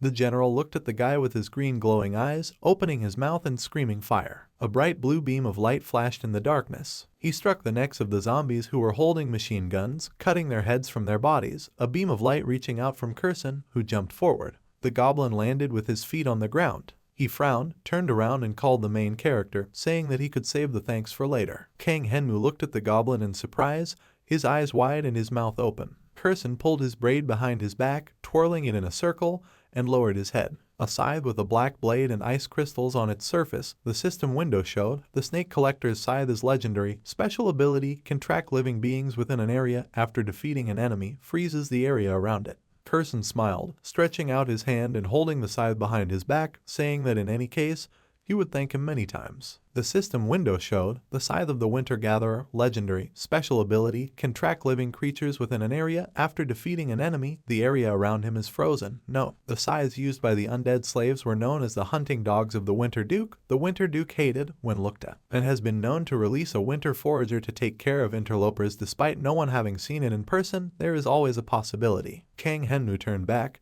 Behind him, blue rays of light pierced the zombies, cutting their heads from their bodies. The guy looked back in surprise, calling Kurson. Blue snowflakes were flying around the guy. The goblin landed on the ground, bending one leg and bending over, severed zombie heads falling next to him. Kurson smiled, clenched his teeth and waved his scythe in front of him, saying that Kang Henmu could save his gratitude for later. The main character looked at him in surprise, eyes wide open, while the goblin said that in any case, he would thank him many times. The goblin with a satisfied expression on his face extended his hand with a scythe and raised his head, and the main character smiled, wondering if Kurson really thinks he looks cool. The face of the zombie general was distorted with anger. He looked at them from under his brows, asking how ordinary goblins and people dare to do such a thing. The general grabbed a machine gun that was lying next to the body of one of the dead zombies. He pointed it forward, shouting to kill them. A crust of blue ice formed on the muzzle of the machine gun and the general looked at it. The system window showed the Winter Gatherer's scythe, legendary, special ability. After defeating an enemy, a certain area around him is frozen. Kurson spun around, approaching the general, who looked up at him.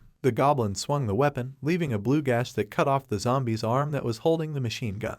The zombie clenched his teeth. Looking at this, white snowflakes were flying next to him and he asked how. Kurson raised his foot, slamming it into the zombie's head, causing its head to spin around. The goblin crouched on the ground in front of the dead zombie as the others watched. The main character turned to the goblin and sighed with a smile, thinking that before, if he even asked him for help, the first thing he heard was a grunt. Kurson jumped forward, putting his hand with a hook in front of him and placing his hand with a scythe behind his back. Blue rays of light and snowflakes could be seen around him. And the main character thought that after receiving this weapon, he became like an obedient puppy. Like all of them, he also a slave of materialism. Kang Henmu looked behind him with a surprised face. A gray monster jumped at him in front, raising his arms up to strike, and there were two more behind him. The monster struck down with his hands, but the guy jumped back, causing the blow to hit the ground, breaking rocks. Kang Henmu gritted his teeth as he rolled backwards on his feet. Three monsters ran after the guy, clenching their teeth. Kang Henmu frowned at them and raised his fist in front of him. The gray-skinned monster opened its mouth, sticking out its tongue,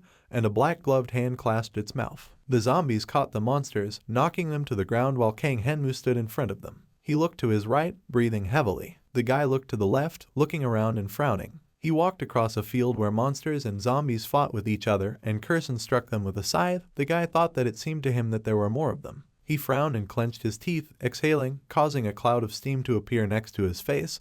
The guy thought that his mana was running out and he could no longer maintain dominance. The ground under the protagonist's feet shook and he clenched his hands into fists, stopping. Other monsters and zombies also stopped, raising their heads up. Kang Henmu smiled, looking up. A huge swarm of beetles that mixed into red threads flying through the air. Several mosquitoes with red bellies were flying in the air. The guy thought that usually mosquitoes are only active at night, but now they were awakened by the smell of his blood. The guy clenched his hands into fists, opening his mouth looking at the sky, where many insects were flying. Covering the sky, the guy thought that as soon as the sun went down, they would become hyperactive. A translucent white mist emanated from the guy. He extended his hand forward, opening a blue system window in front of him. Blue lightning sparkled around the protagonist's hand and he smiled and said that it took time to do this. Kang Henmu waved his hand. A white web made of web material appeared in his hand, with lightning sparkling around it, and he said that now, why not see how effective this web is? The other monsters turned back as many insects flew around them. The zombies also turned around, looking at the guy with their glowing green eyes. Kang Henmu threw a white web over himself like a cloak, lowered his head and said that he hoped for something.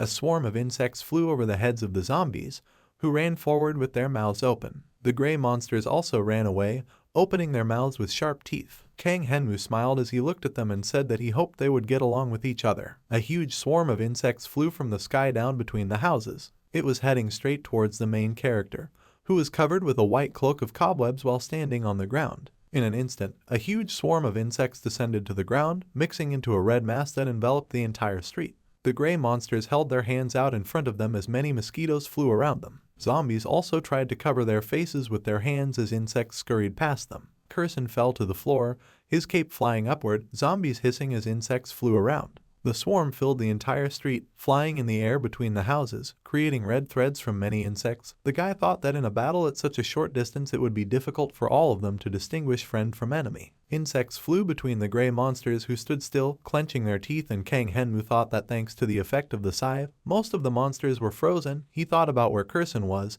and he was sure he was somewhere here. The guy looked to the side and smiled, thinking that this should give him an advantage. If this continues, then he will definitely survive before the time runs out. Kang Henmu stood in front of a swarm of insects, thinking that even though his hands were shaking with happiness, he needed to remain calm and cool. Behind him, one of the zombies without an arm began to move. The zombie crawled behind the guy, who was smiling, thinking that he must not forget that his goal was not to kill everyone, but to hold out for 48 hours. A zombie with a split skull, through the hole of which the brain was visible, approached the guy's leg, opening its mouth. The main character clenched his teeth and frowned, beads of sweat running down his face. He lowered his head, looking at the zombie who had bitten a piece of flesh from his leg, and asked what. Kang Henmu sharply kicked the zombie on the head, causing it to shatter into pieces, leaving a trail of blood, and shouted at him to go away. The guy sat down on one knee, holding his hand on the thigh of his wounded leg, and screamed, thinking that he had relaxed too much. He clenched his teeth, looked down, and thought that he had already lost too much blood. Kang Henmu sat on the ground with his head down as other zombies crawled towards him. The green eyes of many others were visible in the swarm of insects.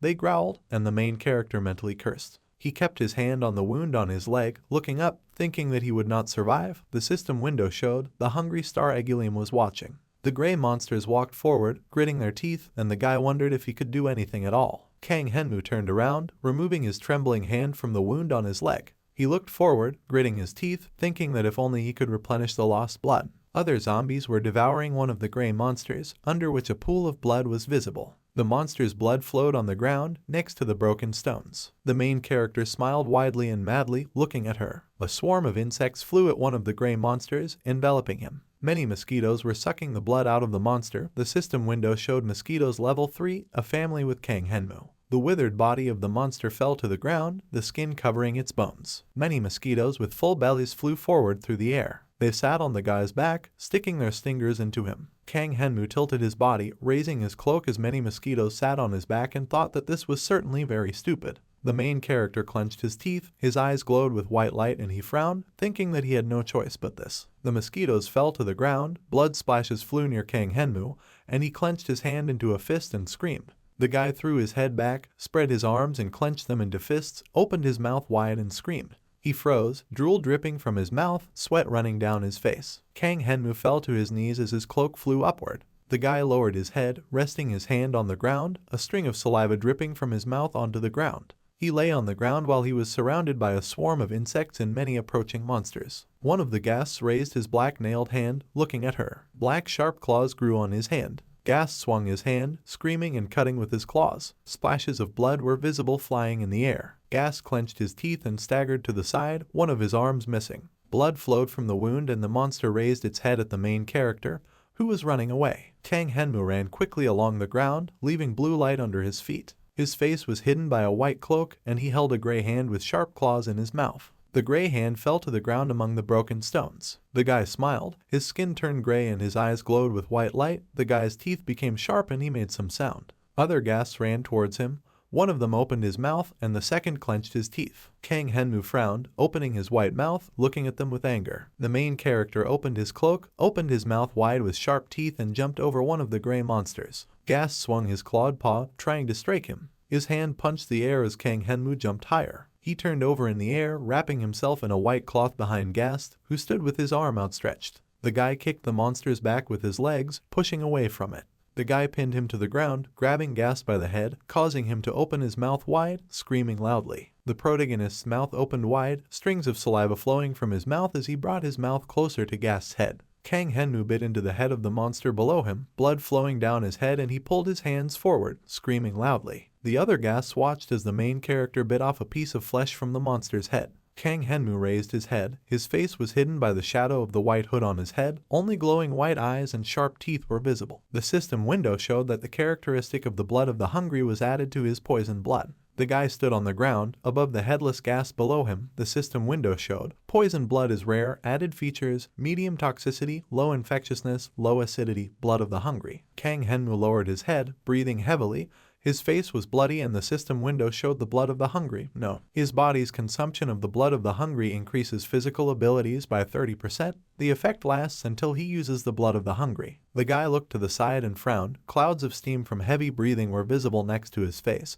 and the system window showed that during the activation period the user would suffer from hunger and absorb any food at an incredible speed. Another system window showed that in case of prolonged fasting, the user may die due to absorption of his own body. Sweat ran down the protagonist's face as he lowered his gaze, saying that it must be a skill that strengthens the body at the cost of the body itself. The system window showed that although it seems that this is a great way to lose weight due to devouring the user's muscles, the method has few advantages. Kang Henmu stood confused, asking what this was for. Suddenly the guy noticed something and looked down at his hand, which was hidden by a white cloth. He raised his hand, which had swollen blue veins. It was shaking, and the guy said that means the skill uses the nutrients of his body to make him stronger, and it seems to literally absorb his body, because now he has little blood left. Kang Henmu's eyes widened in shock. He clutched the white cloth on his chest with his hand and hung his head low. The guy clenched his teeth as blood ran down his face and thought he was hungry. The main character's eyes widened and his mouth opened wide, saliva flowed from it, and tears flowed down the guy's cheeks, and he thought that it felt like his stomach was being digested from the inside.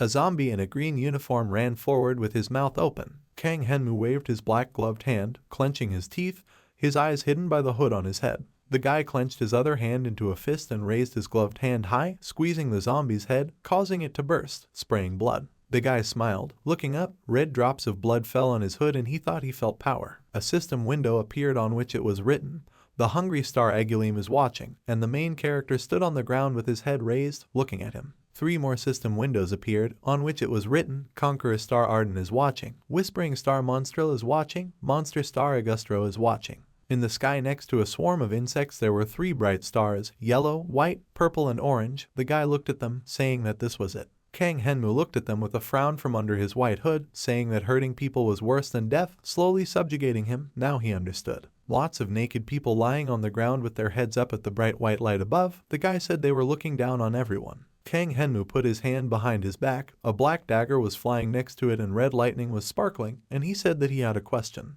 He smiled, looking up at the sky, and asked what they thought about him. Kang Henmu spread his arms out to the sides, screaming loudly, his cloak fluttering behind him, and beams of white energy and shattered rock shards were visible in the air. Blue energy pulsed across the sky among the monsters, knocking them back. They covered their faces with their hands as beams of blue energy flashed near them. The gray-skinned monster looked forward, holding his fist in front of him. The zombie also looked forward with its green glowing eyes. The place where the main character stood was empty and the monsters were looking at him. They raised their heads. Kang Henmu jumped into the air, holding his black dagger in his hand. He flew down, frowning, a beam of blue energy visible next to his face. The guy landed on the ground in a huge crowd of monsters that stood there. A long column of blue energy stretched from him. He landed on the ground, knocking back the monsters standing nearby.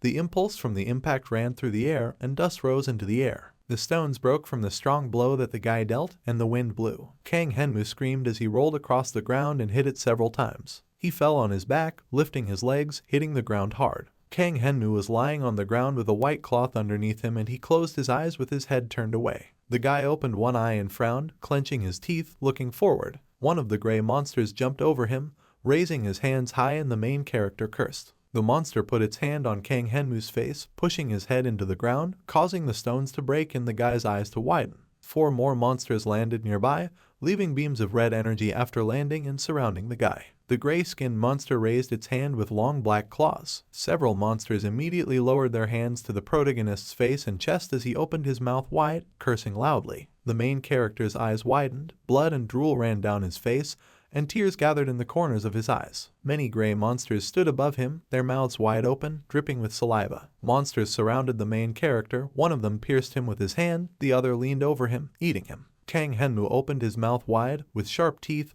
and there were tears in his eyes. He tilted his head to the side, closing his eyes. Kang Henmu threw his head back as tears streamed down his cheeks. The monsters piled on him, only the guy's hair was visible. They bent over him, devouring him. Blood splashes on the asphalt were visible under the main character. Kang Henmu extended his trembling hand. She fell to the ground, among the broken stones. A pool of blood from the main character appeared at hand. A smile was visible, with white sharp teeth. Kang Henmu opened his mouth wide next to the gray monster's flesh, the guy's eyes glowing red. He sank his teeth sharply into the monster's flesh, frowning. The guy sharply threw back his head, tearing out a piece of the monster's flesh, causing him to scream loudly, and drops of blood flew through the air. The guy stood looking at the many monsters in front of him.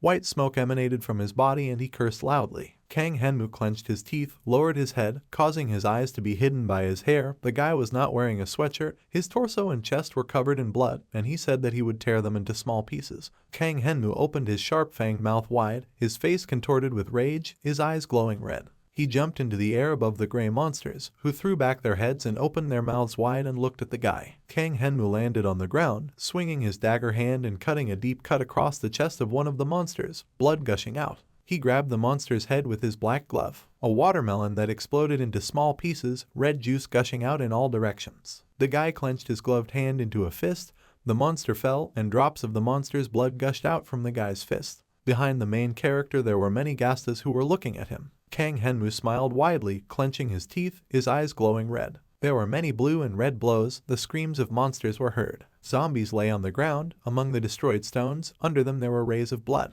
Ghast lying on the floor next to a zombie with blood flowing underneath him. Many monsters lay on the ground, some of them had their limbs torn off, and another zombie crawled among them, leaving a trail of blood behind them. The zombie looked ahead with his green eyes and thought that they shouldn't have poked their noses in here. He lay legless, leaning on his elbows, among the corpses of other monsters and destroyed stones, thinking that although he had taken a whole squadron with him. The zombie raised his head, remembering the main character, who smiled widely and thought that they had managed to lose to this tasty guy and he needed to get out. He noticed the man's figure and looked up at him. On the mountain of corpses sat a dark silhouette who lowered his head low. The zombie asked if he was from his squad, and who he was, what his name was and what his rank was. Kang Henmu looked at him with red glowing eyes.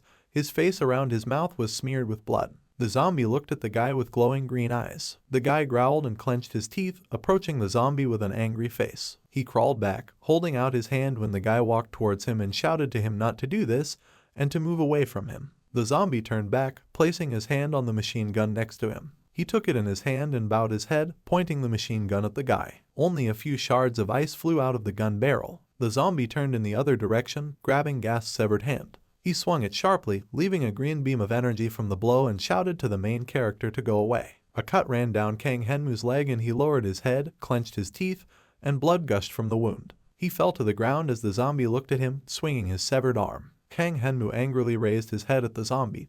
Clenching his teeth and leaning on his hands, the zombie shouted at him to go away. He waved his severed hand again, trying to hit the guy and, opening his mouth wide, asked him to please leave. Suddenly, the zombie's arm was torn away from his body, pieces of flesh flying off it. The zombie clenched his teeth, bowing his head as Kang Henmu swung his gloved hand, ripping his arm away from his body. The guy began to approach the zombie's face, opening his mouth wide with sharp fangs. He clenched his teeth on the zombie's face, whose eyes glowed brightly with a green light. The guy bit off the zombie's face, tilting his head back and tearing out its flesh. He loomed over the zombie, eating it as it thrashed, begging him not to do this. A loud zombie scream was heard. System windows appeared on which it was written, the task was completed, the main character completed the task bottom of the pyramid.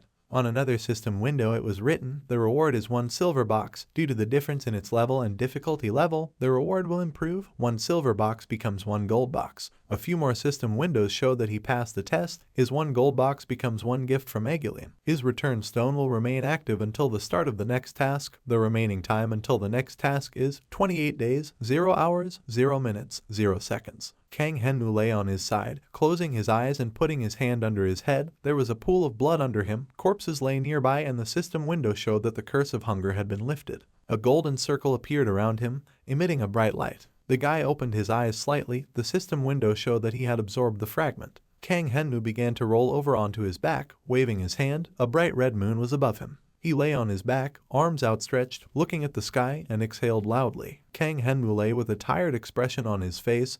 His mouth parted. He said that he was hungry. The guy looked at the blue system window that was flying above him and thought that he had a little more time. He threw his head back, looking at the many corpses of monsters that lay nearby. Kang Henmu clenched his teeth and frowned, thinking that even though he was under a curse, what had he done? The guy sighed loudly and closed his eyes, frowning. He lay silently on the ground, closing his mouth. Kang Henmu closed his eyes and bit his lip, thinking that he was hungry and would die like that. A black pipe from which a loud sound was heard. Kang Henmu's eyes widened when he heard her sound. The guy sat up on the ground, looking forward questioningly, frowning and opening his mouth. A loud sound echoed along the street of the destroyed city. Kang Henmu smiled nervously, raised his eyebrows and asked what. He leaned his hands on the ground, sitting down. Many people were approaching him, holding flags, and the guy said that he thought it was all over. White flags fluttered in the wind, depicting a snake that opened its mouth towards a black ball. Gray monsters with long arms. Some of them had red hats on their heads that covered their faces. Some had masks on their faces. They played flutes and drums. The other monsters were dressed in traditional Korean clothes with tall hats and black veils that covered their faces. One of the monsters wore a black mask, and a red gag was inserted into his mouth, from which leather straps stretched. He was holding the reins of a giant anglerfish with sharp teeth, black eyes, and a fin glowing at the end. Strong gray hands and black handcuffs clutched a red stick. A board was attached to the neck of one of the monsters. The anglerfish was chained to a red carriage, moving on its paws. The carriage had red beams at the back and front, which were held by strong monsters, chained with a board around their necks and bags on their heads. Kang Henmu looked at all this in surprise, his eyes wide open and his mouth parted. He frowned and clenched his teeth, thinking that each of them was an incredible creature, superior in strength to the ghasts and those zombies. A black silhouette of a carriage on a red background. The guy thought why they were protecting this carriage and what was in it. The monsters with bags on their heads lowered their heads while pulling the carriage. She moved on small black wheels among the fragments of stones. In the carriage, behind the translucent yellow curtains, the silhouette of a man was visible, bending over. Kang Henmu looked at this in fear, his eyes wide open and his mouth parted. Many monsters lay on the ground with their heads bitten off, and there were visible bloody footprints of a man who said he didn't seem to like the food. The silhouette of a tall man with a bare torso approached the main character. The red moon was shining brightly in the sky, and the man said that it was not even fully cooked. A creature with dark gray skin, long white hair, and pink bright eyes smiled widely, looking down at Kang Henmu. There were gold jewelry on his neck and gold earrings on his ears. His lip and nose were pierced and chains stretched from them to the earrings in his ears. He called the guy a young man, and the system window showed Cavero of Satiety and Laziness, level 118. Kang Henmu smiled nervously, clenching his teeth as he looked at him, his body trembling. Cavero bent down looking into the protagonist's face, saying that judging by his face, he needed to introduce himself. The creature silently lowered its gaze to the guy, looking at him with its glowing purple eyes. Kang Henmu clenched his teeth, looking up at him with a frown and thought that he was testing him. Cavero smiled widely, raised his eyebrows and laughed. He sat in front of the guy. Many monster corpses were visible behind him, and Cavero said that he survived with such a low level, and it was no wonder that the hungry star was interested in him. However, he thought that all people became extinct. Cavero raised his hand, pointing his finger at the protagonist sitting on the ground, asking if anyone else had survived. Kang Henmu smiled, frowning at him as beads of sweat ran down his face. The gray-skinned creature smiled, sighing silently. He scratched the guy's cheek with his long claws, causing a few drops of blood to fly out of the cut, and the guy clenched his teeth. Cavero opened his mouth, bringing a bloody finger to his mouth. He pressed his lips around it, tasting the boy's blood. Cavero rose to his feet, looking down at the main character, and said with a smile that it seemed to him that no, he seemed to have fallen from the sky. Cavero stood opposite Kang Henmu, whose leg was torn off, and said that in any case, he was glad to see them, and he thought that after John and Maria Kaler, humanity went out like a candle. Kang Henmu closed his eyes, resting his hands on the ground and looking at him. Cavero said that he would never have thought that there was a fresh human like him left. He bent down and extended his hands to the corpse, smilingly saying that he could not allow such a lovely child to freeze. Kang Henmu looked at him in confusion, wondering why he was collecting corpses. Cavero tore a piece of flesh from one of the corpses, and the guy clenched his teeth, looking at it, mentally asking him not to do it. Cavero with a smile extended a piece of flesh towards the guy, closing his eyes, and he thought that he should not do this. Kang Henmu winced as the gray-skinned man placed a piece of flesh on his severed leg. The main character looked down in shock at his whole leg, frowning and moving it around. He straightened his leg, placing it on the ground, and Cavero said, "That's all, now he can walk again." The gray-skinned man turned his back to the guy, closing his eyes with a smile and extending his hand, saying that doesn't he think that such a lovely person like him should be greeted with honor and the best food, and let him go with him. Long white hair Cavero, who had his back turned, Kang Henmu asked him to wait. The gray-skinned man turned his head with a smile as he began to speak, but the main character interrupted him. Kang Henmu smiled widely, clenched his teeth, and looking decisively at the creature, said that he would never become a delicacy for him. Cavero silently looked questioningly at the guy, raising his eyebrows. He threw his head back, putting his hand to his face, and laughed loudly as the main character looked at him. Cavero closed one eye, wiping away tears of laughter with his finger, and said with a smile that what he said was just a delicacy, and he was so funny he didn't understand. Kang Henmu raised his head, frowning up at the man when he asked if he knew, "What is the simplest and most basic desire?" Cavero, with a wide smile, stuck out his long tongue, licking his lips and looking down at the guy, and replied that it was hunger. He frowned and narrowed his eyes, saying that Egulim's hunger was immense. Cavero spread his arms to the sides, standing in front of the main character, saying that influence, education, capital and power, he devours everyone and uses them as he wants. Cavero put his hand to his chest, frowning and saying that while he was an ordinary person, he could not gain anything because of his morals and upbringing. Kang Henmu frowned and pursed his lips while looking at him. Cavero clenched his teeth, holding his hand to his chest. His face contorted with rage, he opened his mouth wide and shouted that all this should have been his, they should have been the fruits of his efforts. The man raised his hands, clenching his teeth, and shouted that this anger was unbearable. He clenched his hands into fists, looking at the guy sitting on the ground and shouting that he knows that he is also filled with anger and greed. He believes that he deserves what is rightfully his. Cavero shouted that most people are unscrupulous and some are also stingy. Kang Henmu looked at him with a frown while beads of sweat ran down his face and thought that he was not mistaken. Cavero frowned at the guy with anger, clenching his hands into fists and raising them, asking if he didn't want to see what he could get. Didn't he wonder how high he could climb? The main character silently looked at the man, pursing his lips. Cavero raised his shoulder, raising his head and looking down at the guy with purple glowing eyes, saying that this is why they will be the ones to devour this entire world. A huge black snake that was illuminated by a purple light, its eyes also glowed with a purple light, and Cavero said that they would absorb everything, just like a snake looking down on everything. The man called out to Kang Henmu, who tilted his head, looking at him nervously. Cavero, with a wide smile, extended his hand.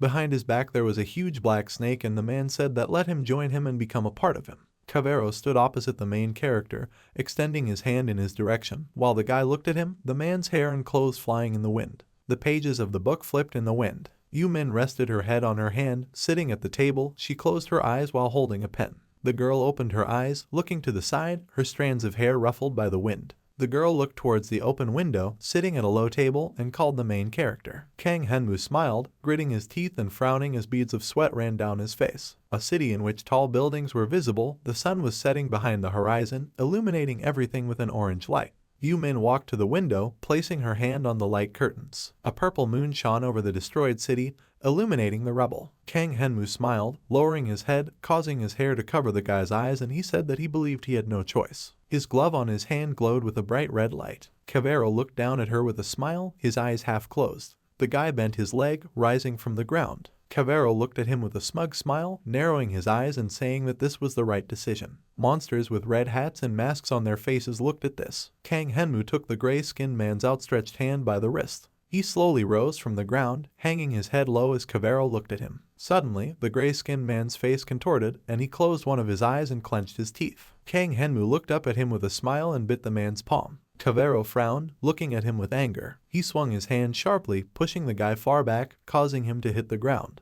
Cavero smiled irritably, looking at him, and raised his hand, asking how he dared to do this. Kang Henmu lowered his head low, leaning on his hands and rising from the ground, translucent mist flying next to him. The guy said that he couldn't understand something, and Cavero frowned and looked away. Kang Henmu smiled, wiping his face with his hand and looking at the man, asked why he tasted even worse than a zombie. The guy narrowed his eyes, sweat flowed down his face, and he asked if all traders were like that. Cavero smiled and licked his bitten hand with his long tongue and asked about the traders. He clenched his hands into fists and bent his knees. Powerful white energy shone around him and the main character covered his face with his hand. The man shouted how he had the audacity to call him a traitor. Kang Henmu frowned, clenching his teeth, his hair disheveled from the powerful energy. White rays of light were visible nearby. Cavero ended up next to the guy, standing in front of him and lowering his head, looking at him. He raised his hand and looked to the side, saying that he saw no point in talking to the guy. Cavero looked down at him, frowning and asking him to just die with a wide smile. Kang Henmu smiled widely,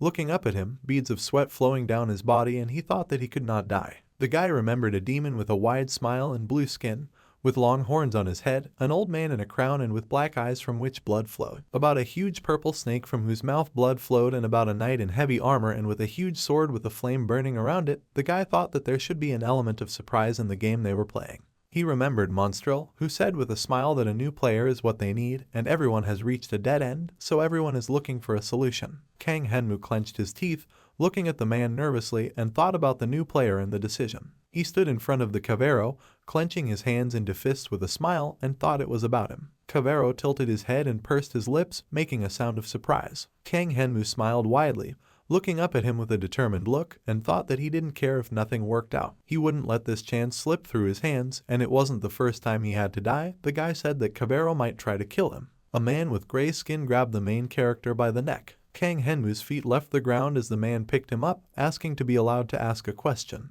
Cavero looked at the guy with a crazy smile on his face, holding him by the neck. Purple fog was flying around them and the man asked what he should do with it, crush it or tear it into pieces. He frowned, looking at the guy while the purple mist was flying around, and said that yes, that would do, and since his mouth wouldn't close, he'd help. Let him try to scream some more. Kang Henmu clenched his teeth and his eyes turned white as powerful purple energy glowed around him, Cavero's white hair flowing behind him. The guy was struck by a powerful blow from violet energy. His mouth opened wide, his eyes turned white. Cavero smiled widely, looking at him smugly, looking up and saying that he couldn't believe that he was a traitor and that he had fallen from the sky or something. A vein popped out on the man's face as he looked at the guy with an annoyed smile, asking if he seriously believed that they had joined the monsters to exterminate the people. There was a purple mist glowing around the main character, who was being held by Cavero's neck, and the man told him to shut up and die. A system window appeared on which it was written, "The monstrous Star Augustro is watching." Cavero turned, looking away in surprise, his white hair and jewelry flying in the wind.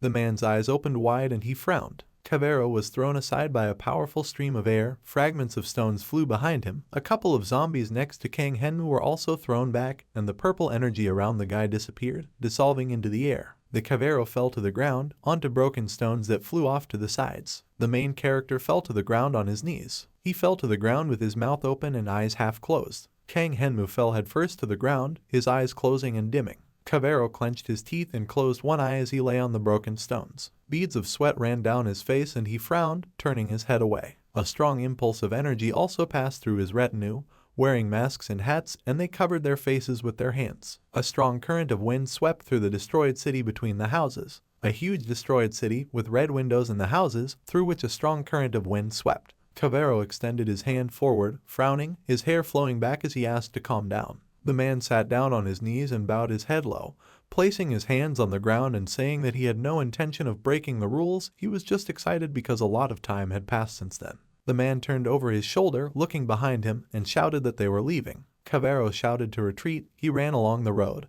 Between the stones, the rest of the gray-skinned monsters ran ahead of him. The silhouettes of many monsters were visible, holding flags in a carriage that was moving forward. Kang Henmu lay on the ground, breathing heavily and opening his eyes slightly. His eyes dimmed, there were dark circles under them, and he looked to the side. The guy was lying on the ground, pools of blood were visible next to him. Dark clouds appeared in the sky and bright purple lightning flashed across it. Kang Henmu, breathing heavily, looked at it and mentally asked what it was. The sky was dark, light was visible between the clouds. Kang Henmu looked at him, thinking that Cavero ran away in fear. Something in the heavens scared him. The guy rose to his feet, mentally asking why. He clenched his hands into fists and threw his head back, looking at the sky, shouting that he could do whatever he wanted, even if he was torn to pieces or smashed into pieces. The main character closed his eyes, opened his mouth wide and shouted that he would be burned alive. Kang Henmu's face contorted with sadness and he clenched his teeth, squinting his eyes, trying to say something. The guy closed his eyes and fell to his knees. He lowered his head, looking down at the ground, and said that it didn't matter what he did to him. The guy knelt, his head down, in the middle of the destroyed city and began to say that he would, but did not finish. Dark clouds that covered the sky, with a purple light among them. Kang Henmu was sitting on his knees on the road. Small and large fragments of stones lay next to him. There were buildings around, next to which there were broken stones, as well as destroyed cars. A girl in a white dress and long blonde hair stood by the sea, looking at the sunset. The main character wondered if it was Yu-Min. The girl turned around with a smile, calling the guy. Yu-Min closed her eyes and was illuminated by the setting sun and smiled widely as she said welcome back to him. Kang Henmu opened his eyes slightly, lowering his gaze. Rainian looked at him with a surprised face, raising her eyebrows and asking if he woke up. The fairy bent her leg, on which the bite mark was visible, asking the guy to look at it. Kang Henmu sat in the building, against the wall, while the fairy flew next to him, saying that she came for him when she thought it was all over. Rainian recalled the main character, who opened his mouth wide with sharp fangs.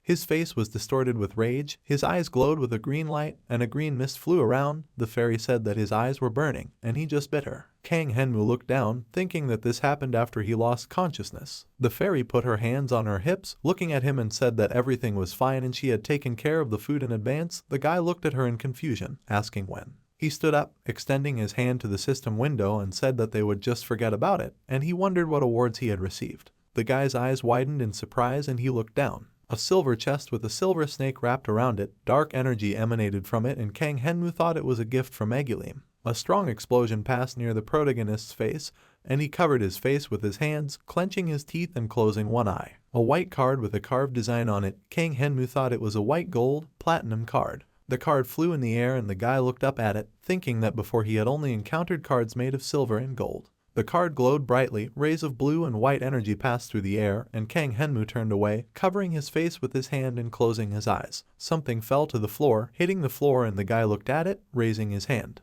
He clenched his teeth and closed one eye, looking down at the map. There was a silver blade lying on the ground, from which a faint white light emanated, and the guy asked what it was, such a boring blade. Kang Henmu lowered his head, looking down at the blade and said, complete disappointment. He put his hands in his pockets, standing in front of the blade and said that you can't get upset so early.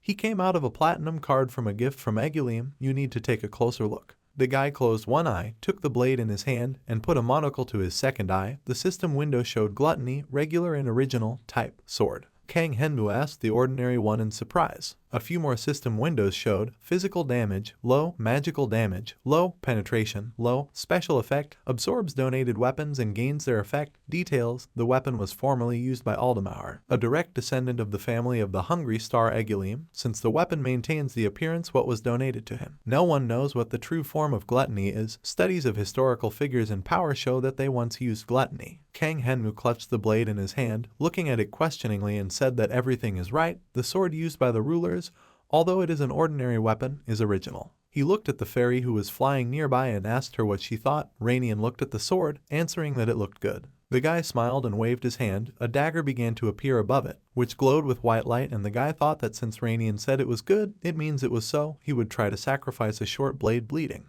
Kang Henmu lowered his gaze, crossing his sword and black dagger, telling the sword to eat. Nothing happened and the guy pursed his lips, frowning at the swords. He sat down against the wall, turning away. The black blade and sword lay behind him, and the guy thought that he was already completely crazy. Why did he feel like he was rejected? The guy crossed the white and black sword again, asking if he could eat at least a piece. Orange sparks erupted from the contact of the sword's blades. Suddenly, the blade of the white sword opened like a mouth and Kang Henmu clenched his teeth in fear, frowning. The black dagger shattered into small pieces as the white sword ate it. Kang Henmu raised his sword hand, looking at him in shock and screaming. He opened his mouth wide, fearfully asking what was happening. The guy froze, frowning as a white light illuminated him. The white sword turned black, and there was a red crystal at the bottom of its hilt. A black blade of a sword with a white light around it. The blade of the sword also had a bright red crystal. Kang Henmu looked at him with his eyes wide open and his mouth open. Two system windows showed the weapon consumed: short blade, bleeding, gluttony, legendary and original, type, sword.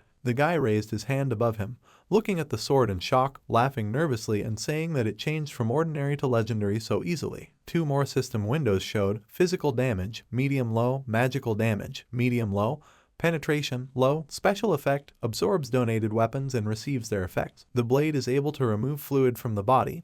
After contact with this fluid, allies will be restored and enemies take damage. Kang Henmu turned to Rainian with a wide smile, saying that he liked this thing. The fairy crossed her arms over her chest and smiled, saying that he liked everything that had a high rank. Kang Henmu looked resolutely at the fairy, smiling contentedly, and said that she was right, but jokes aside, with this thing he can become stronger. Rainian silently looked at the guy with a smile, opening her eyes wide. She closed her eyes and smiled wider, saying that seeing her servant happy made her happy too, and she hoped he would continue to become tastier and tastier. Kang Henmu smiled nervously, looking at the fairy in confusion, holding out his hand with the sword, and thought that this is what she meant. The door in the room and the shabby walls, Kang Henmu said that he needed to go somewhere and Rainian asked where. The road between the houses, a large purple moon was shining in the sky. The guy replied that he needed to go where he wanted to return.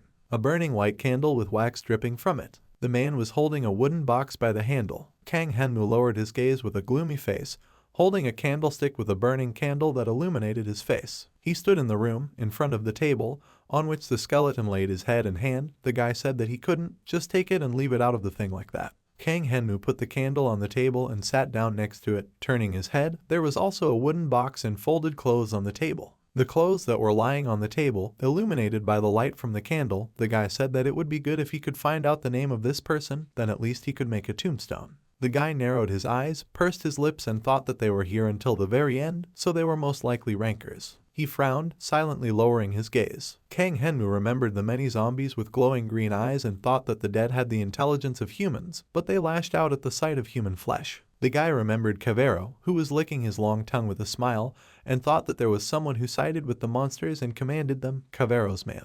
The main character remembered Curson, who clenched his teeth, smiling. And he also thought about Rainian, who was smiling, and thought that he was also commanding them. A silhouette of Kang Henmu with a crazy smile and glowing white eyes, who raised his hands, red beams of energy flying around. The guy lowered his head, thinking about zombies with green eyes and Cavero, mentally asking if he was so different from them. Kang Henmu sat silently, his eyes covered by his hair. He looked to the side and frowned, sighing and thinking that of course yes, because his mind had not yet been consumed by greed. Kang Henmu looked towards the burning candle on the table as he sat on the table and said that was why he found him so impressive, fighting in a world full of people like them. He looked at the wooden box tied with black ribbon and said that he was able to protect the others himself. The guy stood on the floor, stretched out his arms in front of him and said that perhaps it was because he was his complete opposite and let him not take it into his head. Kang Henmu took the candlestick in his hand, opening the drawer in the desk and looking into it, saying that he had to go, asking if the skeleton had any ID.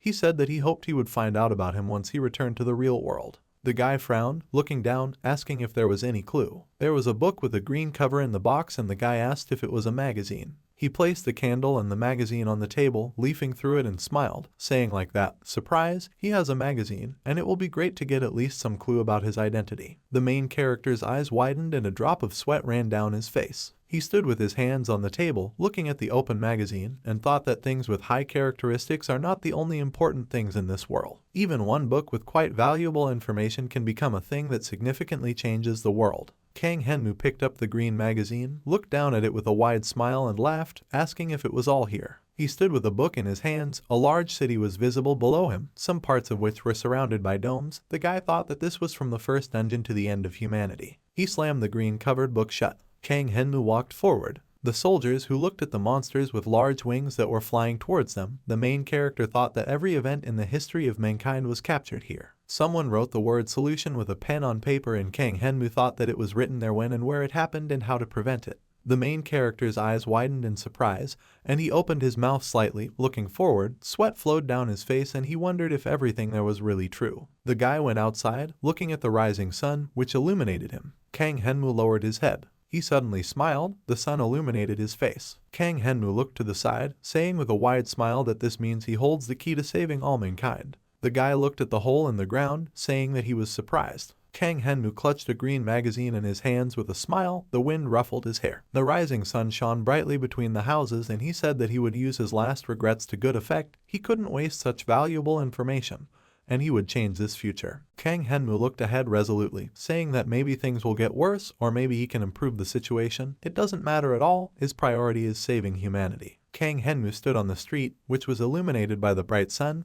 The ruins of buildings were visible. The guy turned over his shoulder and with a wide smile said, "Save from hell." There was a green lawn, trees were visible in the distance, as well as a city with tall buildings. The sun was shining brightly. The green leaves of the trees through which the rays of the sun broke through. A dog barked in the distance. A girl in a purple sweater stood in the forest, putting her hands to her face and calling to the dog, asking where she was and where she had run away to. The wind blew and tore some leaves from the tree. The girl looked to the side, asking the dog to quickly come to her, saying that it was time for them to return home. A dark silhouette stood behind her while the girl said what she was worried about. The silhouette passed further, his steps were heard and the girl fell silent. She looked to the side in fear, calling the dog again. The girl noticed a figure in a cloak among the trees, looking at her in fear. Kang Henmu looked at the girl with white glowing eyes. Several leaves from the tree fell on his hood, and his face was dirty. The girl frowned and, opening her mouth wide, screamed in fear, shouting that it was a zombie. A restaurant with large windows. There were no people, only Kang Henmu and Yumin were sitting at the table near the window. The girl with blonde hair laughed, closing her eyes and wiping tears from her eyes, saying that it was very funny. She asked if everything was really so deplorable that the first thing that came to her mind was the word zombie. The main character frowned, closing his eyes and holding a fork with meat to his mouth. He was wearing a suit and his hair was combed back. He replied that even so, but is that a good reason to call the police? Yumin took a glass of red wine, tilting her head and looking questioningly at the guy. She raised her other hand, smilingly asking what this strange request was, to teach him how to waste money. Kang Henmu looked at the girl with a serious expression on his face. To the side of him through the window the bright lights of the city were visible. The girl continued that in their days they do not need to spend millions for comfort, they can live quite modestly. But with taste, and something like buying luxury cars, it's too much. Yumin tilted her head, looking at the guy with a smile, holding a glass of wine in her hand, and said that she knew that he would never do such a thing, so she was curious if this was something like a desire to gain experience in life in first class. The main character looked at the girl with displeasure, frowning. They hit glasses of wine against each other and Kang Henmu said that while living a dog's life, you should at least once try to live as a state counselor. Yumin looked at the guy with a smile, extended her hand with wine to him and said that she thought that he considered such things to be hypocrisy. The guy displeasedly asked about hypocrisy. He put his hands on the table and, frowning, replied that how could he judge if he had never tried and did not know what it was like. People who make harsh and frivolous statements without really trying anything are stubborn, not knowing and not understanding anything. Yumin looked at the guy with a smile and raised her eyebrows. She leaned her elbow on the table and rested her chin on her palm, saying that she already thought that he wished for something like the life of the heir to a conglomerate. Kang Henmu smiled and closed his eyes, holding his fork and replying that he did not say otherwise. Yumin looked questioningly at the main character, tilting her head slightly when he said that he was just too lazy to do such serious things, but his childhood as an orphan had absolutely nothing to do with it. He was already born that way. Kang Henmu frowned at her and said that even if he had grown up in a full-fledged family, nothing would have changed. Yumin smiled, putting her hand to her cheek and said that he is truly the most adequate of all the men she has met. Kang Henmu closed his eyes and thought irritably about the men she dated. The main character said that she was like a graduate student. How could such a young girl have so much experience to compare it so clearly? He said that after he voiced this question, everything seems even stranger, and what kind of student could even have so much free time? Kang Henmu sat in front of the girl with his hands on the table and said that it would happen again. But how could graduate students have time to go to restaurants? Shouldn't she be studying now? Yumin closed her eyes and frowned with displeasure, saying that in fact, if he had not called her, she would now be working all night long in the laboratory. Yumin looked away, moving her hand away from her face and said that the professor acting as her supervisor is a somewhat extraordinary person. She remembers that last year he sent clueless first-year students to observe industrial collections of toxic waste. The girl put her hand on the table and, looking at the guy, said since their conversation turned to the university, she should say that while he was away, the results of a study became known about the amount of mana required to increase the rank. Kang Henmu pulls his hand to the side, opening the system window in front of his palm and looking at it, says that he also tried to find out, but the information is still quite difficult to find. His eyes widen in surprise and he opens his mouth slightly. On the system window it is written, Kang Henmu level 26. The guy looked at this in surprise, pursing his lips and raising his eyebrows, mentally asking if he didn't finish training at level 20, where does the number 26 come from, and thinking that this is some kind of nonsense. Yumin looked at the guy, talking about the results obtained, and he turned in her direction, asking what was there. They were sitting in an empty restaurant next to the window, and Yumin started talking about the guy's ability rank. Her face became serious and looking at him, she said that he was missing. Kang Henmu frowned at the girl and asked about the absence. He put his hands on the table, looking seriously at the girl and asked if this was good or bad. How should he evaluate what was said? The girl smiled nervously and said that it didn't work like that at all. She said that they were not in the most appropriate place for such a conversation. a dark blade with blue light shining around it and snowflakes flying. Curson swung his scythe forward, striking as many white snowflakes flew around him, casting a blue glow. He cut the gray monster into 2 parts. Next to the cut, the monster's body was covered with small ice crystals. The goblin clenched his teeth and leaned over the monster, raising his hook hand. A white mist appeared around Curson's hand. The goblin's muscles grew, his gloves tore as they became too small. The goblin's legs also grew, torn cloth flying near his legs. A black scythe covered with ice fell to the ground. The silhouette of Curson, which increased in size, he opened his mouth wide, pieces of fabric were flying next to him. A loud sound echoed through the destroyed city. Curson clenched his hands into fists, breathing heavily. He had no clothes on, beads of sweat were running down his body, and his eyes were glowing yellow. The system window showed Hobgoblin Curson, level 27. He raised his hands and again, opening his mouth wide, screamed loudly. The purple moon shone brightly above him. Night, a bright house. In some of the windows there were lights. There were many books on top of each other on the table. Kang Henmu opened one of the books while sitting at the table and looked down at it with a frown. The door to the room opened. Yu Min stood in a large sweater that fell off her shoulder and wiped her wet hair with a towel. She smiled and looked to the side, saying that the book was in German. It was probably not easy to read. The main character looked at the girl with a smile, answering that he was good enough at this. The guy thought that it was all thanks to his skill in knowing languages. He closed his eyes while sitting at the table and said that although he was unable to understand the content, Yu Min looked at him in confusion. She wrapped a towel around her head and put on her glasses. The girl sat down next to the guy, pointing at the book and saying that she knew this would happen. So she prepared a short summary with the main points and let him look here, asking what it was like. Lots of dark green cells with a faint green light around them. Kang Henmu said it looked like a virus or bacteria. The girl looked at the guy in confusion and said that these were red blood cells. Kang Henmu frowned, looking forward in surprise. Yu Min took one of the papers, pointing her finger at it and said that what he sees here is the blood and crystals taken from him the other day. She said that since mana is mainly accumulated in the lower dantian, when taking blood from there are a lot of crystals coming out of the dantian,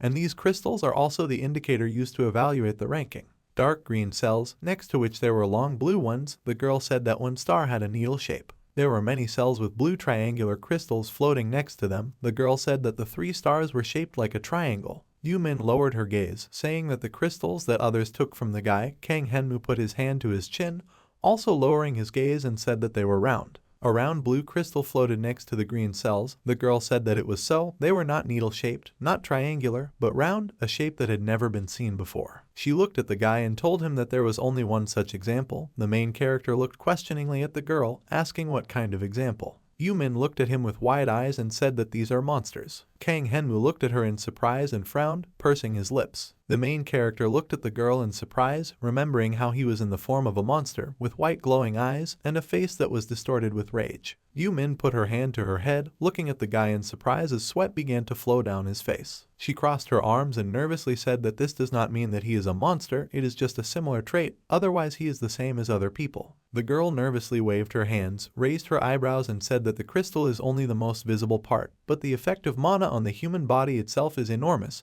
Perhaps it belongs to a high rank that has never been seen before. Kang Henmu smiled, looking at the girl. They were sitting on the floor in front of the table when Yu Min pointed to the papers on the table, saying that there were rumors that there was even a 5-star rating, but this was clearly higher than that. It was quite possible that he had all 6 stars. Yu Min put her hands to her cheeks, tilted her head with a smile and asked what he thought about it. The main character smiled contentedly, closing his eyes, and said that at least now he knows for sure that he does not have just 1 star. Yu Min smiled widely, sitting next to him, and closed her eyes. The guy threw his head back and looked to the side, remembering the system window on which it was written. The body has awakened mana. Mana begins to circulate inside the body. The guy thought that if he looked back, at that moment a message appeared that the body had awakened mana, but he was never told clearly what his rating was. Yu Min showed 2 fingers with a smile and raised her eyebrows and asked if he said last time that he was level 20. The main character looked back at the girl with a smile and replied that he was no longer there. She looked at the guy in surprise, opening her eyes wide, and then asked which one. Kang Henmu smiled widely, showed a thumbs up and said that he was level 26. Yu Min clapped her hands in surprise while the main character smiled contentedly.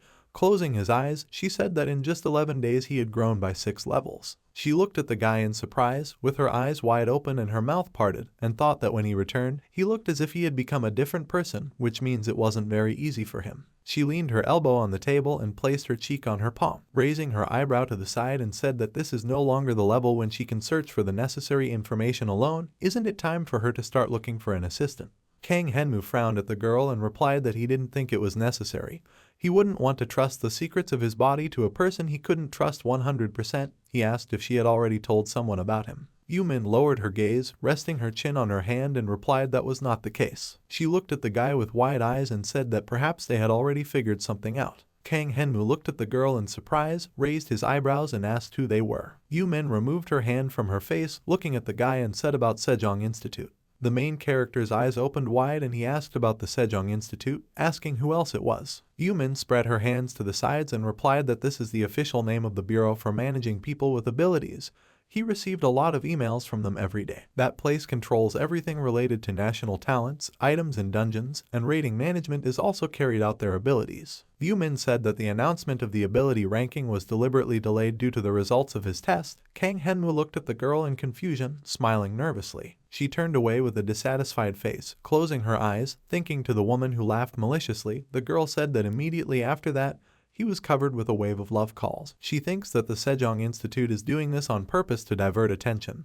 And if we are talking about director of that organization, then she is quite capable of something like that. Kang Henmu picked up his phone, saying that he thought it was spam. Yumin asked if he was really going to call. The guy frowned at the girl, shrugged his shoulders and said that he had to find out what exactly they were finding out. Yumin sadly lowered her gaze and sighed, answering that it was true. The main character silently looked at the girl in surprise, raising his eyebrows. He began to rise from the floor, lowered his head and asked her to come to him. Yumin asked what in confusion. Air from a hairdryer was blowing onto the girl's hair. She sat on the floor between Kang Henmu's legs, contentedly closing her eyes, while the guy sat on the bed, pointing a hairdryer at the girl's head and looking down. Said that he would continue to slowly collect information and let her continue her research. He said that it would probably be difficult to do with only access to the laboratory. Maybe she should buy him equipment. Yumin turned to the guy, frowning her eyebrows, and asked if he really thinks that the equipment costs a penny, and even if he buys it, where does he intend to put such a huge thing? Kang Henmu replied that then he will buy a separate house for this. Kang Henmu turned to the side, placing his free hand on the girl's head, and said that it would be a huge house without strangers, and it should also be as strong as a bunker. Yumin closed her eyes and laughed. She suddenly frowned and shuddered, screaming hotly. Kang Henmu looked down at the girl in shock, pursing his lips. The stars were shining in the sky, the light was on in the window of the house. The main character apologized to the girl. He blew on the place on Yumin's head, saying that it was impossible to continue sitting on her neck. The girl closed her eyes with tears in her eyes and said, "Does he really want to leave her?" Kang Henmu spread his arms to the sides, looking at her and asked. Yumin turned to him. She looked sadly at the guy, her mouth parted. The main character put his hands on her shoulders and smiled widely, closing his eyes and saying that of course he wants to take her with him. Yumin raised her eyebrows at the guy's hand, which had scars on it. She turned to the main character, sadly saying that now, looking closely, this time there are many wounds on his body. Kang Henmu scratched the back of his head awkwardly, smiling, thinking that he couldn't tell her that it was because he was resurrected. The guy replied that it seemed like the potion wasn't enough. Yumin put her hand on the guy's wrist, looking down at the scars, and asked if he was in pain. He lowered his gaze to the girl, answering that the wounds would quickly heal. Yumin bit the guy's hand, looking down and placing her palms on his arm. The main character smiled awkwardly, closed his eyes and asked what she was doing. The girl looked at him with her hand in her mouth and replied that she liked the taste of his flesh. Kang Henmu shuddered and clenched his teeth. Yumin smiled, looking at him. There was a bite mark on the guy's hand and the girl said that it was a joke. She also wants him to leave his mark. The main character smiled, lowering his gaze to the girl. He placed his hand on her cheek, leaning over while Yumin sat on the floor. Kang Henmu pressed his mouth to the girl's face, causing her to close her eyes and pout her lips. Shooting stars were visible in the dark sky, and the girl screamed. The sky was blue, clouds were floating across it and birds were flying. The sun was shining brightly. Yumin lay on the bed, closing her eyes and covering herself with a blanket, the sun shining on her back and cheek. She was lying on one side of the bed. There was no one on the other. Kang Henmu stood in a dark room with the hood of a red sweatshirt over his head. The guy pursed his lips and closed his eyes. He remembered how his mouth was wide open with sharp teeth, his eyes glowing bright red. He remembered how he had jumped over many gray monsters and ghouls, raising his black-gloved hand. The guy ran forward, leaving a blue trail, scattering the monsters to the sides. He remembered how he bit off the face of one of the monsters, throwing his head back, blood gushing from the monster's wound. Kang Henmu clenched his hands into fists, blood spattering between his fingers as he ate the monster's flesh. The guy closed his eyes, sweat running down his face as he remembered this, and the guy hummed. He hung his head low and rested his hands on his knees, breathing heavily and saying that these disgusting memories continued to flash before his eyes. Kang Henmu looked forward, frowning and opening his mouth wide, thinking that even in this way, he remembered the battle recorded in Battle Helper. Kang Henmu straightened up, clenched his hand into a fist and thought that this way he could achieve complete control over him. He said that he was starting. A system window appeared on which it was written that the fragment had been purchased. The main character looked down at his palm in surprise, asking about the fragment. There was a circular design on his hand, there were crystals around it, and the guy thought that the pattern had changed. Kang Henmu put the monocle to his eye, closing his other eye while looking at his palm. On the system windows it was written, Star Fragment, Level 2, Power, Follower Absorption, as well as a note in which some words were missing. Only one remained to be found among. This extreme situation created a favorable environment for the birth, and at the same time gave birth to an ally and enemy. Kang Henmu looked at his palm, which had a drawing on it, and asked about the power, saying that this is the first time he has seen something like this, and the note is very confusing, but he will look at what kind of power it is. The system window showed, the power rank is legendary, features, absorption, special ability, he can make the person he killed his follower, followers can be summoned and recalled back in any situation, anywhere, even outside of space. If the level of the target is higher than on the caster, domination may not work, the caster can absorb followers and gain nutrients. Abilities, stamina, mana and some skills of the target in a short time, the time is proportional to the number of calories the subject has. The main character pursed his lips, looking at his palm through the monocle he was holding in his other hand and asked what kind of perverted ability this was. He asked if it was like the console from the classic game and it would be very useful to have in his arsenal during the Egulim challenge. Kang Henmu clenched his hand into a fist, looked at him and removed the monocle from his face, asking if there was some connection. He walked forward and raised his head, looking up with his mouth parted. Park Hwi-so stood in a beige raincoat and hat, leaning his hands on a cane. He asked what business the main character called him for, and seeing that the place of call was the gym, he can assume that the guy wants to fight. Kang Henmu smiled, putting the monocle to his eye and closing the other one, saying that he was too impatient, although if he wanted to fight, he would grant his wish. The guy smiled widely, his eye turned red and he told the man to stand and not move. Park Hwi-so frowned and looked at the guy with displeasure, asking him to stand still and saying that he didn't like it. They stood on the field, and the man with the cane asked what the main character was up to this time. Park Hwi-so frowned at the main character with his hands on his cane. Next to him were system windows that said, Park Hwi-so level 40, skills, bite, stealth, no breathing. Kang Henmu said like this. The face of the man with gray hair became gloomy, his eyes glowed and he called Kang Henmu and asked if he really thought that he had an infinite amount of time. Kang Henmu waved his hand forward with a smile, throwing something, saying that as he thought, this is much better than simple skills. Park Hwi-so raised his hand and caught the object, clenching his hand into a fist and asked what. The guy frowned, looking at the man with a wide smile, saying what he thinks. He has a lot to show him so that he can check what he is going to say. A lot has happened until today. First of all, his rank needs to be adjusted a little. Park Hwi-so looked at the guy through his monocle in shock, bringing it to his eye and screamed 26. He held papers in one hand, waved his other hand and said that the shape of this object and the crystals, what he saw was difficult to believe, even with evidence. Kang Henmu sat on the edge of the field, saying that he had no choice but to believe. Park Hwi-so looked at the guy, saying that he thinks he knows why the Sejong Institute is silent, although there was once a case of delay in announcing the rank, but his is truly an unprecedented case. Kang Henmu put his hands on his hips, tilting his head looking at the man and said that this is why even Yumin said that the protests of the clan and the intercrew are truly grandiose. The man replied of course. Park Hwi-so stretched out his palm, which had a monocle on it, and said that the level of gifted people is money, so this is a problem that cannot be taken lightly and he thinks that someone will definitely contact him soon. Kang Henmu took the monocle from the man's outstretched hand. He stood in front of Park Hwi-so, who put both hands on his cane, saying that he now fully realized that he was not an arrogant boy. Kang Henmu raised the hand holding the monocle with a smile and said that then he needed to change course. The man with gray hair closed his eyes and reached into the inner pocket of his coat, thanking the guy for showing such interest in him. The man looked seriously at the main character from under his hat and said that the vines entwined around his body are not as simple as they seem. Kang Henmu raised his fist to his face and laughed with a smile. The man looked at him in surprise. The guy extended his hand, standing in front of him and said that he would say these words especially for him. Now he can just take the oath of allegiance in words, but in the future he may have to crawl on his knees and beg him to take Park Hwi-so under his own wing. The main character smiled, frowned and said that maybe this will happen right after Lee Jae-ti is caught. Park Hwi-so frowned at the guy. He sighed, raised his head and said that he did not like this impudent look. Kang Henmu looked at the man with a smile, looked up and thought that Lee Jae-ti was nothing more than a ladder that one could one day step on. The guy raised his index finger, put his other hand in his pants pocket and said that then could he fulfill at least one of his little requests. Park Hwi-so sighed, asking which one. The main character closed his eyes and said with a smile that he was going to introduce him to one special guy. Kang Henmu waved his hand to the side and a long shadow appeared on the ground from him. A black liquid spilled on the floor with a large bubble appearing on it.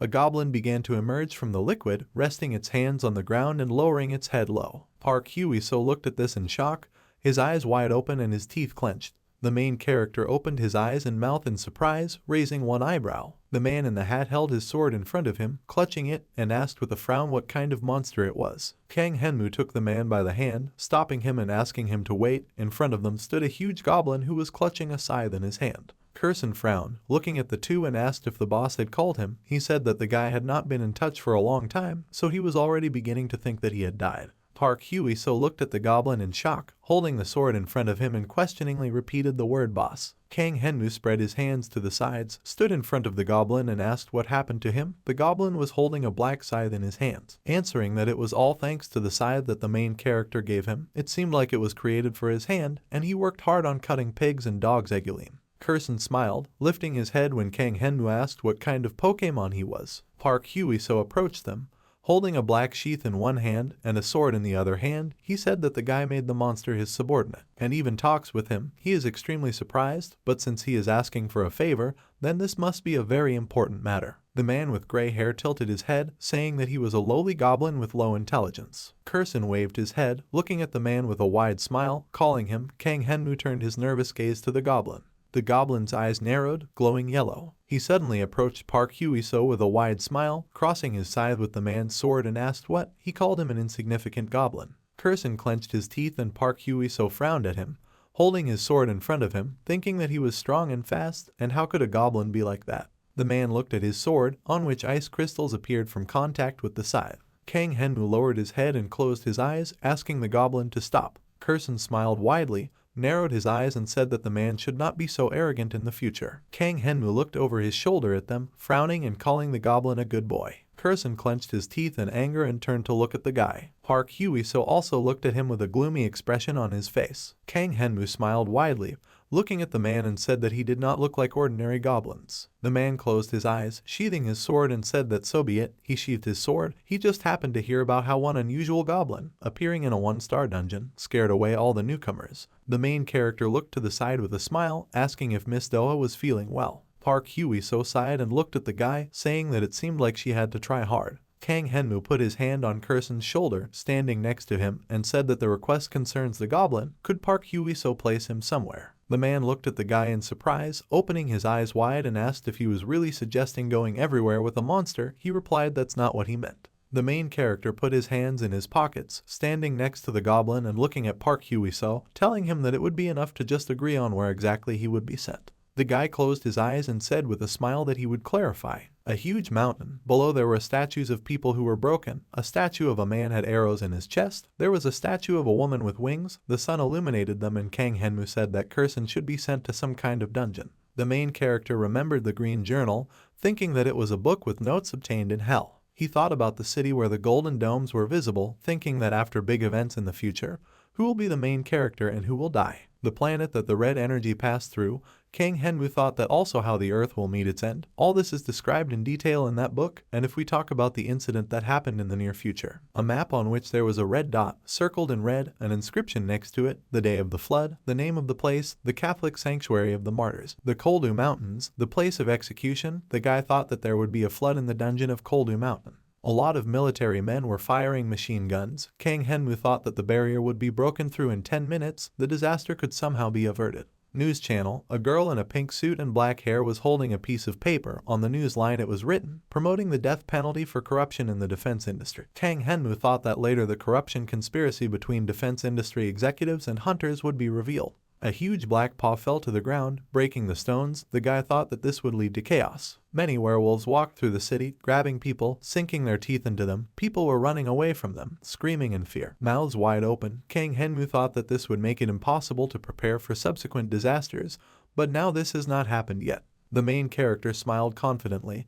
His eyes turned red and he thought that he needed to prepare to prevent this in the future with his own methods. Park Hee-so put 2 hands on his cane, sighing at the guy in front of him, saying that he had no idea what kind of monster he just got mixed up with. Kang Henmu fumbled in the pocket of his red sweatshirt. He pulled out a purple crystal with a smile, showed it to the man and said that this monster had not provided him with such a desired gift. Park Hee-so looked at the guy with a serious face as he said that he thanks the man for his tireless efforts in many ways, although of course he is sure that he has his own huge picture in his head. Kang Henmu smiled, narrowed his eyes slightly and said that he doubted that his earnings were fair. They were standing in the gym and Park Hee-so said that if he asked to raise the bid by 150% like last time, he would be in a difficult position. Kang Henmu looked at him with his hands in his pockets and replied that he was going to bargain. The main character smiled widely, closed his eyes and showed 2 on his fingers, saying that in general, twice, let him raise the payment twice. Park Hee-so frowned at the guy, a drop of sweat running down his face as he thought that the guy was not just a thief. A shadow fell on the man's face.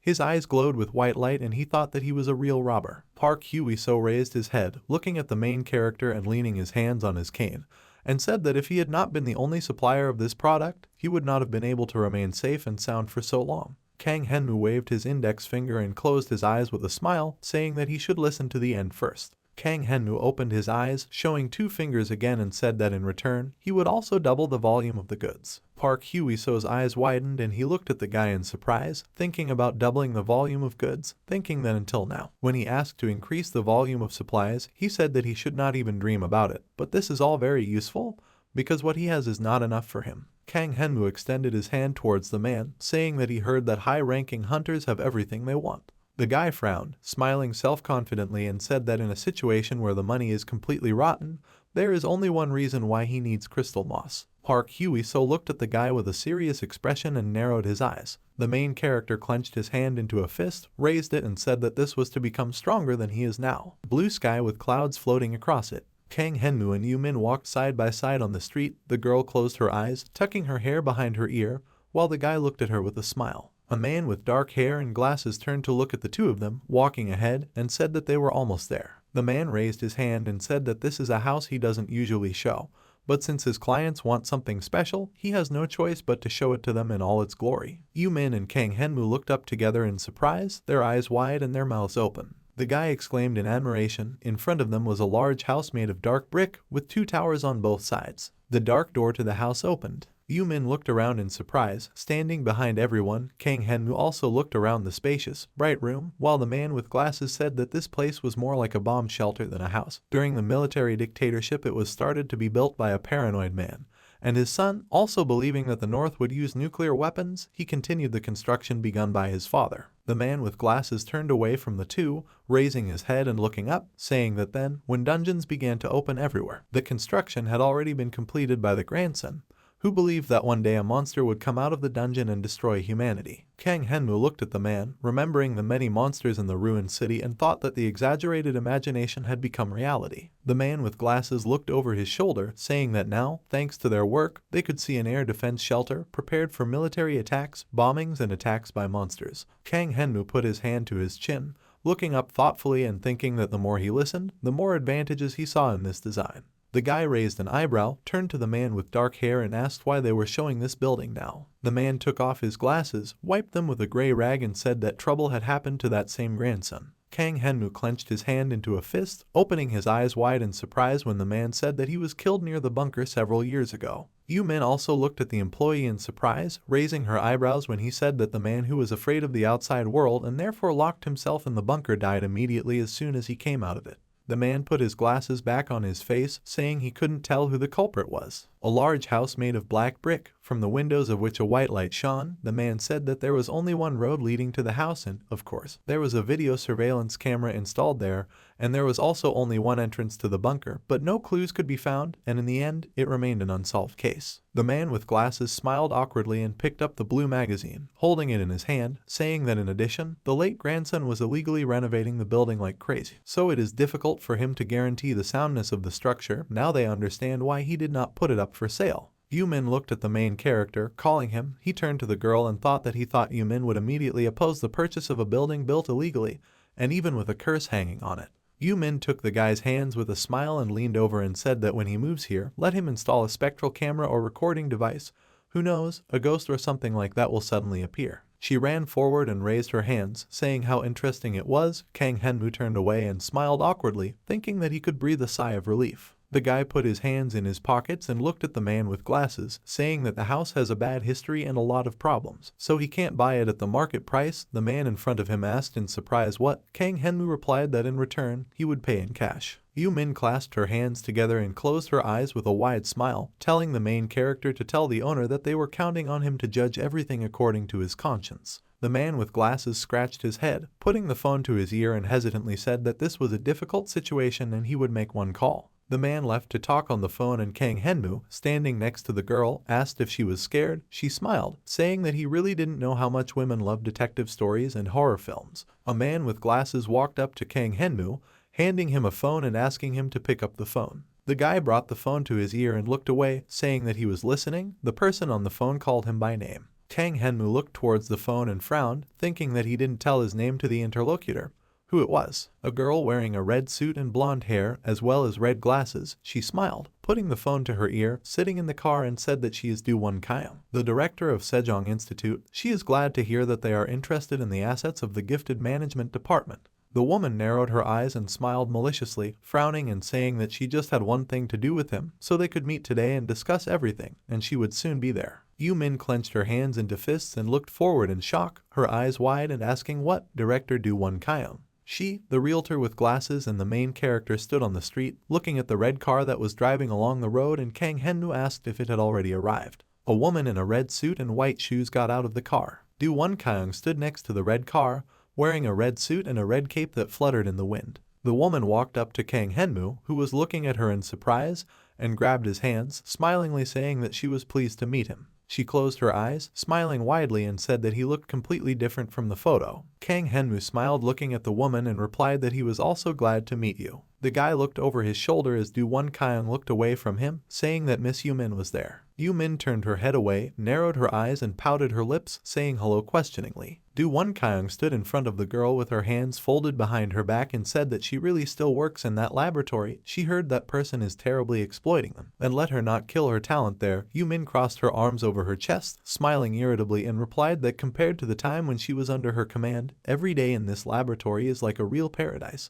Kang Henmu looked in confusion at the two women who were looking at each other intimidatingly and thought that they were scaring him. Do-won Kyung turned to the guy and smiled broadly, raising his hands, saying that she managed to meet him with such difficulty, and therefore maybe they will put aside the little things and get down to business. The guy answered, confused, okay. Do-won Kyung approached Kang Henmu, looked up at him, and said that as far as she knows, he is not a member of any clan. Is this really true? The guy smiled and answered yes. The woman looked at Kang Henmu with wide eyes, with a scary smile, and said that in that case, she would not sell him this bomb shelter. Kang Henmu frowned, looked down at the woman, and asked in surprise what.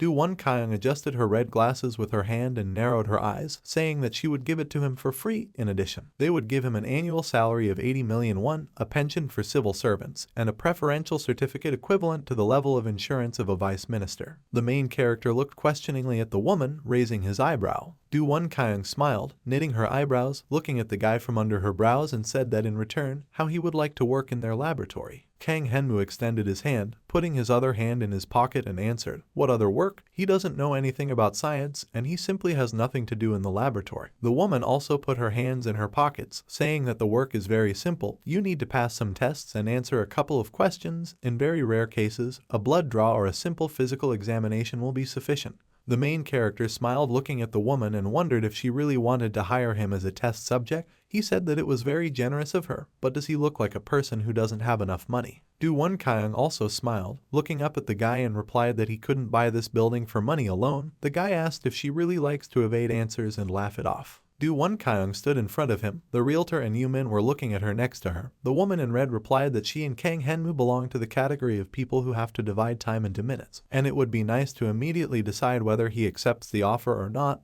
or move on to a more detailed discussion of the conditions. Kang Henmu crossed his arms on his chest and said with a smile, as for monetary payments, he is not interested in them, so he will set his condition, even if he joins another clan. They should not disclose information about him. The content of the research should not be shared to third parties.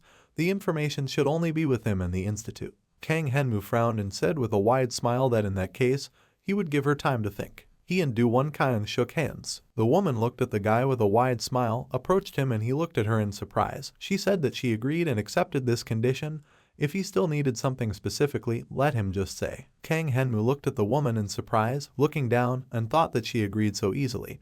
And if she is the head of a national research institute, then shouldn't she be required to report on the research results? Du Won-kyung looked at the guy from under her brows with a smile. The sleeves of her red cloak fluttered in the wind, and she thought that she should carefully hide the information she received because she knew something about his body. The main character looked at the woman incomprehensibly, raising an eyebrow, and she thought that perhaps with his help, that plan could be successfully carried out. Du Won-kyung smiled evilly, looking at the guy from under his red glasses. It was raining. A man in red sneakers was walking along the road. There was a large green bag on the ground, raindrops falling on it. A guy in a black jacket held the strap of a bag over his shoulder, dragging it along the ground, walking between broken black statues in the form of people with wings. Suddenly the man stopped when someone shouted at him to stop, asking who he was. The guy with green eyes fearfully showed his ID with his photo, saying that he was a hunter who came to visit the Koldu dungeon. A man in military uniform held a machine gun, aiming forward, and shouted, asking for what purpose. The guy raised his hands up, a bright white light shone on him, broken statues were visible nearby, and he said that the return of the Hosong Jin team, which went on an expedition a week ago,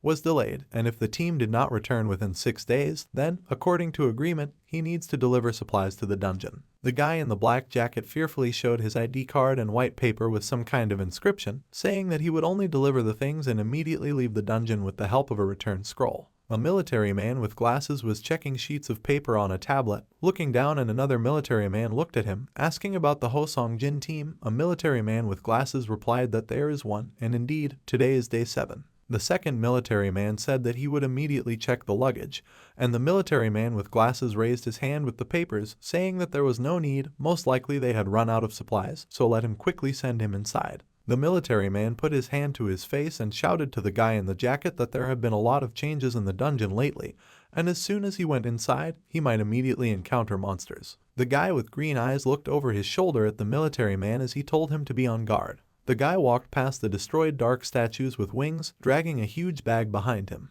The guy was approaching the blue portal. A shadow from the guy fell on him. He entered the blue portal, his head and part of his arm disappearing into it. The guy came out through the portal, frowning and clutching the strap of his bag. He found himself in a large dark cave. The guy began to unzip the green bag. Something began to move in her, and the guy frowned at her, opening his mouth. Curson came out of the bag and stood up with a smile, saying that it looks like they are in place. The guy looked at him in shock, his mouth wide open. Sweat ran down his face and he frowned, asking if his work was finished. The goblin turned to the guy and waved his hand, saying that he could go. The guy reached into the inner pocket of his jacket, closing his eyes and nervously thinking that this is a talking monster, and he has no idea what Mr. Park Huiso is even up to. The guy squeezed a sheet of paper in his hand, looking nervously to the side, and thought that, nevertheless, having completed this work, he no longer owed him anything. The guy tore a sheet of white paper into 2 parts. He disappeared, leaving behind a blue glow, and Curson looked over his shoulder at it. The goblin smiled, looking over his shoulder, and thought that the hunter had fled in fear of the monster. Green bright eyes were visible next to the goblin in the darkness. Curson turned to the right, where 2 pairs of green eyes were visible in the darkness. He looked to the left, 3 pairs of eyes were visible there. Curson looked ahead, sharp stones hung above him, and the goblin wondered what Park Huiso was talking about. He thought of the man in the hat with the white hair, remembering that he had said that it would take about a week for normal hunters to clear this kind of dungeon. Curson raised his hand, smiling. A black braid appeared in front of her, from which a frosty mist emanated, and the goblin thought that people were so pathetic. He smiled. His face was illuminated by the blue light from the scythe, and he thought that he would do it in 3 days. Book with a red cover. A blue sky with clouds floating across it. A tall building. Yumin held deodorant and a lighter in front of her with tears in her eyes, screaming hate. She sprayed fire across the floor, and Kang Henmu looked at her, asking what happened. The girl was breathing heavily, looking down in fear. Sweat was running down her face, and she said that she had committed reprisals. On the floor lay a mosquito with a red belly, from which a dark mist emanated. The girl asked if it was because these are mountains. The mosquitoes here are gigantic. She hit, but he did not die. The poison also did not work, so she had to attack with fire. Yumin gritted her teeth and turned to the guy and said that she was sure that grandson was killed by those mosquitoes. The protagonist smiled nervously and closed his eyes, thinking that he was trying to find out if it was possible to control his followers in an unconscious state, but in the end he met his end at the hands of Yumin. The girl sat down on the sofa, next to which there was a white table on which there were 2 cups of tea. She asked what the guy was doing and Kang Henmu showed her his phone, saying that he was buying shares. The girl looked at the guy in surprise, bending her knees and asked if he could do this too. Kang Henmu sat next to her, showing her his phone when Yumin looked at it, asking to look. She raised her eyebrows, looking down at the guy's phone screen. The girl looked at him and asked in surprise if he had been told that a nuclear bomb would fall on Seoul. Kang Henmu smiled awkwardly, looking at her, and replied that if he had such information, he would have left the country immediately. Yumin folded her hands near her face and closed her eyes with a wide smile, asking why he only sells shares of companies that make a tiny profit. Maybe this is something like classified materials. She showed her thumb up, smiling awkwardly, and said that one way or another she would root for him. The girl thought that soon he himself would understand how stupid he had acted. Kang Henmu looked at her in confusion, thinking that even though she believes that he is a fool, he has no choice but to accept it because he cannot tell her that he knows the future. The guy looked to the side, frowning and thinking that before it was too late. He thought of Lee Jae-tae in a white suit, who was sitting on a white chair, which had a golden design on the back and arms. He thought that he must lay a foundation that is in no way inferior to the T-Sung clan. This is a necessary point to put his plan into action. Yumin tucked her hair behind her ear and looked at the book, asking what was there, some kind of album. She said that it seemed like since his last return he was constantly carrying it with him. Kang Henmu turned to the book that was lying on the sofa and asked what. He took the book in his hands and with a smile asked the girl not to be surprised. The guy frowned and looked at her seriously, saying that in front of her, the Doomsday Diary was a record of the extinction of humanity. Yumin looked at the guy in surprise, her eyes wide open and her eyebrows raised, asking about the Doomsday Diary. She looked at the guy in fear, sadly saying, did he really also catch the 2nd type of disease, which affects people with abilities in the early stages of awakening? Yumin clenched her hands into fists, fearfully saying that he was adding names to his skill. She shouted that he was striking a pose and pretending to be cool. Kang Henmu held a book in his hands, blushing awkwardly while the girl shouted that this is the worst disease. The 2nd type of disease has consumed him. The main character smiled embarrassedly and closed his eyes, saying would he do such childish things. Although Doomsday Diary is a really cool name, Yumin covered her mouth with her hand, frowning and blushing. She fell on the sofa, holding her stomach and laughing loudly, asking for the Doomsday Diary. In his opinion, this is not childish. The guy pointed to the green book in his hands and said that he was real. A notification came on the phone next to him. Yumin wiped her eyes with a wide smile, looking at the guy, and asked if this was a message from the laboratory. Kang Henmu held the phone, looking at its screen, asking her to wait. There was a notification on the phone screen that the package had been delivered. The guy smiled when he saw him. Kang Henmu looked down at the phone with a smile and thought this was great. He said no, this is the cornerstone of his great debut. Yumin looked at him in surprise, raising her hand and asked about the stone in the debut. She knelt down and put her hand on the guy's shoulder with a smile, asking if this was also written in the Doomsday Diary.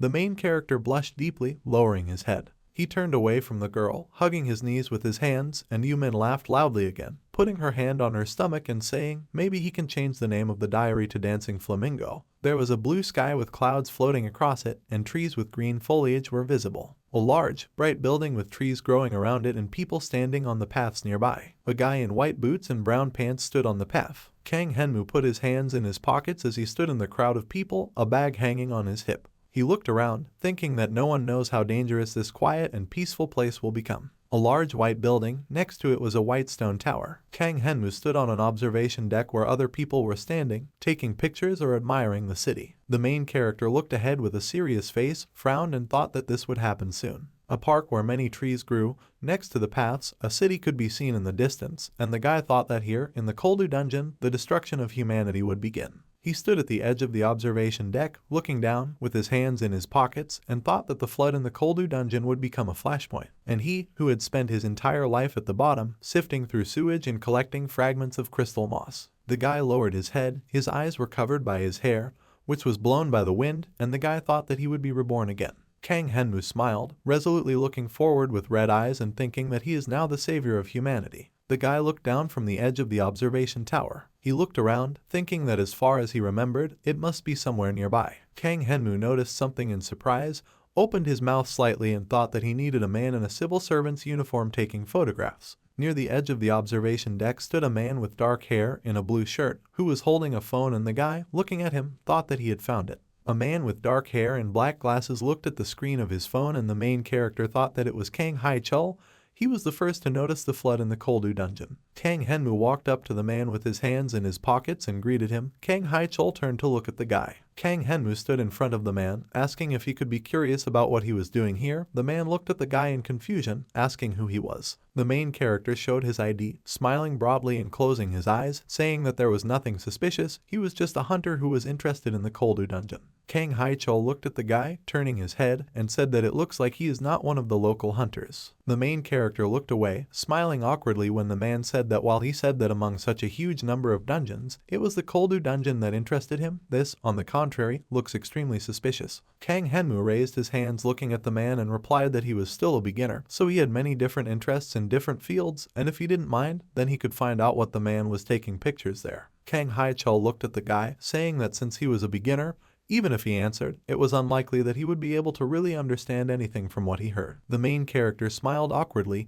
closed his eyes and replied that he would try his best. Kang Haichol turned his gaze, looking down, and said that he was conducting research on whether the possibility of monsters could be predicted by looking at the entrance to a changing type of dungeon. And to do this, he observed the condition of this dungeon every day and recorded its changes through photography. Kang Henmu raised his index finger, saying in surprise that he seemed to have heard something about this. And they say that the conditions inside the dungeon also change quite often. The man with glasses looked at the guy and replied that it's not that simple. He said that the changing type dungeon was like a new, unpredictable dungeon because when explored every day, it was recorded that its landscape and structure changed every time. A huge monster with the head of a fish and the body of a man, who stood in the sea, was illuminated by the moon. His eyes glowed red. Kang Haichol said that in addition, there is an even more serious problem. The lookout, which stood on a huge mountain, at the bottom of which there were houses and a high fence, the man said that the entrance to the dungeon is unstable. So, unlike fixed-type dungeons, monsters can break out of this gate, which means that a monster can jump out dungeons right now. Kang Henmu put his hand to his chin, turned to the man and said that they would face a truly huge disaster if monsters suddenly appeared in the center of Seoul. Kang Haichol raised his hand and smiled, closing his eyes, saying that he did not need to worry too much about this,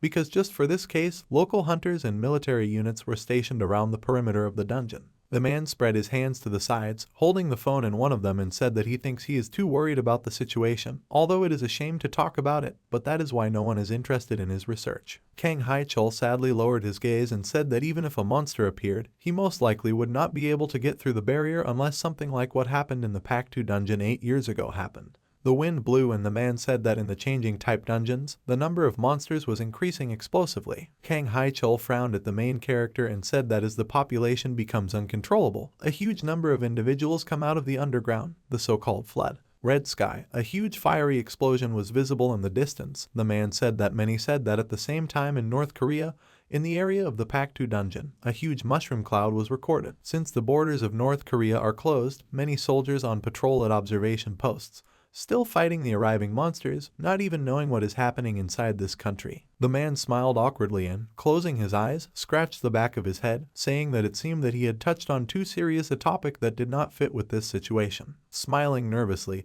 Kang Haichol awkwardly scratched his cheek and said that he is often told that he worries in vain. Kang Henmu silently looked at the man. The man stretched out his hands, continuing to take photographs and looking at him. The guy thought that Kang Haichol, of course, does not yet realize how much benefit humanity will bring from the knowledge that he has single-handedly collected over the years, and he is truly great human. Kang Henmu smiled widely and closed his eyes, bowing his head, asking how things were today. The man with glasses looked down at the phone, saying that he didn't even know what to say. The shape of the dungeon looked a little strange. Kang Henmu pointed to the phone Kang Haichol was holding and asked if he could take a look. The man handed the guy the phone, saying that he was taking pictures just to be on the safe side, so he was a little embarrassed. Making meaningful comparisons is still quite difficult. Kang Henmu silently looked down at the phone, holding it in both hands. He noticed something and smiled, narrowing his eyes slightly. The guy handed the phone to Kang Haichol with a smile, calling the man by name and telling him that he can say for sure that he has a strong belief that one day his research will become a great hope for all mankind, so he should be proud of himself. Kang Haichol looked at the guy in surprise, his eyes wide open. The main character waved his hand to Kang Haichol, saying that it was time for him to go. The man with glasses looked after the guy in surprise, holding his phone. He looked down at the screen of his phone and thought that for the first time, someone didn't laugh at him. Kang Haichol's eyes suddenly widened in surprise. He turned to the side, looking at the crowd of people where Kang Henmu was no longer there. The man opened his mouth slightly, turned around in surprise and thought that if his memory served him correctly, he had not told him his name. The setting orange sun illuminated the long staircase along which people were descending. Kang Henmu stood on the ground, looking down at the green book he was holding, thinking that the photo was identical to the one he saw now. He turned to the side, raising his head. 3 military men stood along the wall, holding weapons in their hands, and the main character thought that it seemed that everything was prepared at the proper level. The city where winged monsters were flying, people were running away from them in panic, and the guy thought that according to the records, just 10 minutes after the flood, the wall collapsed, and all hell broke out in the Hapcheon-dong area. Kang Henmu turned over his shoulder, looking at the military behind him, and thought that this is how it is. The guy raised his hand to his chin,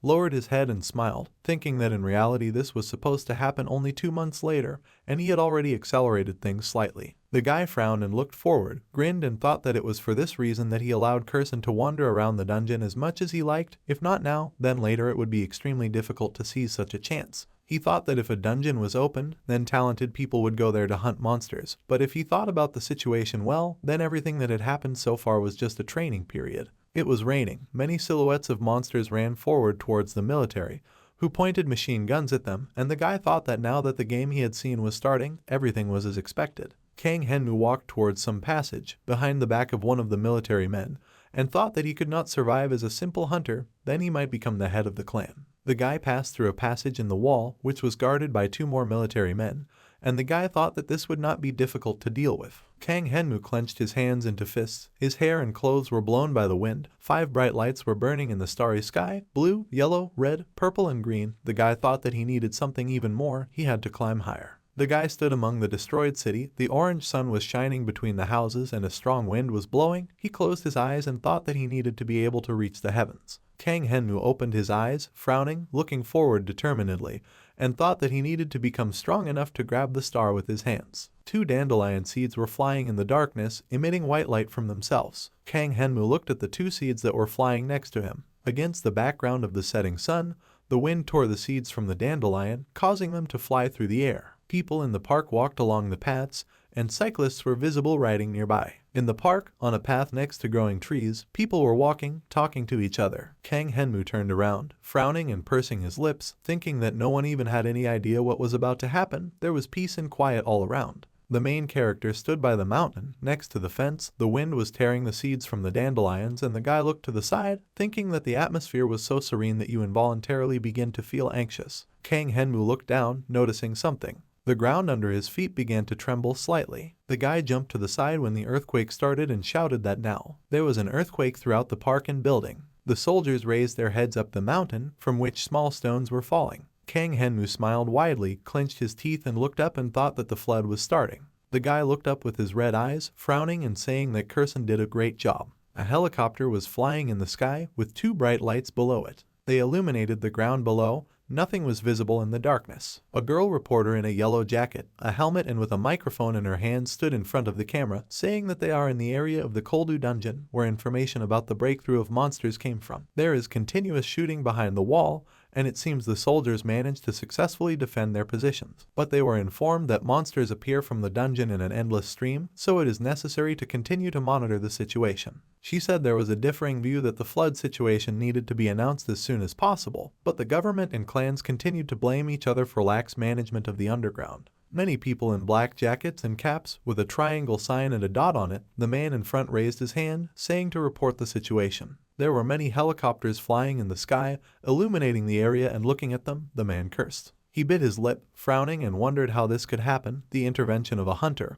or whether this is due to the peculiarities of changing type dungeons. He thinks we are talking about the latter. Next to the guy stood another man with a black mustache and frowned and shouted that he was reporting the situation. The first line of defense had been broken. The second was blocking the monsters on the approaches, but due to the rapidly growing number of monsters, even the second line of defense would not be able to hold out for long. The man with the mustache looked at the second one, opened his mouth wide and shouted to the branch manager that he urgently needed to announce a flood. The leader turned around with a dissatisfied face, frowning and opening his mouth wide, shouting that there were 20,000 people living in the Hapcheon district alone, and that if he made a hasty statement, he would cause panic. The man looked ahead again, frowning and nervously, thinking that it was clear that if he now announced a flood, then the responsibility resting on him would increase significantly. The squad walked forward, and the leader clenched his hands into fists, asking the commander, "Odisong is in the Jiri dungeon." The man next to him raised his wrist, looking at him, Answering yes, he could not be contacted since he went to save those trapped in isolation of hunters. The leader frowned at the man and shouted a curse. He asked what about the Gangnam branch and other clans. The man replied that the CEO of Lee Jai-T was in Switzerland for the Chrome launch ceremony,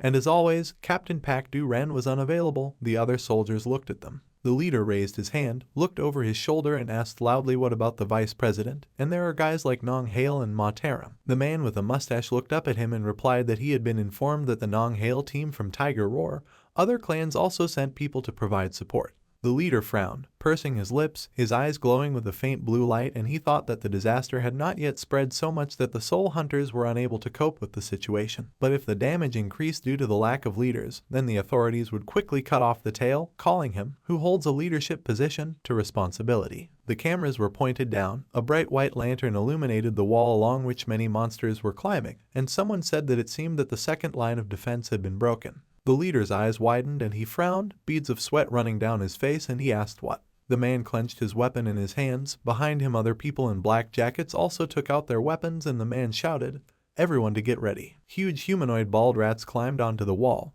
Opening their mouths, one of the hunters shouted that these were people, and why exactly the animal-human race. The leader lowered his head low and clenched his teeth. White energy began to emanate from him, and he thought that they were more unpleasant opponents than goblins or orcs, but his skills would be very effective in fighting these monsters. The man mentally screamed roar. A pulse of white energy ran through the air from where he stood. The rats began to be blown away by a powerful flow of air from the wall. They clung to it, opening their mouths and squealing. The rats fell from the wall and landed on the ground, dropping their daggers and bows. They were attacked by many hunters in black jackets, who beat the monsters with their fists and their weapons, clenching their teeth. The leader frowned, sweat dripping down his face, and he clenched his teeth, thinking that with the resources they had at the moment they could not be stopped. The best thing that could be done was to gain time with the help of his roar skill, and the hunters located here. Cracks began to appear on the huge wall. The guy looked up at her with a frightened look, frowning, and thought that it wasn't just that. The huge wall split into small stones. Rats and hunters flew away from it. One of the large pieces of the wall hit one of the hunters in the head, causing him to stagger back. The man clenched his teeth and frowned as pieces of the wall fell on him.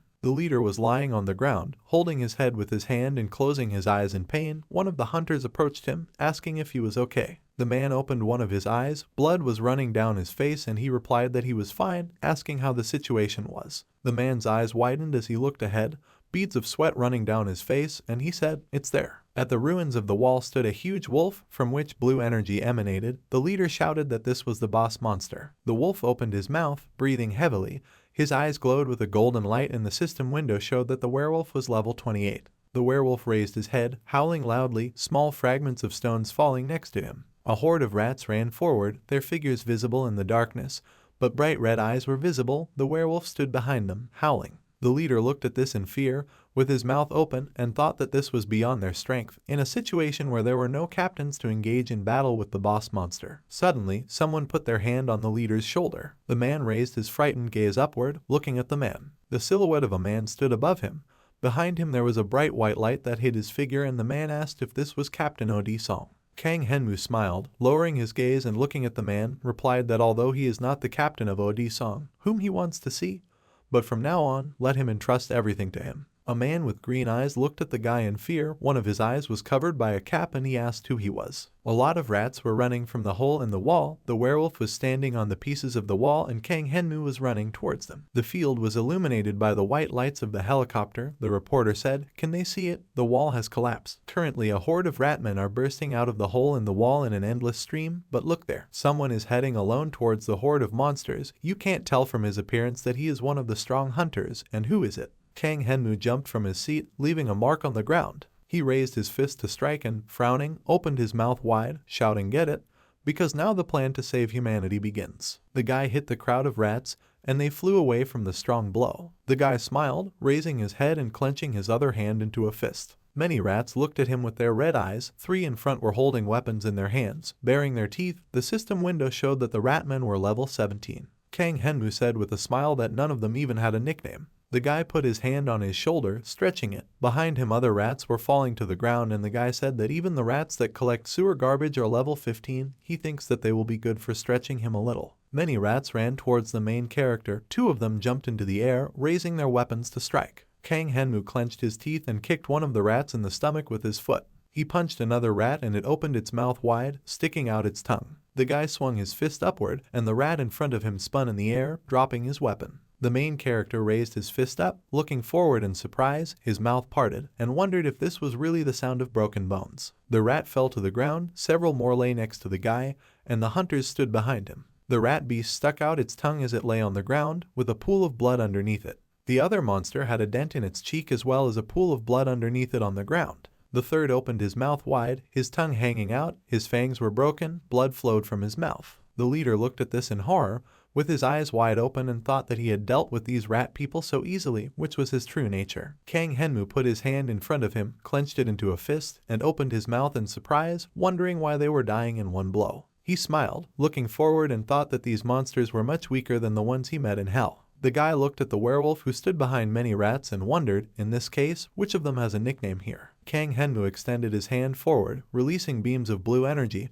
directing them towards the rats, and thought that first of all, he would complete the plan, domination. Red blood poured out of the mouths of the rats that were holding the weapons, splashing around. Kang Henmu looked at them in fear, raising his hand, and asked what, did they really die again? And it was domination. The other hunters looked at this in shock, gritting their teeth. The main character exhaled and frowned with a smile, looking forward. The rats looked at the huge werewolf who walked past them, blue energy emanating from his body. The leader clenched his teeth, frowning at this, sweat flowing down his face, and he thought that this time was really very dangerous. The huge werewolf walked forward, clenching his hands into fists, a cloud of fog coming out of his mouth. The leader sat down on one knee. Next to him, one of the hunters put his weapon in front of him, and the second leaned on his hands on the ground. The leader shouted that the boss was starting to move and everyone should gather. Kang Henmu clenched his hands into fists, raised them, and smiled, gritting his teeth, asking if this was the boss. He came at the right time. The werewolf opened its mouth wide, growling, saliva dripping from it. The guy looked at him with a smile, his clothes and hair flying in the wind.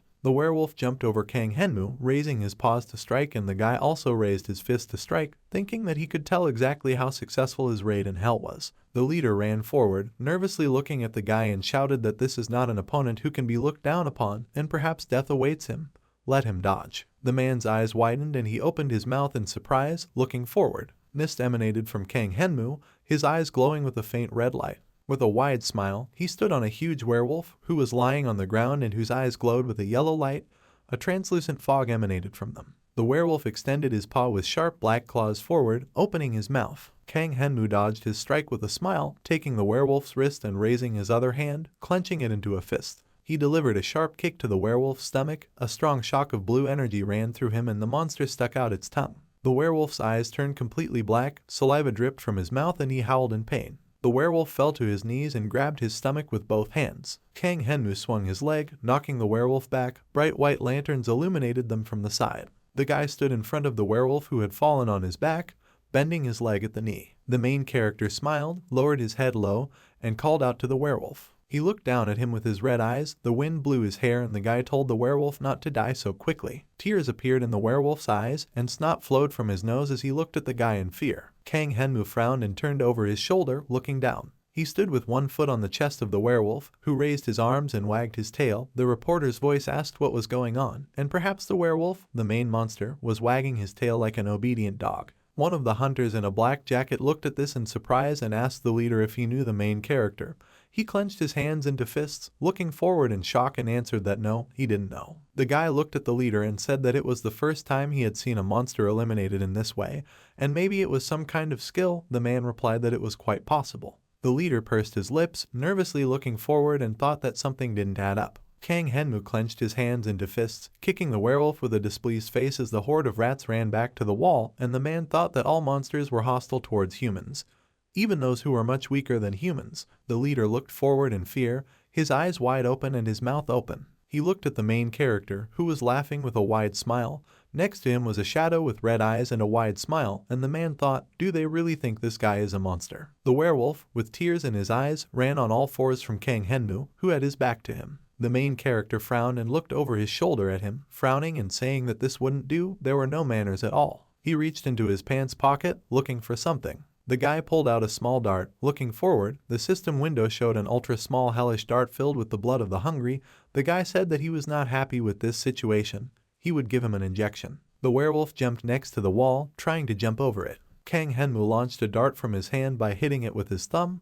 the dart leaving behind a bright blue beam of energy. It hit the neck of the werewolf, who was flying in the air, raising his head and opening his mouth, sticking out his tongue. The werewolf fell to the ground, hitting it and throwing small stones into the air. Kang Henmu looked at him, raised his gaze, and smiled and said that from now on he will become stronger than before. The werewolf lowered his head down, the veins on his arms swelled, and the hair on his legs turned white. He threw back his head, opening his mouth wide and growling, his neck also turning white. The leader looked at this in shock, raising his hand and opening his mouth wide. Another hunter with black hair also stood with his mouth and eyes wide open. The 4 hunters looked at the werewolf with surprised faces, frowning. The white-furred werewolf was breathing heavily, sticking out his tongue. He lowered his gaze as Kang Henmu said that he should instill fear and terror. The main character looked away at the werewolf with a smile, his hair blowing in the wind. Sweat flowed down the leader's face.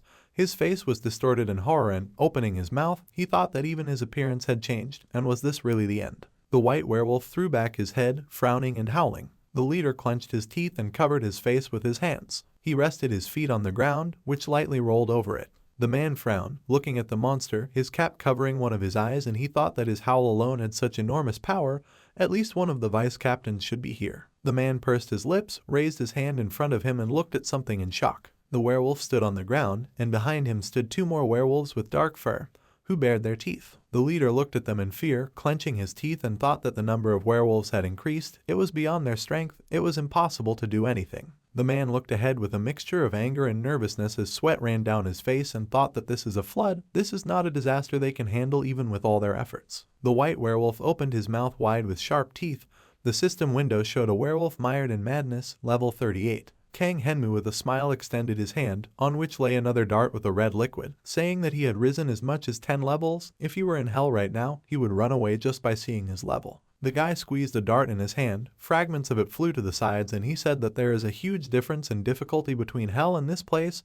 He means that here and there the 38th level are different things. The main character threw back his head with a wide smile, narrowed his eyes, blue veins appeared on his neck, and he said that maybe they would play a little. The guy stretched out his hand and clenched it into a fist. He opened his mouth wide, in which sharp fangs appeared. His eyes turned white and he screamed. Many system windows appeared on which it was written, "Absorption of the blood of the hungry." The attribute absorption of a family member was activated. Stats have increased slightly. The skills of bloodsucking and blood throwing have been temporarily acquired. Curse, the feeling of painful thirst lasts for the entire duration of the action. The white werewolf leaped over the protagonist, raising his paw to strike as he lowered his head. The leader of the hunters looked at this in fear, shouting no. There was a strong explosion on the ground and the man clenched his teeth, covered his face with his hands and turned away. The white werewolf clenched his teeth and extended his paw forward. Kang Henmu blocked the werewolf's blow with a smile, putting his hand in front of him and looking to the side at his paw. The werewolf raised his second paw with long claws to strike. The guy put his hand in front of him, clenched it into a fist and blocked the werewolf's second blow. The main character smiled widely, frowning and clenching his teeth, saying that it seems that thirst has finally driven him crazy,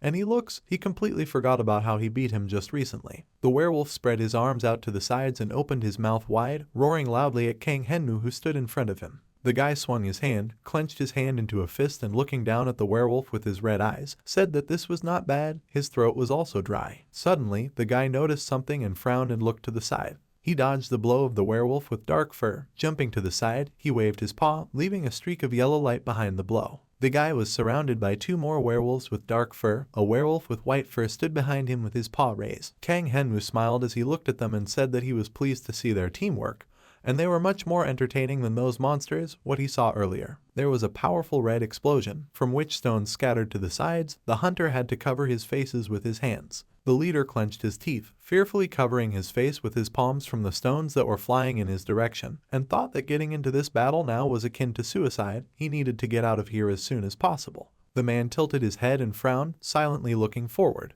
He lowered his trembling hand, a shadow fell on his face and body and he clenched his teeth, thinking that he was pitiful. That guy was risking his life to fulfill the role assigned to them, and they were not even able to move from fear. Sweat was running down the leader's face.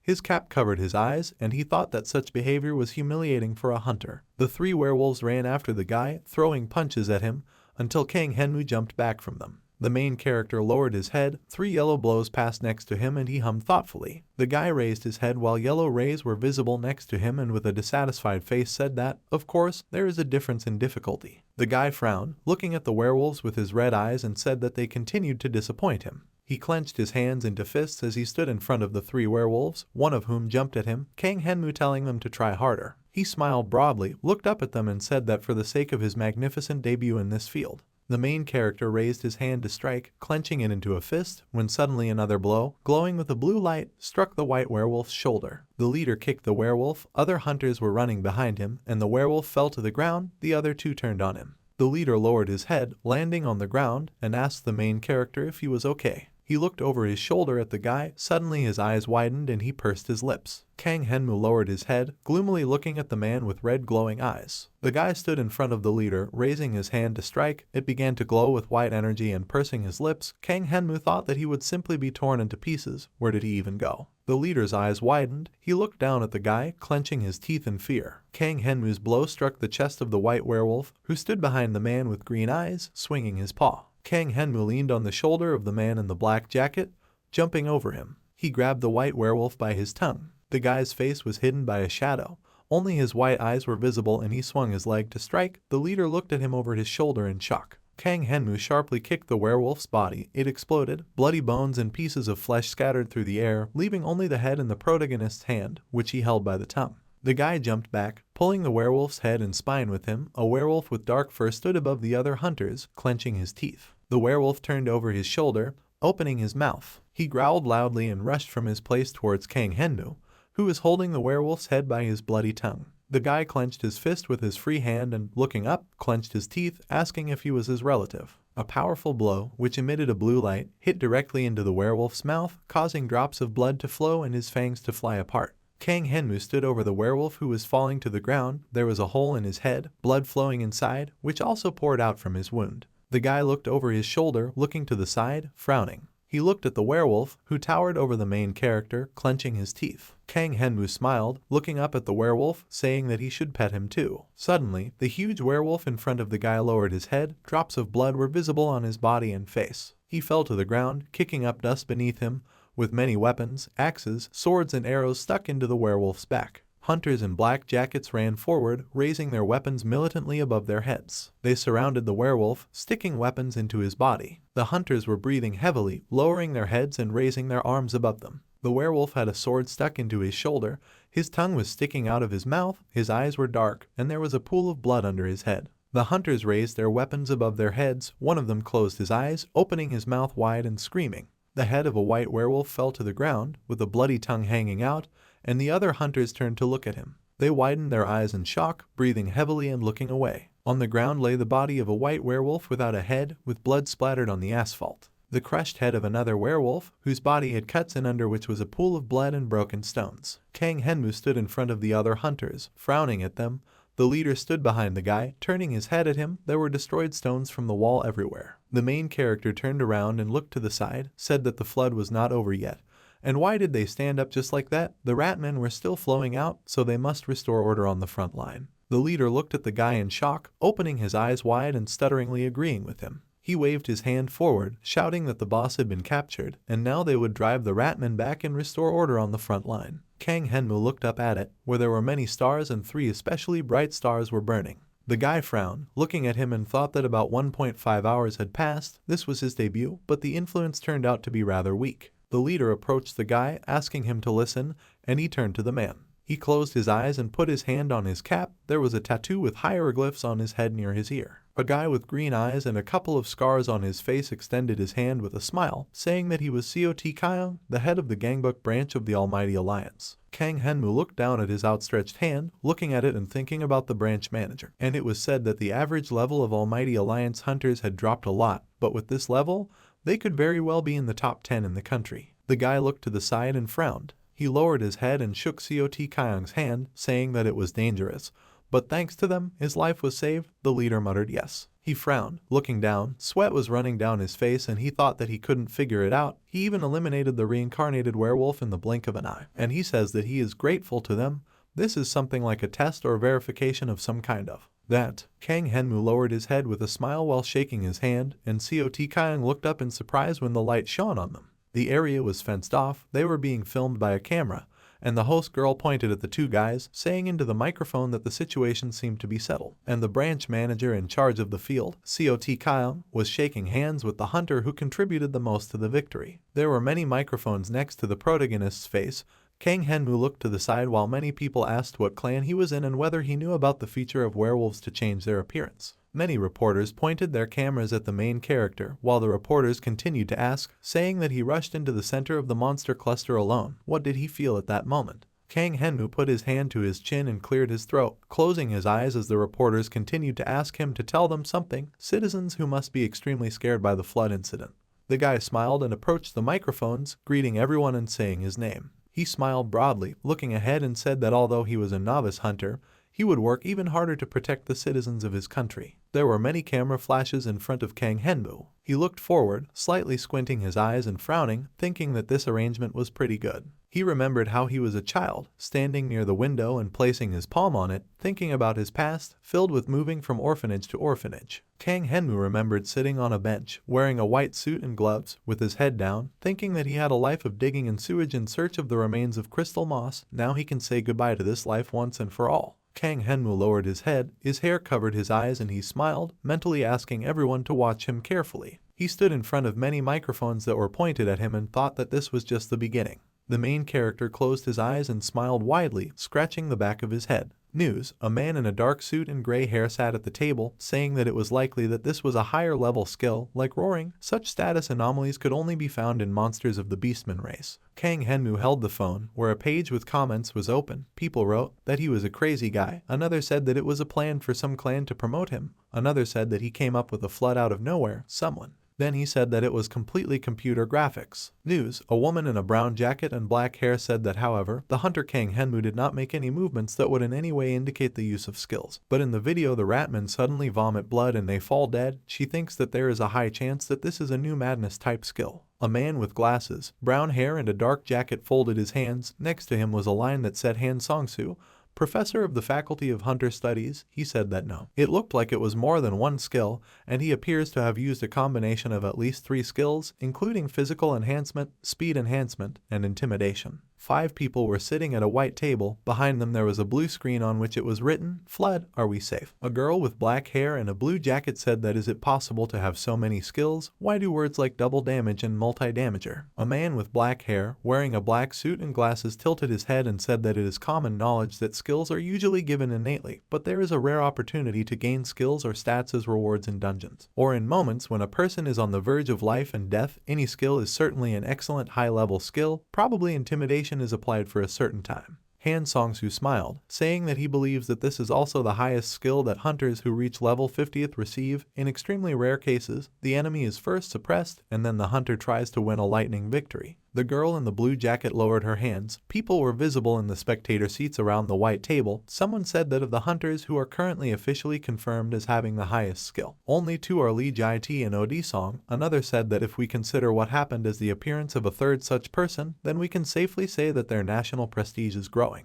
Do Won Kyung looked ahead with a gloomy face, raising her hand to her chin, saying that they, fools, are mistaken. She frowned and silently looked to the side, looking down, folding her hands. Kang Henmu stood on the ground with his hands in his pockets. In front of him there were many ratmen. The woman thought that the problem was that he was intimidating the ratmen with his mere presence. Do Won Kyung frowned, looking down. She sat at the table in front of the computer screen with her hands folded and thought that she had seen something like this in the past, several times in the dungeons. She thought about the main character who had a bright light shining on him and thought that only a monster could do it. The woman looked ahead gloomily, pursing her lips, and thought that no one but a monster was capable of frightening with just his presence. The face of the main character, who lowered his gaze with a frown, Do Won Kyung thought that given that his blood crystals were similar to those of monsters. The woman put her hands behind her head and leaned back on her chair, wondering what kind of absurd thoughts were creeping into her head. She looked at the ceiling, raising her eyebrows, and thought that the reaction of the ratman was close to numbness with fear. And then, in his actions there was not a hint of the use of a skill that could be called the highest. Someone knocked on the office door. A man with brown hair and a frightened face held the phone in his hands, calling the director. Do Won Kyung slammed her fist on the table and clenched her teeth, looking at him displeasedly and telling Lee Siobhan that she told him not to disturb her. Lee Siobhan closed his eyes, sweat dripping down his face, and he fearfully replied that he knew it. Du One Kyung looked at him angrily, frowned and asked if this was something urgent. Let him get to the point quickly. The man looked at the woman anxiously, holding the phone in his hands, and tremblingly said that he was told that she would understand if he said Hotel Bravo. The woman in red glasses raised her eyebrow and asked displeasedly if he really showed up here, and told her that she was getting a call from some hotel, someone he didn't even know was calling. Lee Siobhan bowed low, lowered his head and handed the phone to the woman, saying that this is the name of the Blue House. Du One Kyung asked, "What, is it really the president?" The man didn't answer at all, and Du One Kyung pulled the phone out of his hands, bringing it to her ear, and closed her eyes, saying that she was terribly busy now and who was talking to her. The man smiled, raised the phone to his face and greeted the woman, saying that he was Park Jae-woo's chief secretary. The woman with blonde hair pressed her lips together, frowning in irritation, and said the man's name, saying that they had not spoken for a long time. The woman frowned, turning her gaze to the side, and thought that they began to act faster than before. A guy with dark pulled-back hair, a light shirt and a glass of red wine laughed, closing his eyes, and replied that he had already said many times that she should pay attention to her pronunciation. Du One Kyung replied that she just needed to remember that he was in charge secretary of the Blue House, and what business he is calling her about. The woman smiled, looking away at the phone next to her ear, asking if the president had an interest in the gifted management department. Park Jae-woo replied that it was more likely in relation to the newcomer who had recently appeared on the scene. The man closed his eyes and smiled, standing against the wall, and Du One Kyung laughed, saying that she simply had no words. A person who had never been interested in gifted people, why did he suddenly start showing such interest? Park Jae-woo replied that it was because he was a brave hunter who stopped the flood. Lee Siobhan smiled nervously as he stood next to the girl, muttering that it was his phone, and Du One Kyung waved her hand at him with a smile, closing her eyes and saying that he was going to take a photo and give a reward, and if so, then not to him. The woman said that the poor executive at the bottom would have a hard time. Park Jae-woo raised his hand with a glass and answered as expected from director Du One Kyung. The girl asked what was going on and what kind of condescending reaction was this. Park Jae-woo tilted his head back, smiling darkly, and looked at the phone, telling her to let him speak directly. She didn't pick up the phone, so he had to contact her personally. Du One Kyung closed her eyes, crossed one leg over the other, and thought that this was more like the truth. If we were not talking about some kind of real estate, then the president would hardly be interested in this kind of question. The woman asked what to do. She said that although she had already said this, she would repeat it. They also don't know anything about Kang Henmu, because the machine that measures the rank is now broken. Park Jae-woo frowned with displeasure, raising his hand with a glass of wine, and said that she should leave her jokes and asked them to talk like professionals. They were deliberately taking their time announcing the rank. The woman asked why, and the man replied that they were trying to get Kang Henmu for a project carried out by the Department of Gifted Management. Right. Du One Kyung frowned as she opened her eyes and thought that he himself knew everything. She said that everything was true, so they couldn't share information. Park Jae-woo clenched his teeth, looking displeasedly at the phone, and wondered if she had now decided to be insolent to him. The man stood at the window of a spacious apartment, looking at the opening view of the city, saying that in any case, the information will not be made public, and they just want to be the first to have access to the information. Aren't they already criticized for the delay in making the rank assessment public? But that's enough for them. We'll know the test results at least one day earlier than the official announcement. Park Jae-woo looked forward, smiling smugly, and asked for hands. Du One Kyung also looked ahead, frowned with displeasure, and replied that she didn't even know. The man with black hair narrowed his eyes, holding the phone to his ear, and thought with a smile that he needed to cast the bait. Park Jae-woo closed his eyes, saying that as far as she knows, Taesung is donating 10 billion won for the next 3 years to the fund for retired hunters managed by the Gifted Management Department. Although Taesung immediately decided to pay 10 billion won per year, but as she knows, this amount is 3 times higher than the originally planned budget. The girl in red glasses looked ahead with a serious face, thinking that the support was 1 billion, but after the Taesung clan provided assistance, the amount jumped 100 times in a few weeks. Du One Kyung looked ahead with a gloomy look, thinking that if she did not accept such an offer, she would be in great danger, because this way Kang Henmu could be lost to the government and the Taesung clan. Park Jae-woo smiled maliciously, narrowing his eyes and looking towards the phone, thinking that Du One Kyung quickly understands everything, so she already understood what was happening, and let her give up quickly. The woman opened her mouth and answered okay. She lowered her gaze, looking down at something, and replied that she would give them the documents right away, but don't let them be too surprised. Park Jae-woo extended his hand forward, standing near the window, and closed his eyes, saying that after the sight he saw yesterday, is there anything else to be surprised at? Although sometimes when he thinks that such people are walking next to him, goosebumps begin to run down his skin. The man bit his lip and looked away, narrowing his eyes and saying that each of them should wear ankle bracelets. Du One Kyung pursed her lips, looking displeasedly towards the phone she was holding in her hand. She opened her mouth and said displeasedly, "This is how he thinks about the gifted." She said that she would send him the materials and hung up. Park Jae looked at the phone screen with a smile, saying that then he would send them to the Taesung clan. The man walked up to the window, drinking from a glass, and thought that now all that was left was to wait for the money transfer from the Taesung clan. He smiled, looking down at the phone screen. There was a message on the screen from someone saying that the promise was not fulfilled and that ended their communication. Park Jae asked what that meant. His eyes widened and he looked to the side, wondering if it was possible. The man ran to the sofa and table, took the remote control from the TV and turned it on. It said that they were reporting the latest news. Park Jae sat on the sofa, looking at the TV screen in which the girl was holding papers. At the bottom on the newsline it was written, "The announcement of the results of the rank evaluation," and the girl said that the evaluation results had just been published by the Department of Giftedness. Park Jae clenched his teeth, opened his eyes wide and looked at the TV with anger, saying that she had already made everything public. Do Won Kyung smiled evilly with her hands folded in front of her as the TV said that they would inform them of the results of Kang Henmu's Hunter rank evaluation, which is a hot topic of discussion in the public's eyes. Park Jae slammed his hands on the table, causing the wine to spill, causing his face to contort in anger, and he screamed. Tall city skyscrapers, the moon was shining in the sky, a man shouted the name Do Won Kyung. Water flowed down the bathroom drain. Water was pouring out of the shower and steam was visible. Kang Henmu threw back his head and closed his eyes, drops of water flowing down his body. He stepped out of the shower, standing with his feet on a small mat that had a couple of drops fall on it. The guy pulled a t-shirt over his body, approaching the bed where Yu-min was lying. The girl hugged the pillow and pointed to the side, saying that the world is going crazy now and his rating is 5 stars.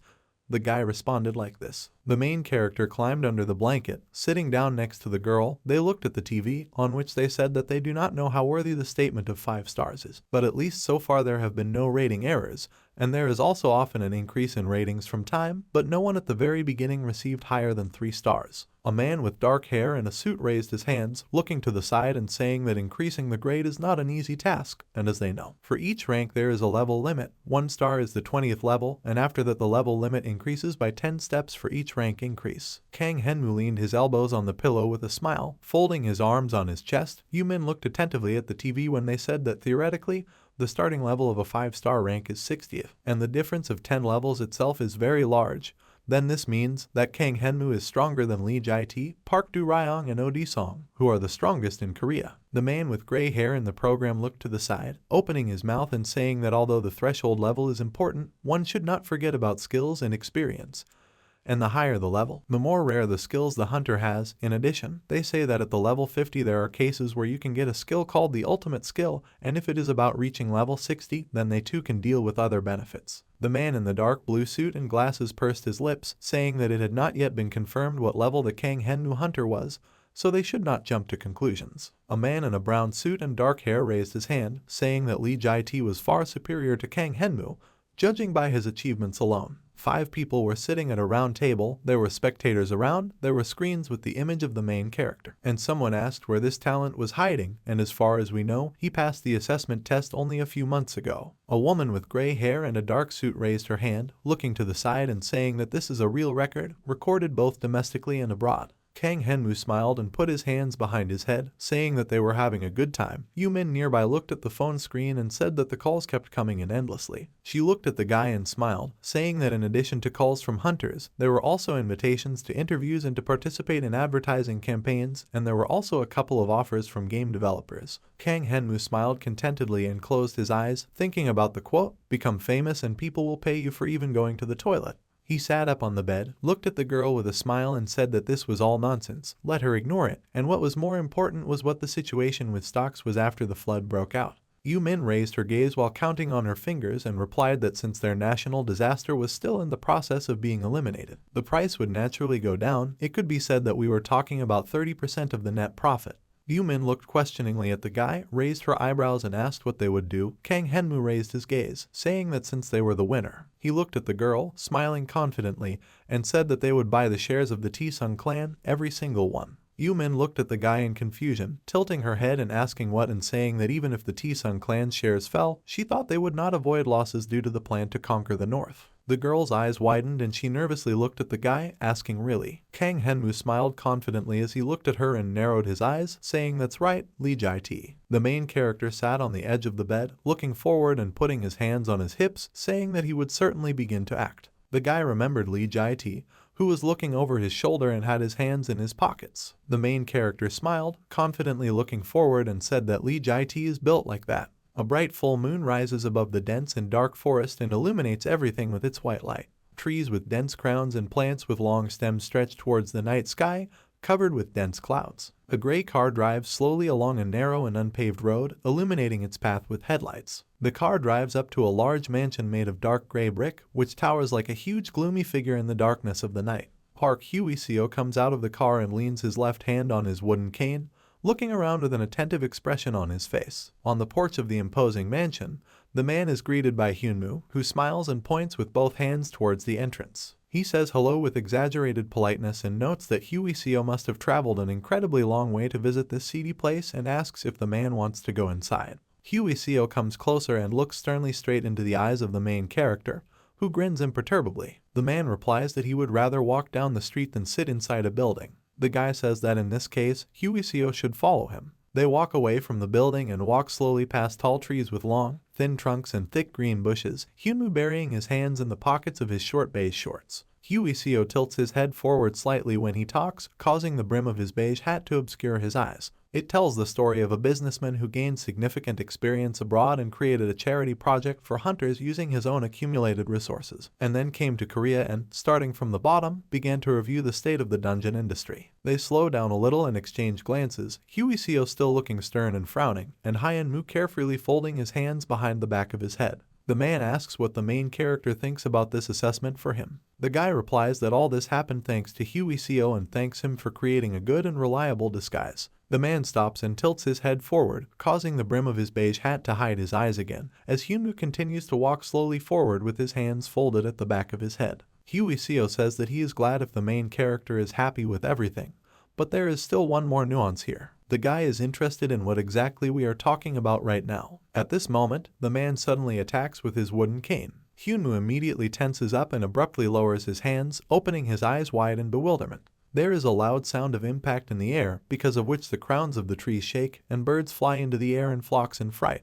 The main character grits his teeth and stubbornly holds back Hyuiseo's onslaught with the help of his two hands, with which he managed to block a quick blow. A dark blue system notification appears in the air. As a result of activating the title called Hell's Mightiest, your abilities increase above your level. Hyunmoo tensely asks what this is all about. Hyuiseo looks at him coldly and contemptuously, his light brown eyes wide. A dark blue system window appears in the air, level 40 man. The man briefly, as if holding back his emotions, mentions the flood out loud. His face becomes more stern and irritated. He raises his left eyebrow a little and narrows his light brown eyes in anger. Hyuiseo asks if the main character is responsible for the flood or not. Hyunmoo pulls back slightly from the wooden cane and flashes a wide, cheeky grin, furrowing his thick black eyebrows deeply. He chuckles and asks if the man doesn't already know the answer to the question. Hyuiseo irritably raises his right hand, in which he holds his wooden weapon, and swings again. He asks in a loud and irritated, indignant voice what the main character was going to do if something serious happened. The man makes several more quick attacks, swinging his wooden cane in the air from side to side, causing Hyunmoo to move to the right, then back, then left as quickly as possible. The main character brings his right hand back, and it is engulfed in a bright light of red energy, which also surrounds him on all sides. He shouts loudly that he never plans anything that he cannot handle, and besides, he has not even used half of his strength. He adds that he managed to block the invasion of those creatures without receiving a drop of any damage. Hyuiseo angrily lunges forward and swings his right hand wide, holding the wooden cane. He shouts, asking how Hyunmoo, besides commanding monsters, dared to stoop to the flood, and what is his goal. Is it really to increase his price or gain more glory? His attacks are illuminated with a bright blue light. One after another they fall on the grinning Hyunmoo, who thrusts a black stick forward. He then grabs Hyuiseo's wooden cane with his black gloved hand, and a bright white light begins to emanate from it.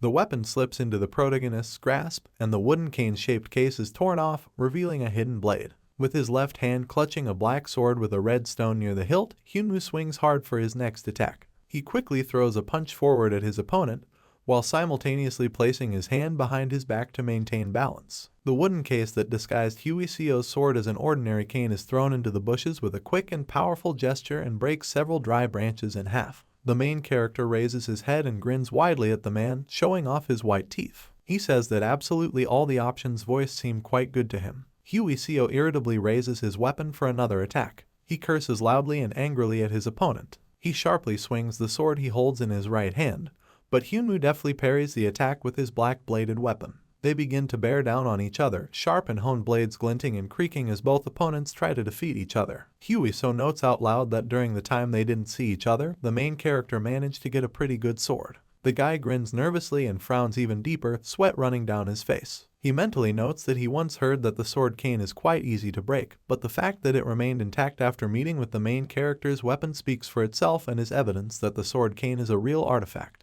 It was at this moment that Hyuiso sharply grabbed the handle of his weapon with both hands and repelled the enemy's onslaught, causing sparks to sparkle brightly in the air. The man loudly declares that even a good and strong sword will still be absolutely useless in the hands of an amateur. They begin a fast-paced weapon battle, blades clashing and sending bright blue moans of sparks into the air. Both opponents move across a small clearing in the middle of the forest from side to side, either attacking or repelling each other's blows. They both turn sharply in opposite directions as soon as they parry the attack. As a result, they move to the sides by inertia and stop with their backs to each other, extending their weapons forward in front of them. Hyuiso looks grimly over his shoulder towards Hyunwoo. There is a tiny scratch on his cheek that is slowly bleeding. The man chuckles briefly and notes out loud that during the time they haven't seen each other, the main character's abilities have also increased noticeably. He turns and moves his cane sword to the side, his beige coat blowing slightly in the wind. Hyuiso admits that he was surprised by this fact, but for him it only becomes additional motivation to finally defeat Hyunwoo. The main character raises his right hand, which is clad in a black glove, and looks gloomily towards his opponent. He asks why all of a sudden Hyuiso is acting like he just got off the hook. The guy adds that the flood in Joldu dungeon would have happened eventually anyway. He explains that instead of leaving everything to chance, he personally took everything into his own hands and adjusted the timing to do everything at a specific opportune moment. Hyuiso widens his light brown eyes in anger and raises his cane sword upward, wrapping both hands around the black hilt. He asks if Hyunwoo didn't even try to prevent the potential casualties that the flood could cause. He freezes in a position ready to attack, while the main character stands calmly with his hands at his sides. He replies that all this time he was sure that there would be no casualties. Hyunwoo closes his eyes and smirks as Hyuiso watches him closely with a stern and focused expression on his face. The main character also mentions that he ended up blocking the portal at the same time, and asks if this cannot be counted as a good deed. The man grows even more ferocious and leans forward a little, running his left hand along the blade of his weapon. He says he probably should have reworded the question. He asks if everyone's attention wasn't focused on the place, Hyunwoo wouldn't bother blocking it. The main character grins irritably and raises his left hand higher, clutching his black sword in which a red stone sparkles brightly. He mentally wonders if this old man has gone too far in his accusations. The guy notes out loud that Hyuiso, it turns out, is still a bore who cannot be broken through with words. He mentally adds that this person was not given any right to read such morals. Hyunwoo quickly accelerates and in one leap is directly above his opponent, swinging his left arm wide with his weapon to attack. He exclaims loudly that he will now show what exactly it means to win the phrase. Hyuiso replies that in that case, he should apologize for his subsequent actions. He suddenly raises his left hand and tenses it, showing off the gold ring on his middle finger. A dark blue system notification appears in the air. Orhaste's Faith, a legendary artifact, temporarily doubles all of the wearer's senses when used. The man says that he did not want to use the equipment that the main character gave him. After this, Hyuiso throws Hyunwoo far back with one wide swing of his sword. The guy clenches his teeth together irritably and tightly. He looks gloomily in the direction of his opponent. He is mentally indignant that what is happening is beginning to truly go beyond all limits of what is permitted. The next moment, Hyuiso is already behind Hyunwoo, right in the air, and is again preparing an attack. With one swift movement, the man successfully throws his opponent back in a different direction for the second time. Having landed, the main character throws up his head and looks up at Hyuiso with irritation. He doesn't even have time to figure out what exactly is happening when the man is already jumping right behind him. Hyunwoo whips around and tries to block the attack with his black sword. However, his efforts are in vain, because a quick and strong blow from the man again throws the protagonist in the opposite direction at a great distance. Hyunwoo plants his feet on the dry soil of a clearing in the middle of a dense forest and breaks with the sole of his red sneakers. Hyuiso, with a determined expression on his face and full of suppressed anger, finds himself directly in front of the widely grinning protagonist. The guy tensely clenches his teeth, his eyes sparkle brightly scarlet due to the rage overwhelming him. He mentally curses and wonders why the man is suddenly so fast. Hyuiso swings, the blade of his sword flies straight towards the main character's neck and tries to pierce it. He makes a wide attack, describing a whole semicircle in the air with the help of his sharp blade. Suddenly, the main character appears behind him, raising his right hand, clad in a black glove, to attack. Huiso begins to talk about how the back control method is actually incredibly simple, but he doesn't finish his sentence. He pauses and looks back tensely over his right shoulder, his light brown eyes wide in disbelief. A sudden and intense pain suddenly shoots through his body, causing him to shudder and his beige hat to fall off his head. The man's legs give way, he falls forward and rests with both hands on his cane sword, which he thrusts into the ground right in front of him. The main character stands behind him, the red stones in his glove and black sword sparkle brightly in the semi-darkness of the dense forest. Two reddened blisters appeared on the back of Huiseo's neck, which quickly grew to a relatively large size. Hyunwoo notes out loud that if the man saw his abilities, he should have foreseen how good his technique would be in a real fight. The man is breathing heavily, sweat running down his face and dripping down, while the main character watches him with a calm expression. Huiseo keeps his head tilted forward, his eyes are red from tension and pain, sweat flows quickly and profusely down his face. He mentally wonders when the main character managed to launch darts with poison, which, among other things, is also a deadly poison. Hyunwoo steps forward and roughly kicks the man forward with his right leg, causing him to fall onto all fours. The main character notes out loud that Huiseo should have retreated and given up. At that moment, two men in black formal suits run out of the thick bushes of the dark forest with worried expressions on their faces. One of them loudly calls out to Huiseo, calling him his boss. Hyunwoo freezes and turns his head to look back over his shoulder and pay attention to the two guards. At this point he frowns, completely unimpressed by what is happening. He briefly pronounces the name Kurson. Immediately after these words, a whole crowd of goblins in special uniforms appears from the thick dark bushes. They rush forward to attack, clutching their weapons in their hands, and rush past the main character. There is a loud scream, which Hyunwoo doesn't pay any attention to as he raises his black-gloved right hand up. He says he thought the two of them trusted each other enough already. The guy grins a little and his face is illuminated by a bright red light that appears as his glove begins to dissipate into the air. Hyunwoo mentions that he didn't expect things to turn out this way. After his glove finally disappears, it reveals his middle finger on his right hand, which has a gold ring on it. A dark blue system notification flashes in the air, legend level Ek alerts discipline. You can track the location of a person who uses Arhaste's faith and temporarily reduce their stats by 50%. Huiseo, who lies exhausted and motionless on the dry ground, breathing heavily as sweat streams down his face, looks up at the main character with a grim look. He mentally agrees with how Hyunwoo handled everything and admits that he underestimated the main character. The guy raises the black sword he holds in his left hand into the air and, with a wide smile, aims it straight at Huiseo's back. The main character apologizes for having already made a final decision regarding everything that happened. The man mentally admits that everything was his fault and his mistake. Hyunwoo suddenly leans forward and slashes his powerful sword straight at his opponent. A black blade pierces the man's back right down the middle, slicing through his beige coat. A loud and painful cry is heard, which, however, does not sound for very long. Afterwards, Hyunwoo stands frozen on one knee right next to Huiseo's motionless body while his weapon remains inside the man. A bright red liquid slowly flows down from the red stone near the hilt. A death tremor runs through the man's body. His muscles contract briefly and then go limp lifelessly. Three goblins in leather uniforms with bare torsos and weapons are watching what is happening from the side.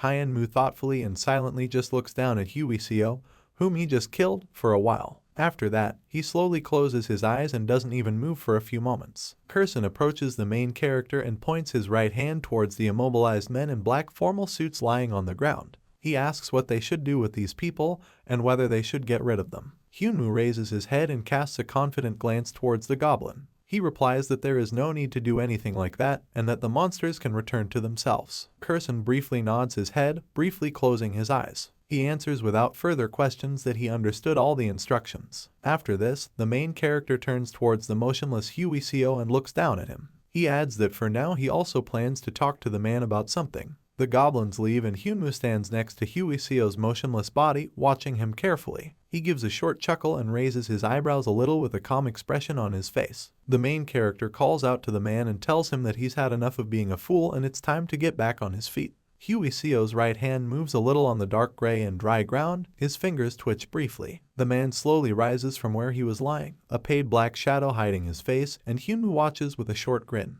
Huiseo crawls to the nearest tree and leans his back against the powerful and thick trunk, still sitting on the ground. The main character narrows his dark brown eyes a little and tilts his head slightly to the side with a smile. He notes out loud that the poison was injected, but there is a slight nuance regarding his specific abilities. Huiseo frowns, still breathing heavily and sweating profusely, with dark circles under his eyes. Hyunwoo explains that the poison may be harmful to the enemy, but beneficial to the allies. His eyes sparkle a bright scarlet as he closes them slightly and grins smugly. The main character adds that the decision on this issue of enemies and allies lies entirely with him and no one else. The man raises his head and, with a stubborn frown on his face, looks up at his interlocutor. He admits out loud that Hyunwoo can indeed be amazing in many ways, but then wonders why the main character decided to keep him alive. The guy continues to smile a little and also watches Hyunwoo with interest and at the same time calm. He notes out loud that the man himself did not intend to kill him, and if he had planned this, he would not have visited him personally in this way. Hyunwoo closes his eyes and breathes loudly, resting his left wrist on his knee. He notes that absolutely anyone who witnessed such speeches would think that Hyunwoo was a veteran. The main character,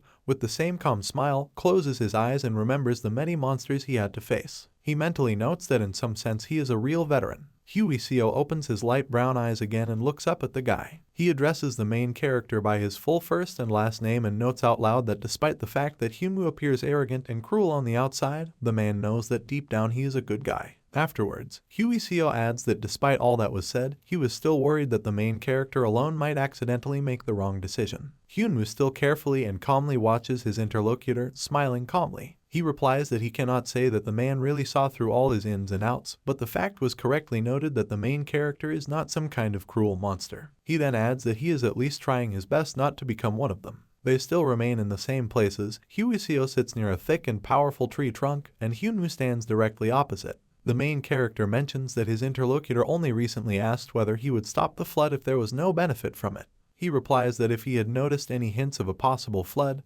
he would have made every effort to stop it no matter what. He adds that he doesn't want to be known to other people as a cruel monster. The main character tilts his head to the side and places his right hand on his thigh with a grin. He notes that he was surprised when he realized that Hyunwoo is actually a pretty righteous person because he thought he was an absolutely ruthless gang boss. The man replies that Hyunwoo is not mistaken in this at all, but he still adheres to one principle. He raises his head and leans the back of his head on the tree trunk near which he sits. He explains that he adheres to the principle of philanthropy, which will protect humanity and civilization when destruction one day occurs. Hyunwoo adds that this is the reason why the flood caused by the main character made him nervous. Hyunwoo tilts his head and narrows his dark brown eyes mockingly with a calm grin. He repeats the mentioned word philanthropy out loud in a low voice. After this, the main character raises his left hand in the air and shows two fingers, index and middle. He reveals that he only likes two types of people: helpful allies and stupid enemies. He explains that those who are on his side, but do not bring any benefit, are, frankly speaking, of no interest to him. He mentions that smart enemies are just trying to compete and are terribly annoying,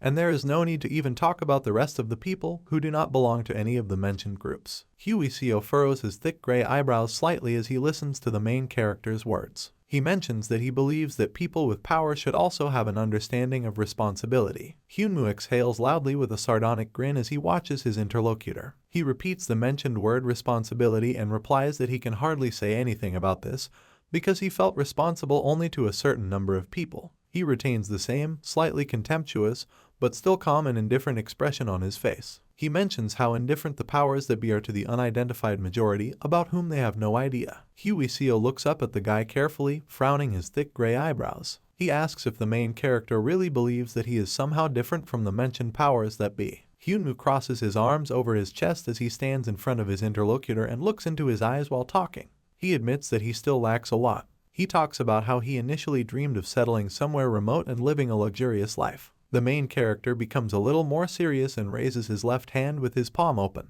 He talks about how one day the thought came to him about whether he would ultimately be satisfied with such a life. He adds that he wondered if, with so much power and strength in his hands, he would be satisfied with simply existing as a famous person. Hyunwoo grins again and furrows his thick black eyebrows with determination, looking up ahead. He asks a rhetorical question that, instead of trying to get a star from the sky, why not just become a star yourself? Hyunwoo continues to breathe heavily, his face maintaining the same frown and stern expression. He mentally wonders how far this guy's desires go. The main character suddenly leans forward and grins right in front of his interlocutor's face. Hyunwoo mentions that even though the man just pointed his blade at him, he can still be lenient. The main character adds that he knows that no matter how many times Hyunwoo tries to kill him, he will never succeed. A thick black shadow covers Hyunwoo's face as he raises his left hand and points downwards with his finger. He adds that, as he said earlier, he will consider it sufficient if the man simply swears allegiance right now. He adds that next time Hyuiso will have to lick the main character's shoes and beg on his knees to take the oath. Someone swings a heavy metal sledgehammer with sharp spikes for a powerful attack. Long red hair rushes forward at high speed, followed by translucent red butterflies. The girl quickly deals with a whole crowd of orcs who are armed with various heavy weapons. Hong Ryong, who is holding one huge and immobilized orc by the neck with both hands, turns towards her partner. She calls out to her loudly and warns her of danger from somewhere to the right. The red butterfly immediately turns in the right direction and becomes sharply alert. She manages to jump out of the way just in time just before the orc brings down a huge flail on the ground right where the girl was just standing. The red butterfly freezes right in front of the monster, which begins to slowly and ponderously straighten up. The creature clenches its sharp white teeth and glares forward with its bright yellow eyes. The red butterfly puts forward her hands, clenched into fists, and frowns resolutely. She mentally comes to the conclusion that this particular monster opposite her is the boss. A group of people with weapons line up right in front of a huge monster and prepare for battle. One of the guys in the crowd shouts loudly that this creature is the leader of the orcs, and that everyone needs to move back and form ranks. The monster opens its mouth wide and rushes forward with a warlike cry. At the same moment, the red butterfly breaks away from its place and also rushes towards the monster at high speed. The dark-haired guy leans forward in fear and extends his left arm forward in shock. He calls out to the girl and tries to stop her, intending to tell her that such an opponent would be too strong even for her. However, at this moment, the rest of the red-haired girl's team rushes past him synchronously and quickly. The red butterfly decisively raises its left hand to strike and clenches its teeth. With a loud war cry, the orc raises his right arm and swings his weapon to attack. The red-haired girl quickly pushes off the ground with one foot for a powerful jump and flies directly over the head of the orc, who is looking up. At this moment, a fast long stick slips near his neck and chain from the weapon. She is held by Hong Ryong, who quickly begins to move the opposite end of the stick, thereby entangling the chain of the monster's weapon around it. After this, she deftly and quickly pulls the weapon out of the stunned orc's right hand. Hong Ryong forcefully lifts the stick vertically, and behind her back he is already preparing to use his red snake skill, which extends his left arm forward. He opens his eyes wide, which are illuminated brightly blue, and many thin blue threads fall from his fingers. He uses a skill called Veil of Night. The monster sharply clenches his teeth and looks forward at the guy with wide eyes. Suddenly, his bright yellow eyes begin to become covered with a black veil, and he frowns in confusion. His vision gradually begins to blur, and eventually the only thing he sees last is the red viper himself. After this, the orc hears approaching sounds, which become increasingly louder, and only then sees many rapid flaps of red energy and bright scarlet butterflies flying everywhere. Having launched her lightning attack, the red butterfly suddenly stops in front of the monster with its arms outstretched forward, while it itself stands motionless in place, surrounded by translucent scarlet insects. Immediately after a moment, numerous wounds appear throughout the monster's body and his legs give way. His body,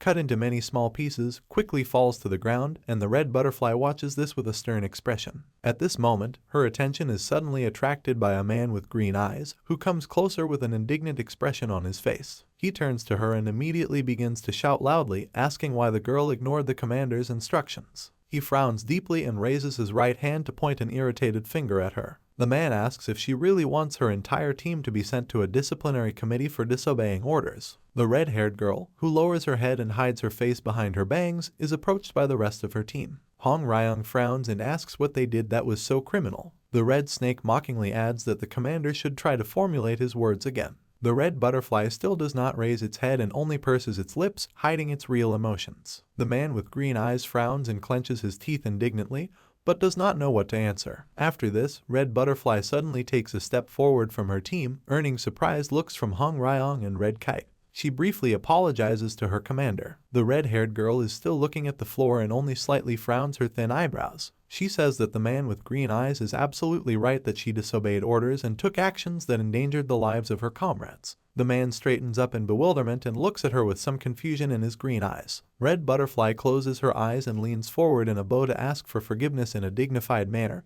causing the rest of her team to look at her in confusion. She repeats that she is very sorry that such a situation happened and that she is ready to accept any punishment. She is still standing, her head bent slightly forward, and the commander closes his eyes in irritation and turns to the side. He exhales loudly and refuses to give any punishment, noting that if Red Butterfly understands his mistake, then there is no reason to make a big deal out of it. He adds that her team members clearly acted this way to protect the girl, so he will turn a blind eye to what happened. The man with green eyes guiltily looks away and raises his left eyebrow a little. He mentions that he also wants to apologize for yelling at Red Butterfly and that he only did it because he was nervous. He adds that he feels a little embarrassed that he ended up losing his usual cool. After this, the commander extends his left hand forward, to which the red-haired girl looks a little gloomily. He notes that it was a real honor for him to see her team defeat the orc chieftain in one fell swoop, and that it was thanks to this that everything ended without casualties. The man also adds that, as expected, Red Butterfly is a truly amazing fighter. He looks at the red-haired girl with a slight smile and still stands with his hand outstretched forward, which she only looks at distantly. She purses her lips a little, her expression suddenly becoming guilty and sad. The red butterfly mentally asks itself why it suddenly feels a strange bitter aftertaste in its soul. She realizes that her actions could lead to the failure of the mission, and the team members could suffer as a result. She is silent and still looks motionlessly at the outstretched hand of the man, who is already beginning to blush awkwardly. He turns around and coughs into his fist, retracting his hand while the red-haired girl still stands motionless in the same place. The commander notes that this can be finished and that it is time to pack up and leave. All other team members look worriedly at the back of the motionless red butterfly. Under a bright blue sky there is a white frame of a building and bags of construction materials are stacked high on the mountain. Lee Jae-tae, wearing a white suit and snow-white shoes, with an expensive watch on his left wrist, stands nearby. He raises his left hand to look at the clock hands with a slight grin. Hearing something, he suddenly raises his head and turns back with an inspired expression on his face. He spreads his arms in a welcoming manner as Red Butterfly and her team emerge from behind the tall metal gates. Jae-tae immediately congratulates the red-haired girl for reportedly reaching level 21. She takes a few steps forward and calmly points with her left hand behind her where her surprised partners stand. She replies that she was able to achieve everything only thanks to her team members and the T-Sun clan. Lee Jae-tae continues to smile calmly and businesslike, looking forward at his interlocutor. He notes that her point of view is commendable, but then asks if they can talk separately from the rest of the team. The red-haired girl raises her eyebrows in slight bewilderment and looks at Jae-tae with slight confusion. However, after this she hesitantly replies that she will not object to such a situation. They are still in the same place where the construction site is located under an open bright blue sky with barely visible clouds. An expensive black car with a chic appearance is parked in the corner of this place. Lee Jae-tae notes out loud that Red Butterfly has a rather worried expression on her face, so he wonders if something bad has happened. Red Butterfly rests her hands on her lap and closes her eyes as Jae-tae looks at her in slight confusion. She mentions that she made a mistake while she was in the dungeon. Her interlocutor clarifies what kind of error we are talking about. She talks about the commander's instructions, which she violated during a foray into the dungeon. The blonde guy closes his eyes and smiles softly, good-naturedly in response to the words of the red butterfly. He replies that if the mission was completed without damage, then everything is fine. After that, he opens his eyes with suspicion and squints towards his interlocutor. He mentally wonders if Red Butterfly has a bitter taste in her soul because of Kang Hyunmoo. A red-haired girl sits in the interior of a luxurious and expensive car, hanging her head with a sad and thoughtful expression on her face. Jae-tae mentally notes that the red butterfly is constantly putting herself in danger and testing her strength in order to prevent the slightest stagnation. The black limousine in which they are located is standing a little distance from the construction site, where a white frame for the future building will be erected. The blonde guy mentally assumes that the goal of preventing stagnation is also not the only one for the red-haired girl. They are sitting in a white car, which is equipped with various devices for additional comfort, and Jae-tae hands his interlocutor a gray tablet. She asks him what was the reason for him to come here today. He replies that the Red Butterfly team was in the dungeon and perhaps that's why they didn't hear the latest news, which, however, Jae-tae himself learned about everything only on the plane on the way from Switzerland. He asks her to look at the information that is shown on the gadget's screen. The Red Butterfly takes the tablet into her hands and in surprise reads what is written there. After this, she turns in shock to her interlocutor, who sits in his place with a serious expression on his face. The Red Butterfly asks in shock, exclaiming, "Has there really been a real flood recently?" After that, she again looks back in confusion and surprise at the tablet, which she is still holding in her hands. She takes a closer look at the information on the screen, and the gadget in her grip begins to shake a little. She stutters a little when she finds out what's going on. Indignation and irritation appear on her face. She furrows her thin red eyebrows. Red Butterfly asks if she really sees the same guy on the screen, referring to Hyunmoo. Lee Jae-tae, with a serious and concentrated expression on his face, clasps his hands and leans back in the seat. He replies that the girl's guess is absolutely correct, and that the image on the screen is indeed a hunter named Kang Hyunmoo. After this, he says that he is already trying to find out as many facts as possible about the main character, but the information remains extremely scarce. He frowns his thin light eyebrows a little and looks at the red butterfly with a serious look from his light brown eyes. He explains that even the smallest clue is important at this time, which is why the only person who has ever competed with Kang Hyunwoo for more than 30 minutes suddenly comes to his mind. The red-haired girl continues to look irritably at the screen of the tablet, which she clutches with both hands and frowns deeply. Lee Jae-tae asks her if she thinks that during the fight with the main character, he could have hidden some skills whether he gave in to the girl. After that, she slowly lowers her hands with the gadget onto her lap and still does not look in the direction of the blonde guy. After a few moments of silence, she replies that Hyunwoo is indeed hiding something. She grits her teeth, a sad expression appears on her face, and tears begin to fall from her eyes. Red Butterfly also adds that she didn't feel like the main character was fighting her at full strength. Jae-tae leans forward in surprise and looks at her, raising his light eyebrows slightly. He asks his interlocutor what exactly she means and whether she wants to say that Hyunwoo really hid his abilities. The red butterfly closes her eyes and quickly wipes the tears from her cheeks with both hands. She replies that she definitely had superiority in terms of techniques and indicators, but there was some additional detail. Lee Jae-tae hands the red-haired girl a white napkin as she wipes the remaining tears from her face. She says that for a moment she had some hallucinations in her head, and during this short period of time she was completely open to attack. While Red Butterfly wipes her face with the white napkin she received, Lee Jae-tae returns her tablet and carefully studies the screen with a thoughtful expression on her face. He muses out loud that despite having the so-called hallucination skill,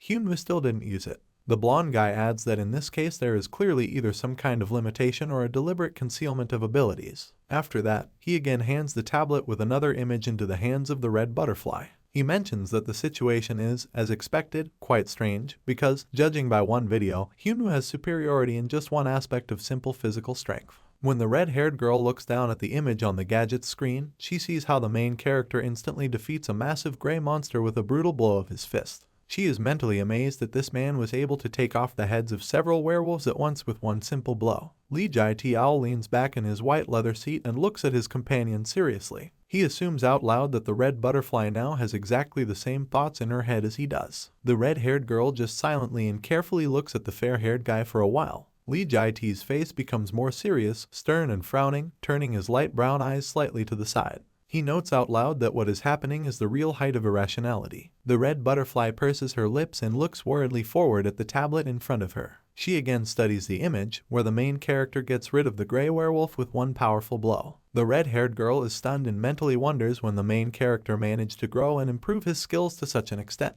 She narrows her dark brown eyes a little as Lee Jae-tae looks at her intently. The red butterfly mentally wonders what she herself has been doing all this time. Her interlocutor distracts her from her thoughts by unexpectedly calling out to her. He smiles a little and narrows his light brown eyes too. The blonde guy notes out loud that the red butterfly is also showing fairly rapid growth. He adds that he is of the opinion that she can be eliminated from the rookie category because everyone is saying what a tremendous fighter she is. He puts his left hand to his chest and moves his right hand to the side and uses it to gesture. He adds that the red-haired girl even surpassed his level when he was still a rookie. The red butterfly hesitantly tries to refute his words. She still keeps her hands folded in her lap and looks down while Lee Jae-tae frowns a little. He interrupts her and notes that he is only asking for her advice in such an unusual situation, because, no matter how you look at it, Red Butterfly is the only person who knows best about Kang Hyunwoo. The red-haired girl notes that she herself essentially knows nothing about the main character. She still looks down sadly and does not raise her head, and Lee Jae-tae looks at her carefully. The red butterfly briefly apologizes to its interlocutor. However, immediately after this, she is abruptly interrupted by the unexpected phrase of the blonde guy that he had heard rumors about the plans of the red butterfly team regarding the clearing of the next dungeon,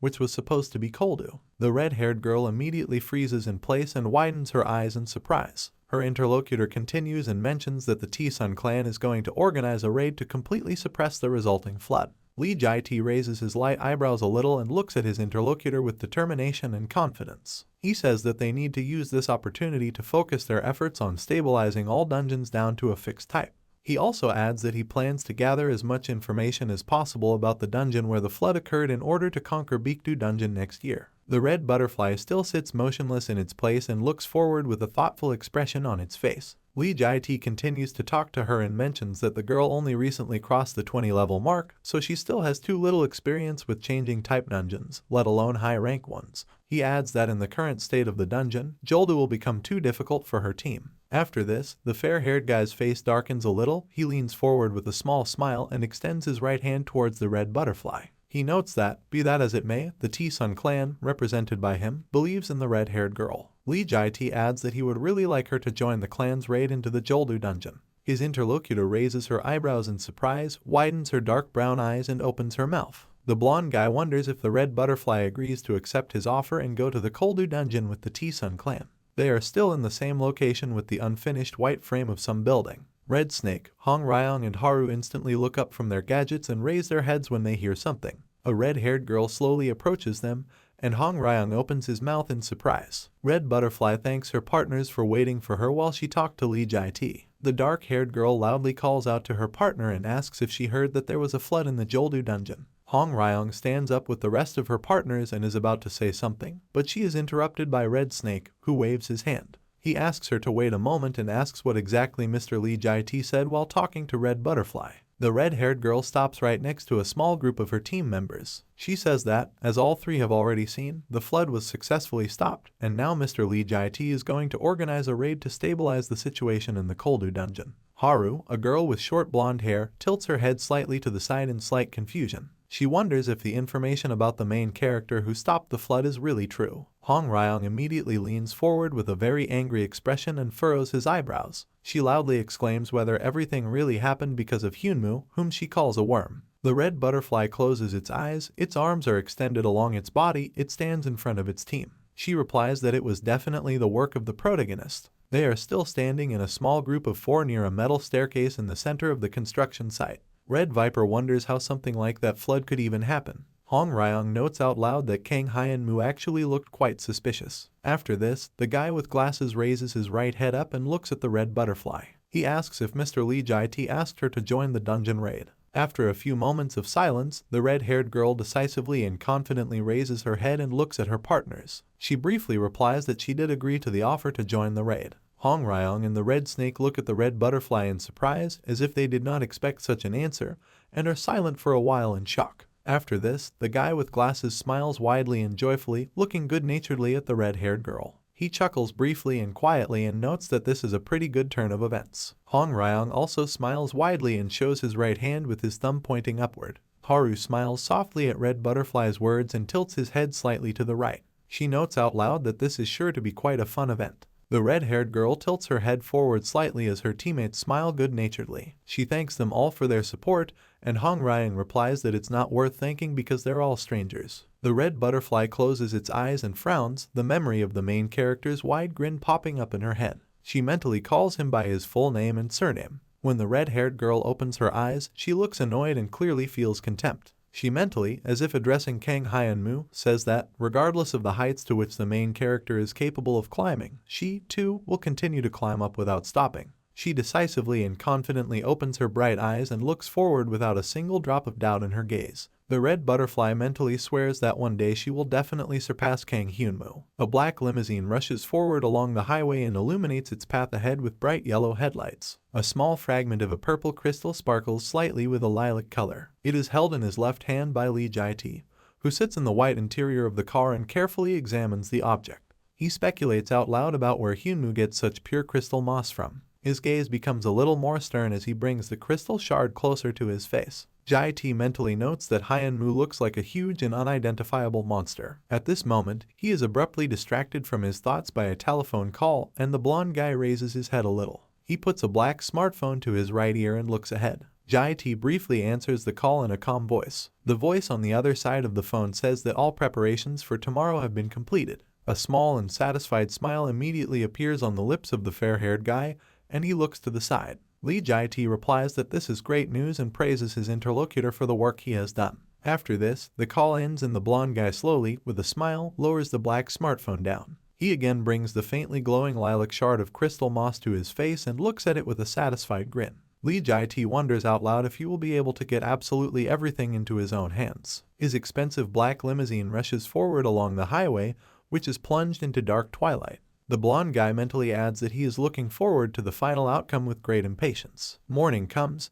Under the bright sunlight there is a huge multi-story office building with panoramic windows on each floor. A large conference hall with a stage, podium and many seats for journalists is gradually filling with people. Along one wall there are many journalists, all of them holding cameras and pointing them towards the stage. The host of the event loudly announces that a press conference is beginning with the head of the T-Sun clan, Mr. Lee Jae-T. A blonde guy walks onto the stage, where he is greeted by many simultaneous flashes of journalists' cameras. He comes closer to the podium and bows briefly in greeting, and holds a white piece of paper in his right hand. Lee Jae-T straightens up and widens his eyes, looking forward at the crowd of journalists with confidence and determination. He begins to speak into the microphone, greets citizens and states his name and position. He then reveals that last week there was a tragic incident at Mount Joldu Shrine. At this time, Kang Hyun-moo makes a sharp blow in the air with his right hand, which he clenches into a fist. After that, he quickly throws his leg in the air and practices another kick while standing on the roof of one of the abandoned buildings in the Hell Dimension. Yu-min lies on her stomach on the bed with her eyes closed, with a light gray laptop in front of her. Lee Jae-T continues to talk about how for him, as one of the hunters who has to protect people from dungeons and monsters, the incident at the Joldu Shrine was a wake-up call. At this time, the red butterfly is in the gym, where she is making efforts to lift a huge tire from the floor. Lee Jae-T is still standing in front of the huge audience in the conference room, reporters taking pictures of him with flashlights. He says that, along with the trials that befell them, fate miraculously presented them with a gift in the form of a talented hunter with 5 stars. The blonde boy adds that this wonderful gift also served as an opportunity for the T-Sun clan to rethink their responsibilities as hunters. The red butterfly straightens up and looks down, irritated energy emanating from it. Lee Jae-T continues to talk into the microphones about how the incident could have caused countless casualties if not for Mr. Kang Hyun-moo's heroic performance. He also mentions that dungeons and 5-star ranks are things that humanity is still little familiar with. After this, the blonde guy adds that, given the fact that since the opening of the first dungeon, when all of humanity was unfamiliar with what was happening, they have all come very far. Huey Seo sits in the white and clean expensive interior of the car, leaning his 2 hands on his black cane and tilting his head forward. Lee Jae-T continues to talk about how such progress only happened because all people walked along this path side by side, and not alone, because they are all beings capable of cooperation with each other. At these words, Yu-min, who is listening to the presentation on her laptop, sits up in bed with a surprised expression. She mentally wonders what exactly the collaboration the blonde guy mentioned means. Lee Jae-T raises his head and confidently looks forward at the large crowd of journalists in the room. He announces that the T-Sun clan plans to completely suppress the flood in the Joldu dungeon to fulfill their social responsibility, even if a little late. He also adds that South Korean soldiers and a few hunters are right now protecting the flood perimeter, but the crisis has not yet been completely overcome. Lee Jae-T also says that for the safety and peace of their people, the T-Sun clan will definitely fulfill their duty to the country to the very end. Some journalists have laptops placed in front of them. They are all recording the speech of the blonde guy. Jae-T adds that the T-Sun clan is going to fully support the upcoming raid and will not charge any fees from citizens. Huey Seo, who is still sitting motionless in his seat in the car and sternly looking ahead, also listens to the speech of the blonde guy. The man reflects in his mind that, in the end, the responsibility for the poor management lay primarily with the Alliance of the Almighty. After this, Huey Seo mentally notes that if the T-Sun clan is able to justify the Almighty Alliance and take responsibility, and then provide full support for the expedition to the Joldu dungeon and gain full control into their hands, then they will become a monopolist in the market for items and corpses of monsters obtained during the raid. Huey Seo tilts his head forward slightly and the brim of his beige hat covers his eyes. He mentally sums up that everything that is happening is a win-win scam, just in the soul of Lee Jae-T. The blonde guy snaps his head up and raises his left hand in the air with a determined look. He states that he would like to introduce to everyone present the greatest power of humanity, people who are at the forefront. At this moment, Red Butterfly is distracted from her training and turns around sharply because she is also listening to Lee Jae-T's speech. Huey Seo opens his eyes in surprise and opens his mouth slightly, also completely confused by what is happening. He wonders aloud indignantly what the blonde boy just said. Yu-Ming opens his mouth and eyes in shock as he stares at his laptop screen. At this time, Hyunmoo, who is in the hellish dimension, once again swings his leg strongly to practice the blow. Lee Jae-T grins confidently and decisively, yellow camera flashes flashing brightly around him. He mentally addresses the main character by name and adds that Hyunmoo managed to fully demonstrate his abilities. The main character stops and looks forward with a small irritated grin, sweat running down his face. He mentally reasons that Lee Jae-T is unable to figure out either the basis of his power or the place of gaining experience, which means that at the moment the blonde guy can do nothing except use the provided crystal moss to increase his own level. Lee Jae-tae places his left hand on the wooden podium he's standing behind and purses his lips a little nervously. He mentally notices that he is experiencing some strange and unusual anxiety. Hyunwoo turns around, standing on a rooftop in the middle of the hell dimension, the wind whipping his short black hair. He mentally addresses Lee Jae-tae by name and says that there is only one thing that the clan leader is capable of now. The main character stands on the edge of the roof of one of the half-destroyed buildings of an abandoned hellish dimension.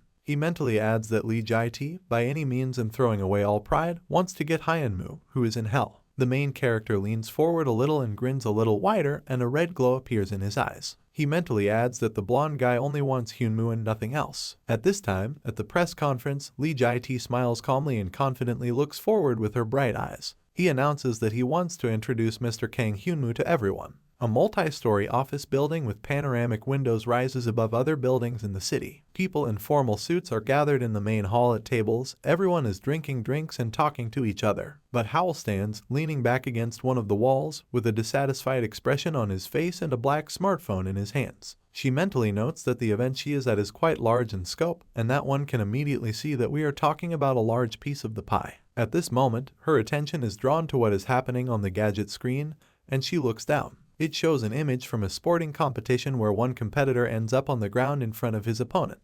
The referee loudly commands that it is an out. Howl winces in irritation and just silently looks at his phone for a while. After that, she opens her mouth wide, tears appear in her eyes, she is irritated. She wonders if these people ever intend to win. While she is still outraged by this outcome of the round, a young man in a formal suit approaches her. He calls the girl by her full name and surname. After this, she opens her eyes in bewilderment and looks at her interlocutor in surprise. A slight blush appears on her cheeks. Hyunwoo stands in front of her, dressed in a formal gray three-piece suit, holding a glass of champagne in his right hand. He chuckles and says that he is very glad to meet Howl. Confused, she replies that she is also glad to see him again. They stand opposite each other with friendly and calm smiles. The girl notices that the atmosphere today is very different from what was around the main character when he first came to the Chinjai dungeon. Hyunwoo replies that his girlfriend helped him choose clothes this time. He smiles welcomingly and tilts the glass of champagne slightly to the side. The guy adds that it seems to him that his girlfriend has a better eye for such matters. He continues to smile outwardly good-naturedly and sweetly,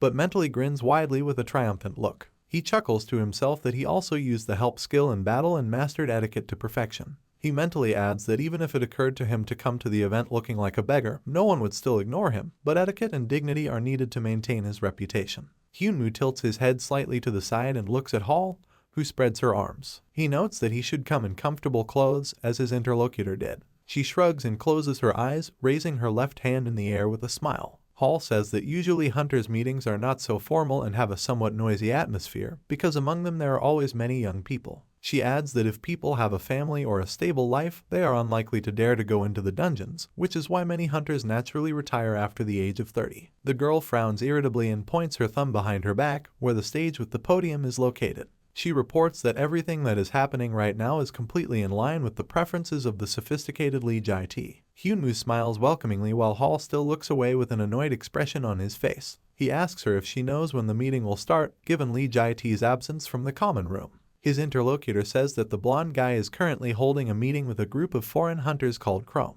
A waiter approaches the main character and Howl with a tray with a glass of champagne on it, and the girl immediately takes it away. She says that she heard rumors that they were visited by experienced people who had already dealt with a flood once before. She adds that once the exchange of views is completed, the meeting itself will begin. Hyunwoo wonders if Hall's presence here means that the Great Unknowns are also planning to take part in the upcoming expedition. The girl raises both hands in the air with an irritated and dissatisfied expression on her face. She answers in the negative and says that the Great Unknowns decided to refuse participation, and Howl herself arrived here just to talk about it. She turns toward the stage and sticks out her tongue contemptuously while the main character chuckles awkwardly. His interlocutor mentions the relationship between her clan and the T-Sun clan. Hyunwoo says that he knows that Hall originally worked with Lee Jae-tae and Mad Tiger, and after that they split into the T-Sun and Great Unknown clans. The dark-haired girl raises a glass of golden champagne in her left hand and looks at the main character. She says that the name of the organization comes from the name of the Mad Tiger Bar, where hunters gathered every day at that time. After that, she irritably turns towards the stage and clenches her teeth in indignation. Howl mentions that Lee Jae-tae took their common core from the Mad Tiger. Hyunwoo and his companion clink glasses of golden champagne.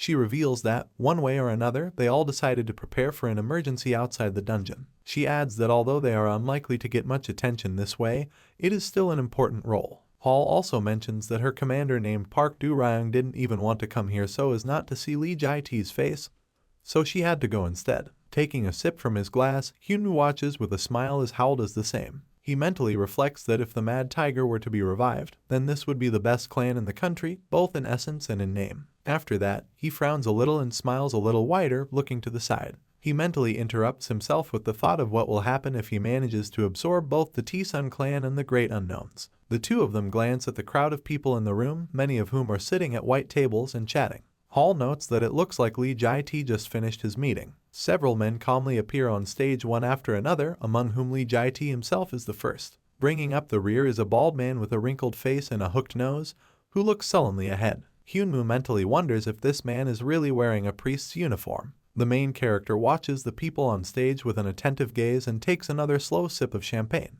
He wonders if this foreigner in the priest's cassock has any experience in dealing with floods. Lee Jae-tae stands near the black podium on the stage and addresses everyone present using a microphone. He thanks all stakeholders who graced the event with their visit today. After this, the blonde guy says that he is going to introduce those present to the leaders of the groups who will lead the expedition to the Koldu dungeon. Next to him on the stage is a bald man in a cassock, a guy in a brown suit, and a man with scars on his face. Lee Jae-tae names Seot Kaeum, who is the head of the Almighty Alliance branch in the Gangbuk area. During the upcoming expedition, this man is going to lead the forces of the Alliance of the Almighty. After this, the blonde guy introduces another person, who becomes the leader of the Obsidian team named Kang-hoo, who is the person in charge of the T-Sun clan. Lee Jae-tae continues to speak loudly into the microphone while tilting his head slightly to the right. He notes that, despite the fact that he is a little embarrassed to talk about it, overall command of the upcoming expedition has been entrusted to his hands. Hyle frowns irritably and clenches his teeth in indignation at the words spoken. She mentally fumes that the blonde boy eliminated the Great Unknowns before they even made their official stance. She's also unhappy that Lee Jae-tae just said he's going to take overall command.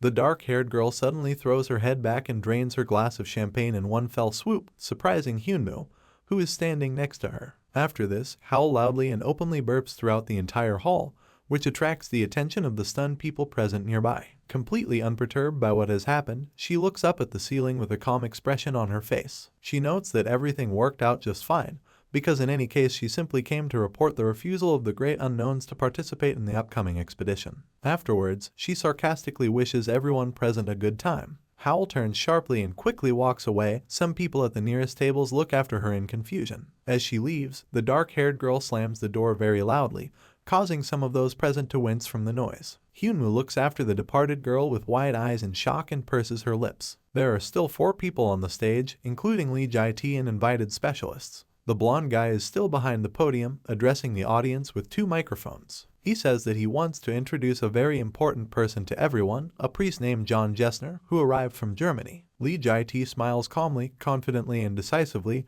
tilting his head slightly to the side. He says that it was this priest who was the man who ventured to Syria when the flood broke out there and managed to stabilize the underground in that country. He adds that John has now been invited to the upcoming expedition as an advisor. Hyunwoo, who is watching what is happening from the side, widens his eyes in shock and freezes with a glass of champagne in his hands. He mentally repeats the name John Jessner several times. The main character remembers standing in the hell dimension opposite Cavero, a tall man with dark skin and bright pink eyes, wearing numerous gold jewelry. Cavero mentioned that he felt that after the departure of John and Marie Keller, humanity went out like a candle. Hyunwoo looks in shock at the bald man with a downcast and serious expression on his face, dressed in a black robe. The main character remembers that it was John who mentioned Cavero in hell, and, in addition, there was an entry in the skeleton's diary. It read, John Jessner, who arrived from Germany, committed suicide. Now what can we do? Hyunwoo once again carefully examines the bald man in black priest's clothes, who is holding a chain with a Christian cross and a book in his hands. The main character nervously opens his eyes and smiles wryly, sweat running down his face as he looks at John. He realizes that this particular person is the one he heard about from the hellish dimension. Hyunwoo remembers that John became the person who gave humanity the opportunity to hold out until the very last moment. The main character imagines the lifeless body of a bald man lying on the floor, and a crowd of people helplessly reaching up with their hands. He mentally thinks that after John committed suicide, the days of that skeleton and all the other people in the gym were numbered. However, at this moment, Hyunwoo interrupts himself and stops his train of thoughts a little. He raises his right eyebrow in bewilderment and looks forward at the stage in surprise. The main character wonders if the clergyman could really commit suicide. John stands on stage with a calm and stern expression on his face. Hyunwoo asks himself if this priest and John from the Hell dimension are really the same person. The main character tilts his head forward and frowns with a wide, confident grin, and his left hand reaches into his pants pocket. He mentally reasons that if this John is truly who Hyunwoo thinks he is, then he must be somehow connected to surviving the hell to come. He's going to use Admiral Ren's monocle and do something. However, at this moment he suddenly freezes because something in the distance attracts his attention. The main character looks at Lee Jae-tae, who is still standing behind the podium on the stage. The blonde guy carefully and with a slight smile looks clearly into Hyunwoo's eyes. The main character tenses his jaw nervously when he puts on the same friendly smile, causing the nerves in his cheeks to even tense. Lee Jae-tae, without looking away, gently nods towards Hyunwoo with the same small smile. There are still only 4 people on stage, and the blonde guy continues to address the audience from the podium. He says that the key to the upcoming expedition is with Father John, who is a healer of the 50th level. He also adds that the bald man has the ability to heal and protect, as well as a supreme skill called the Veil of Loving Kindness. Hyunwoo is still standing against the wall with a glass of champagne in his right hand and smiling calmly. He mentally notes that with 3 skills, John can be a triple damage dealer. He also mentally addresses Lee Jae-tae and says that mobilizing people with such powers in an instant is truly amazing. At that moment, a man in a black suit approaches the main character from the right, and the guy turns in his direction. The man apologizes and politely addresses Kang Hyun-moo by his first name. All those present, who are in groups at tables with drinks and food, begin to turn towards the main character. Conversations of people can be heard discussing Hyunwoo and noting that he is completely different from what he was on the battlefield, and that the suit has changed him a lot. A man in a black suit looks at the main character, who stands half-turned to him. He thanks Hyunwoo for the visit and apologizes for disturbing him, saying that someone really wants to talk to the main character in person. The guy looks at his interlocutor with a smile and puts the glass of champagne on an empty tray to the waiter, who was nearby in time. The man in the black suit asks if Hyunwoo can follow him. The main character calmly replies that this will not be a problem for him. He follows the escort, tilting his head slightly forward with a determined and wide grin. Hyunwoo mentally adds that he was really looking forward to this particular opportunity and addresses Lee Jae-tae by name. One of the men presses the button in the elevator, which indicates the penthouse floor. Hyunwoo stands with his arms crossed over his chest among stern men in formal suits in the middle of the elevator. After this, his attendant takes him to a room decorated in shades of gold and black. Hyunwoo takes a small step forward and looks around the spacious room. His escort remains at the entrance, and the main character slowly walks forward. The room contains a large grand piano, several wardrobes, and a spreading sofa. Hyunwoo catches the attention of Lee Jae-tae, who is standing on the second floor of the penthouse and leaning his left hand on the golden railing. A blonde guy calls out to the main character and informs him that he is waiting for him on the second floor. Hyunwoo leisurely walks up the long black spiral staircase near the penthouse window. The two of them sit at a long bar with a beige tabletop, on which snacks, glasses, and a bottle of champagne are located. Lee Jae-tae notes that he doesn't know whether the main character will like the prepared treats. The main character does not answer and simply takes the glass to take a small sip from it. Lee Jae-tae smiles and looks down in front of him at the bar countertop. He asks if it would be too much to ask where Hyunwoo trained and what organization he belongs to. The main character with a wide smile looks a little to the side, to where his interlocutor is sitting. Hyunwoo replies that everything is fine and adds that he trained entirely on his own. The blonde guy leans both hands on the bar tabletop and turns to face his interlocutor. He says that the main character can stick to such a story with him alone, but when the government decides to start an investigation, Hyun-moo should really come up with a more plausible version. Lee Jae-tae adds that when something uncontrollable appears on the horizon, the government immediately becomes very nervous. Hyun-moo raises an eyebrow and tilts his head slightly to the side with a smile. He replies that he is already starting to think about buying a wheelchair. The blonde boy grins at this remark, looking down in front of him. He notes that having a wheelchair is unlikely to help the main character look at least a little less threatening. After that, without raising his head or taking his eyes off the tabletop in front of him, he smiles a little. He turns to Hyunwoo and asks which star the main character heard whispering. The dark-haired guy instantly freezes, a tense smile on his face, a bead of sweat running down his cheek. He turns towards the calm and imperturbable Lee Jae-tae and continues to pretend to be confused. Hyunwoo chuckles and asks what this is all about and what whisper his interlocutor is asking about. The blonde guy calmly asks what level the main character is already. The main character warily frowns his thick black eyebrows and slightly squints his gaze to the side. He mentally reflects on what is happening and notes that he already revealed enough during the flood incident, so if he is going to reveal more, he wants to find out about Lee Jae-tae first. The next moment, Hyunwoo's eyes suddenly widen in surprise and he raises his eyebrows in bewilderment. The blonde guy looks at him with a smile, leaning his left arm on the beige countertop of the bar, and a faint orange glow emanates from his body. Several dark blue system windows appear in the air. Lee Jae-tae, level 57. Thanks to the title effect of Hell's Strongest Man, your abilities increase compared to your level. Hyunwoo suddenly tenses up, clenches his teeth and with a quick movement staggers back from his interlocutor. He mentally resents Lee Jae-tae for talking about 4 stars everywhere. The blonde guy suddenly reaches out with his right hand forward and grabs Hyunwoo's wrist, pinning it to the surface of the tabletop. The main character freezes in place and clenches his teeth, lowering his tense gaze down to his hand. Lee Jae-tae smiles kindly and innocently as he relaxes his grip on the other person's wrist. He says there's no need to worry so much because that's not why he called Hyunwoo. The main character continues to clench his teeth irritably and look tensely, warily down at his interlocutor's hand. He mentally notes that he didn't even notice Jae-tae making that move. Noticing that their hands are still touching, the blonde boy smiles innocently and moves his palm to the side. He apologizes for such a gesture to the tense protagonist. Lee Jae-tae looks at his interlocutor with a relaxed and friendly smile. He mentally wonders if Hyunwoo failed to react to such a simple grab and wonders if it could be that he overestimated the main character. The blonde guy says that he made such a faux pas because he wanted to make sure that everything was okay with Hyunwoo because he looked very worried. After this, Lee Jae-tae adds that if the rumors about the main character and his strength are indeed true, then he cannot relax for a second. Hyunwoo grins wryly and, without turning his head, looks towards his interlocutor. He asks Lee Jae-tae how old he really thinks the main character is. The blonde guy straightens up a little and removes his right hand from the tabletop. He replies that he does not understand why this question was asked, but assumes that the main character is somewhere around 30 years old. Hyunwoo frowns and smiles and chuckles displeasedly, trying to hide his irritation, the nerves in his cheeks tightening. He mentally notes that with this answer everything has become noticeably clearer. Lee Jae-tae turns to the side and leans forward with a smile, looking down.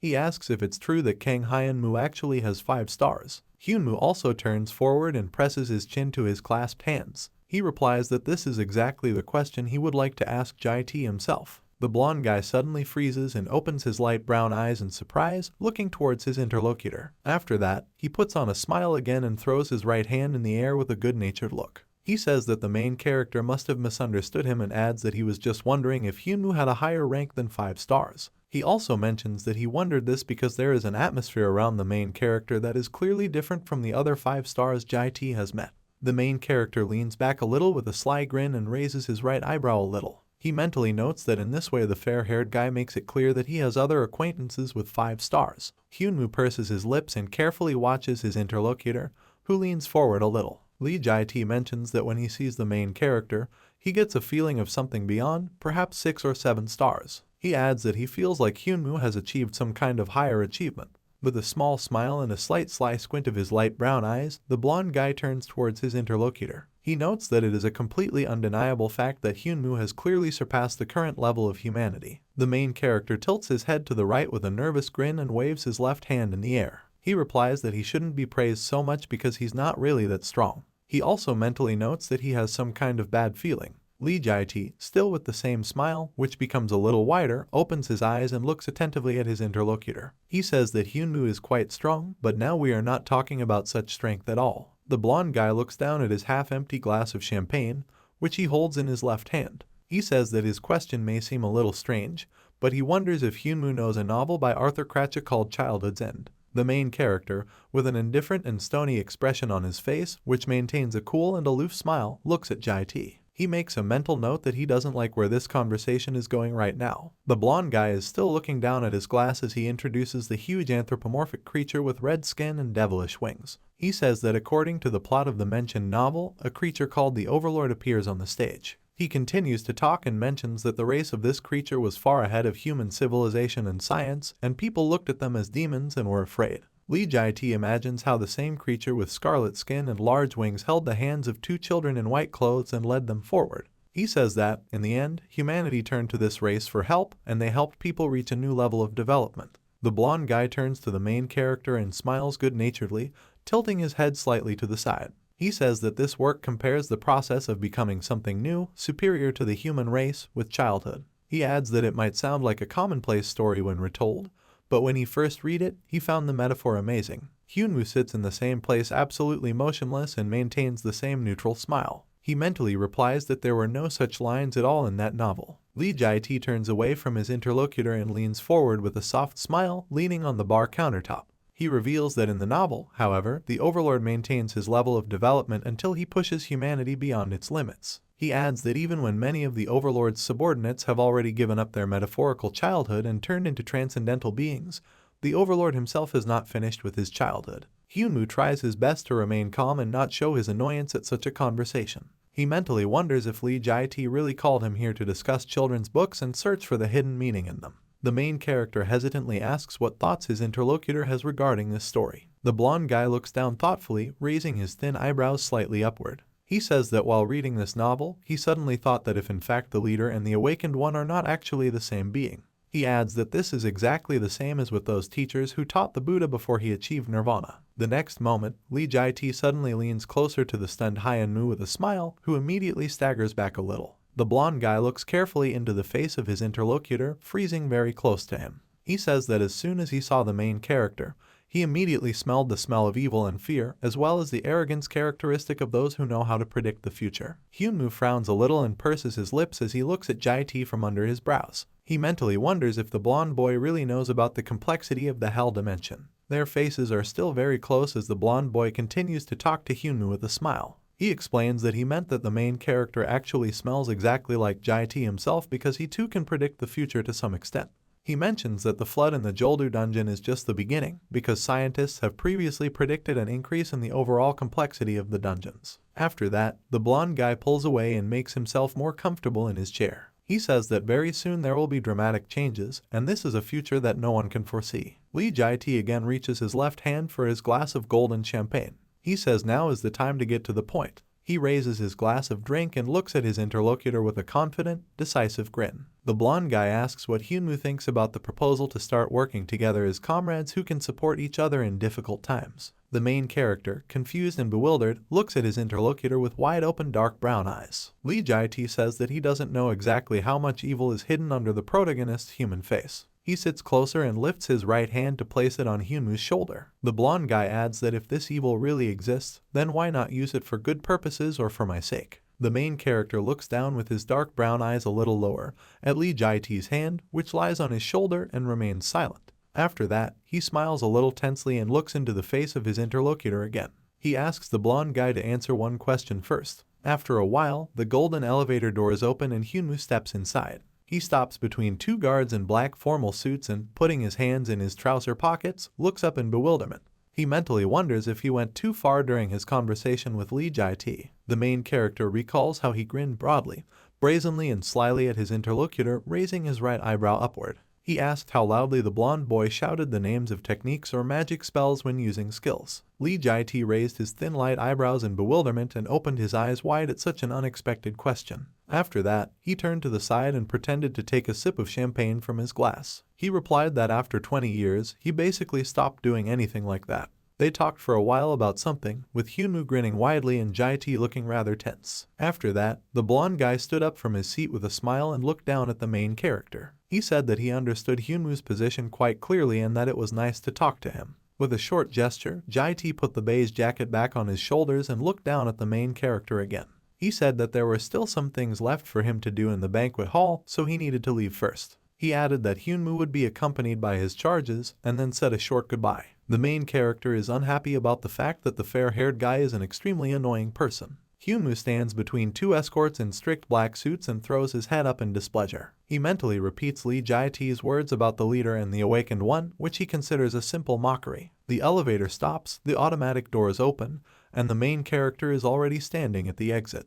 He steps forward, his black patent leather boot hovering over the light gray floor. A moment later, he is already stepping forward, the sole touching the light surface. A sharp stream of wind suddenly hits the main character's face, lifting the edges of his black jacket, and he freezes in shock. A long, destroyed road appears in front of him, littered with debris from cars and abandoned buildings. He remembers Lee Jae-tae, who was leaning his left elbow on the bar counter with a sly and confident expression on his face. The blonde guy asked what the main character thought about the opportunity to work together as comrades who could support each other in difficult times. Hyunwoo suddenly tenses up and furrows his thick black eyebrows with a nervous grin that makes the nerves in his cheeks tighten. He looks forward again, and there is nothing but a long white and bright corridor that leads to an underground car park. The main character, still with the same tense and irritated grin, tilts his head a little forward. He then lifts his head and looks back with a wider smile, his irritated eyes flashing red. He says that, be that as it may, when someone is so confident in his success, his hands are itching to interfere. Hyunwoo resolutely walks away from the elevator, and as he goes, with a wide and irritated smile, he unbuttons the buttons of his vest and jacket and also pulls the blue tie from his neck. He adds out loud that besides, if Lee Jae-tae's skills are considered among the best in the entire world, then he will be able to catch up with him in no time.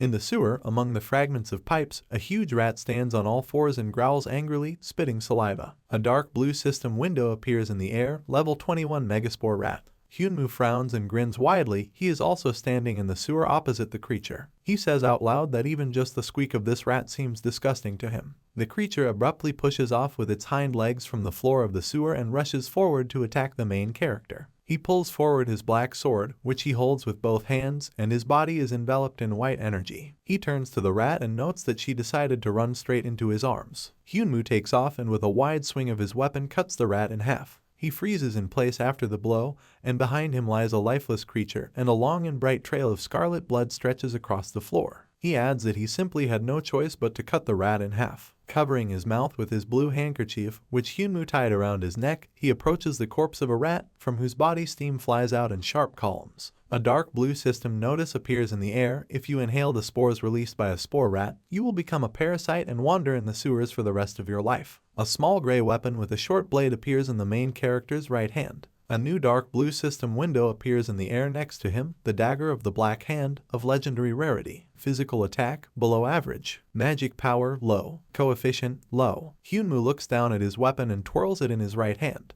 He notes out loud that he did a good thing when he didn't let the glutton eat the dagger, because it's much easier to use this way. Several new dark blue system notifications appear in the air at once. Special ability, it can be hidden quietly and suddenly taken out.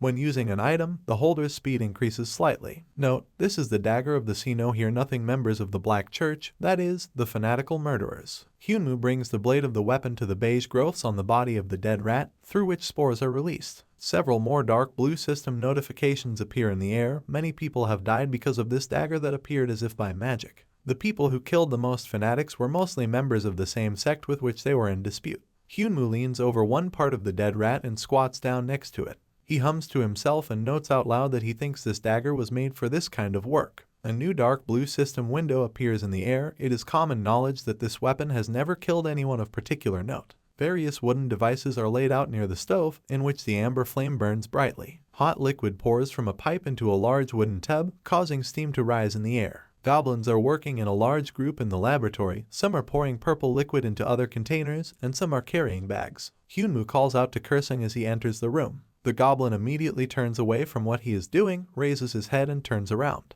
He approaches the main character, who stands in the center of a half-destroyed and empty hall. He greets the guy, calling him his boss and noting that he's back. Instead of greeting, Hyunwoo asks Kursung to look at something. He swipes his hand through the air and presses something on the dark blue system screen that floats in the air. After this, various finds begin to fall down from the screen, which were obtained by the main character, who stands next to him with a satisfied expression on his face. All the goblins frown and turn their heads away from Hyunwoo in displeasure. The guy raises his right hand and points his finger at the monsters, while Kursung stands nearby in slight confusion. The main character asks why the goblins are standing still and orders them to disassemble all the obtained items as quickly as possible. He adds that if they want to figure everything out by tomorrow, then they don't have any extra time. The four goblins immediately quickly and in unison run up to the pile of items that Hyunwoo dumped out of his inventory. Everyone picks up as many items as possible into their hands and just as quickly returns back. One of the goblins is literally shaking with dissatisfaction and irritation while carrying his portion of items. He suddenly stops and turns around, ready to lose his temper and yell at Hyunwoo. However, at this moment the main character raises his head and opens his eyes wide, and also threateningly waves his right hand, clenched into a strong fist.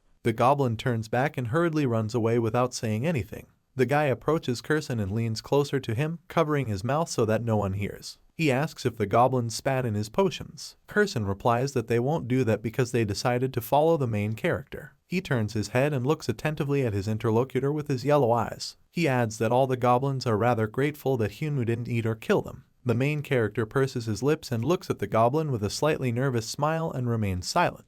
He then lowers his head and reaches for the small bag that is attached to his belt. He tells Kurson to wait a little. After that, he extends his open right hand forward. In the center of the palm lies a small turquoise thing. The goblin immediately raises his right hand to protect his face and jumps back while the main character laughs contentedly. Kurson loudly asks why his interlocutor suddenly gives him such a dangerous thing. Hyunwoo reveals that he just finally caught the damn spore rat. He still holds the turquoise small object in his right palm as the goblin stands still and covers his face with his right hand. The main character asks if it is true that if he swallows an object in this form, he will turn into a parasite. Kurson, stuttering a little, replies that this is exactly what will happen. The guy asks if in this case it is possible to add this characteristic to his poisonous blood. The goblin recalls how the main character's eyes turned red, his sclera turned black, and blood flowed from his fanged mouth. The monster hesitantly asks if Hyunwoo is really joking like that right now, and reminds him that he already added the blood of the hungry trait once. The main character raises his head and looks at his interlocutor while other goblins work in the background.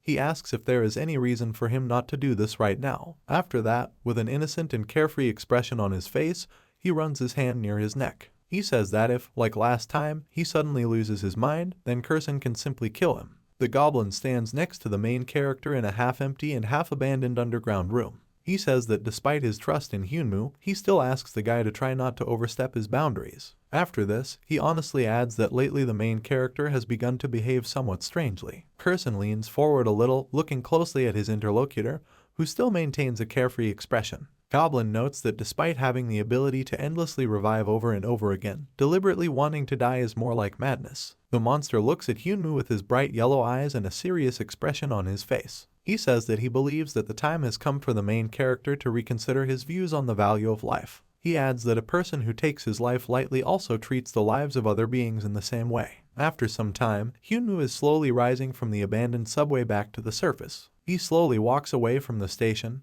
thoughtfully putting his hands in the pockets of his blue jeans. He notes out loud that, in fact, Kurson is indeed right about something. The main character suddenly freezes in place and opens his eyes wide because he hears something. He asks himself out loud what that just happened. He immediately hides behind a large abandoned and dusty Kamei's truck so as not to be detected in advance. Afterwards, Hyunwoo cautiously peeks out from behind his hiding place with a tense expression on his face. He sees anthropomorphic rats walking ahead with weapons and looking around for something. He notes out loud that this is a rather fortunate coincidence, because suitable targets have appeared on the horizon. The rats have white bandages and combat uniforms on their bodies, and one of them has a black patch over her right eye. Hyunwoo kicks off the ground with his feet and shoots up, jumping between two tall multi-story buildings. He clings to one of the buildings and freezes briefly, leaning against the wall. After this, the main character sharply pushes off the surface with his feet and flies directly over two anthropomorphic rats. While jumping, Hyunwoo swings his right hand sharply and launches a fast projectile downwards. A dark blue system window appears in the air, a small hell dart. The shell hits one of the anthropomorphic rats directly in the back of the head. At this moment, the main character lands on the roof of one of the buildings and rolls to get to his feet. A rat, hit in the back of the head by a dart, displeasedly rubs the wounded area with its right paw. Immediately after this, she drops her metal crossbow with a loud squeal and begins to shake. Saliva begins to flow quickly and heavily from her mouth, and her only eye, not covered by a black bandage, sparkles predatorily red. Drooling, shaking, and with a blazing red eye, she turns to the other rat, who stands nearby in bewilderment. The monster suddenly rushes forward at its relative and sinks its long fangs into his neck. Burgundy blood splashes into the air. He begins to maul another rat in a completely merciless and insane manner, and Hyunwoo watches from the roof of an abandoned building. After some time, the rat, whose mouth is full of someone else's blood, moves away a little from its victim. She looks down at her relative, whose neck she has just chewed through, and who is barely moving. After a while, the two of them rise to their feet, stained with blood and breathing heavily. Hyunwoo watches with a smile and raises his right hand to snap his fingers. He notes out loud that so far he is observing a familiar picture. After this, the main character still snaps two fingers of his right hand. The rats immediately begin to painfully spit black blood and suffer from unpleasant sensations. Hyunwoo, who is watching this picture, grins contentedly and bares his teeth, revealing his sharp white teeth. He notes out loud that his method turned out to work after all. After that, he lowers his right arm along his body and looks at the sky with a slight smile on his lips. There is a bright dark blue system notification, 87 hours, 34 minutes and 16 seconds left until the next quest. The next moment, the system window displays something slightly different. There are 87 hours, 34 minutes and 15 seconds left until the next quest. Hyunmoo walks to the very edge of the roof of a half-destroyed building and puts his right leg forward so that it is above the abyss. He mentally notes that the next mission from hell will begin in 3 days. The main character jumps from the roof with his hands in the pockets of his blue jeans, and his red jacket flutters in the wind as he falls down. He mentally thinks that if he fails to conquer the Koldu dungeon in 1 day, he will be sucked into the hellish dimension right during the raid. Hyunmoo frowns slightly as he jumps down from the roof, his expression serious and focused. It lands on the ground with a loud sound and causes many deep cracks to appear there. After this, the main character calmly straightens up and looks forward with a smile. The wind ruffles his short black hair. He mentally decides that nothing can be done, and that he must at all costs come up with an excuse to leave in the middle of a fight. The light of the setting sun is reflected on the water surface, leaving bright white reflections. The sky looks pink due to the evening sun's rays gradually disappearing behind the horizon. There is a brick building on a high hill, all around obscured by trees and bushes. The black silhouette of a helicopter flies in the pink sky, illuminated by the setting sun. The news presenter says that in the vicinity of the Koldu dungeon there are no monsters to be seen, and there is dead silence, which seems to foreshadow an imminent storm. Near the fenced entrance to the dungeon, in which a blue light glows brightly, there are military vehicles and groups of people. The news anchor reveals that the Joldu dungeon attack is the first expedition into a flood zone for South Korea. The host also notes that it is expected to be more powerful than any other expedition. According to him, this should happen precisely thanks to the joint work of the T-Sun clan and the Alliance of the Almighty. Groups of people in military clothing with protection and backpacks filled with useful things stand near the entrance to the dungeon. The newscaster says that this expedition consists of people whose level ranges from 30 and above. Hyunmoo stands in the crowd not far from the priest and adjusts the black glove on his left hand. The news anchor reveals that the expedition also includes Kang Hyunmoo, who is the hero of the flood, whose level information is not yet available, and with him the priest John Jessner, whose abilities are known all over the world, which makes all people eagerly await the start of the raid. Various discussions flare up in the comments online.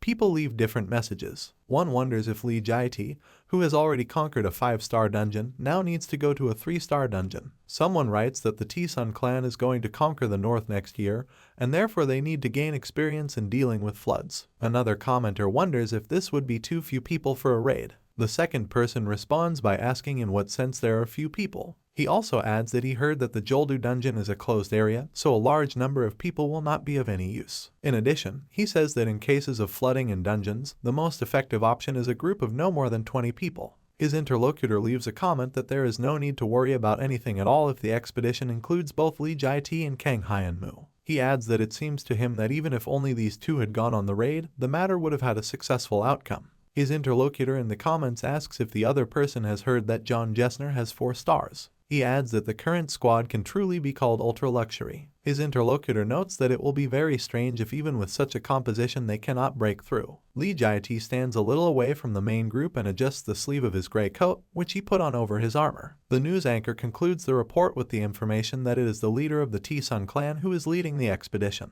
The blonde guy lifts his head and places his index finger against the device in his left ear. He gives everyone the order to go inside the dungeon. The group begins to simultaneously move towards the entrance to the dungeon, resolutely walking in unison. At this moment, someone calls out to Lee Jae-tae and shouts that some kind of emergency has just happened. The blonde guy immediately freezes and turns around with a surprised expression on his face. He looks at the soldier in black armor, who freezes in place and breathes heavily, leaning his hands on his knees. Lee Jae-tae asks what happened. The soldier raises his head, sweat runs down his face. He opens one eye and looks at his interlocutor in fear. He reports in a trembling voice that there has been a flood in Gangwon-do, in the Chuncheon area. This news immediately takes the blonde boy by surprise and he widens his light brown eyes in shock. All the soldiers begin to talk to each other in surprise and take their phones out of their pockets. They receive notifications, text message about an emergency. The flood occurred at the entrance to the Legoland dungeon in Chuncheon, Gangwon-do. Hyunmoo purses his lips in shock and looks at the screen of his smartphone, which he holds in his right hand. He makes a dazed mental note that the Chuncheon flood wasn't supposed to happen until next year. Around him, soldiers are talking to each other, someone is showing others a notification on their smartphone, someone is calling someone. Oblivious to those around him, Hyunmoo makes a mental note that if he looks at the records, he can see that it says that the Chuncheon flood occurred 10 days after the Cheoldu flood. The main character wonders in bewilderment if there is some unknown form of communication between the dungeons. He looks at the entrance to the dungeon, where a cloud of blue energy glows brightly. Hyunmoo, with a tense expression on his face, lowers his hand with the phone and looks ahead, a nervous smile on his face. He mentally realizes that he shouldn't have touched the very first piece of the domino.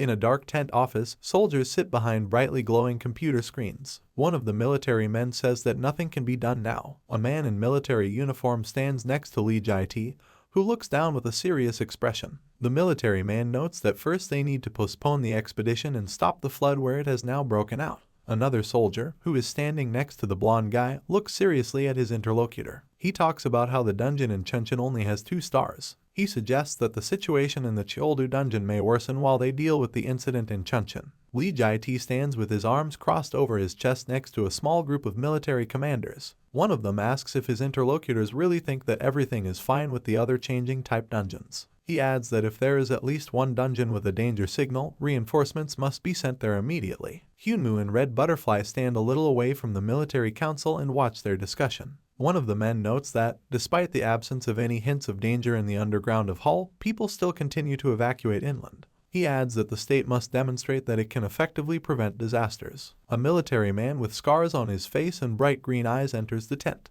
He reports the words of Commander Odisung, who learned about the situation on Jeju Island and said that he would stay there to prevent panic. One of the military men, who is sitting in front of brightly glowing computer screens, turns towards Lee Jae-tae. He reveals that they just received a call from the Great Unknowns, who reported that Hoyeongjik's team is currently in Chuncheon subduing monsters. The soldiers turn to the blonde guy with worried and serious expressions on their faces. One of them asks whether, in this case, it is worth continuing the expedition to Kolda as originally planned. Lee Jae-tae is thoughtfully silent and purses his lips, and also raises his right hand to his chin. After this, he lowers his hand again and decisively looks forward at all his interlocutors. He agrees that they should really do just that, and adds that he himself will go to Chuncheon. All the military men open their eyes and open their mouths in bewilderment and shock. Hyunmoo frowns in disbelief, and Red Butterfly raises her eyebrows in confusion. Lee Jae-tae looks forward at all his interlocutors with a serious and determined expression on his face. He explains that they are currently completely unaware of the situation in the Chuncheon area, so they need to take action just in case. He adds that during the flood in the Jeoldu dungeon,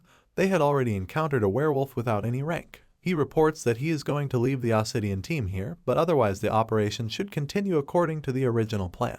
Lee Jae-tae adds that he considers it the right decision to transfer command of the operation to the head of the branch of the Alliance of the Almighty in Gangbuk, namely a man named Seot Kyeon. Everyone turns to a guy with scars on his face and bright green eyes, who raises his eyebrows in surprise. The blonde guy tilts his head to the side in a friendly manner and looks at Kyeon. He informs everyone that the guy with green eyes controlled the Koldu dungeon and participated in dozens of expeditions, so he will most likely cope with the task even better than Lee Jae-tae himself. The blonde guy looks seriously at the military council gathered here. He asks them to seek advice from Priest John if any difficulties arise, because he, too, has encountered floods in the dungeons several times. Jae-tae then adds that Mr. Kang Hyun-moo is also here. The main character, who stands away from the main meeting, raises his eyebrows in surprise. The blonde guy looks at him with a friendly and confident expression on his face. He asks if it's possible to ask Hyunmoo for a similar favor. The Red Butterfly turns tensely towards the main character, who purses his lips. He tilts his head to the side in disbelief and looks carefully at the blonde guy.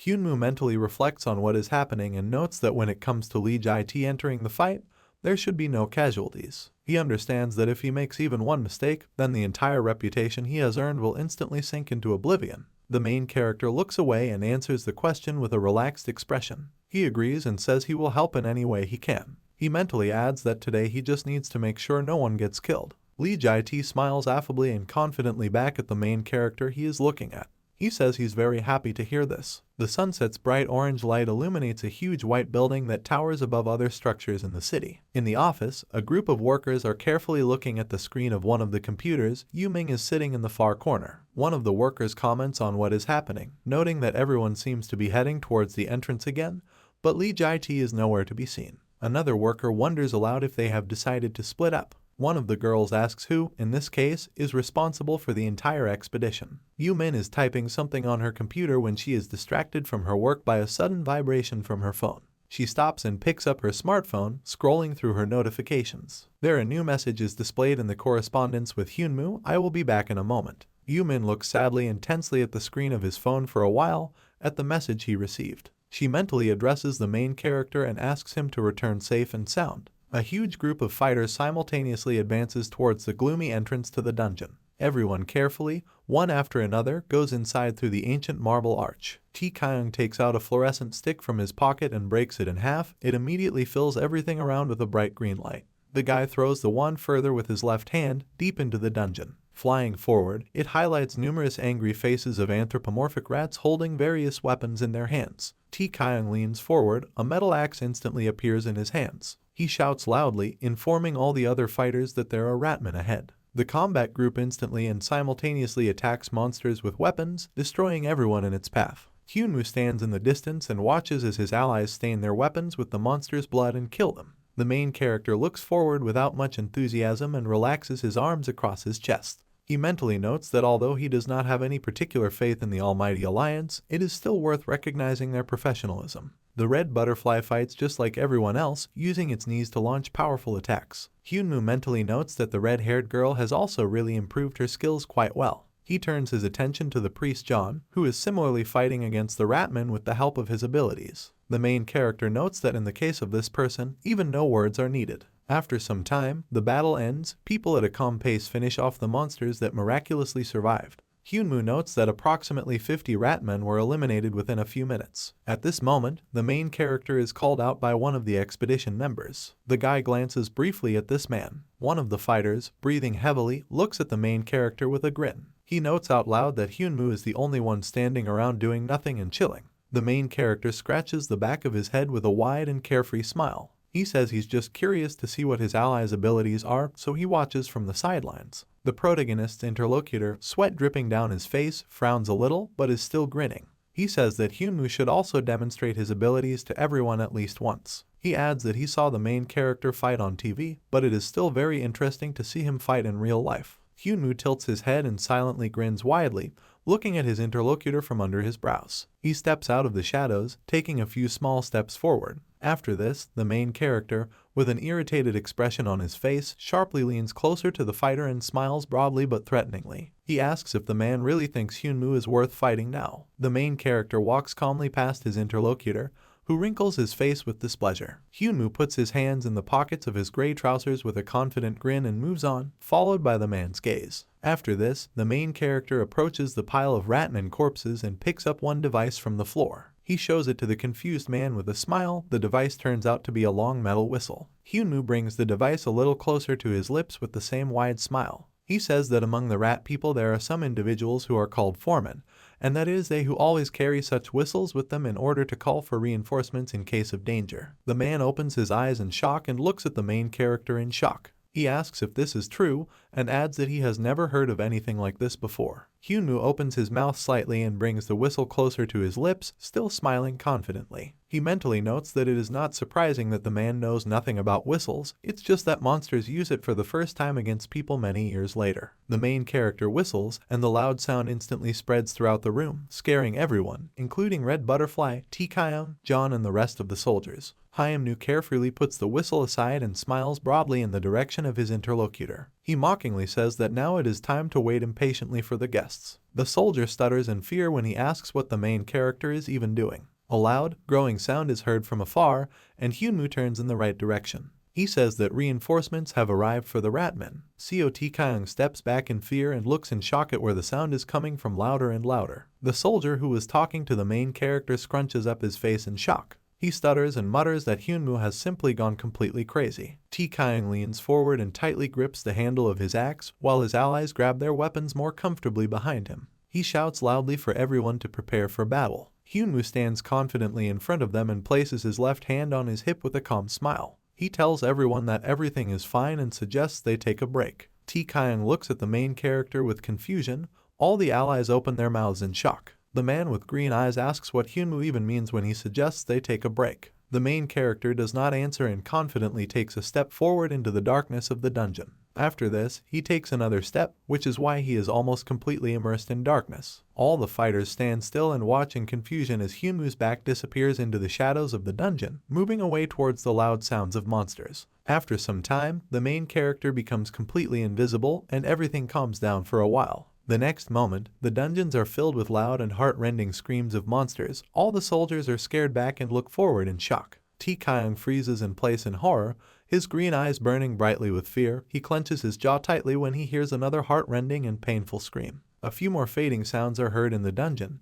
and then they fall completely silent, and all the soldiers look forward in confusion. Tae-kyung purses his lips in fear and swallows in shock, his jaw clenching tightly in fear. He then takes a small step forward and turns around to face the rest of the group. He is not very confident in ordering everyone to move forward. He steps forward from all the other fighters and takes out a flashlight, illuminating the road with a bright yellow light. He hesitantly calls the main character by his first and last name. Tae-kyung soon notices the monster's motionless body on the floor not far from him and shines a bright yellow flashlight on it. There are two lifeless ratmen lying there at once, their mouths are wide open, and their weapons are lying on the sides. The man turns in the other direction and puts his hand to his mouth to make the scream louder, looking around in shock. He again calls out the main character by name and surname and asks if he is okay. In the distance, in the middle of the darkness of an unlit dungeon, he suddenly hears some quiet sound. Tae-kyung takes a new fluorescent wand from his chest pocket and swallows again as the rest of the group approaches him from behind, weapons drawn.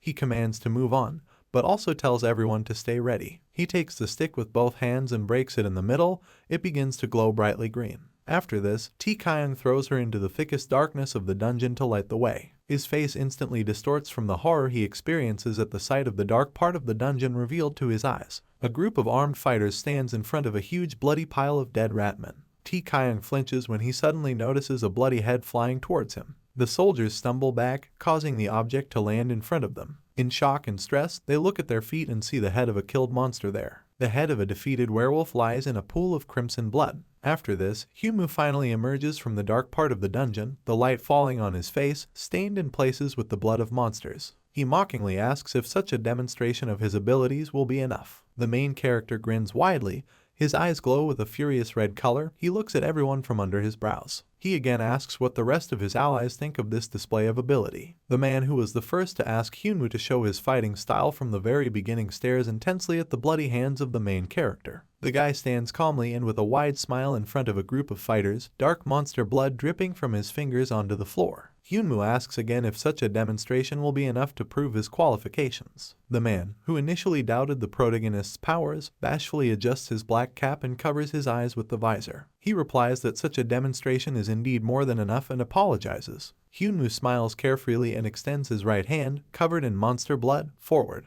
He replies that everything is fine and invites everyone to move further, deeper into the dungeon. All the soldiers look tensely and even a little scared at the main character, frozen in indecision. Hyunwoo smiles widely and triumphantly, his dark brown eyes narrowing slightly. He happily notes to himself that he is very lucky that Lee Jae-tae is not here right now, because this gives him the opportunity to fully instill awe in the people around him. He mentally adds that there is no special or fundamental difference between respect and fear. The group gradually moves forward, deeper into the dimly lit dungeon. They all move one after another in one dense column, all holding weapons and shields at the ready. Soldiers with dissatisfied expressions follow the leader of the column. Tae-kyung, who is breathing heavily himself, notices the state of his subordinates when he turns around. He stops, causing the main character to freeze in place to look at what is happening behind him. Tae-kyung invites the squad to stop here and take a break for a while. The group sits down right on the floor of the dungeon.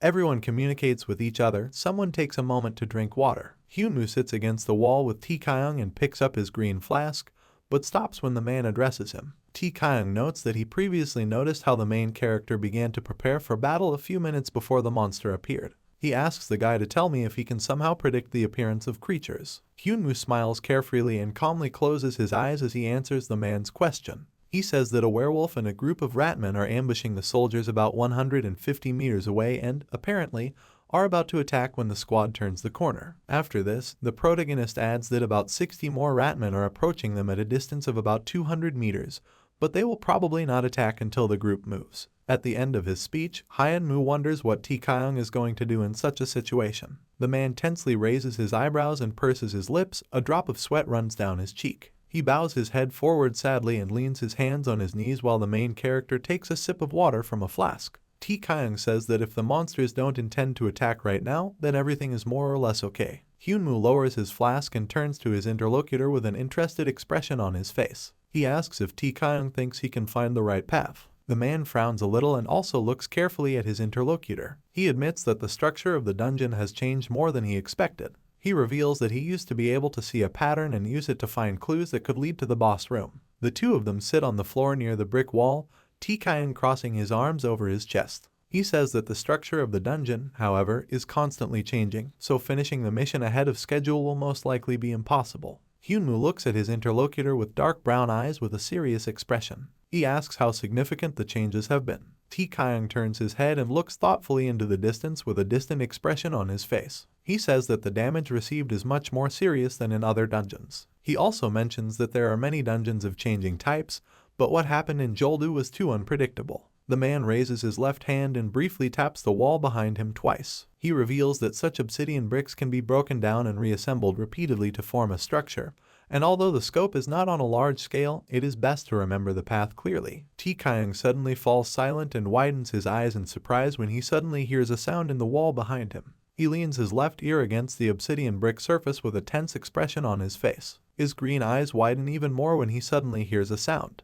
He pulls away from the wall with a look of horror and confusion on his face and looks at Hyunmoo. Tikayan says in a trembling voice that he just felt something and asks if it could be some kind of sudden attack. The main character looks away to the left and frowns tensely with a serious expression on his face. He replies that this is not a surprise attack at all, but something much worse. With a deafeningly loud sound, the entire room suddenly shakes, and all the fighters are suddenly jerked to the side. The walls begin to quickly collapse, entire blocks disappear right before the eyes of the amazed and confused soldiers. Hyunmoo ends his sentence by saying that this is not an attack, but that the dungeon is starting to change. Tikayan jumps to his feet along with the main character and turns to the rest of the soldiers with a shocked and scared expression on his face. He shouts that all members of the group must gather in one place. Hyunmoo looks ahead as the dungeon walls rapidly change around him, and Tikayan turns in his direction in fear. The main character says that the monsters limit the number of soldiers. A wide and intense smile, full of excitement, appears on his face. He reports that the approaching tide of ratmen is like a real tsunami. Tikayan opens his mouth in shock, sweat dripping down his terrified face. He turns back sharply and swings his right arm wide. A man with green eyes shouts loudly to other soldiers to ensure they can escape. One of the fighters takes off and moves away from the main group straight into the corridor, where the walls quickly get in the way. He shouts loudly that he accepted the commander's order. However, in the next moment, along with a loud sound, right in front of the entire group's eyes, the floor disappears from under the feet of the stunned soldier. Tikayan, John and Red Butterfly widen their eyes in shock and watch what is happening in shock. Hyunmoo immediately tenses up, frowning deeply and pursing his lips, looking forward. The soldier, under whose feet the floor has just disappeared, opens his mouth wide in horror. He falls into a deep, black abyss that appears out of nowhere while a group of other fighters desperately try to keep another of their comrades from falling. A sharp shiver runs through Tikayan from the horror of the realization that has come to his head, and sweat runs down his face. He mentally understands that now the way back is completely cut off. Hyunmoo turns back when he hears the sound of monsters approaching, and Tikayan freezes in place in fear. After this, the man with green eyes turns around in fear to look over his shoulder behind him. He sees a huge horde of monsters approaching their squad, moving quickly and with loud screams. John raises his left hand and points it forward. All the fighters grab their weapons more comfortably. The priest commands that a line of defense be built. A squad of huge armored soldiers takes his order. Large shields with gilded elements appear in their right hands and sparkle a little with white lightning. The ratmen open their mouths wide and, screaming, rush to attack, waving their weapons. The fighters sharply put their shields forward and rest their lower edges on the floor, blocking the path for the ratmen. Monsters in a huge crowd are hitting the shields and trying to break forward in a single onslaught, but the fighters are holding them back. Countless hordes of ratmen are moving forward non-stop, attacking people. They all climb forward and swing their swords, trying to get to the shield warriors, who are struggling to hold back the onslaught of their opponents. The blades of the monsters' weapons hit the fighters, leaving deep wounds on them, from which blood splashes in all directions. Priest John raises his left hand forward and uses his abilities. Several bright purple patterns appear in the air in front of him. From them, 4 bright purple sparks fly forward at high speed, reaching the shield fighters. Upon reaching the fighters, the spark envelops them in blindingly bright purple energy, enhancing their abilities. Hyunmoo with a determined look takes a step forward from the frightened Tikayan. A black glove with claws appears on his left hand in red sparks. The main character says that the shield warriors will definitely not be able to hold out for long, so they all need to prepare to support them. The man with green eyes clutches his axe in his hands and turns sharply to the rest of the expedition members. He loudly announces that they need to hold out until the next design change, so everyone present must help Priest John. At the same moment, a whole group of fighters, wearing black masks on their faces, rushes out and runs past the surprised Tae-kyung. Hyunwoo looks a little confused at the fighters who are quickly rushing past him forward. He mentally notes that this must be Team Obsidian. The fighters reach the defense line with shield guards in a matter of moments. They use their weapons to counter the monsters that are most actively trying to break through the shields. Hyunwoo tilts his head slightly to the side and exhales in relief with a slight smile. He mentally notes that the willpower of these particular soldiers is truly impressive. One of the ratmen manages to climb onto the back of his comrade and, with a loud warlike cry, swings his weapon at one of the Obsidian squad soldiers. The guy raises his head in surprise and looks wide-eyed at the approaching blade of the weapon. The next moment, the monster is defeated and sharply pushed back by a well-aimed arrow that hit him right in the mouth. A little further away from the Obsidian squad, two confident soldiers armed with bows stand among the rest of the group. Hyunwoo tilts his head to the side with a confident smirk as he watches the scene. He makes a mental note that this is all pretty good, and now he needs to get on with what he's supposed to do. The entire group of expedition members takes off along with the red butterfly, who is one of the first to run. She leans forward and looks forward decisively, with red eyes burning with rage. She mentally understands that now they need to break the morale of the ratmen. Tae-kyung makes a quick and wide swing with his axe in a circle, attacking one of the monsters. Priest John continues to successfully support fighters from afar using brightly glowing purple circuits. Tae-kyung raises his head, sweat quickly running down his face.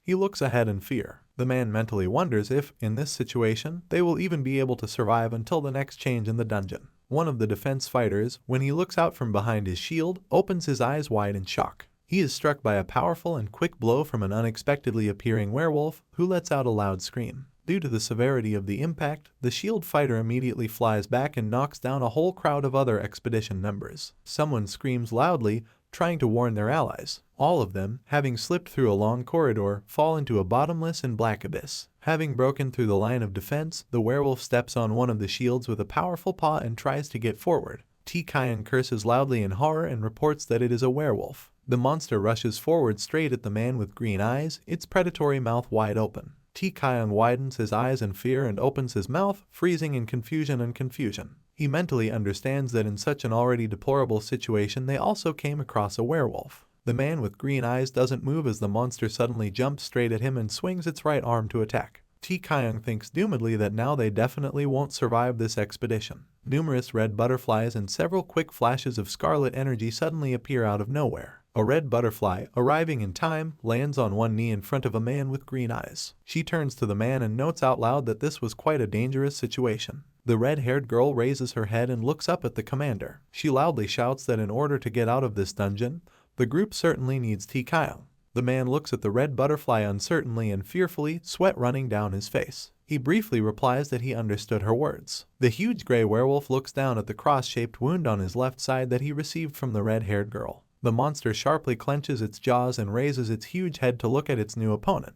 The red butterfly frowns decisively and purses its lips, looking at the monster just as boldly. She mentally notes that with her current abilities, fighting a werewolf one-on-one is too overwhelming a task. After that, she suddenly squats down, practically bending down to the black brick floor. She mentally decides that in this case she will act a little differently. Tae-kyung raises his head in shock when a red-haired girl suddenly flies into the air right in front of his face. She quickly flies straight towards the huge gray monster, swinging her left arm hard. Red Butterfly strongly thinks that in this case, it should be a battle in the air. The werewolf also jumps up sharply and rushes into the air towards the red-haired girl with a loud roar. She mentally notes that this is an excellent turn of events. They fly towards each other. The red butterfly's forehead practically touches the monster's fanged muzzle. She then quickly dodges to the left and makes a quick swing with her right hand, leaving several deep cuts on the werewolf's muzzle. The monster immediately clasps its wounded eyes with its paws with a loud painful cry, and the red-haired girl is already behind him. She sharply kicks the huge monster with her right foot straight towards the bottomless abyss. Following the werewolf, the red butterfly screams loudly for him to die quickly. During its rapid flight towards the abyss, the monster suddenly clings with its right paw to the face of the stunned priest John.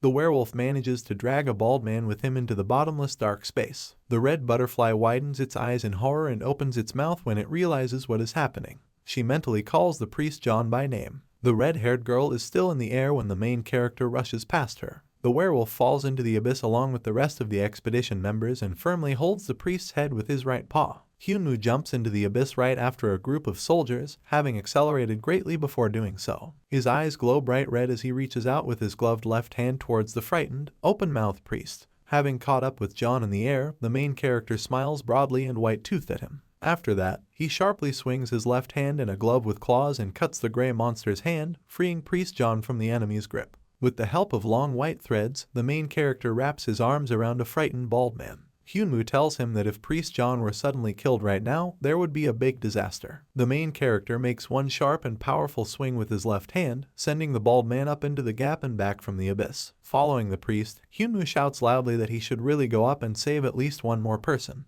The red butterfly and the other soldiers who arrived in time to the cliff into the abyss watch in surprise as John flies back. The red-haired girl manages to raise her right hand, with which she grabs the bald man and stops his flight. When the priest is back on the floor and standing on his own 2 feet, the red butterfly leans towards him in concern. She quickly asks if Priest John is okay. The next moment, right behind the red-haired girl, a wall collapses sharply, closing a huge hole into the abyss. The red butterfly immediately turns around, the floor under her feet begins to shake violently, and the wall behind her moves rapidly. The red-haired girl rushes to the barrier that has just appeared and frantically bangs on it with her fists. She screams loudly in shock that this can't be happening. Tae-kyung stands in the middle of a huge space littered with the lifeless corpses of ratmen and breathes heavily. The man with green eyes frowns painfully and narrows his eyes a little. He makes a mental note about something about being independent of how bad the flood is, but he doesn't complete his thought. All the soldiers stand with weapons in their hands and together try to regain their breath after a difficult battle. Tae-kyung notes out loud that there doesn't seem to be a single ratman alive here anymore and that they've dealt with them all. The man closes his green eyes and, frowning deeply, turns his head to the side. He mentally thinks that after the second battle they lost about half of the expedition, and that something might happen if the number of casualties increases. Tae-kyung doesn't continue his thought and bites his lower lip painfully. He turns to his allies and asks them to turn everyone's attention to himself. The soldiers stand among a heap of numerous defeated monsters that lie on the floor in pools of blood. Tae-kyung addresses everyone and says that he had no idea how radical the transformation would be for the changing type dungeon where the flood had just occurred. He adds that, in addition, many members of the expedition have disappeared, so, unfortunately, at the moment it would be better for everyone to return. At this moment, his words are suddenly interrupted by the red butterfly, which takes a step towards him. She turns to the head of the branch. The red-haired girl walks closer to him with a determined expression on her face. She says that many hunters are still somewhere in the depths of the dungeon and remain alive. She says that she is sure of this. Tae-kyung tells her that their expedition team is certainly strong, but it will still be difficult to survive if they are left alone and faced with a group of ratmen. The man with green eyes looks down and frowns sadly, the shadow from the visor of his cap falling on his face. The red butterfly says that this may indeed be true. However, after that, she looks decisively at her interlocutor and tilts her head a little forward, presenting Hyunwoo's wide and slightly crazy smile. The red-haired girl states that she is confident that the main character is alive,